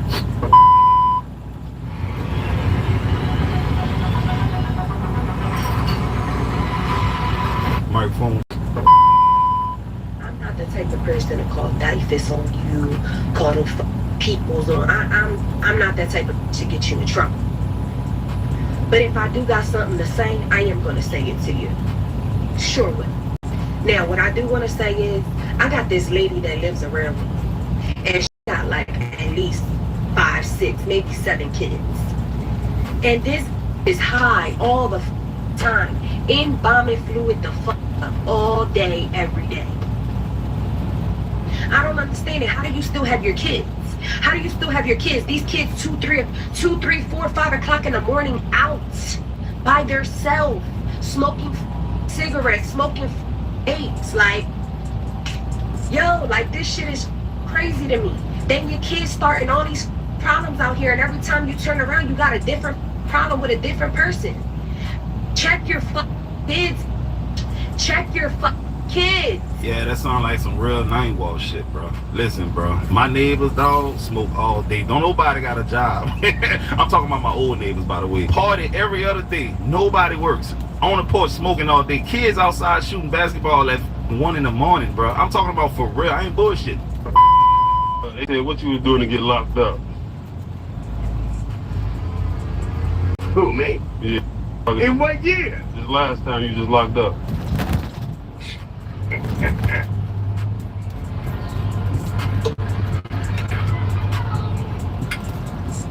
Sponsoring, first of all, I'm sponsoring. Selling dope. Listen, I sell weed. Boy and girl, hard as salt. I'm a old school player that's still on the block. Catch a play. Watch out. I got it. Like Randy Moss. I don't give a about going to jail. I get a bedroll and a minute. They put your age up there though. I wouldn't give up. I don't know that. It was 74. Who in the with that? You, nigga. If you want some of this and you want to talk about my age, nigga, I'm available for pimping and hoeing. Get you talking about to pull me out of it. And I got that straight drop back out. Niggas don't got CDs no more, though. Yes, they do. I'm down to 2 left. Hey, dog, it's a few cities in this country that I've never met someone that I don't like, dog. St. Louis, one of them, and Chicago, bro. Chicago got some of the funniest dudes in the world, dog. I'm telling you, man. That was that get to be like Randy Moss. Did y'all see that post that's going around where this guy said that he cannot attend his wife's college graduation because he's going to be attending his daughter's pre-K graduation. Yeah, let's talk about it. So he basically was saying that his daughter's mom let him know that her pre-K graduation date is the same date as the wife's college graduation to get her master's degree. Now, he texted the wife to let her know that he cannot attend her event because he needs to attend his daughter's pre-K graduation. Now, I'm all for showing up as a father, but we are talking about a pre-K graduation that this little girl may or may not remember, and she'll have many more graduations to come over your wife's college graduation to get a double master's degree, all for a macaroni necklace ceremony. Right. It's crazy work. Macaroni, you will be good and divorced. Yeah, the way I look at it is like this. She only gonna walk across that stage and get her master's one time, bruh. You know what I'm saying? Pre-K, that's cool. She finna have a kindergarten one next year. Then after that, it's gonna be a 5th grade. Then after that, it's gonna be an 8th grade. Then a 12th grade. She got plenty of graduations to come, man. Yeah, you should have went to your wife's shit, bruh. Straight up. I am not making an excuse for men cheating. I am not making an excuse for men cheating. I am not making an excuse for men cheating. I want to say that before I get into this message. And for those of you who are new here, I am a certified life coach. I've been practicing for close to a decade, and I specialize in love and relationships, self-development, and finances. And baby, when I tell you, I have worked with dozens of couples, okay? Probably well over 100 in my career. Typically, when a man cheats, if it's physical cheating, I'm not talking about him having an affair. I'm not talking about him having conversations with the woman and all that. Nah, none of that. If he's doing all of that, that's completely different. That's a different video. I'm talking about if he physically cheats, a one-off thing, that man does not love you any less after doing so. Typically, hear me again. If a man physically cheats on you, it is more likely than not that he has not changed any feelings for you, that he still adores you, that he still cares about you, that you are still special to him. Now, two things can be true at the same time. He can still love you, he can still want to be with you, he can still care about you, but he probably doesn't value you. Because if he valued you, then he would not cheat on you. Because he knows that cheating is not something you would accept if that is a boundary or a deal breaker for you. So I need you to be sure that you can look at these situations objectively. I have a lot of couples that come to me after cheating because they're trying to make their relationship work, and they can, and they do, but they have to come to certain realizations. Stay safe. Yeah, every dude I knew who cheated on their girl, all non-black guys, by the way, they love their girl, bro. Real talk, man. Still go hard for them, do everything they supposed to do, raise the kids, take care of the home, bring home the bacon. They did all of that. They just went and got a little coochie on the side here and there. All non-black dudes, by the way, right? Not being specific with the race, it was a lot of them. But yeah, bro, I feel like she right when it comes to them guys, you know? Say, look, do your boy another favor. I got a finance channel. We over there making reactions.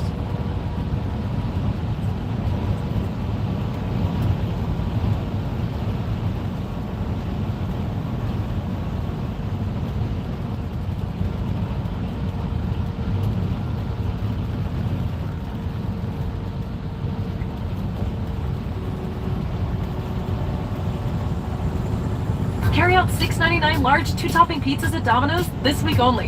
Hurry in and order today. I was looking for a quarterback. Go! He's due on that. Dick says the GOAT. I don't need a man, but I want a man. Now, this is something I want to discuss with you guys today, because this is the whole strong, independent woman mantra. I am independent and I don't need a man, but I want a man. Let's discuss it. Let's break it down, shall we? Tell you something, a real man is not intimidated by a woman that doesn't need you. I am self-sufficient. I don't need a man. I don't need a man. But guess what? I want you, and that's the difference. And if I choose you, that's not to say, oh, because I make my own money, that means no man can buy me something or do anything. No, I have my money, it goes to the bank, you buy me dinner. I can make my own money. It goes in the bank. You can still buy me things. That don't mean that I'm not gonna take it. In other words, she's basically saying, my money is my money. your money is also my money. That is literally what she's saying. But listen, guys, before we continue, before we get into this awesome video today, you know the drill. If you've been here before, please like the video. Let the YouTube algorithm know that, hey, this guy's spitting some facts. Let them know so that they can push the video out to more and more people. And also, listen, if you guys want to book a session with me, you need to get something off your chest, you need some mentoring, go to askanolderman.com and book a session. It's very inexpensive. I'm making it inexpensive for the average guy to be able to get some help. Hey, listen, this channel is designed for the average guy, and I want to be able to help everybody. And finally, if you guys just want to send me a quick message, quick note that you want me to respond to, get me over on Instagram, on Ask an Older Man on Instagram, and send me a voice message. It's easy. I can listen in the car, I can listen somewhere else, and it's easy for me to respond in voice messages instead of trying to type. I'm not into the typing thing. Okay, so with that said, let's get back into this particular subject. I don't need a man, I want a man. So this subject I thought I would approach because I got a lot of responses from women who are basically saying, yeah, she's a strong, independent woman.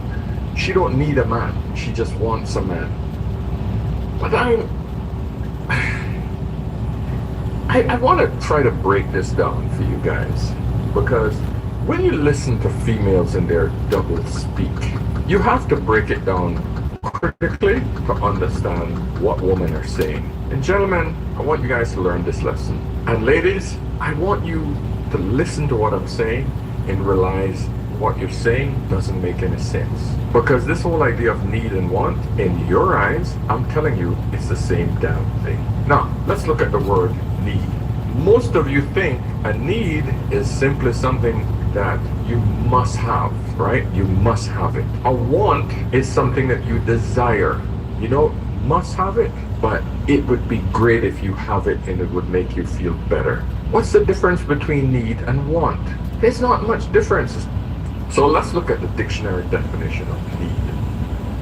Require, because it is essential or very important rather than just desirable.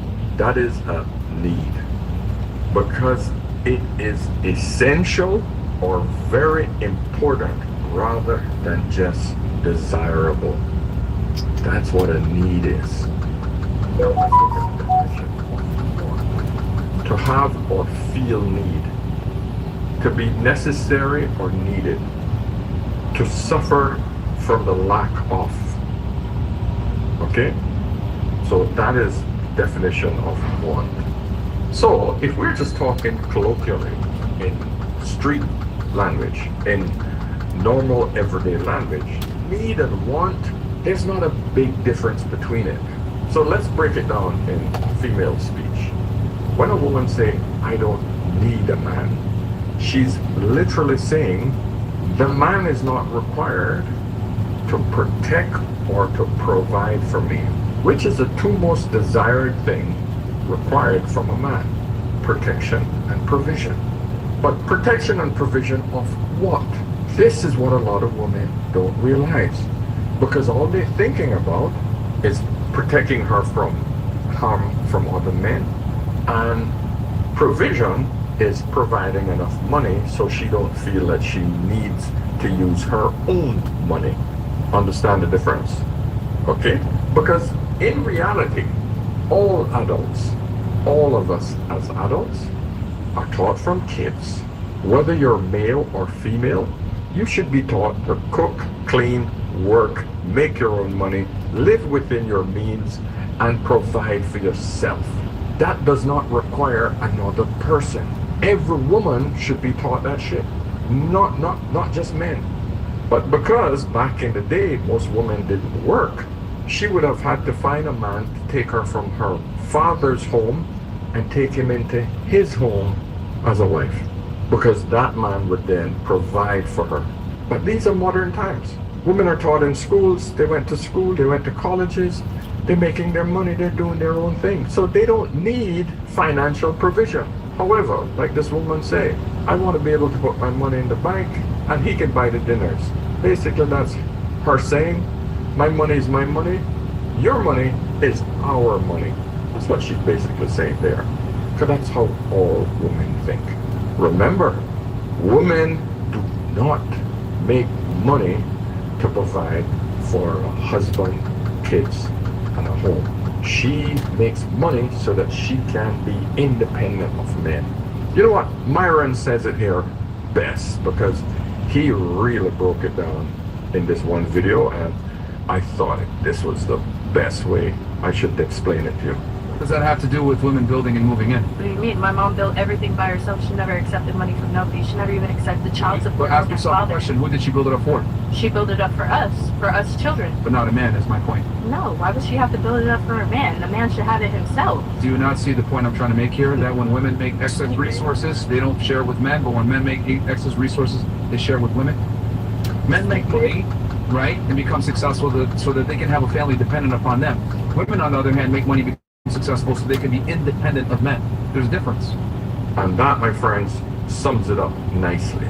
So if you take that into consideration, and I've said this in other videos many times, that is man's purpose. This is the story of the one. As a lineman, it's his job to keep the power on. That's why he chooses Grainger for professional grade products and next day delivery, so he can rise to every challenge. Call, click, or just stop by. Grainger, for the ones who get it done. Purpose. So women are saying, I don't need that man for that purpose anymore, but I want a man. So now the man has to come in and provide all the things that he's not traditionally used to providing. So now she wants emotional support. So he has to come in and be her best friend as well. Back in the day, most men worked their asses off. There was no cell phones to check in. There was no texts. Where are you? Back in my day, we started with a rotary phone, right? When my father went to work, my mother never saw his ass again until the next day sometimes, because he worked at night, right? The reality of it is most couples never saw their partner or even made contact with their partner from the time that husband left work in the morning until he's commuted back and got his butt back in the house by 7, 8 o'clock at night if he had to do a long commute from the city or from wherever job he was on after he did a few hours overtime. There was no communication. By then he got home, he literally passed out. Hopefully the wife has a good hot meal ready for him. He kisses her goodnight and he do it again the next day. That's the reality of life. But today's modern woman, they expect the man to be a psychologist, a best friend, that gay guy that knows her best outfit, every single freaking thing. The man has many other roles to fulfill and still work, of course. Because even if she's making money, he got to make more money than her, or at least equal, because she's not interested in him after that. You know, I'll tell you this, here's my personal experience, right? I have never had a desk job, like literally where I had to go to an office or go anywhere for a job, since I was 24 years old, right? I've always been self-employed since then. And every single relationship, my ex-wife, every single relationship I've been in, they have always been women who went out to work, went to the office. My ex is a lawyer, my current wife is a corporate executive. All my other girlfriends, they pretty much had full-time jobs. Nothing irked them more than when they had to kiss me goodbye in the morning, when they had to rush out of the house, and I'm sitting there watching TV, having my cup of tea or coffee, relaxing until I start my day when I want to start it. Kill them. It drove them insane because women naturally get frustrated when they see a man sitting on their ass when they got to go to work. And even though I made a ton more money than them, just that sight alone drove them insane. Up until this day. Up until this day, 19 years I've been married to my current wife, right? She basically still kisses me, go, okay, your wife is going off of work hard now. And I'm like, all right, good. You go, girl. You go. It's not like I don't work. It's just that I don't work on a schedule. Sometimes when she's sleeping 10, 11 o'clock at night, I'm still doing my work in front of my computer. Because I do a lot of online digital work, you know, including this channel. What I'm trying to get across to you is women don't want to see a man sitting on his ass while she is hustling. He better be working as much as her. You get my point? But gentlemen, we now have to get along in this environment where women are basically saying, we don't need you to survive, but we want you. Because for them, that's empowering. But really, don't they need us? Don't they need us? Need for companionship? Still for protection? Okay, she might have an alarm system on her door and the ring doorbell and all of that shit. But immediate protection, walking out of the door, someone breaks in the house, police takes 15-20 minutes to get there. But the mere fact that his presence is in the house, that's protection enough for other men to say, all right, there's a man in the house. He might have a gun, he might have a baseball bat. I'm going to stay away from that house. But the most basic requirement that every single human being needs, not just women, is companionship. This is vital for our own survival, long-term survival. You don't believe me? Watch this movie called Blue Zone on Netflix. And it's basically identifying the places around the world, the diet, and the social interaction with other human beings that make people in certain areas live to over 100 years old, healthy. Not decrepit, no dementia, healthy. When I see 100-year-old man riding the back of a horse in almost full gallop, right? Blew my freaking mind. This was in Costa Rica. My point is that when you have a social interaction with other human beings, keeps your blood pressure low, keeps your stress levels low, and it also makes you healthier. And this is part of the human experience that a lot of people tend not to put a lot of value on until that last person leaves at night. That man gets up out of the bed and goes to his house. And when you feel that sense of loneliness. Most of the time I love being single. I am very comfortable being single. But tonight I hung out with friends and I had a great time. And then I was driving home and I started feeling this like wave of depression and anxiety, and I wasn't really sure what it was related to or where it was stemming from. And then I got home and I felt like just so sad and lonely, and I walked into my empty apartment and I thought, God, I wish that I had someone who could just hold me right now. Like, I wish that I had someone who could just take care of me, because I have to take care of myself every single day and it's fucking exhausting, and I just want someone to take care of me every now and then. When something happens exciting in your day, you want to share it with somebody special, and you call your best friend and she's not answering because she has her family. Oh, sorry girl, I couldn't answer. I was with my kids in the other room. Oh, I had to drop my husband off to this. Oh, my kids were doing this. Sorry, I couldn't get back to you right there. What happening? What happening? Most of the time, I'm okay. And then it comes and hits me like nobody's business. And honestly, I've been feeling like this a lot lately. It's love. I'm tired. I'm tired of doing it myself. I'm tired of being alone. I want to share my life with someone. I am just freaking tired. It's not about being lonely, so I just want somebody. No, I want to be in love. I want to share my life with someone. I want to feel the joys. I want to have my hands held. I want to be held. I want to kiss. I want to support. I want to make coffee with that person. I want my person. I want my person. Why is it so hard to find your person? Because you don't want what you think you want. I'm tired. You want an imaginary person. You know, it's really hard when love is the one thing you can't force, you can't make it happen. It has to just show up, but where is it? Where is it? I'm so ready, and I have a beautiful life waiting for the perfect man to show up. But where is he? You know, it's send me some money in the super chat. I'll help you. Help you do whatever you want. And I just can't believe that I'm sitting here and it has been several years. I think it was over a year that I had a date, and then it's been several years since then.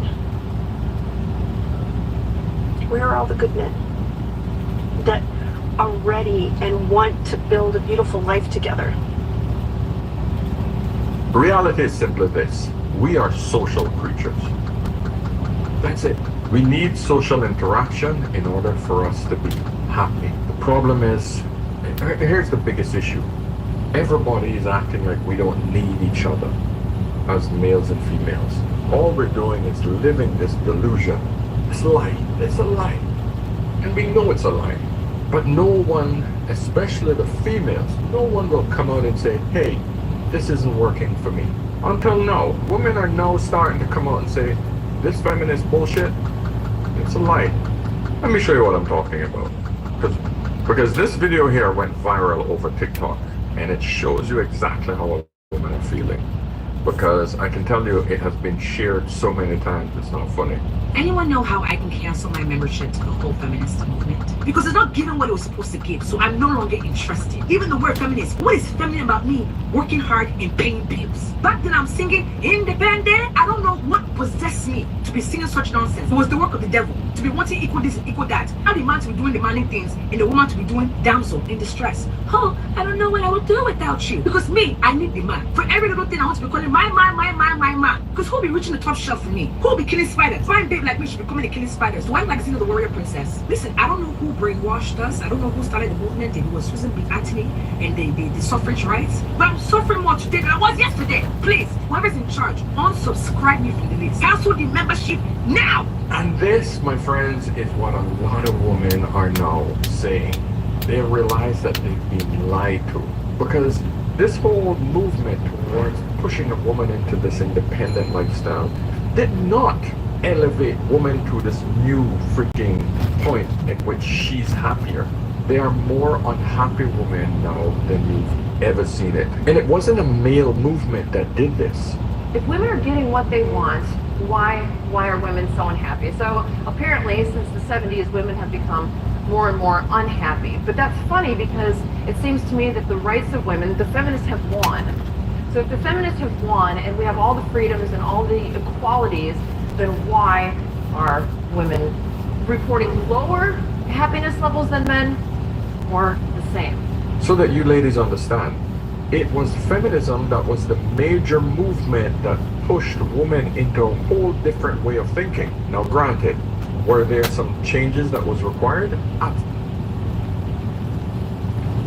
Refresh the everyday with Mentos Chewy Mints. Yes to fresh. Absolutely. Equality is something I completely support. Equality of outcome? Hell no. Superiority? Pushing women into an elevated position that they didn't work or cannot work for? Hell no. No, nothing like that I would support. The only thing I support is equality. Equality of opportunities. If a woman wants to get out there and hustle and beat it out with men, she has that perfect right to do that. But what she cannot do is this. Women should never ask a man to provide more than he can provide. That's wrong. A woman should always live within the man's means. And if the man has the means, great. If he doesn't, don't ask for it. Yeah. And if you want more, work together to build up. Exactly. Now this video brings it home nicely. Because what has happened is women have pushed themselves to an elevated position, much higher now. Or women are in colleges, women are making more money. But remember, hypergamy. Hypergamy means that a woman, once she has reached this elevated position, can no longer settle for a man above her. All studies have shown anywhere between 27 to 35% a woman wants a man above her. That means in money making and in education. The minute your woman becomes more educated than you, she gets this idea that she's now smarter than you, she's more superior than you. The minute a woman makes more money than you, you're a broke ass in her eyes. Regardless of how much money you were making in the past, she now feels superior to you. And anytime a woman feels more superior to you in the home, gentlemen, your life will be a nightmare. because it's outside the boundaries of nature. And ladies, so that you understand how a man feels in this respect, right? Anytime you disrespect a man when it comes to money, when he was supposed to be the primary breadwinner by nature, he's supposed to protect and provide, and you become aggressive with him, you have now mentally abused him. How can he retaliate? He will have to also retaliate in a mental state. Can men equal you in a mental quarrel? No, he can't. Men do not fight mentally. Men do not fight psychological battles. They fight physical battles. So now you get to mentally abuse him. Can he physically retaliate? Can he slap the shit out of you and get away with it? No, because he goes to jail. So what happens? You start to keep niggling away at him with all this broke ass and you don't have what you provide and blah, blah, blah, blah, blah. You then start to call it, oh, he's intimidated by me. No, he's not afraid of you. You are mentally destroying him, whether you know it or not. This is what happens. So we have to understand these are the relationship dynamics that we have to deal with in a modern society where the male and the female are trying to get along. But women have been given this elevated position in society and told that they're the greatest thing. Don't settle. You know what don't settle means? Don't settle means that you should not have a man below you in educational level or in financial level. But then what you have done, you have squeezed out the large majority of men. That's it. You literally isolated yourself in a position where most men who have the money, more money than you, don't want you. Because with your aggressive attitude to win, to be the boss bee, most men don't want that. I pointed this out in this 40-year-old woman who's looking for a man, who can't find a man even though she's successful and she's a celebrity.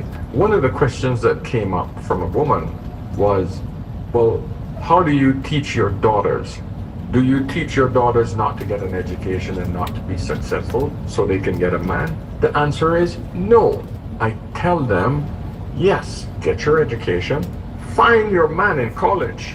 Find your man when you're young, in your most fertile years, where you're desired by the best men. If you're looking for a man on the same level, identify the young boys that are going to school with you at that time, or slightly older. See how their heads are positioned. Let me help you pick that man. And work with him up. Build with him going up from your early years. The standard mode of operation most women will teach their daughters right now is, you know, you have your fun in your young years, girl. You have your fun in your young years. Fun, meaning get as much sex as you want during your young years. It doesn't mean anything else besides that. Get as much dick as you want during your young years. That is it. Let me explain why I say it like that. A lot of them go, oh no, you go do your traveling and you travel and you do all of this. Why is it that she can't do that with somebody that she's serious with? Why can't she do all of those things that you're saying that are fun? Why can't she do it with one guy that she's going to spend the rest of her life with? Low and slow. Big Y. Nicely done. The answer is, yeah. In other words, it can be done. But what you're encouraging the young generation to do is to be hoes in their 20s, their best life. And so what happens? They go out and they ride every other dick and it blows their mind. It is fun. I've been there. It is fun. The problem is with women, it's a big problem because women produce a bonding chemical, a hormone, oxytocin, that bonds her to men. And when she's done this to so many different men, it is impossible for her to now settle down with one.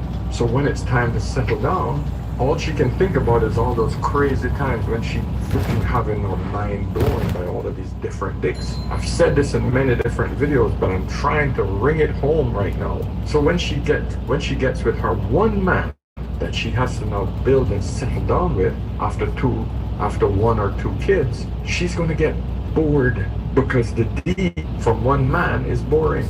And then it clouds her brain. She's ignoring all of the other things. She ignores how her kids are going to feel if she leaves this man. She's ignoring the mental stability that this man provides. She starts to find every excuse, every little kink in the armor, she's going to find it. Every older person will tell you this. In a relationship, if you go looking for a problem, you will find it. And this basically means that if you start to focus on every single problem, even when it's minor, it's like scratching a scab, it's like scratching a small little freaking scratch on your hand. It's like itching, right? And you keep digging away at it until it becomes infected and becomes a sore.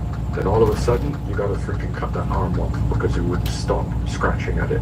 That's how women trap themselves into thinking that the man ain't shit. Because her brain is searching for an excuse to get back onto that old carousel. She's searching for it. It's difficult. Is it possible to give up and to take your mind away from that? Yes. But what is a better solution? Stop sexualizing our young girls to think that that is the most important thing in the world, that sex is the most important thing in a relationship. Because I can tell you, it isn't. Does it feel good? Does it make you bond? Yes. But is community, is companionship, is just having somebody in your space, that feeling of security. Are these things not the most important thing? Is the look on your kid's face when they see their father in the house, when the father's bouncing them on their knee, or when they throwing them in the air or playing dolly house with your daughter? That shit is priceless. But if you kick the man out and you bring some strange man in the house and he's bouncing your daughter on your knee, you don't think that's a little unnerving for you? And what do? You give that up because you kept scratching that little itch, because you had to get him out of the house. And so what happens? 3-4 years on the line, you ran through around 4 or 5 different these guys, it becomes boring. You realize that there's no value in it because none of these men would commit to you, and now you screwed yourself. Because by then, your husband, your baby daddy, has had a baby with another woman or married to another woman, and you're still left with you and your child, empty, sour. And I see this story so many times. It's not funny. So anyway, guys, listen. I don't want to make this a long one, or I just want to show one more video. So you wake up early in the morning to go to work to pay for a house that you're never at. And you pay for a car that primarily gets you from and to work, correct? The government takes anywhere from, let's say 30 to 50% of your wages. And then there's things like VAT, which is basically your money getting taxed that was already taxed.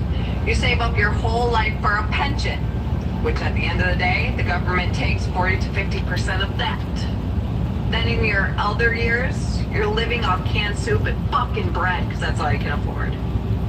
And then you get your state pension, which you can't get until you're like 180 years old.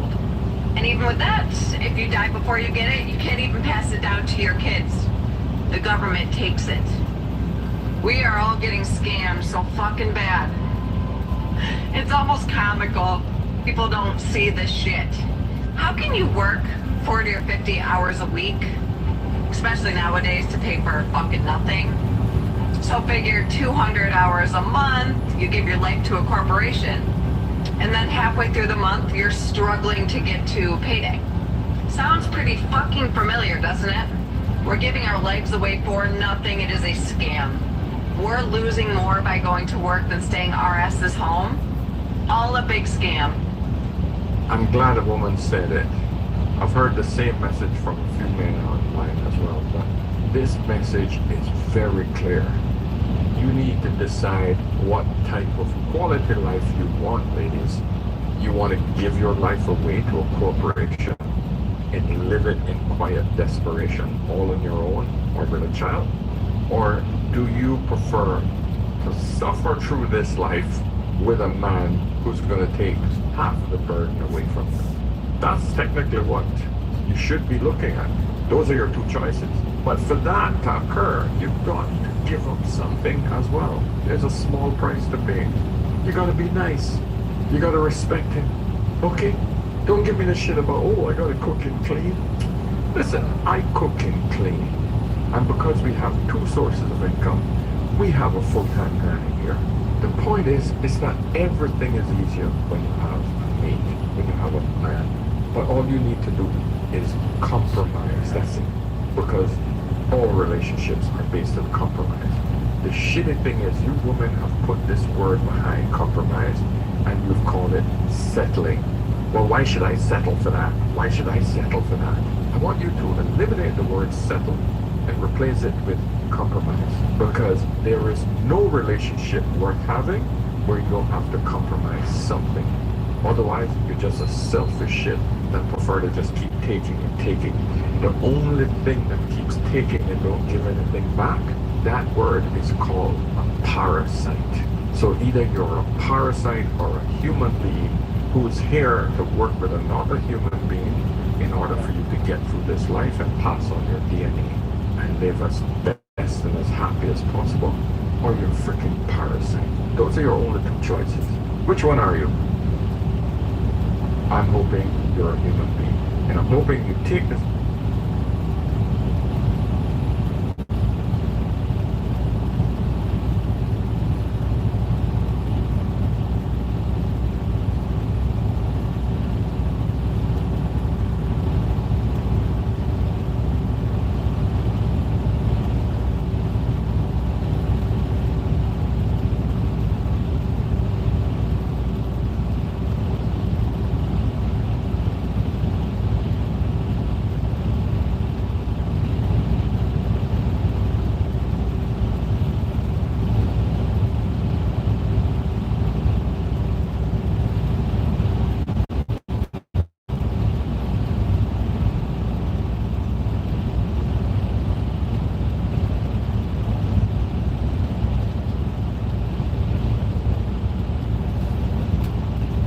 Unbelievable. This is a mecha versus zombies battle game.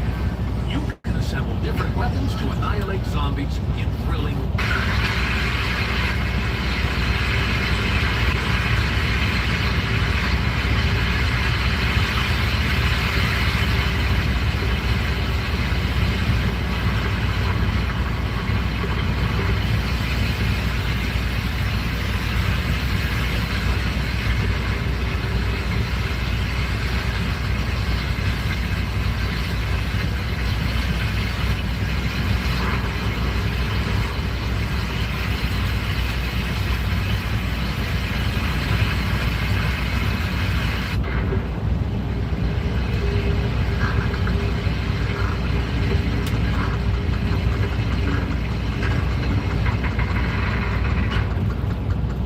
Dyno. One who willingly steps into this hole of hell has made a choice to cast off Buddha and the gods in favor of the demons. I see it is futile to try and stop you.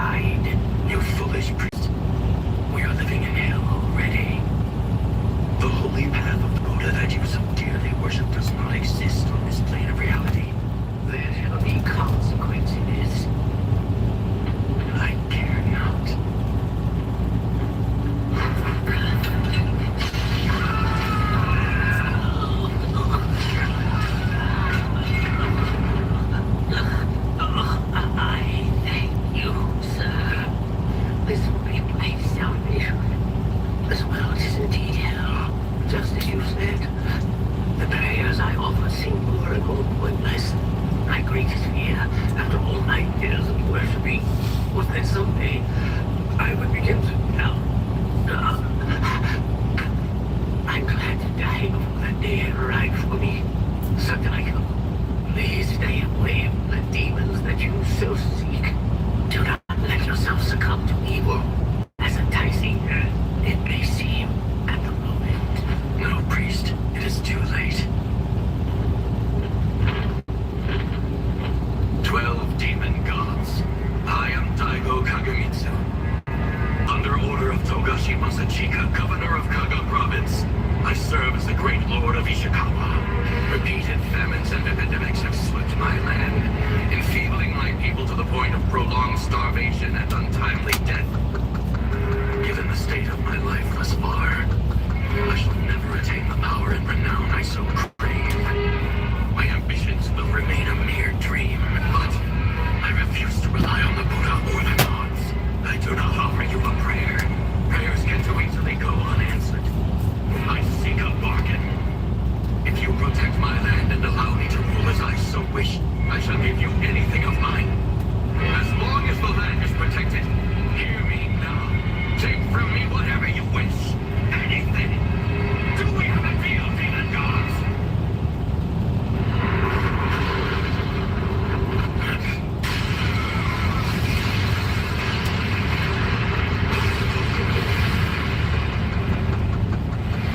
My lady, just a bit more. Closer. Push. Please, God us have mercy. Lend me your strength.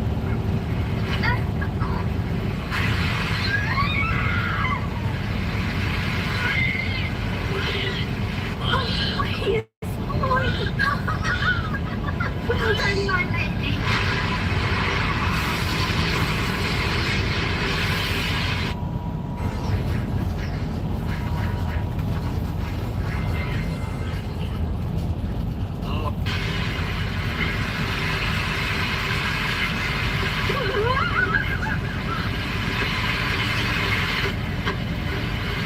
What is it?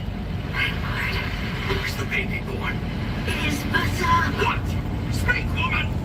It is done. We have a blessing. You now have a son. My lady. Here, you've done very well, my wife. Sir, no.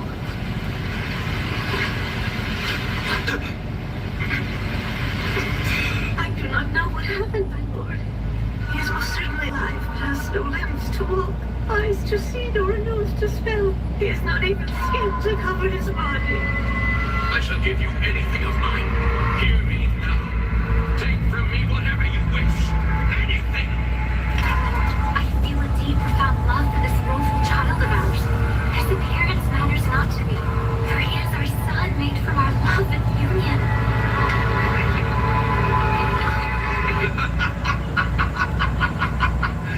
I've done it. My dream will now be fulfilled as I see fit. Then what? The demons agreed to the deal I proposed to them. You need not worry, my wife. Thank you for bearing him to term.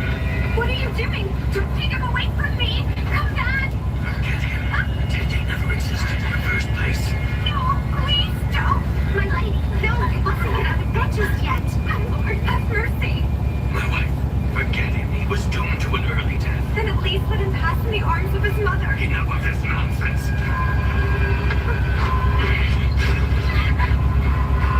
You will have a chance to bear another. No, you must. The next will be the heir of a great ruler.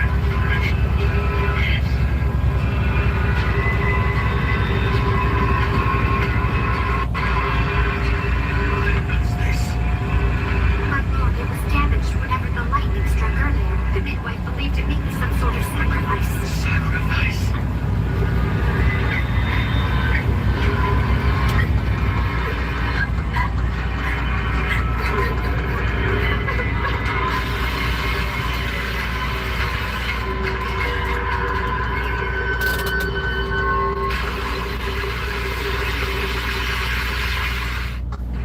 Unbelievable. This is a mecha versus zombies battle game. You can assemble different weapons to annihilate zombies in thrilling ways. Look, flamethrowers are more effective against regular zombies, but barely scratch the armored ones. Let me finish off these small fries first. I know you're eager to get into the action too. No worries. Let's upgrade to a Gatling mecha and carve a bloody path with rapid-fire machine guns. This is so addictive. Whoa, here comes another horde. It's time to assemble weapons again. Time to unleash the spinning saw blade rotor. Watching zombies get sliced into neatly diced chunks offers an oddly satisfying and therapeutic vibe. Oh no, a mega boss. Instead of upgrading to a Gundam, I'll just open the escape door. Oops, bad choice. Mission failed. Join me on the battlefield and let's crush some zombies in style.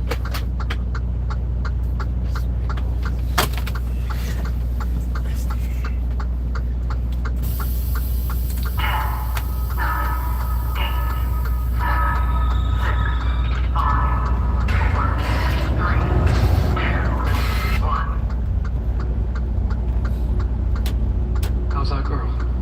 She's ready. You're gonna be the first person to transition from a human body to a synthetic.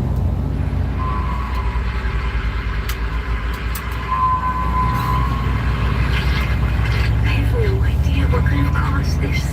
And sadly, dear child, her life will be far worse than any death.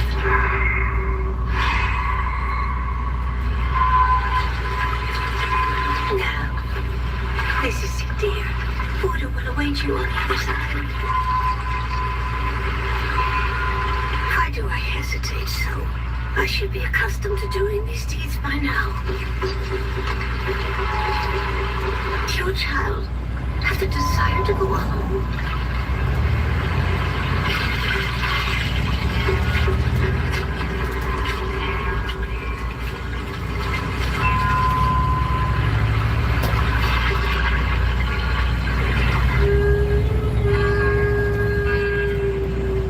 The rest is up to you and luck.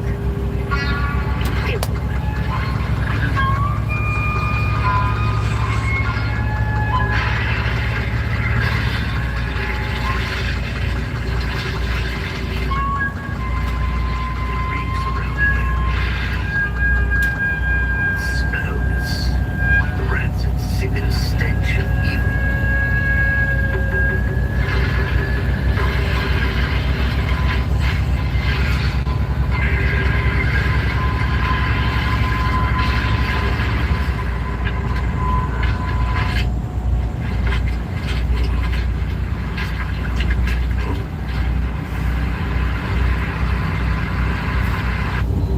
What is that?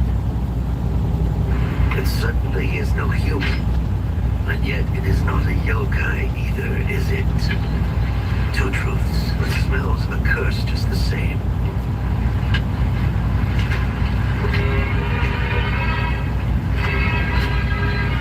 Daigo Kagamitsu's land rested at the border of Kaga. And on this day, so began its steady rise to prosperity, overcoming vicious famines which previously crippled its people. Meanwhile, a tiny soul cursed by the sins of his father quietly vanished into the wild. In this age, there was never a fortnight without the horrors of war. The lives of the people meant nothing more than the stones on the ground.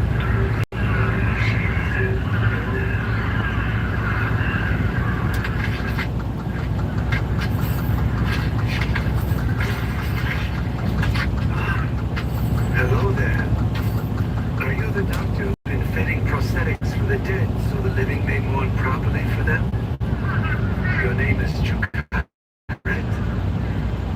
Your work is truly commendable. It's not.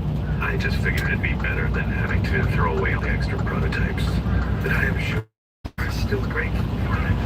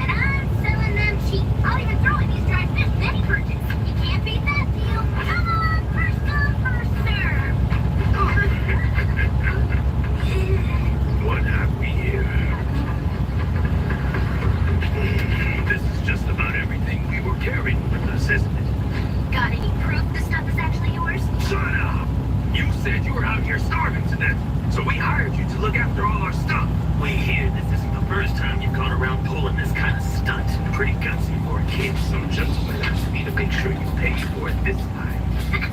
This is what you get for thinking I'm just some stupid kid. You know what, guys? You can learn something from me. Right.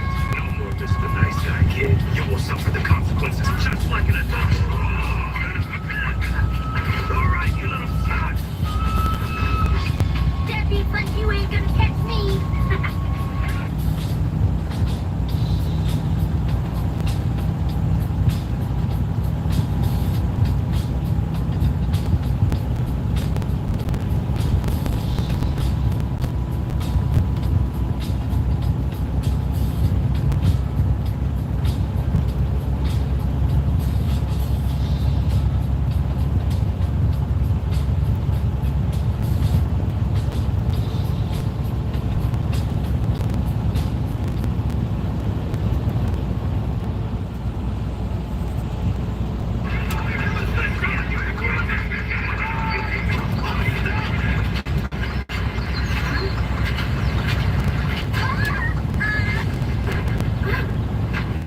Thank you, sir.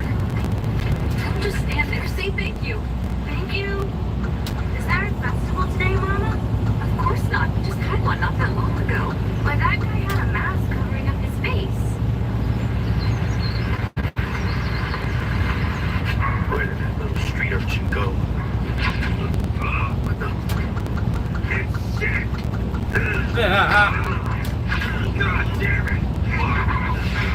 Clean yourselves up and try your luck elsewhere. Jim's gonna go get it now, Lord.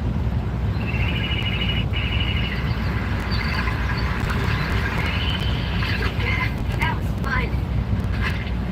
It's way too bad about that load, though. That was some good stuff. But I'll just have to find another sucker. What is it?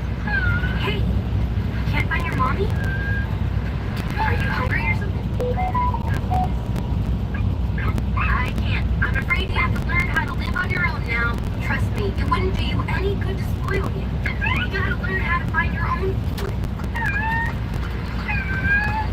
I'm sorry. I'm doing this for your own good, you know. No escape now, Doro. Hey, let that poor little thing go. Is this your puppy? Maybe I'll have to punish him along with you. You know what I say?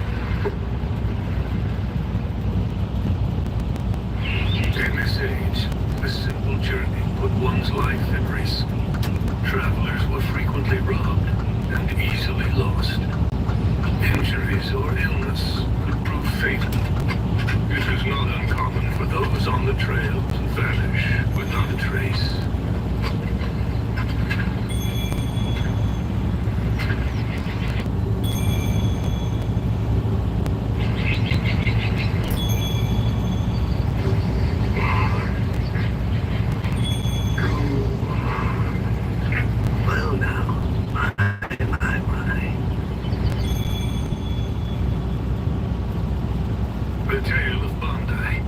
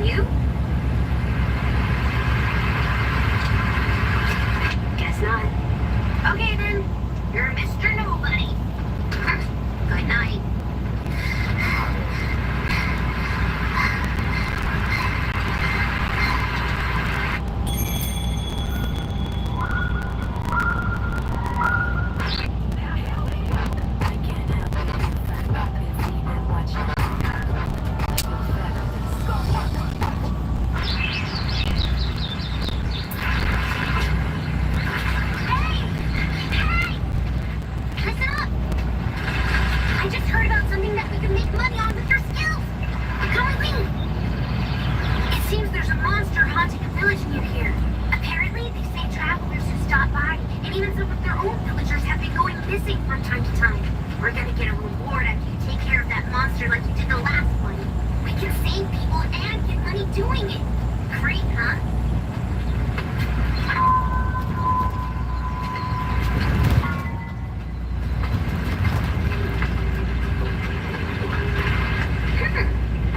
Yeah, this place looks like a jackpot if you ask me. They should have plenty to pay for killing a monster. Excuse me, did I just hear you mention a monster? Goodness, what on earth are you talking about?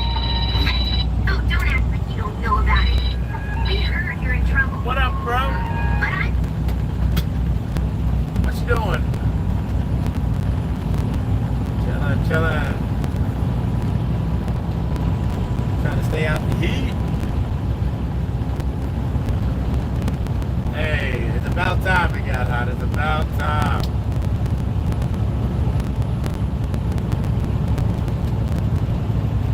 I'm on my way back down. I'll be there tomorrow to get Hokaya. Gonna be with me for the summer, as long as I can keep her. As long as he wants to chill. Yeah. I see no boy hitting them drum game. That's doing hard.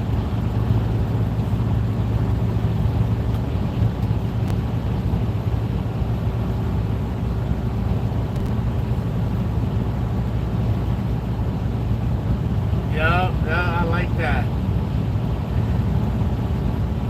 He was like, my man figured that out, yeah. My man figured that whole thing out.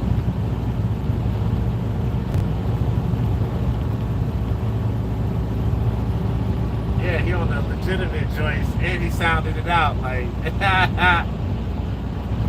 he got the timing down.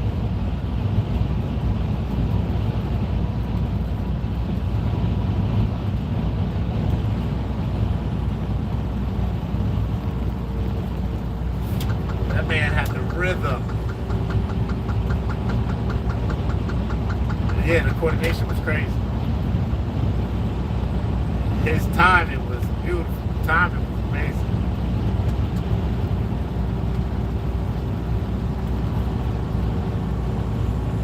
Yeah, he working it out.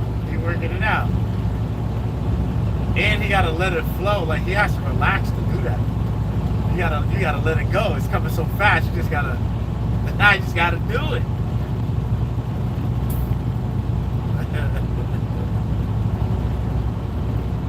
Yeah, that made me feel good when I was like, yeah, I like this. Ow.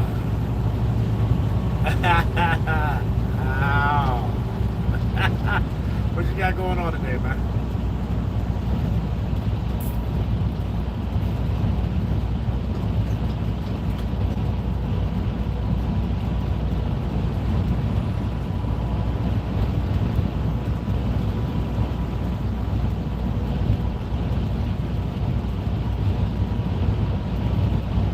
You gotta ask them if they got a tracking number.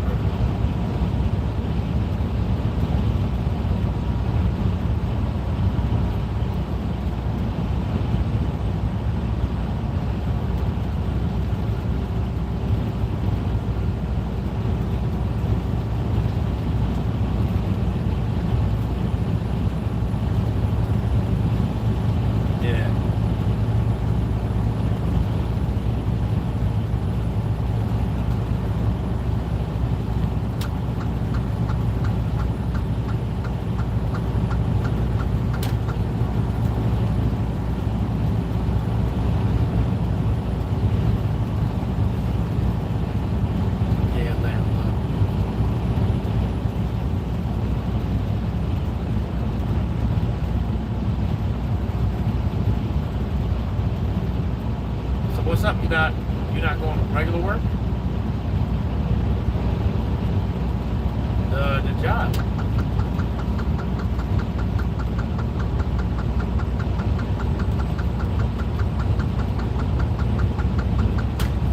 Yeah, but you're not looking for any other regular work.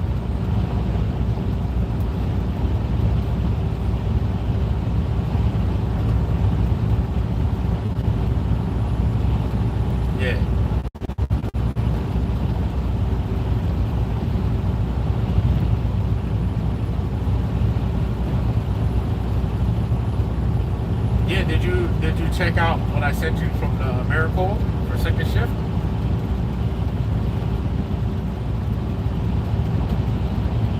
Yeah, hit them up again, man, because they left the time. It's crazy.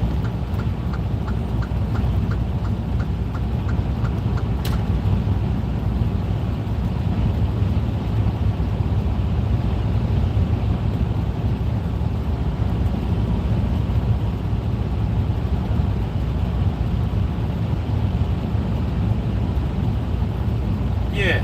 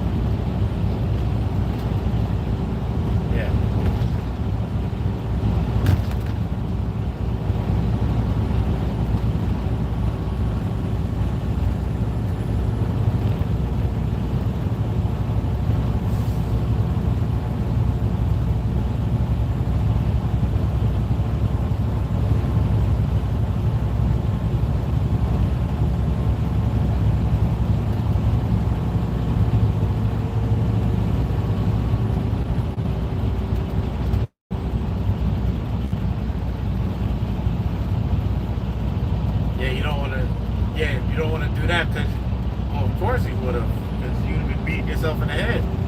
You gotta stay competitive.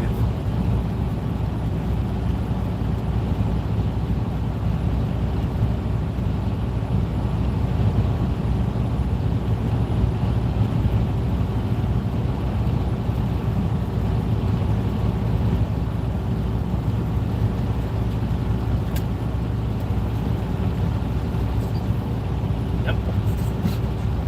Now you know. Now you got a market to work.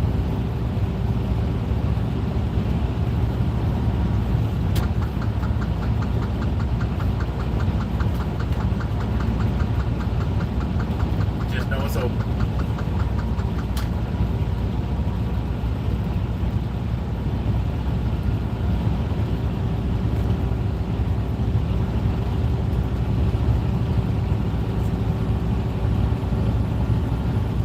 That's right.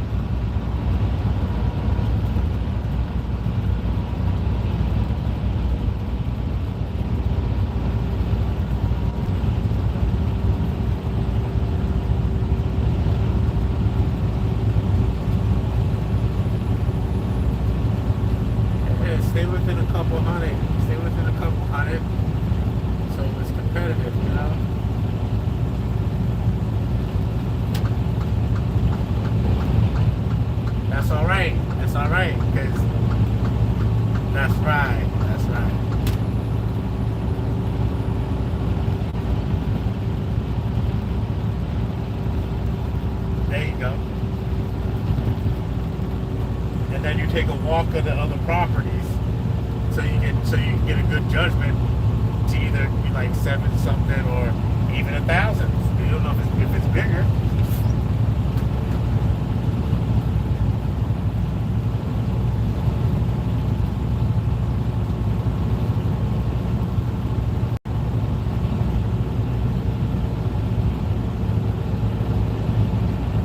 Yeah, exactly.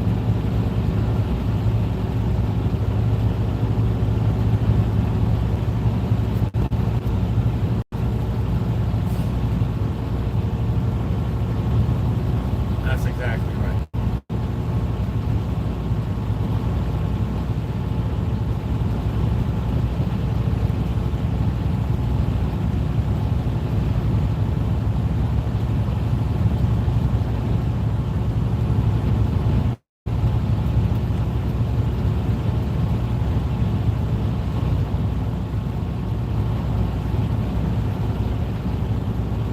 Yeah.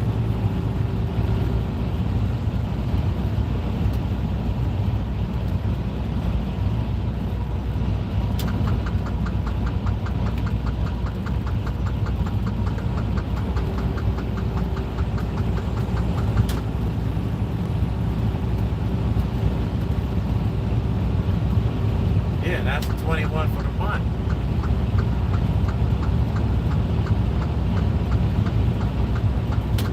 And that's just for him. So imagine that with some other Joes, and don't bite off too much you can chew, and you find somebody that wanna do some work, and you got the equipment. But if it's every other week, you can set it up where you're working every day, like, or every other day, and still make 5 to 10 grand and not be stressed out. Because if you're only cutting it once every 2 weeks, making 21, that's literally only 2 days of well, let's say 3 days of work every 2 weeks. So 1 week of work every 2 weeks.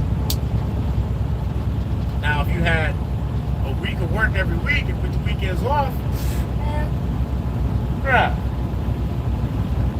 So you gotta think that's 2, 4, 6, 8. That's between 8 and 10 grand for the month. Just you alone, working 5 days a week, and even busting them out in the morning and going to a regular gig. Man, that's the come up for real. That's what the fuck I'm talking about. See what I'm saying?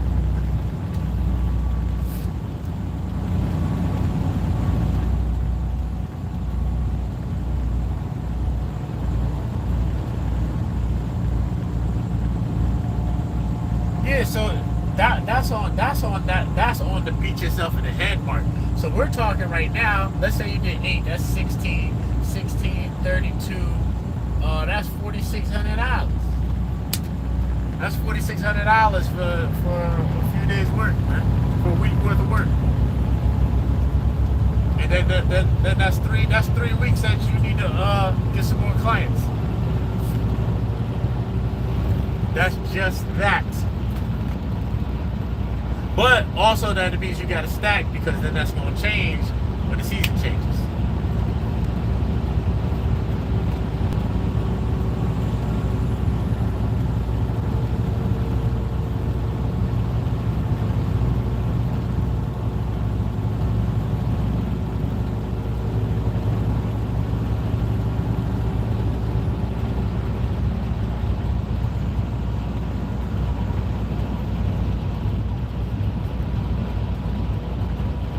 Yep.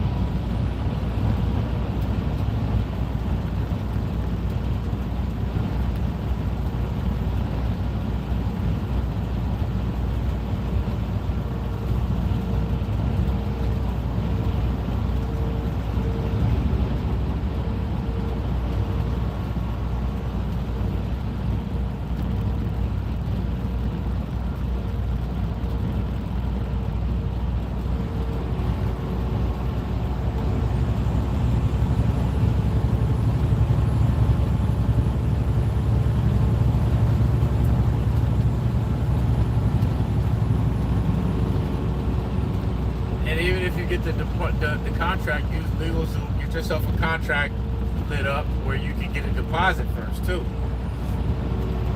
Get a deposit for the work.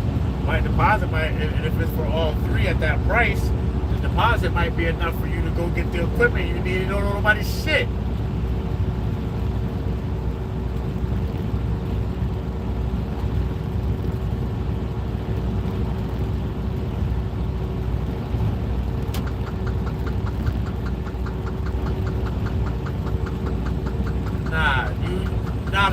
Not a startup level.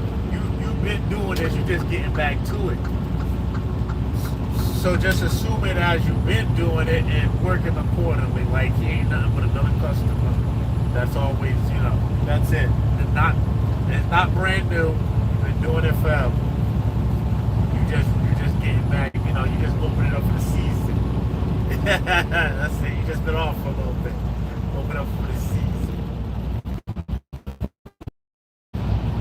Mindset don't shift with your work, you'll run into the same problem with the old mindset. And that's not the situation you're in anymore. So you don't need to think like how you used to. It all has to change. You ain't worked this hard to stay the same.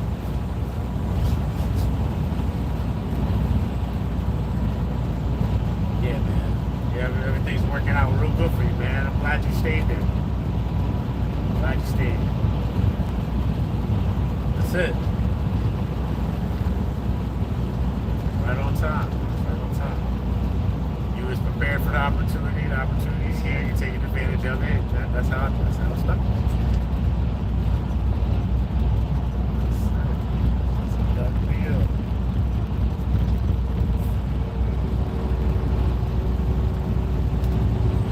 Yep, your position. You're in position.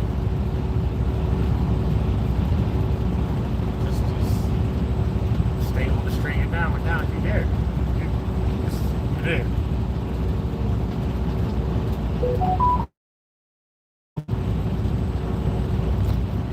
Sorry. You remember when I was transitioning, I was looking at everything like, oh, that looks like a problem. Oh, that looks like jail. Oh, that looks like it's gonna fuck my day up. Oh, that looks like you know what I'm saying? Like everything was an enemy. I looked at everything in the sideways, like, that looks like an enemy to me. That looks like the ops. I don't deal with ops. I'm going this direction, not that way.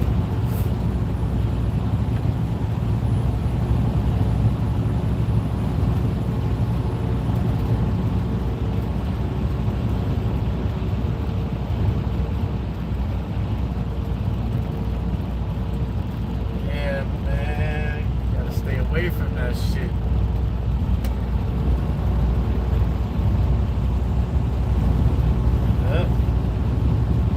And everything will settle down once you make a choice and stick to it. Because if you keep flip-flopping back and forth, you'll keep getting the same results. Just make a choice, stick to it, even though it sucks. Like I remember when everything happened with old girl and I couldn't be with, I sound like I wanted to, and that shit hurt, but I had to stay the course because it would have never panned out. It would have been back and forth, problem over here, baby mama drop. Like now it's like, yo, she knows exactly where she stands in my life. And that's it. Ain't no confusions. No playing games, no false flirting, none of that shit. Ain't no chance. You have no chance. The door has closed.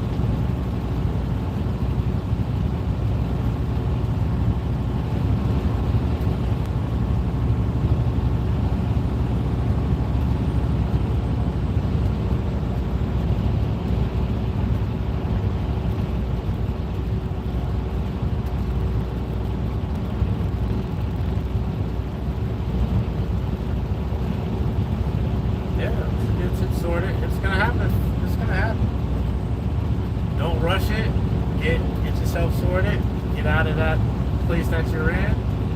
When some money starts coming in, you know, use it right. Get your other job situated. So when things are slow, you're still on the go. But just because one is slow doesn't mean the other one can't go, you know?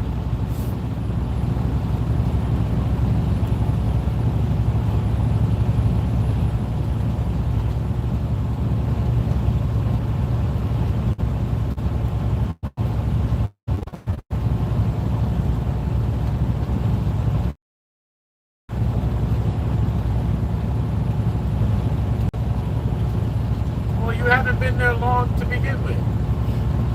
You know, it's just a place to get established. It's just where you landed when you came out. So you gotta be on the airstrip for a little bit.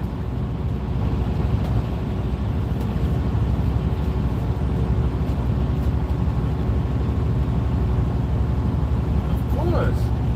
And you right there in the mix. You just gotta stick it out long enough to see something grow. You can't plant the seed and then go back and dig up the ground and be like, is it sprouting? Nah, you just gotta water that shit. Sit there and watch it. You know what I'm saying? And when you see the first sprouts come out the ground, don't uproot it and move it nowhere else. Just let that shit grow until that shit starts bearing fruit. And then you take the new seeds and plant them somewhere else. Well, that one keeps on growing. Now you got a little orchard going, you know? Listen, the forest grows from one seed, my boy. And your seed is growing. Let that fruit come. Let that fruit come. Let it get ripe. Let it fall off the branch and let the animals come eat the fruit and spread the seeds.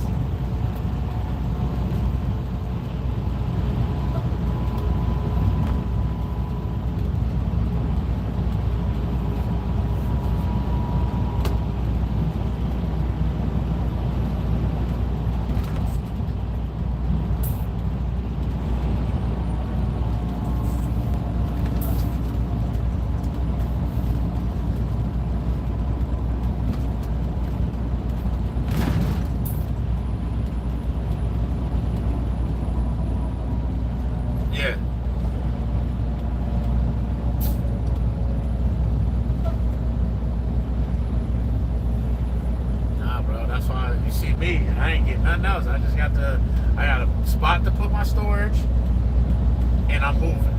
I'm constantly on the move until it's time to transition again. I be wanting to move. I be wanting to get a place. I got the funds to get a place, but I also, if something happens, the funds will be gone in an instant. You know what I'm saying? If the truck goes down and I gotta sit somewhere in some strange town for 2 weeks, bro, that's like 2-3 G's right there. Trying to find a hotel if there isn't one, moving from place to place, Ubering back and forth with the trucks down. Bro, I learned my lesson the last time, bro. I'm lucky I did what I was supposed to do. And then still having rent and stuff on top of that, bro, not doing it. I don't need it. It's an expense that I don't need at the moment. And I'd rather have the cushion than the comfort. Or should I say, I'd rather have the leverage than the comfort. If I have leverage, I can move from this position good. I want to be over leveraged. I understand where I'm at and what's going on. And that's how things have been moving smoothly. Like I'm gradually growing. I'm not trying to rush this shit. It's all happening. God is good. Just gotta let him work his magic. Let him work their miracles.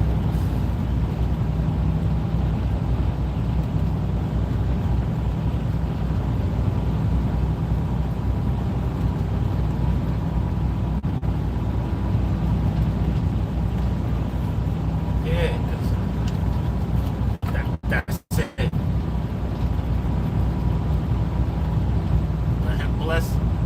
bless the hands, bless the hands, bless the ground.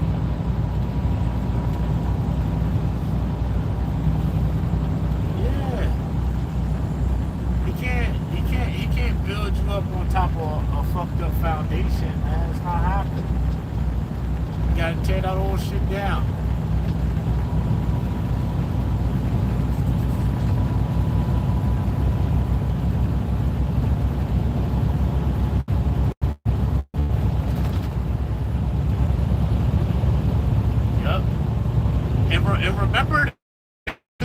Remember this. When you go to the new spot, be like, yo, I remember where I was.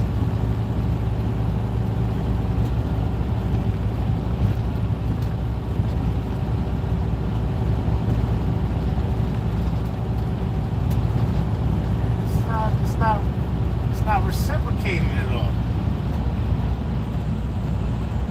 Reciprocated. So you gotta, distance yourself.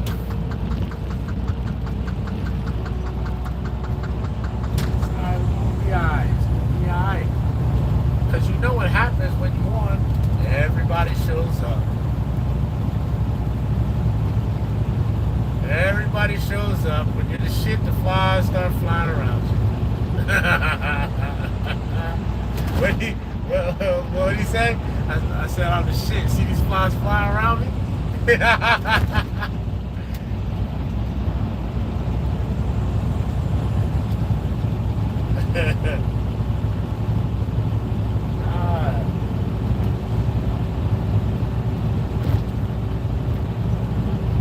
What was that shit? That was the chubby baby. He called me chubby baby.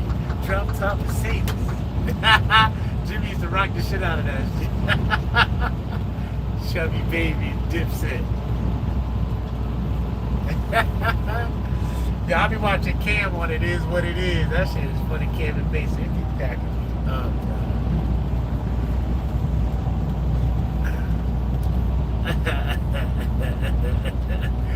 It helps the hour go by, bro. It helps the hour go by. They be dropping jewels too.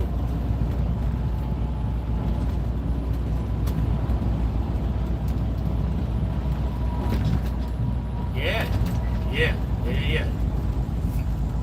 Matter of fact, you gotta go to work regular while you're situating this. The unemployment is just for the moment. Like just until you grab the next joint. It's not something to be ran out dry. You want to keep some money in the till. Because, life throws stuff at you.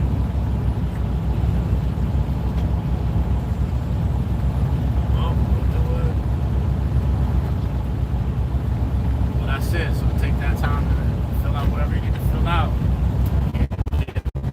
Position for the W. All it is, you gotta run the route and get in position so you can catch that lob, catch that pass. That's all it is.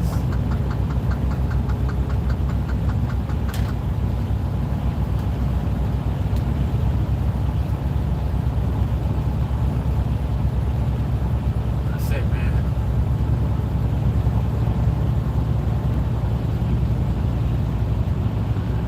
And that's it. That's where it's at.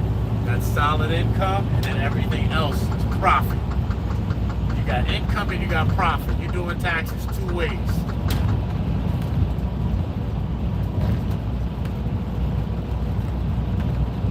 You're getting taxes two ways, and that shit feels good.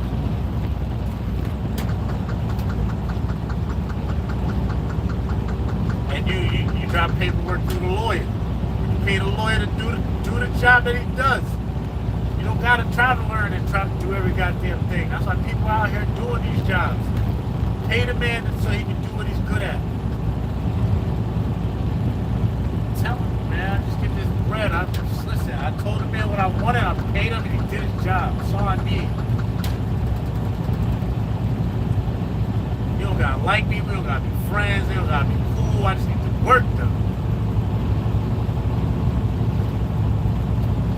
Coming to you for a service. In return, I'm giving you good earned money.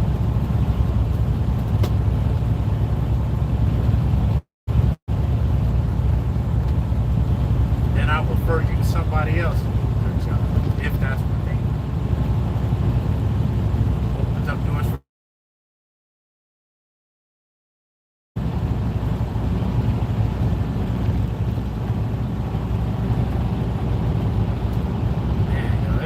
life is good when you get it sorted and you have a goal and you're executing on a daily basis to reach your goal. Life is good. Life is really good.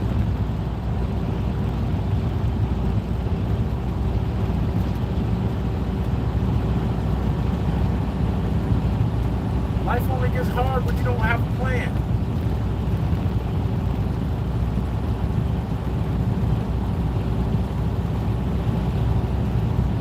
Gotta have a plan, man. I even make a plan with Hokaya during the year. Like, yo, what's the daily routine? Daily routine is homework. Homework as soon as you get home from school. What's the routine when you're in school? Just pay attention. You chill out at lunch. You can have a break at recess. Then we do the work. I even have to have him remember to tell his mom to sign the paper so you get credit for the work. Tell your mom to sign the paper. You gotta remember this stuff, because it affects you. That's it. Real simple. All I need to do is be there to guide you along the way, man, because all the work that's gonna be done is by you. That's it. If I see something I can help you with, I'm gonna put my 2 cents in, and you can cash out a penny and throw a penny in the wishing well if you need be. It's whatever.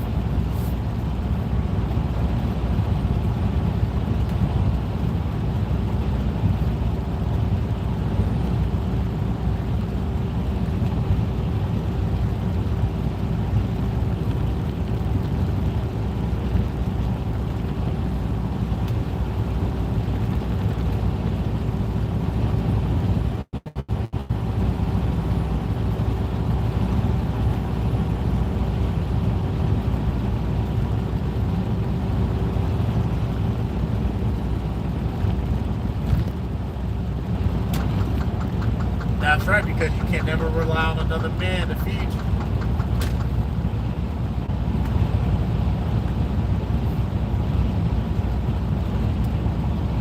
Bro, you did that in 12 months. Most people take their whole life to do that.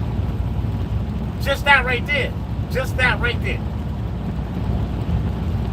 There's people our age that can't do that right now that's never been to jail. That are having trouble making ends meet and been at the same job for 12, 15 years.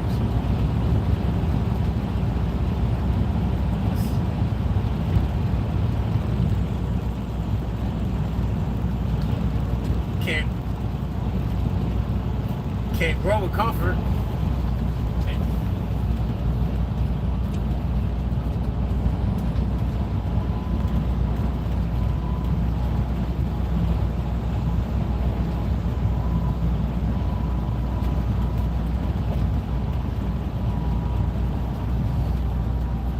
Your bills and you raise your income, or you raise your income and live below your means. That's always the solution. The solution is always to raise your income and live below your means. So however you was living on the job that you had before, if you can make double or triple that and live like the job you had before, that's how you get that's how people get rich, bro. And nobody talks about that. Everybody's like, I want to get rich as soon as I make some money. They start living at the means of what they have now instead of what they had before. And then they wonder why they broke all the time. Broke all the time because you want more but don't need more. You got to level up 2 to 3 times so you can level up your life once.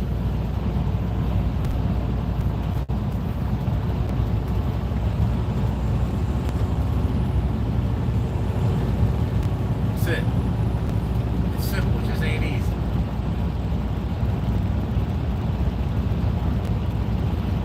That's it, man. Make good relationships. Good relationships and keep the money flowing. Work with good people. And be able to tell people that they ain't shit. You don't gotta tell them they ain't shit. You just gotta not deal with them.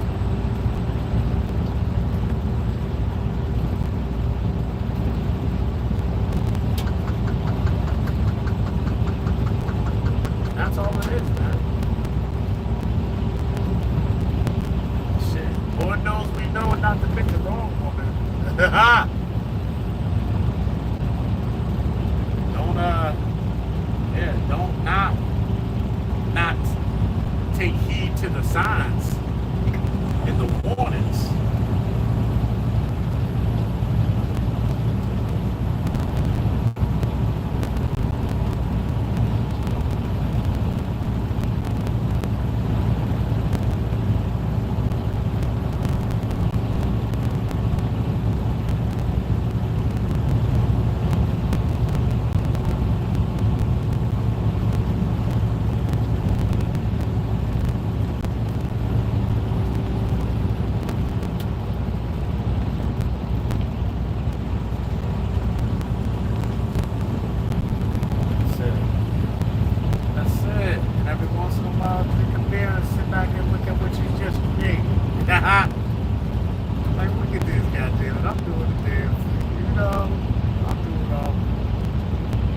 Exercise, keep yourself happy, healthy, keep it moving.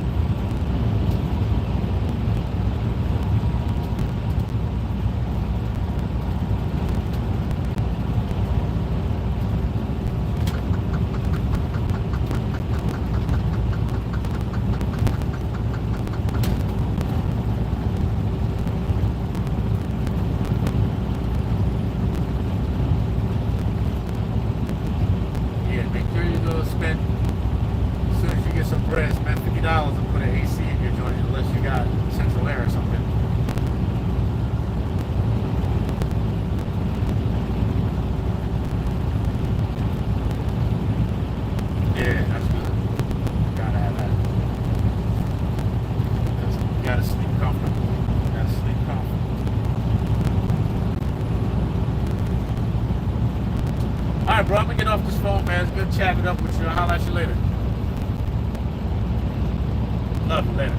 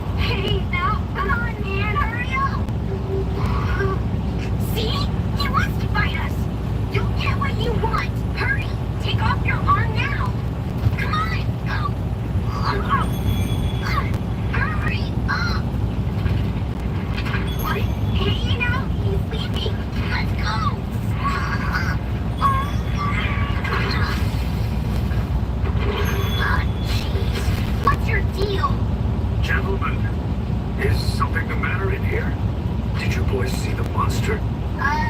It was here, but today, let's check it out. Yeah, it's not gonna be a big deal. Whatever you need to do.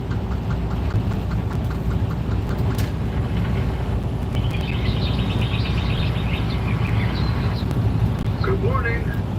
Are you awake? Yeah. Pardon me. Lady Bondi says she wishes to meet with you two this morning. Lady Bondi? Oh yeah, the village chief. Yes, and my apologies. I have yet to prepare breakfast. Sure, that's fine.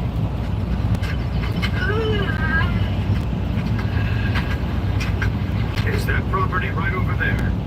Wow.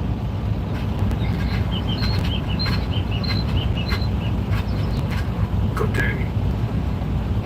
What the? It's really dark in here. Oh, of course. I apologize for being in such a state. Forgive me. For I no longer have the use of my legs. Yet the people of this village allow me to lead. You may call me Bondi. Is there some sort of problem, child? No. You're just, pretty. Thank you. Forgive me for calling you all the way here. I heard so much about you from the villagers, I had to meet you right away. Especially that gentleman there. I thought you might be. And I was right. What? You know my friend?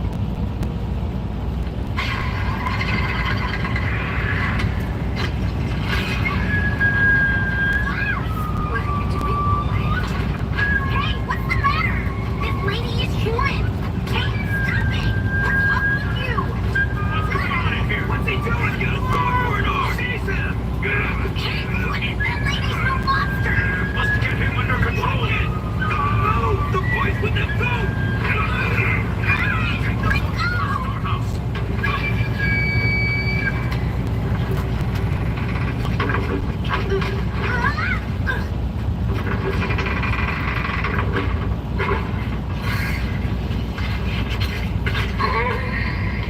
What the hell was that? You didn't move a finger against that thing last night, and then all of a sudden you go nuts and start attacking a nice-looking lady. I get it. You really can't see, huh? You don't see nothing. It's quite lively in here today. Huh? I'm glad to have some companions. What's your deal? Did you get into some trouble too? I heard of a monster in this village and came to see, and instead they locked me up in here in my sleep. Why? Who knows? But perhaps this has something to do with all the people who have disappeared. Anyway, I've seen you before somewhere. You see? Yes, well, sort of.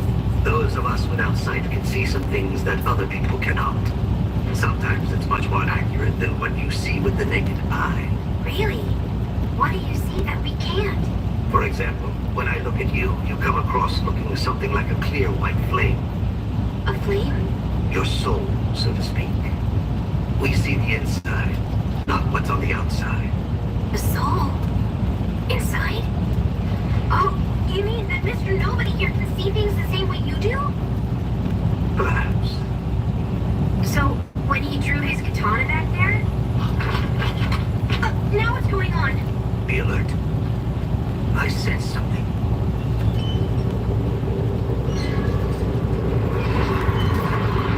Now I can't see. Don't you worry. We're used to not seeing anyway.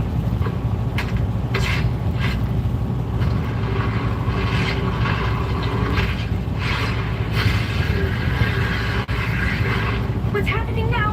What was that noise? Come with me, okay? It seems like this well is connected to the outside. I can't see. I'm scared. You'll be fine. See? Feel that draft? This place? There's your friend right there. Welcome back. And you come here to cut me into pieces. A poor, sick, crippled, and helpless woman. Give it up. We can see your ugliness, what you harbor inside of you. What color? Let me see. Yes, of course. She is the murky color of blood. The worst color of all. I should have devoured you when I had the chance.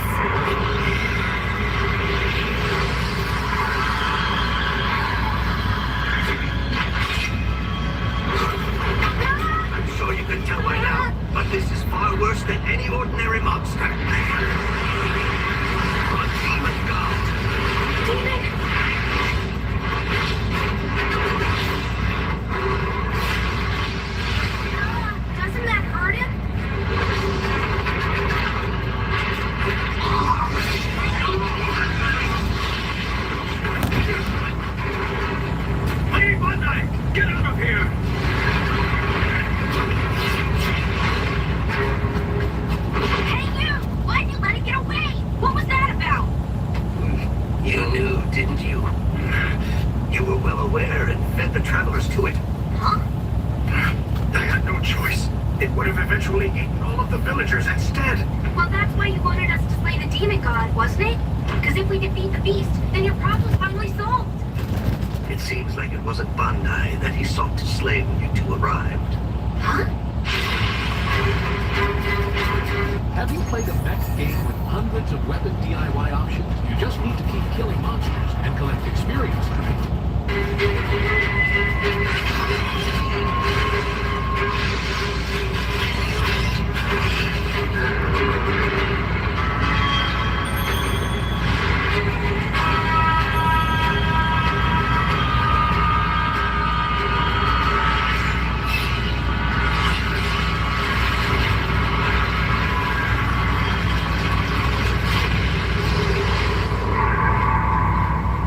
I cannot believe it is so. To think you were alive this entire time. Seems not everything could be taken from you. It's the only explanation. There is only one who could not get to you. If you come to reclaim the rest,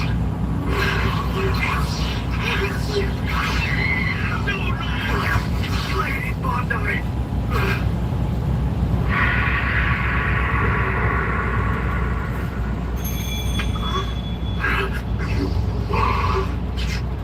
it's him. What's that? Oh, look at this. It's some money. A lot of it. The money of the travelers. It's all Bandai left behind. Huh? What are you talking about?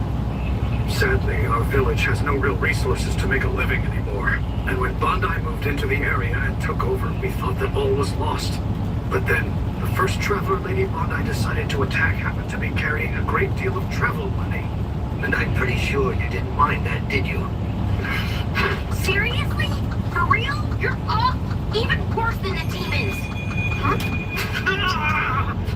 Stop that sound! I'm begging you! I take it that is what you initially wanted us to slay, yes? It was his!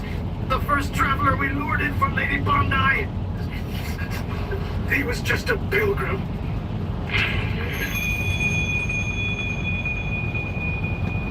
I'm sorry. I shouldn't have been such a jerk after you tried to kill Bandai.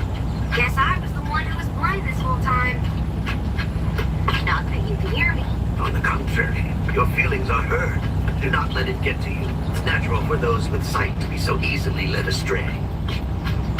Actually, she looked like my dead mama. She looked like her. Interesting.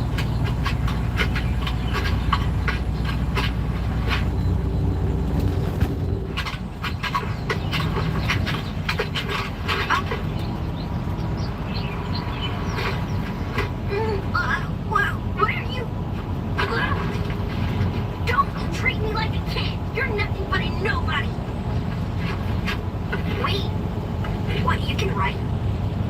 Hey, can you tell me what it says? Perhaps. Let me feel what he wrote.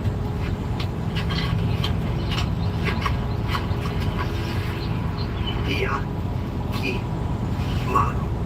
So this must be his name then. Yeah? Hyakimaru? Alright then. It's nice to meet you, Hyakimaru. I know you too. No wonder I remember you.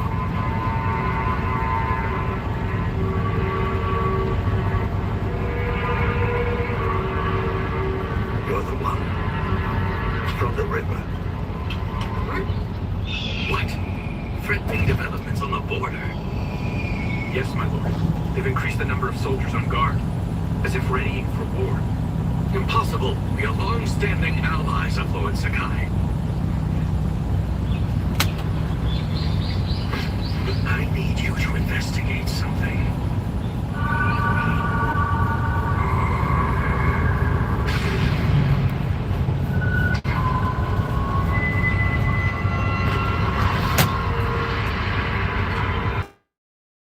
Hey, you okay?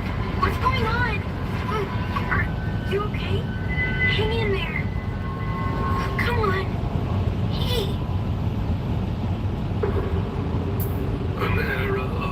endless war. Battles raged and ravaged for centuries. Its destructive reign unrelenting. Bloody scenes of carnage forever lingered from the lore of ancient times.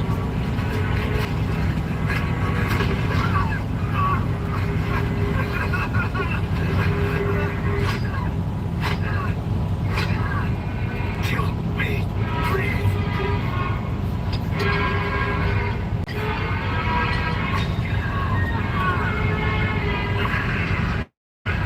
Still live to even I'll see this as a warning.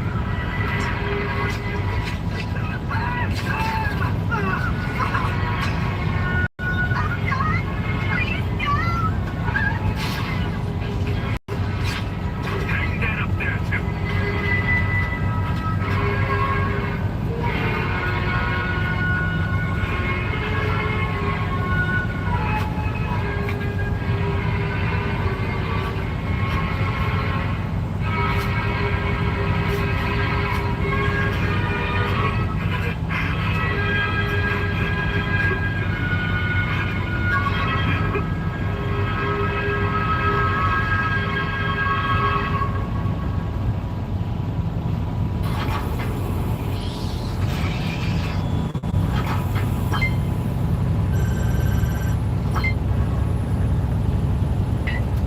The Tale of Jukai.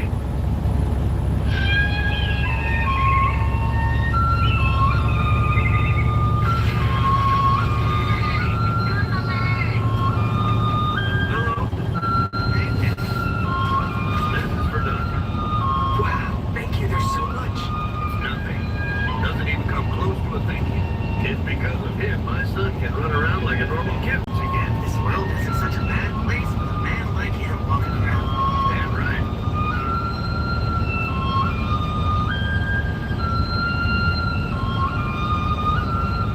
You should be able to move it with the muscles in your hand. All you need is a little practice. Oh, wow. Look at that. I have an arm. I'm so happy for you, dear. Right? You mean I can really have this? Isn't there some way I can pay you? I only do this work because I wish. Thank you so much. Master, if you would please teach this man how to use his new arm. Sure thing. Next. Dr. Jukai is like a god or something. You're right. He really is.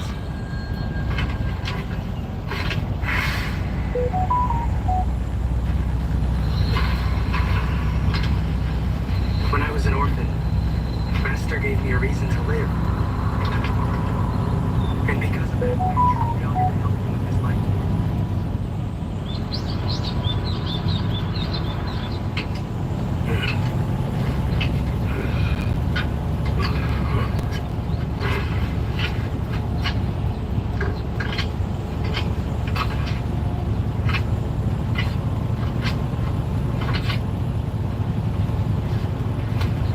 Master, he's been up all night long.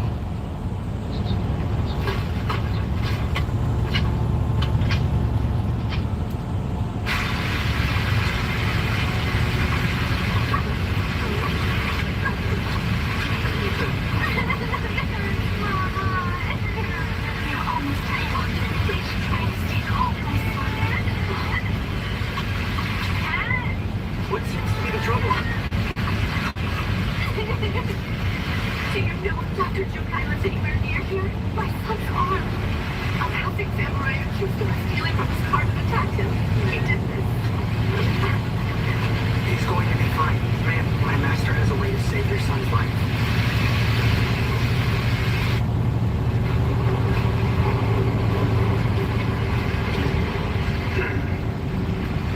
I'm afraid it may take some time. But I'll do everything I can. I don't know what to say. Thank you so much. This is wonderful. Did you hear that? Uh-huh. My heartfelt gratitude. I cannot thank you enough. You will be back to running and jumping around in no time.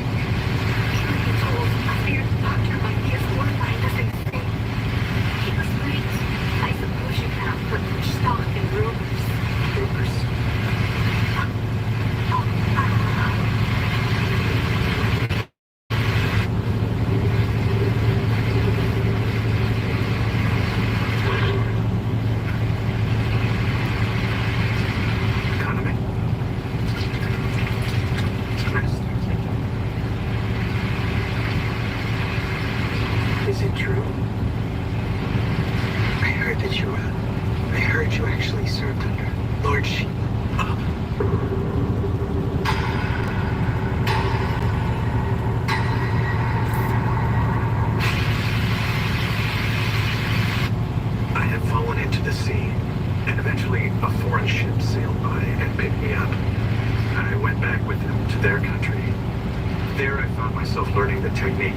prosthetics for those who have lost their limbs.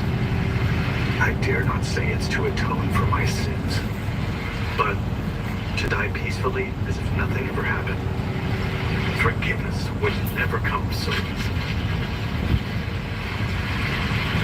I should have been killed, but I was left to live. It meant there was something I still had to do. It was the Battle of Kanaishi in Shima Province. That is where my father was killed!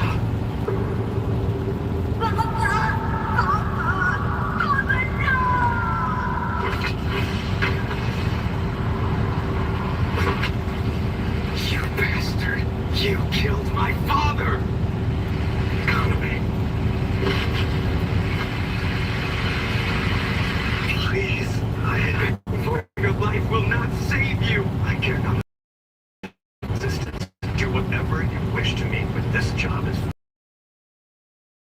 help a mother and her child.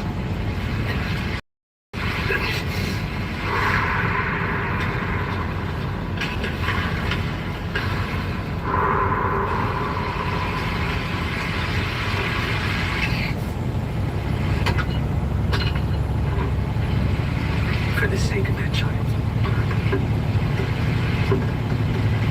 Thank you.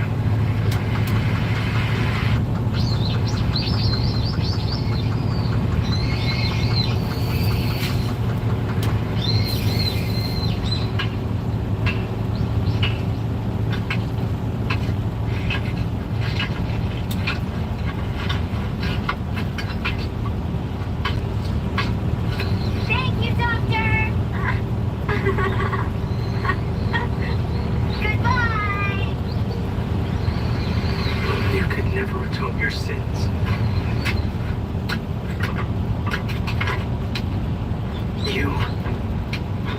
You can rot for all I care.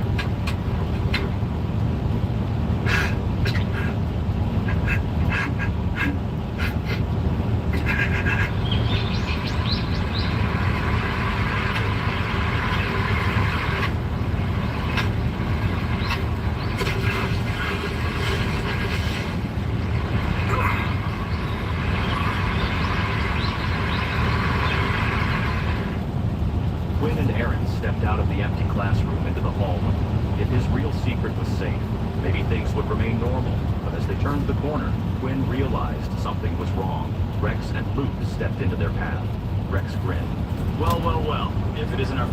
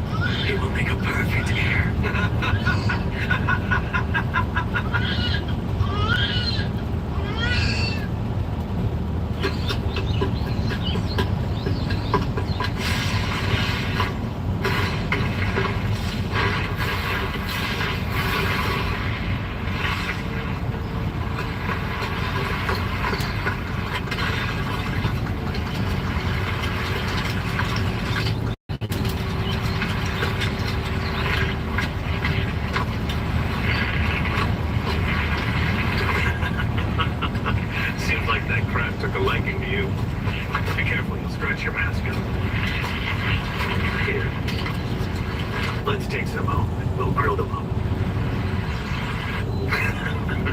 It's about time to head back anyway.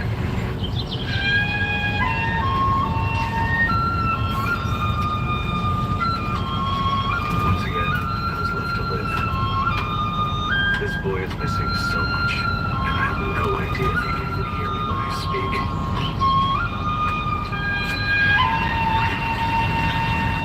But this child has a curious power.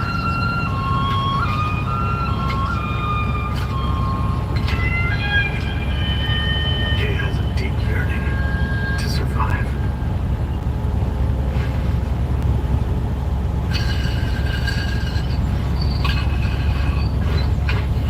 This is to be your name now. It means that unfortunately you're surrounded by demons, my boy.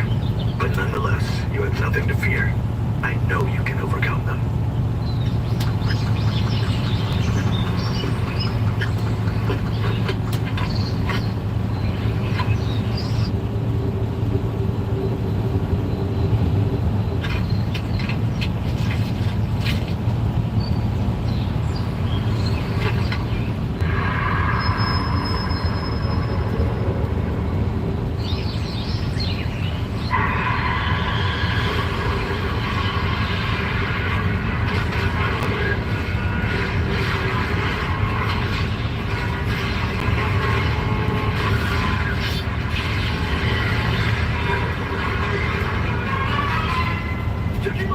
Are you okay?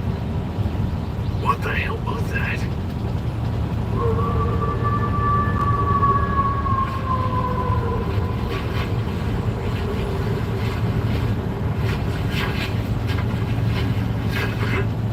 What is it, boy?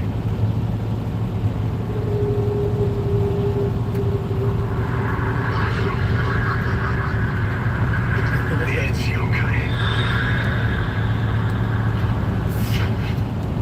They must somehow be drawn to Yakimaru's unnatural powers. Yakimaru, I cannot protect you forever. In order for you to survive and live out there all on your own, you must discover your strength.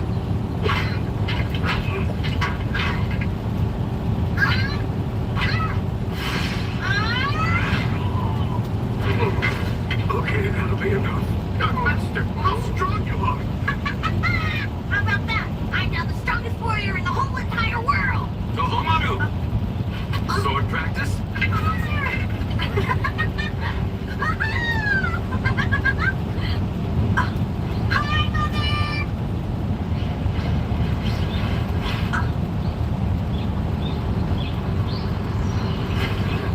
What's wrong?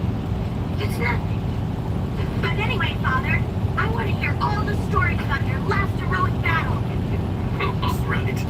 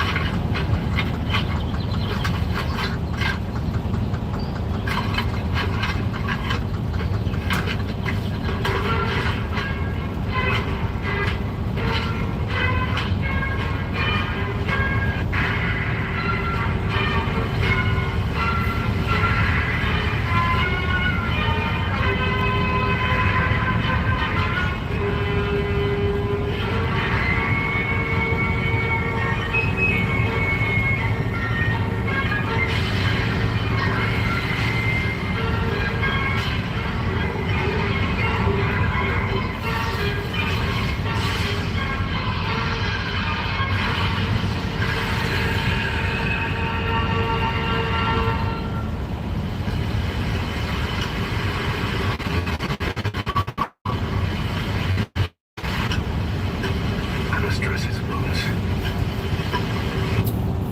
When you start playing Supremacy 1914, you'll quickly realize that some states are destined for war.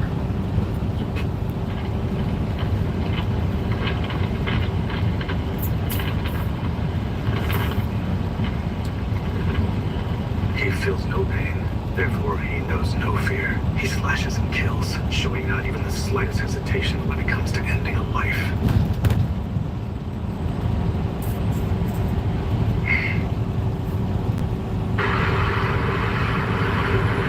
I only wished for one thing. For him to overcome his destiny and live strongly.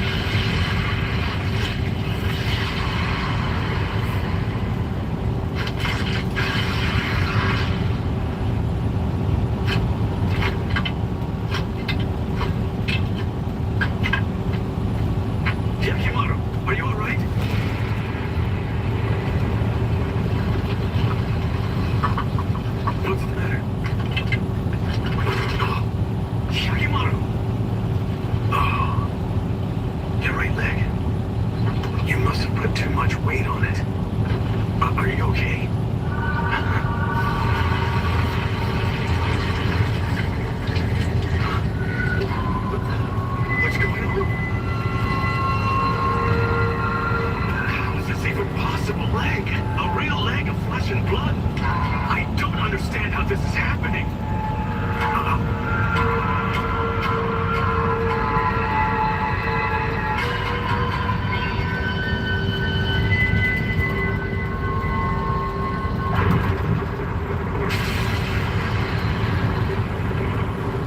Yokai. They do more than consume us. At times, they delude us and lend us powers. They allow a person to benefit from their supernatural abilities. But in return, they take something away. It may be that your body, your very being, was taken from you in just such an arrangement. I cannot go with you. I would only be in your way. In the end, I can do nothing else for you. All I have done is teach you how to kill. This amulet, you had it whenever I found you. If you hold tight to it, it may help you one day find your real parents.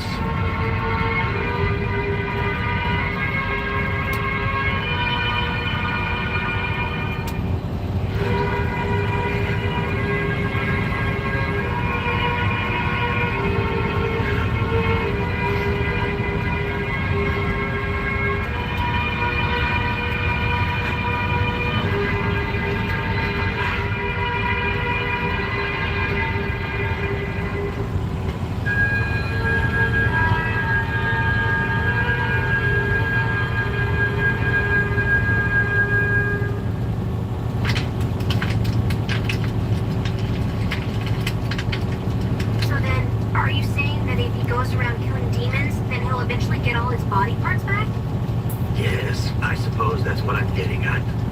Someone must have made a deal with some impressive demons a long time ago in exchange for that poor boy's body. That's terrible! I don't know what kind of deal they got, but his eyes, nose, and mouth, they gave like all of his important parts away! Indeed. One must be prepared to burn in the fires of hell to do such an evil thing. So, what do monsters even want them for? It's not like a single eyeball is going to make all their bellies any fuller. Who could tell? Perhaps it fills their souls in some darkened way. What is that supposed to mean? Yeah, tomorrow, you're finally up. Hey! Well, pretty hot, huh? Ah, yes. You've regained your pay. What are you doing? You're gonna get burned. Come on! What in the world's gone into you? Seriously? Man, you're a handful. Jeez.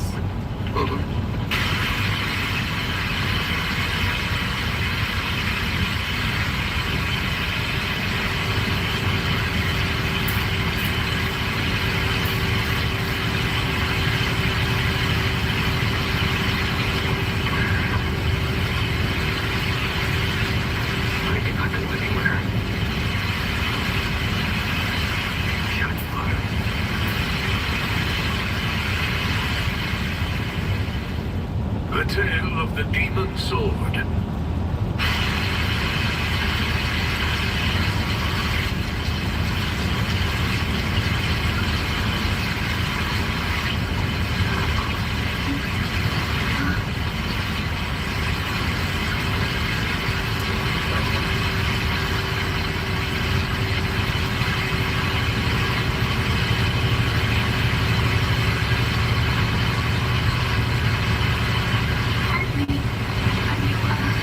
Don't bother.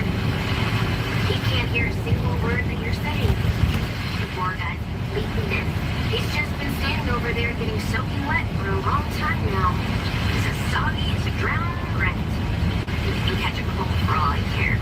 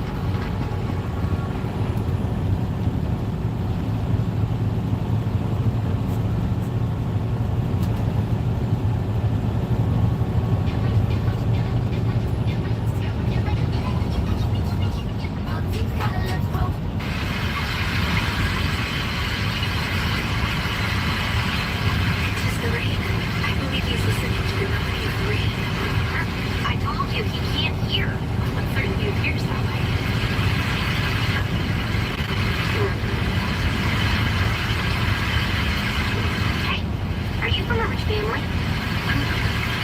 You have pretty words and a ladylike face. I can't imagine you're some country girl.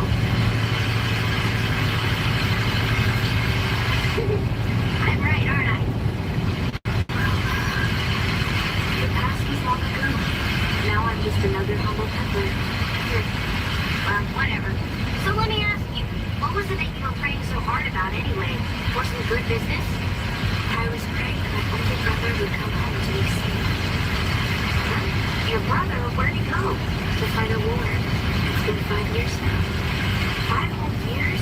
If it's been that long since he left, he's probably already...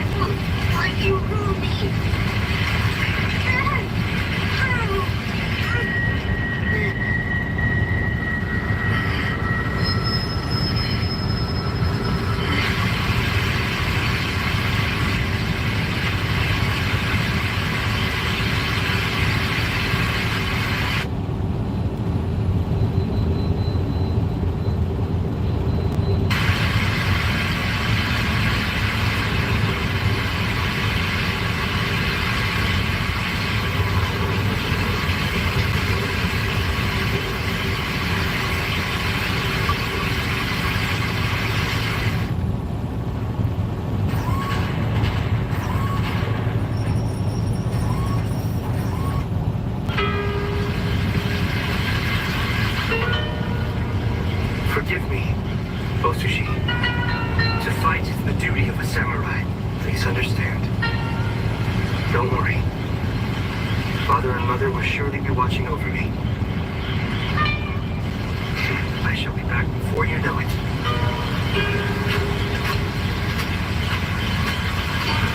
I do hope so.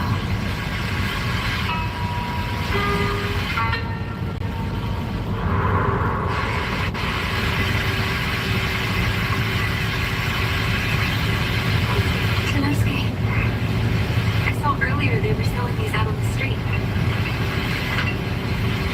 Chestnut rice. You always liked chestnut rice, didn't you?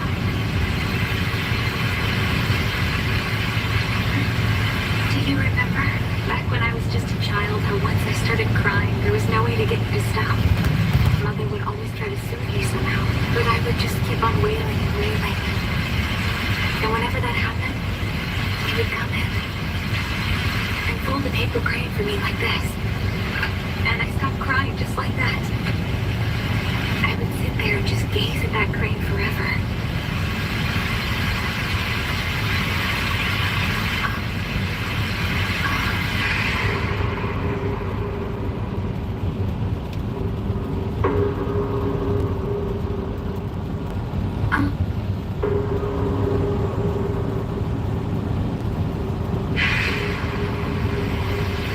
I'm here.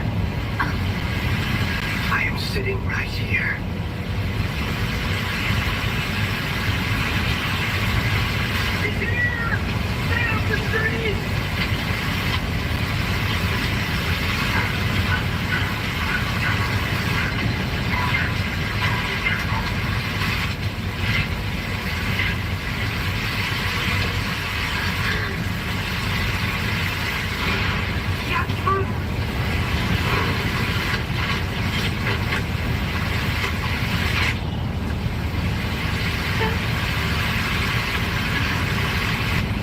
Okay, brother, let us go back home. Come back with me. Sanosuke, say something. I'm begging you. Please tell me what happened to you. What made you? What made you like this? Please, do it now. I said to kill him, Sanosuke. That castle carpenter has been quite a magnificent force for him. Not even a great renowned army could come in and take it over. However, if he betrays us, he could expose its weaknesses to enemies. It would be no better than a sandcastle overnight. So you must kill him before that happens.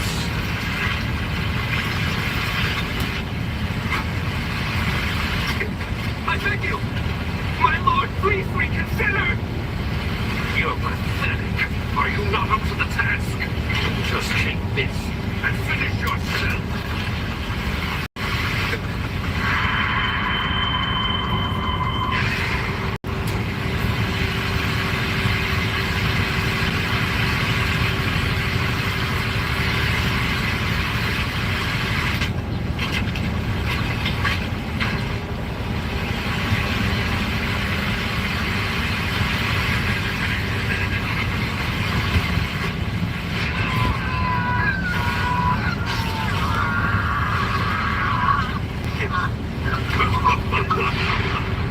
That is an old katana that's been stored away.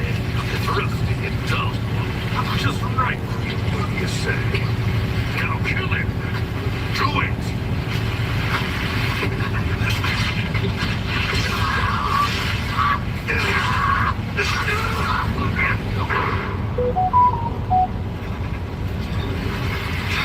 That katana is special. It's said to get sharper as it comes into contact with blood. I have no idea if that is true or not. But there's certainly enough blood here.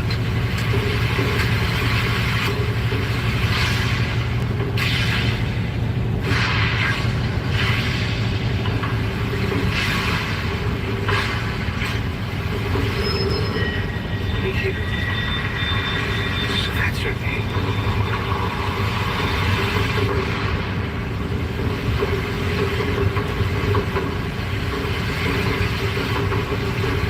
My lord, it wants more blood.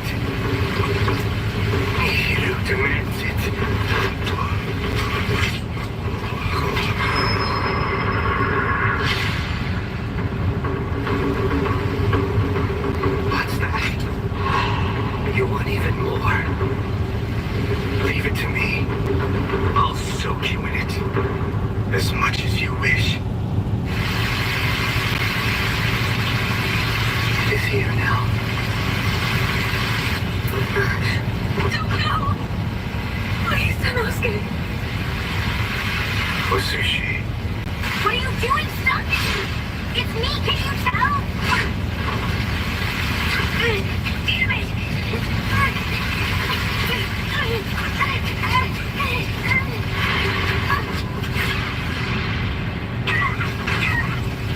Unbelievable. This is a mecha versus zombies battle game. You can assemble different weapons to annihilate zombies.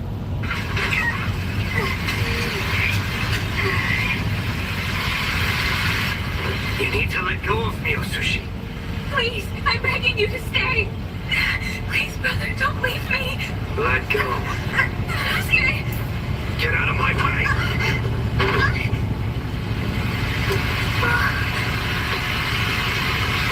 Everything changed whenever you left for war. I could not defend the house nor the land on my own. And now it is all gone. But with you finally back here with me again, we can live like we did before. Please, stay here with me. I don't care if you're not the same anymore. I don't.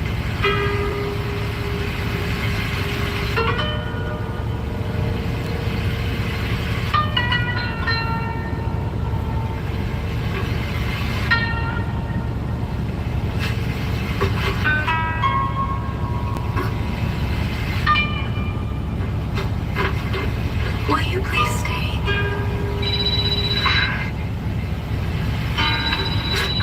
Sanosuke! Who's calling? Tana! Hello?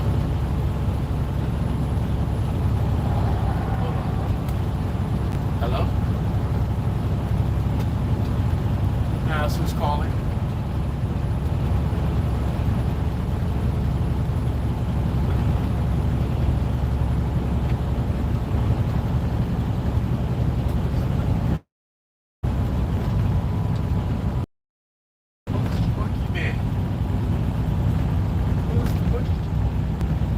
This is a different number from your text. It really is though.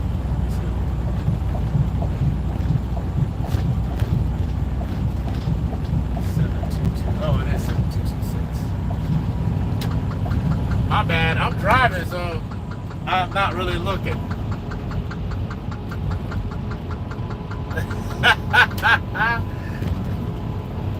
I'm like, it's a different number. I'm looking at the number all small, like, hold up.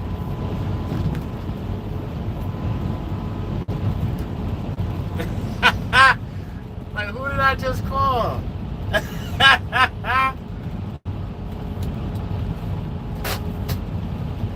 My bad, that's me being crazy, my bad. How you doing, Boogie Man?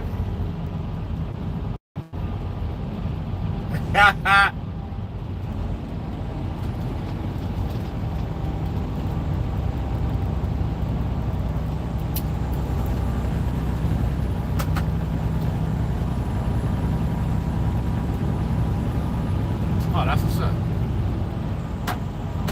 How old are they?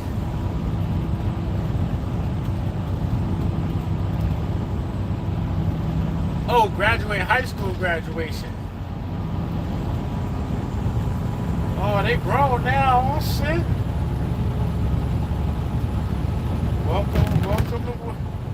Welcome to the work life.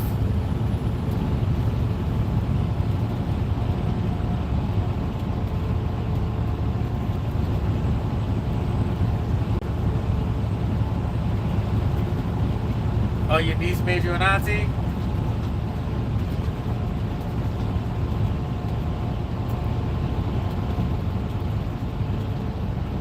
Okay. How did that make you feel? How did that make you feel, auntie?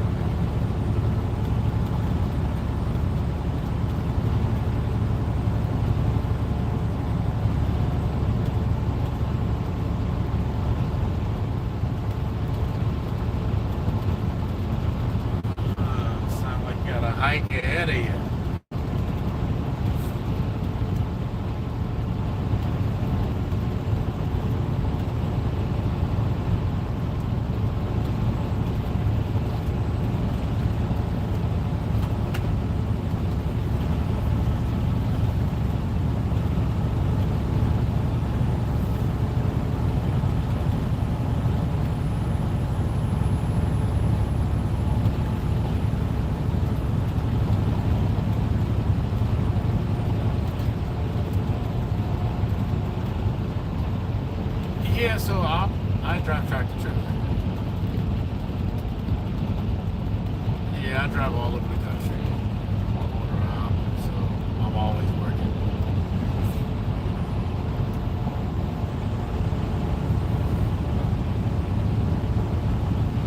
Hey.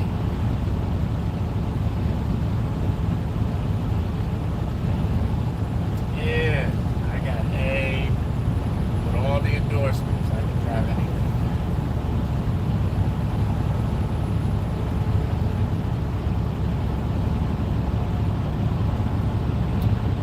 No, I'm all over the country. I used to be local back in the day, but now that I work for myself, I go everywhere. I've been to all 48. All the lower 48. From Washington State to San Diego to Miami to Maine. Every single one in between.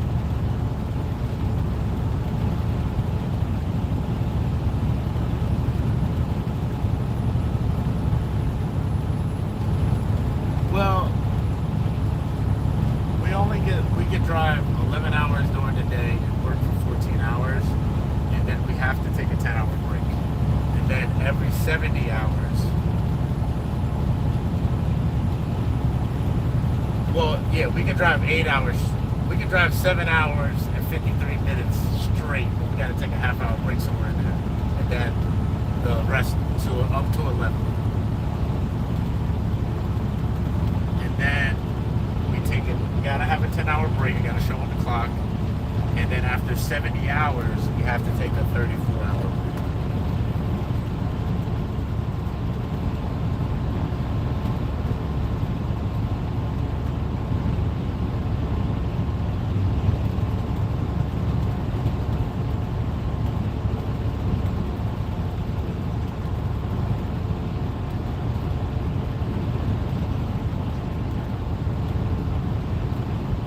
Oh, that's what's up. So you'd be an asset if you ain't got your CDL.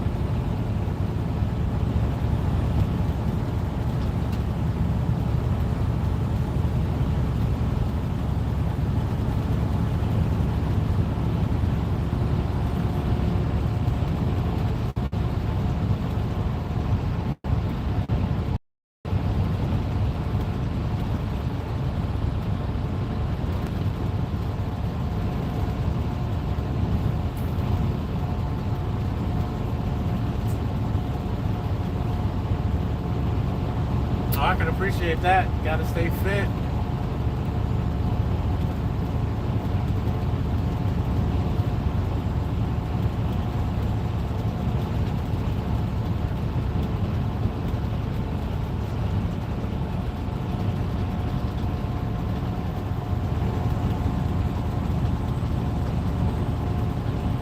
I know that's right.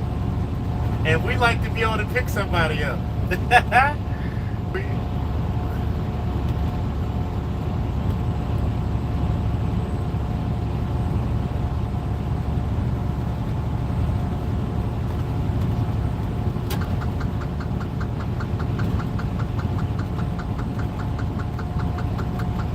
No, that's only natural. I can curl you. Just overhead press with you. You look like a Slimmy.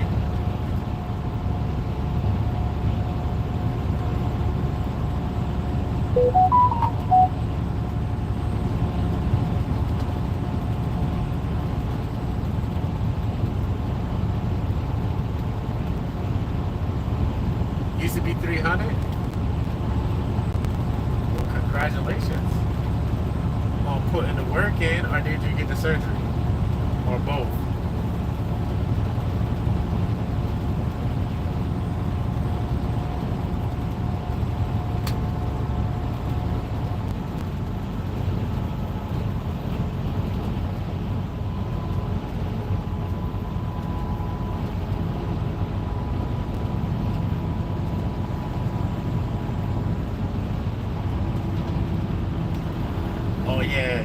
careful with the alcohol and the food. That shit'll catch you quick.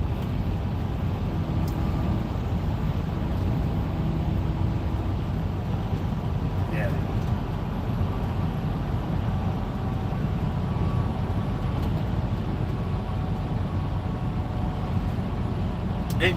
And it says you're tall here. You're tall, so you could probably hide it pretty good too.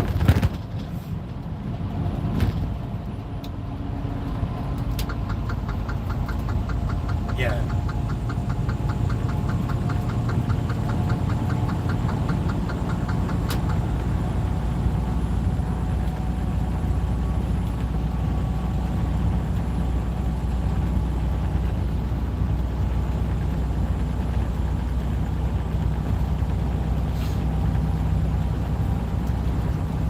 That's what's up. I'm glad you got sorted. You got yourself together, girl.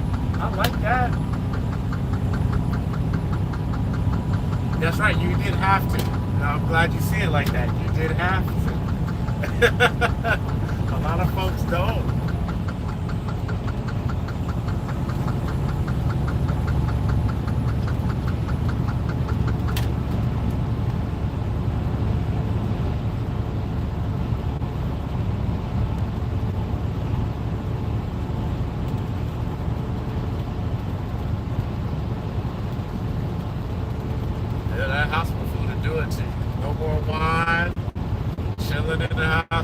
Down all day, your body eating itself.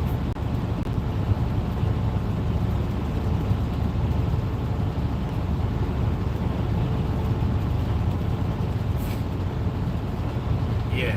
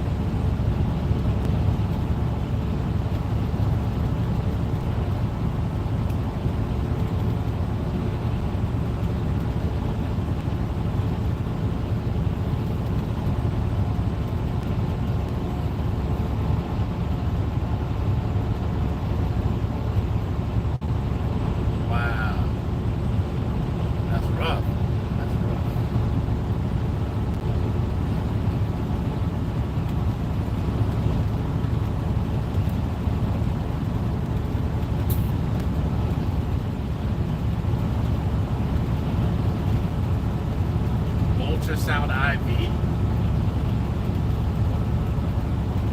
Yeah, they're great ones. Uh-huh.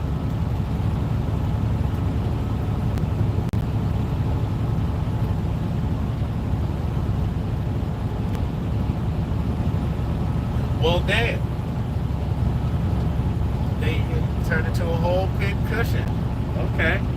And yeah, he was like, I'm going to the gym, fuck this.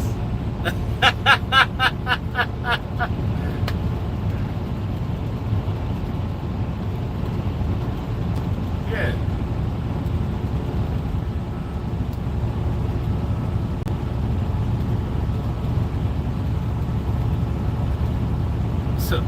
So they're finding arteries then. Okay.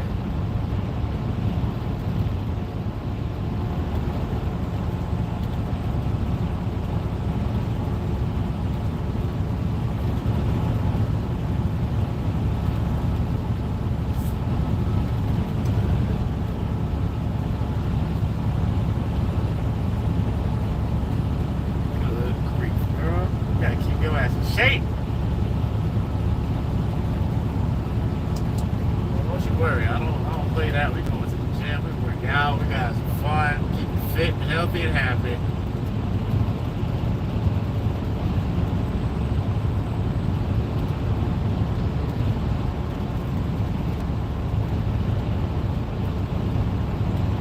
Ooh, you wasn't prepared. You supposed to throw something in the trunk for occasions like this.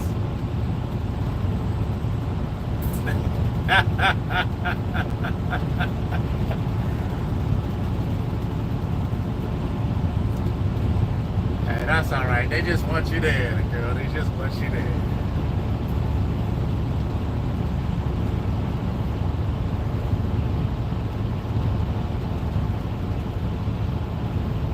Yes, you are.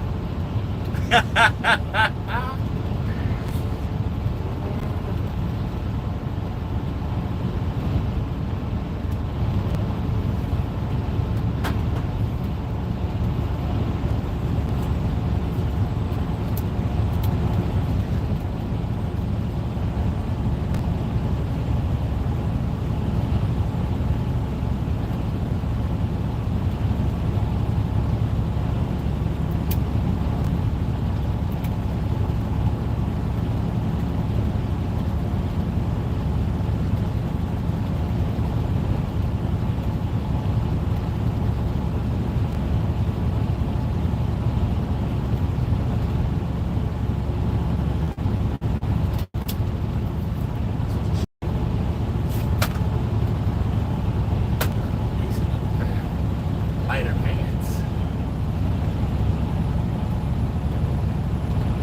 You probably passed like 15 Kohl's, Marshalls, and all that.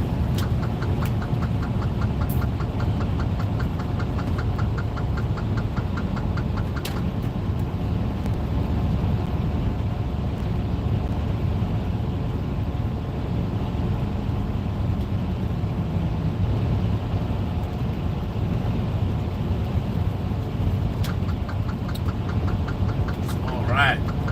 Today's a good day. I made it all the way to Massachusetts. About to be done in a couple minutes.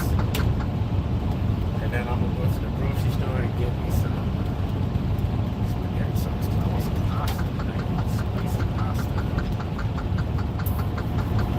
I think I'm gonna do spicy pasta and codfish.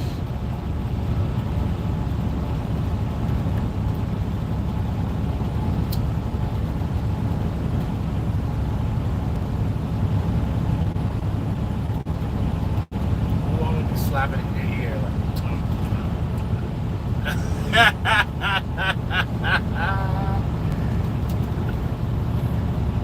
yes.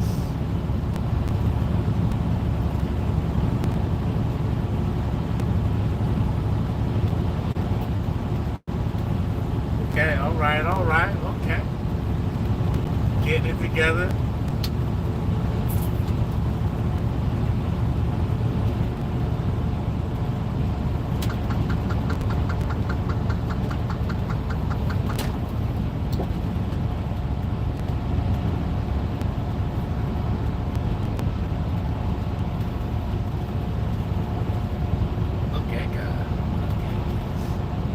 Watch you have one shoe.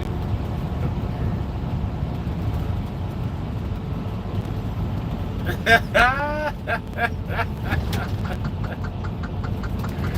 I love it.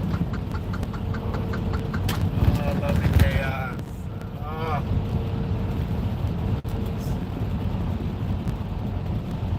Damn. I'm bad.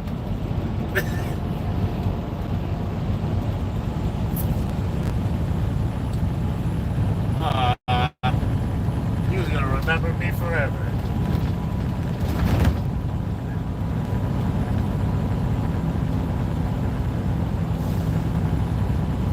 Put it together, you pull something together.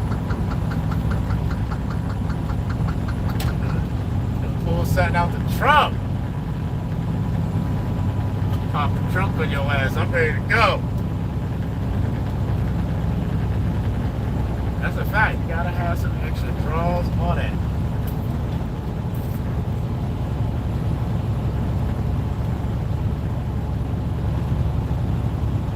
What other choice do you have, Doc?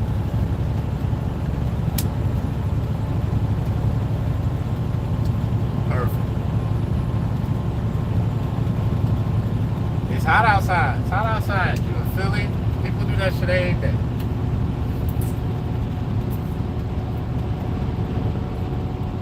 Pulling a Holly Berry today.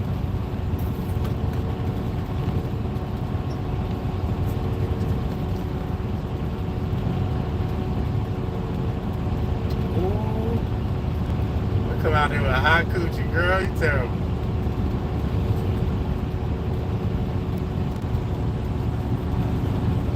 Make sure you send me some pictures. It's gonna be good.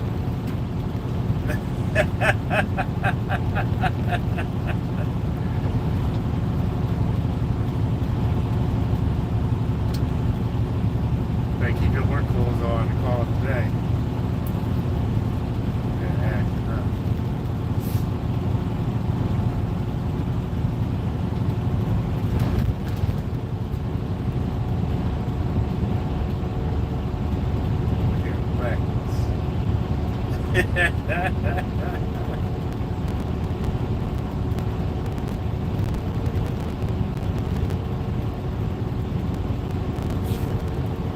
Oh, shit. You better get on it, man.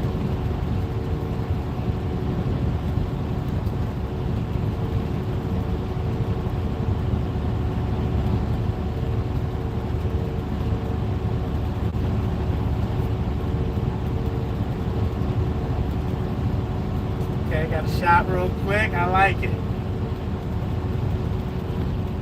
I ain't mad at you. I'm doing the same thing. Sit down for this next 10 hours.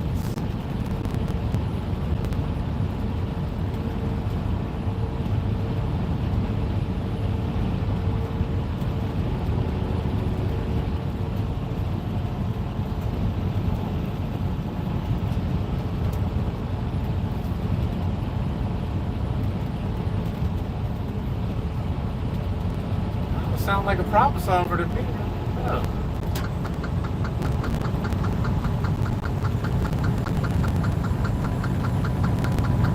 Do you need a lot of makeup? Are you one of those?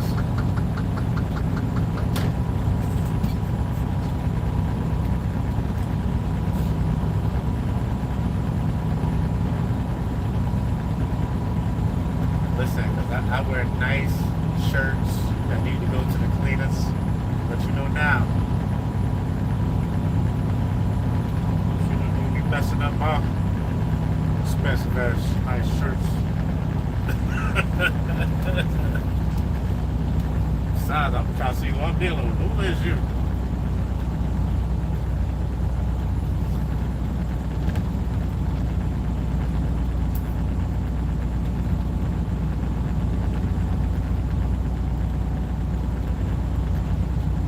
Listen, these women know magic. Straight sorcery with this makeup. A whole somebody else.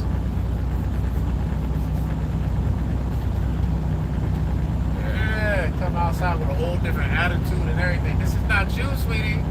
No, no, no. We're not doing this.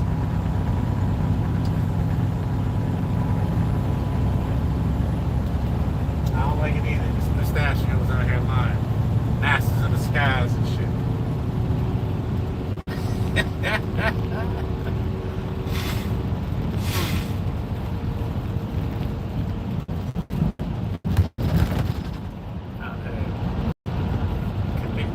All they gotta do is wash their face and get away with murder.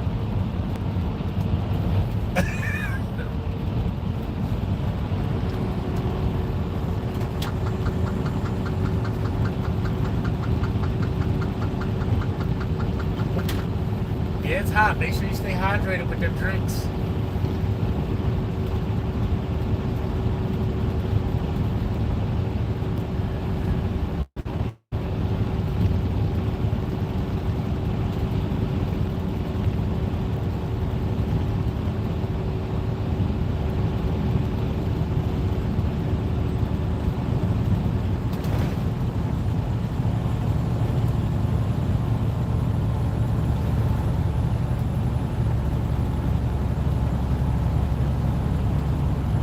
Ask you a weird question. Are you drinking a screwdriver?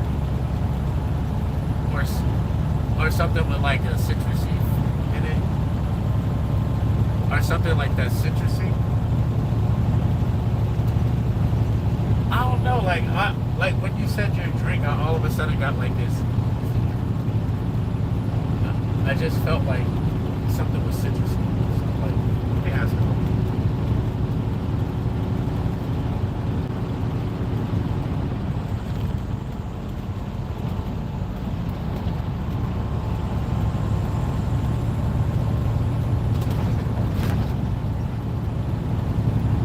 Okay, all right. Speak my language. What kind of tequila?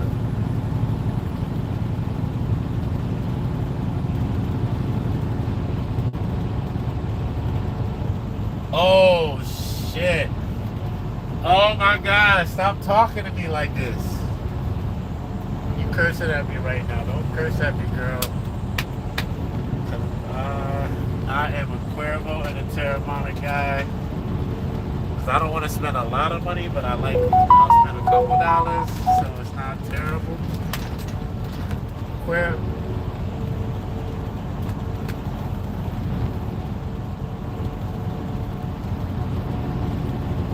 I love that. Oh, we're gonna get along. We're gonna get along. We're gonna get along. I don't even like the lemons after the shots.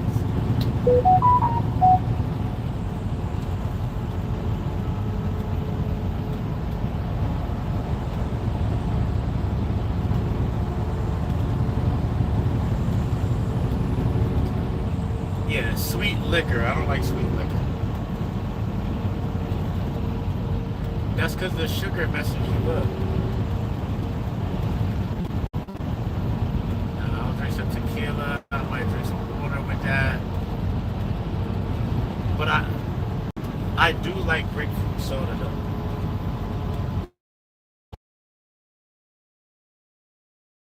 No, I drink the Fresca, the grapefruit soda with no calories. I drink that. Damn it! Why do there have to be traffic right before my exit? Of course there does. Foolishness.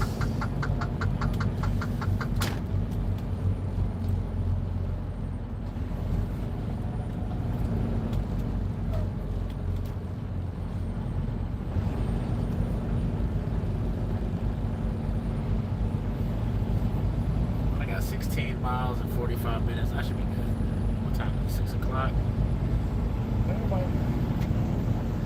Oh, I'm gonna be stopped. I'm gonna be done in like 20 minutes. Well, I'll be done whenever I get this 16 miles done because the traffic's going crazy. I don't know what it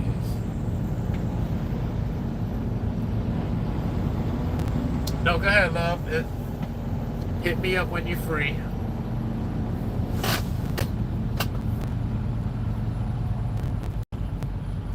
All right, I'm around.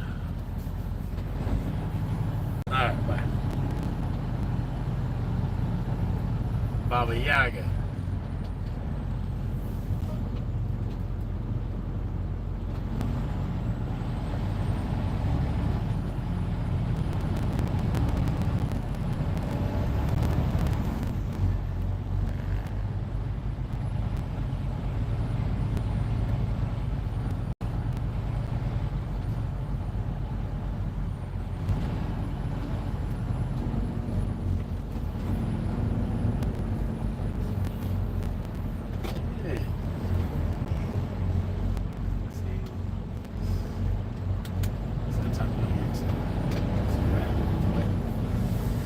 Yo, James Willis, what's up, man? Yeah, we hit some little bit of traffic. Matter of fact, I was trying to get certified in ham radio. I gotta finish reading the book. I got a CB radio in this truck, and I never turned it on, not one time. Let's go. Where we at? Come on, Haverhill, Salem, New Hampshire. Let's go. A couple minutes. A couple more minutes. Need to get off the highway. Start making some food because I'm hungry.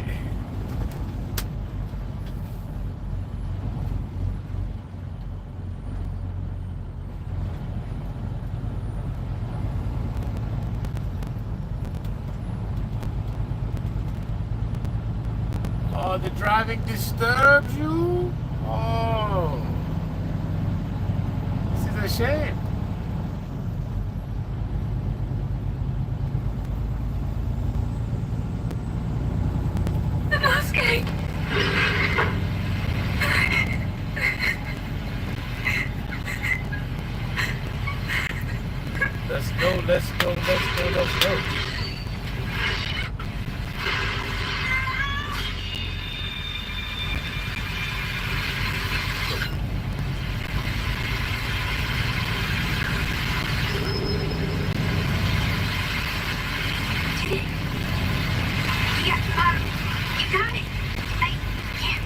enough.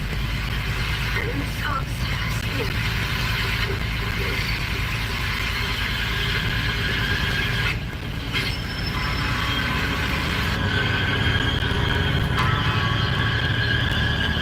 This katana is mine. It is mine and mine alone.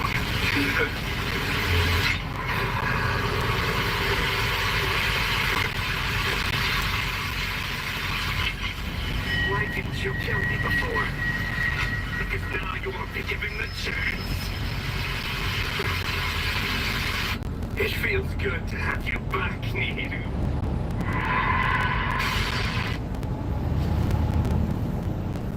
And if you ever decide to sell your binder, it's okay. You can always put the project visit our marketplace, which will be available to you as soon as you.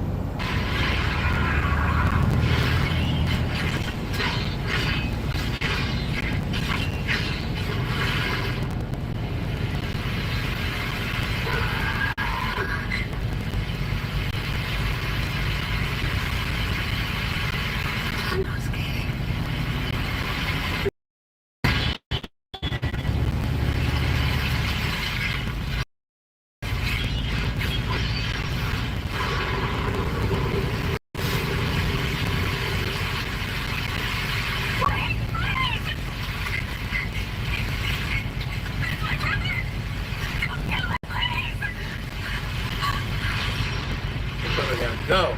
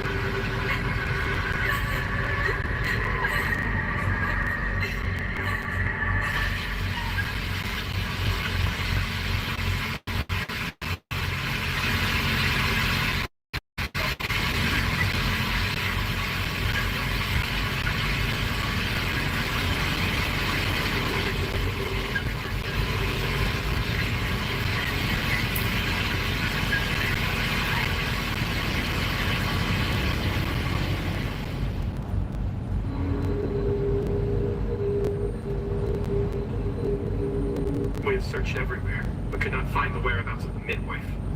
As for the child, still nothing.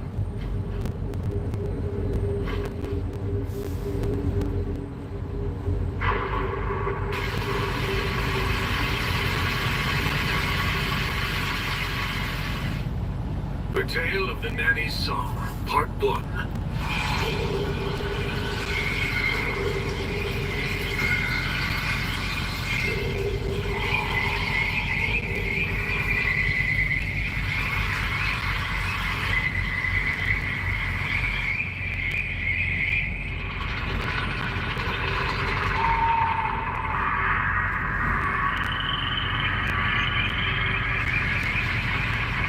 See you tomorrow. Hey!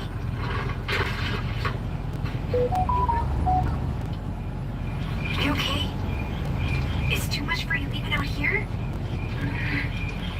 It's actually so quiet it creeps me out.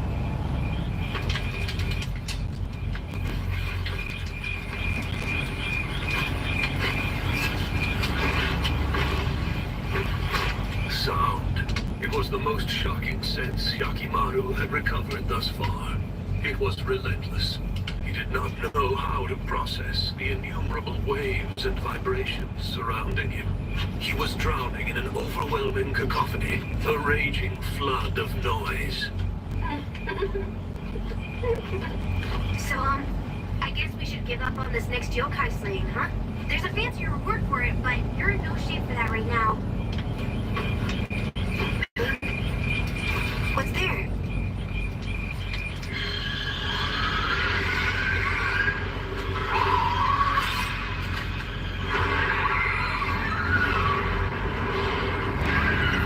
It's a bird yokai!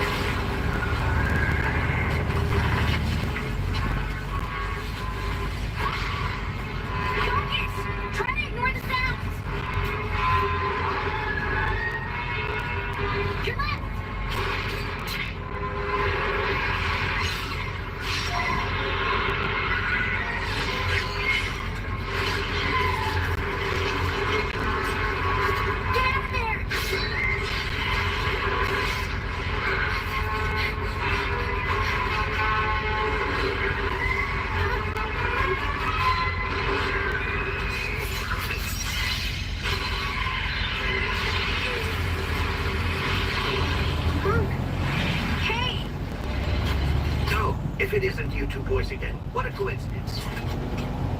Quinn was about to find out just how destructive soul weapons were.